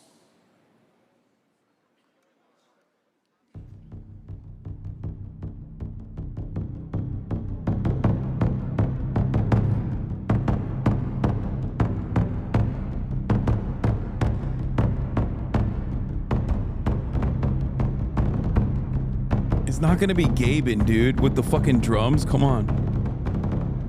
No. That'd be crazy. It's a Ghost of Sushi.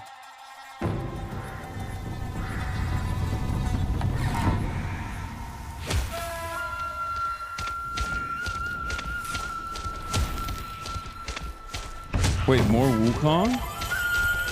No. Yeah, it's Ghost of Sushi.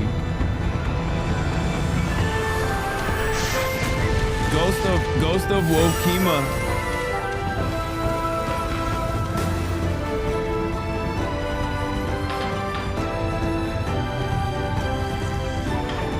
Wait, is it Okami? The painting game? Oh my god.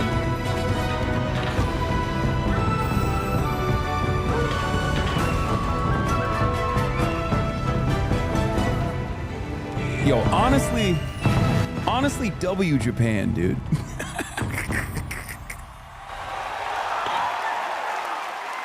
honestly W Japan, dude.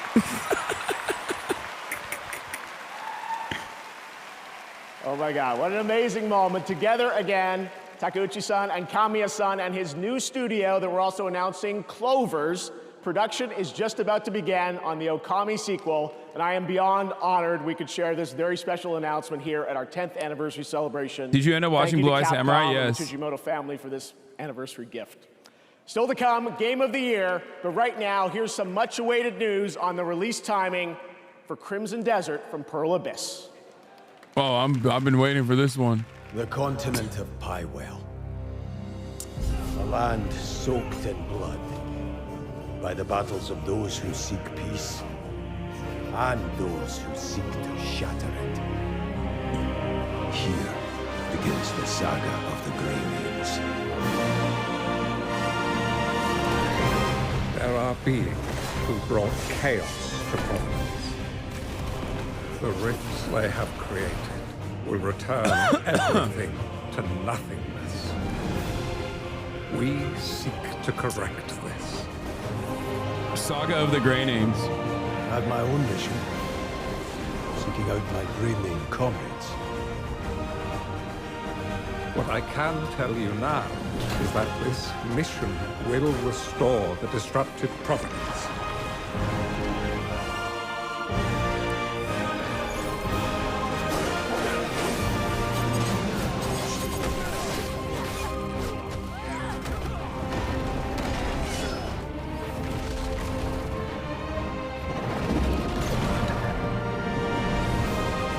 For those who have died, for those who have survived, and for those who will live on. This is Korea if they follow Neo-Confucianism. They do follow Neo-Confucianism.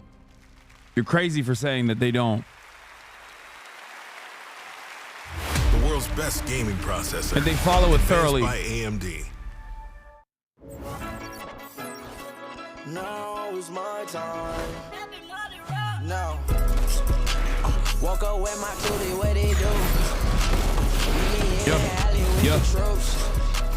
I got red shooters, I got blue. Let that thing down and point at you. Billy or the Rari, hold that you. We gon' ride the bank, bring the loot.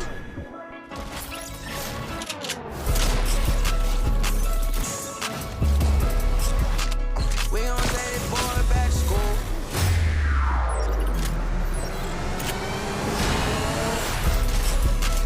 Money on the floor just like a show.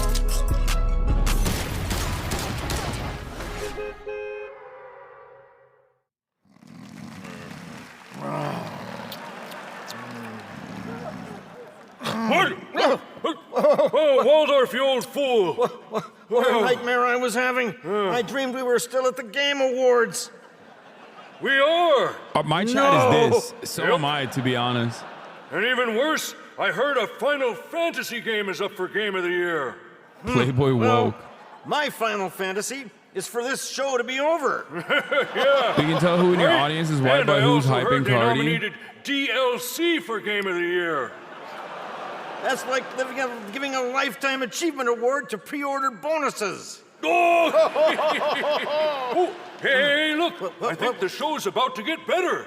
Oh, yeah. Time to watch Keighley make a fool of himself again. Exactly! I love this show! More Jeff Keighley! Yeah, what a moron! Look at him! Give it! Bring it to us! Look at him just standing there! What a maroon! Ah, the Muppets. All right, welcome back to the Game Awards, everyone. Before we present Game of the Year, I just wanted to come out here and reflect on the moments we've shared over the past decade. And tonight, there have been so many incredible announcements. I can't believe the show that we're able to put together, and thanks to all the studios and developers for helping us make it happen. So I just want to say thank you to so many of you here in the person who have believed in me along the way and trusted our team to create this event. And thank you to the fans around the world for taking your time to watch this show every year. Gaming's greatest days are ahead, and I can't even begin to imagine where this industry will be for our 20th anniversary. And we're going to keep working as hard as we can to keep the Game Awards and the game industry growing around the world.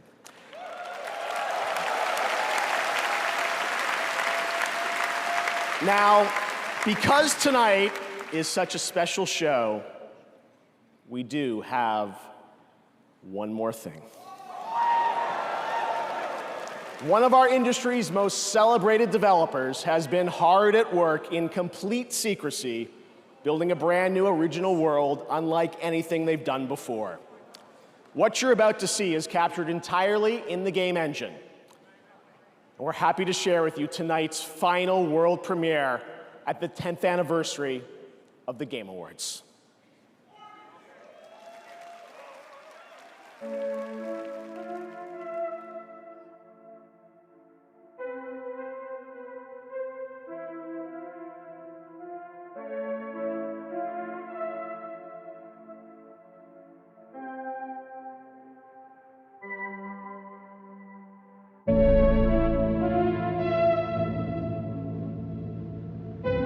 Stalker 3.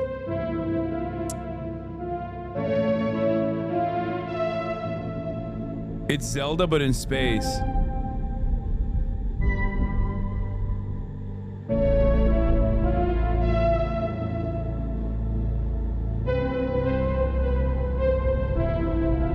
Starfield 2.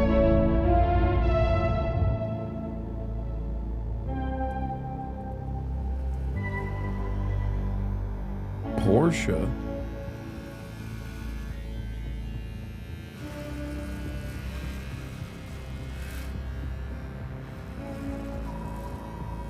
Woke.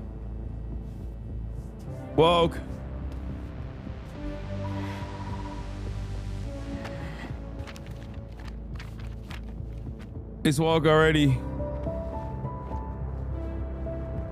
Immediately L. Oh God, a Kamala voter. Biden voter. Jordan, tell me something good. Well, you're right, it checks out. He's hiding out around this Imperium moon. Excellent. How is that excellent? He's next to fucking Simperia. No one has left that planet in over 600 years. Concord Anyone 2. who even flies close to it is never heard from again. Superstitions? No. Superstitions are the crazy rumors about what happened on that planet. These are facts. You worry too much. You know what I worry just the right amount. I say we wait for him to leave, or how about we find a new lead? He's not worth it. I'm wasting my time, aren't I? Can you please blame him? Wait, I don't need that was another Kumail hunter swooping Nanjiani. Who is That's swooping? Kumail No one's Nanjiani. crazy What the enough to go fuck? there. He clearly is. He is clearly desperate. And so am I, so claim him, or I will find another agent. Kumail Nanjiani, but he looks he looks chunky. He doesn't look brawly. Oh, never mind. He does look brawly. Thank you. Listen, kid. I'll see you on the other side.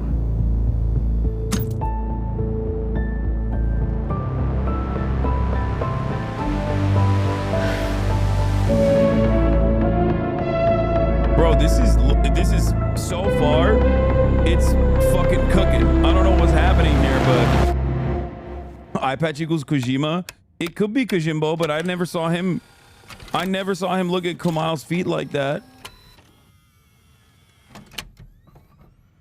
I never saw him mocap scan Kumail's feet.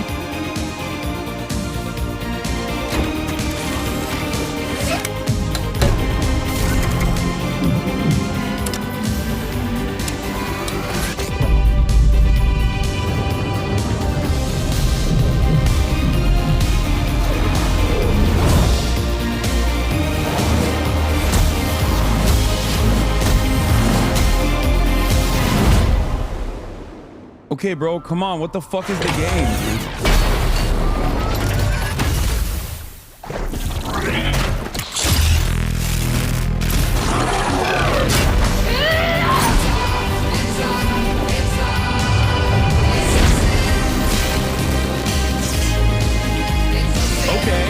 Okay.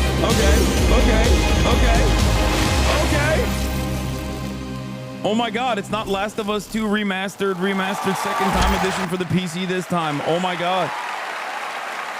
There you have it. That was Intergalactic, the Heretic Prophet, a brand new franchise from Naughty Dog and PlayStation, directed by Neil Druckmann and starring Tati Gabrielle as Jordan Munn. I'm also happy to share that the trailer you just saw and the full game will feature a new original score from Trent Reznor and Atticus Ross. The game has been in development since 2020, and we can't wait to learn more. Thanks to Naughty Dog and PlayStation for that special announcement. I'm not gonna lie, that shit And now looked to dope. present the biggest honor of the night. Over the past decade, 10 distinguished titles have been recognized as Game of the Year. Please welcome last year's winner from Larian, Sven Vinka.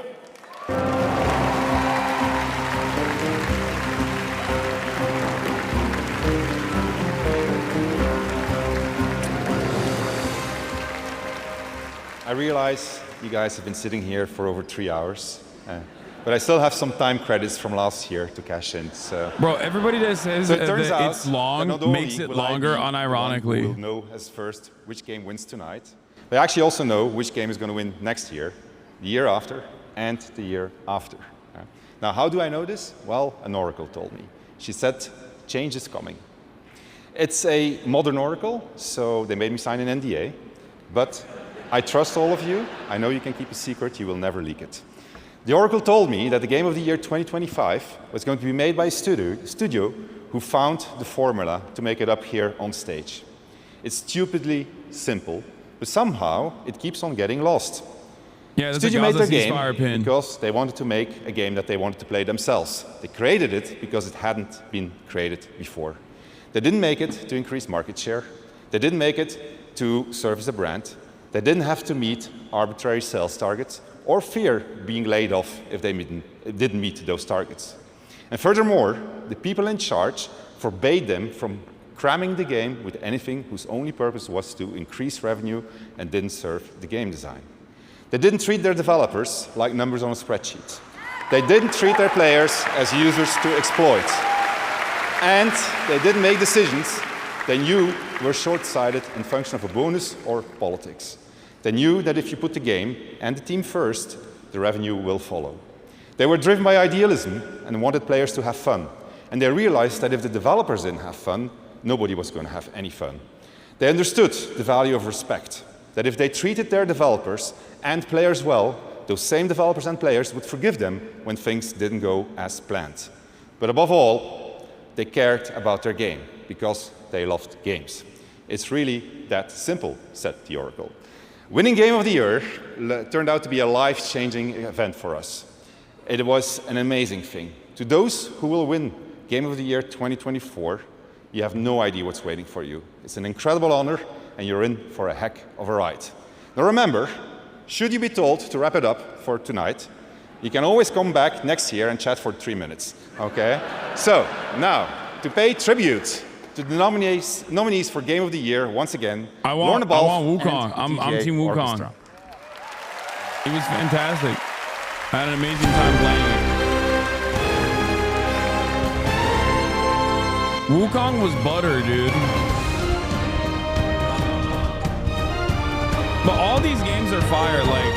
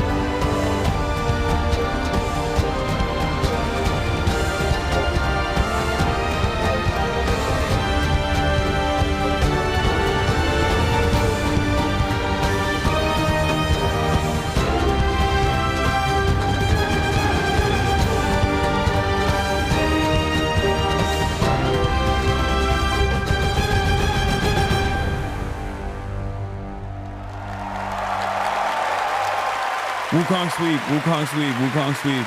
Do it for China. Wukong sweep, do it for China.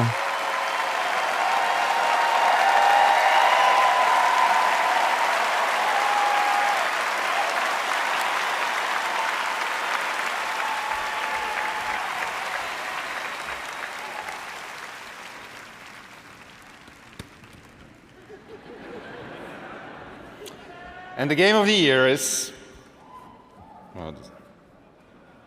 Astrobot. Get the fuck what? What is happening? Bro, what?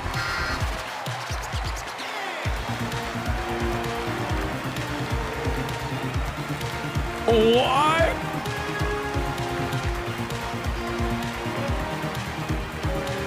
Oh, nah. What did you say your name was? Oh, nah.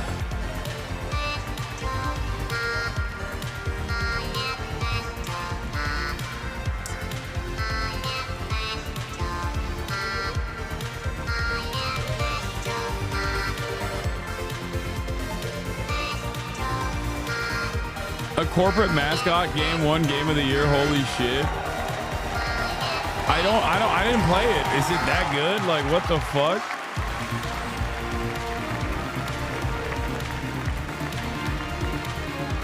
Like, where's the fandom for Astrobot? I just don't understand it. Like, there were people when it first came out. There were people in my chat that were like, "You gotta play Astrobot," but that's it. Like, nothing can prepare you all for that. games are Thank you so beautiful. much. Okay, every game is amazing. Once All again games are to all the beautiful. People SOBs put a back lot in of fucking Japan. time and effort into making them. So respect. So please, a round of applause for them. Thank you.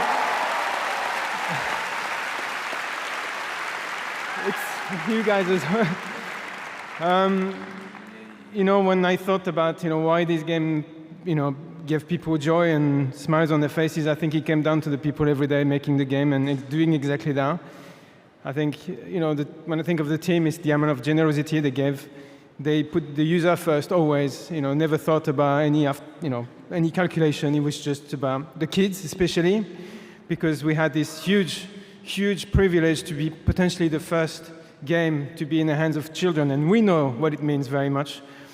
So Team HasanAbi, really, from the bottom of our heart, well done and thank you so much. Now, thank you. The whole industry thinks it's great. Some people just think it's a big ad. Everybody likes it. I have to thank a few more people because a lot of people contributed to this game, of course, in SAE and PlayStation or Family. Herman, who give the studio a chance, and Scott I bet Roddy, people who for really mentioning it. believed in Yeah, because I was Astro playing even before we Wukong and did. people were being annoying. Ken Chan on marketing, and many other people that I'm not mentioning. Astrobot is full of 30 years of PlayStation history, and actually a lot of people in this room tonight gave their characters, their IP, without asking anything in return, just because they cared about celebrating 30 years. So to them as well, from the bottom of our heart, thank you so much. And then last and not least, and you want to stay for this one because I didn't plan to say it, but I'm going to say it anyway.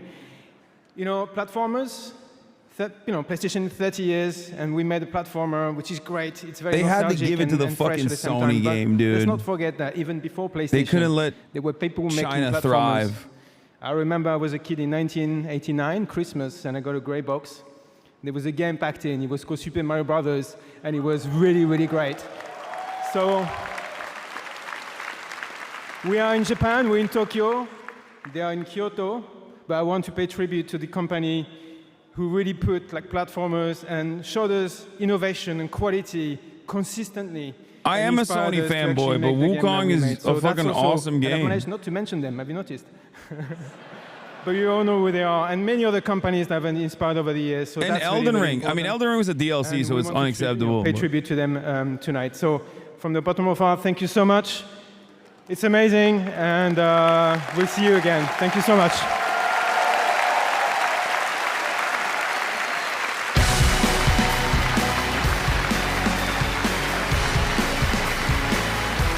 The DLC couldn't have won. That would have been unacceptable. But like,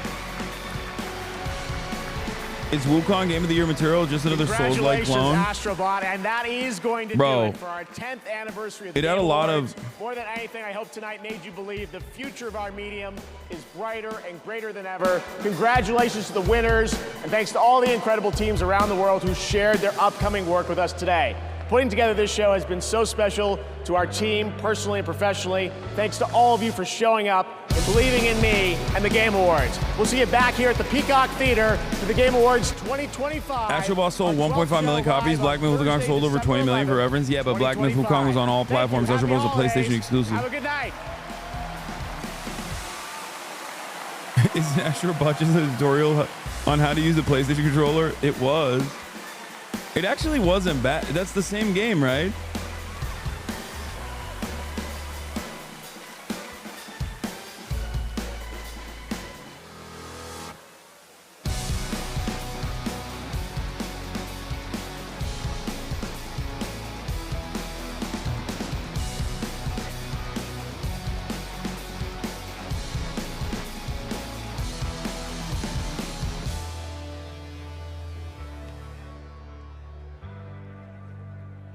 I think Wukong sold that mostly in China. They didn't vote on this.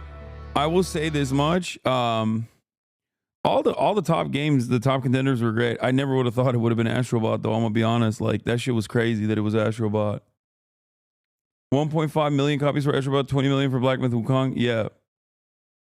Astro's Playroom is the one that comes with the PS5. Come on, man. This was also in 2020.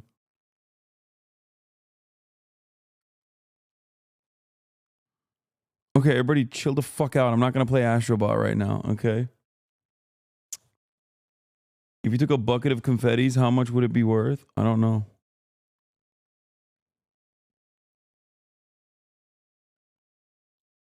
In the Keizo community census, I was voted as one of the dream collabs with his fans. Wait, really? Oh, shit.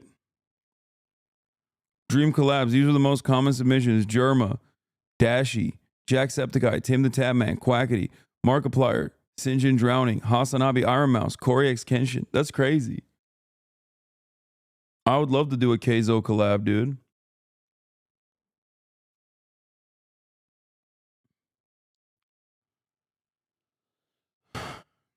Keizo's reaction to winning? And the Game Award goes to Queso. Congratulations. Here are the nominees Was he for live? Best Sports Racing Game. F1 24, EA Sports FC 25, NBA 2K 25. Was he live? Top Spin 2K 25, and WWE 2K 24. Gotcha. And the Game Award goes to EA Sports FC 25. What? Our nominees for Best Sim Strategy Game. No Age of shot! Mythology Retold. Frostpunk 2. There is no way! Wrath of the Goddess, Nannerlords, and Unicorn Overlord. No way! And the Game Award Oh goes my to God! Frostpunk 2. I got a cheer.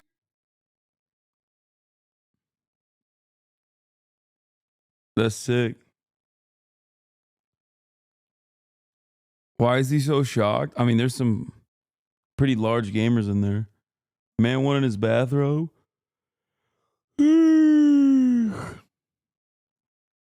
Elo Juan didn't have any doubts Keizo was going to win. Dude, I will say this much.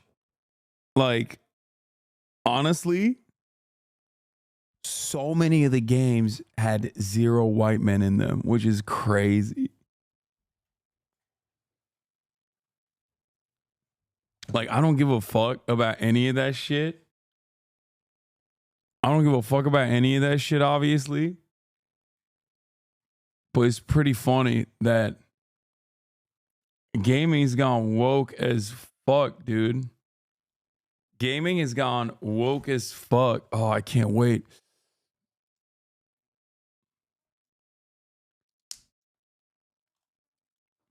People are already crying about the new Naughty Dog game instead of being excited that there's new Naughty Dog IP. You know what I mean? Which is fucking crazy.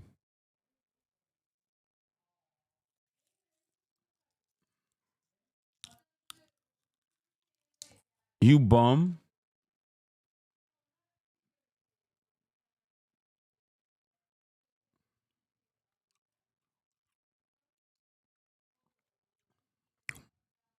There was some decent new shit there.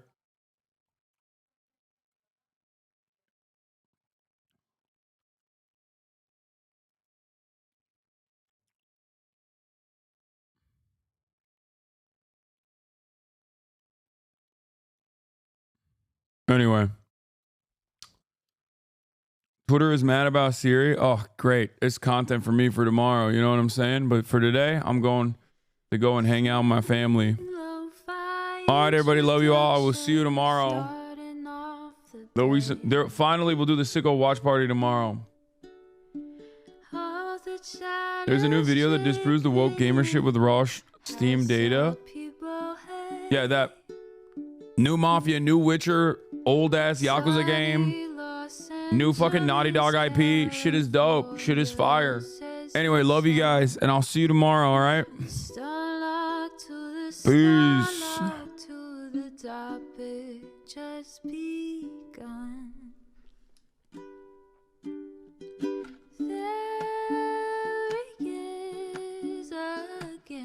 Hasan is streaming. Hasan is streaming. There he is again. Hasan is streaming. Hasan is streaming. Review in the P.O. box. Uncle Uger's face. Sudden Discord agitprop. Great names take on breaks. Tiny Bernie Sanders, LGBTQ Air Force. The whole left at your fingertips, Ane at your door. H3 crowded debate, the Young Turks online show. 3 full fucking years of this, plenty more to go. 90-day fiance talks of champagne bourgeoisie. A Trump rally live reaction, a mass riot at DC. There he is again, Hasan is streaming. Hasan is streaming. There he is again, Hasan is streaming. Hasan is streaming. Reading live stream fair comments, Austin show chat advice, and all the ways the right-wing pipeline can suck you in online. JCS React Lord frame gets broken, cover blown. A full-blown mass pandemic monster streaming at your home.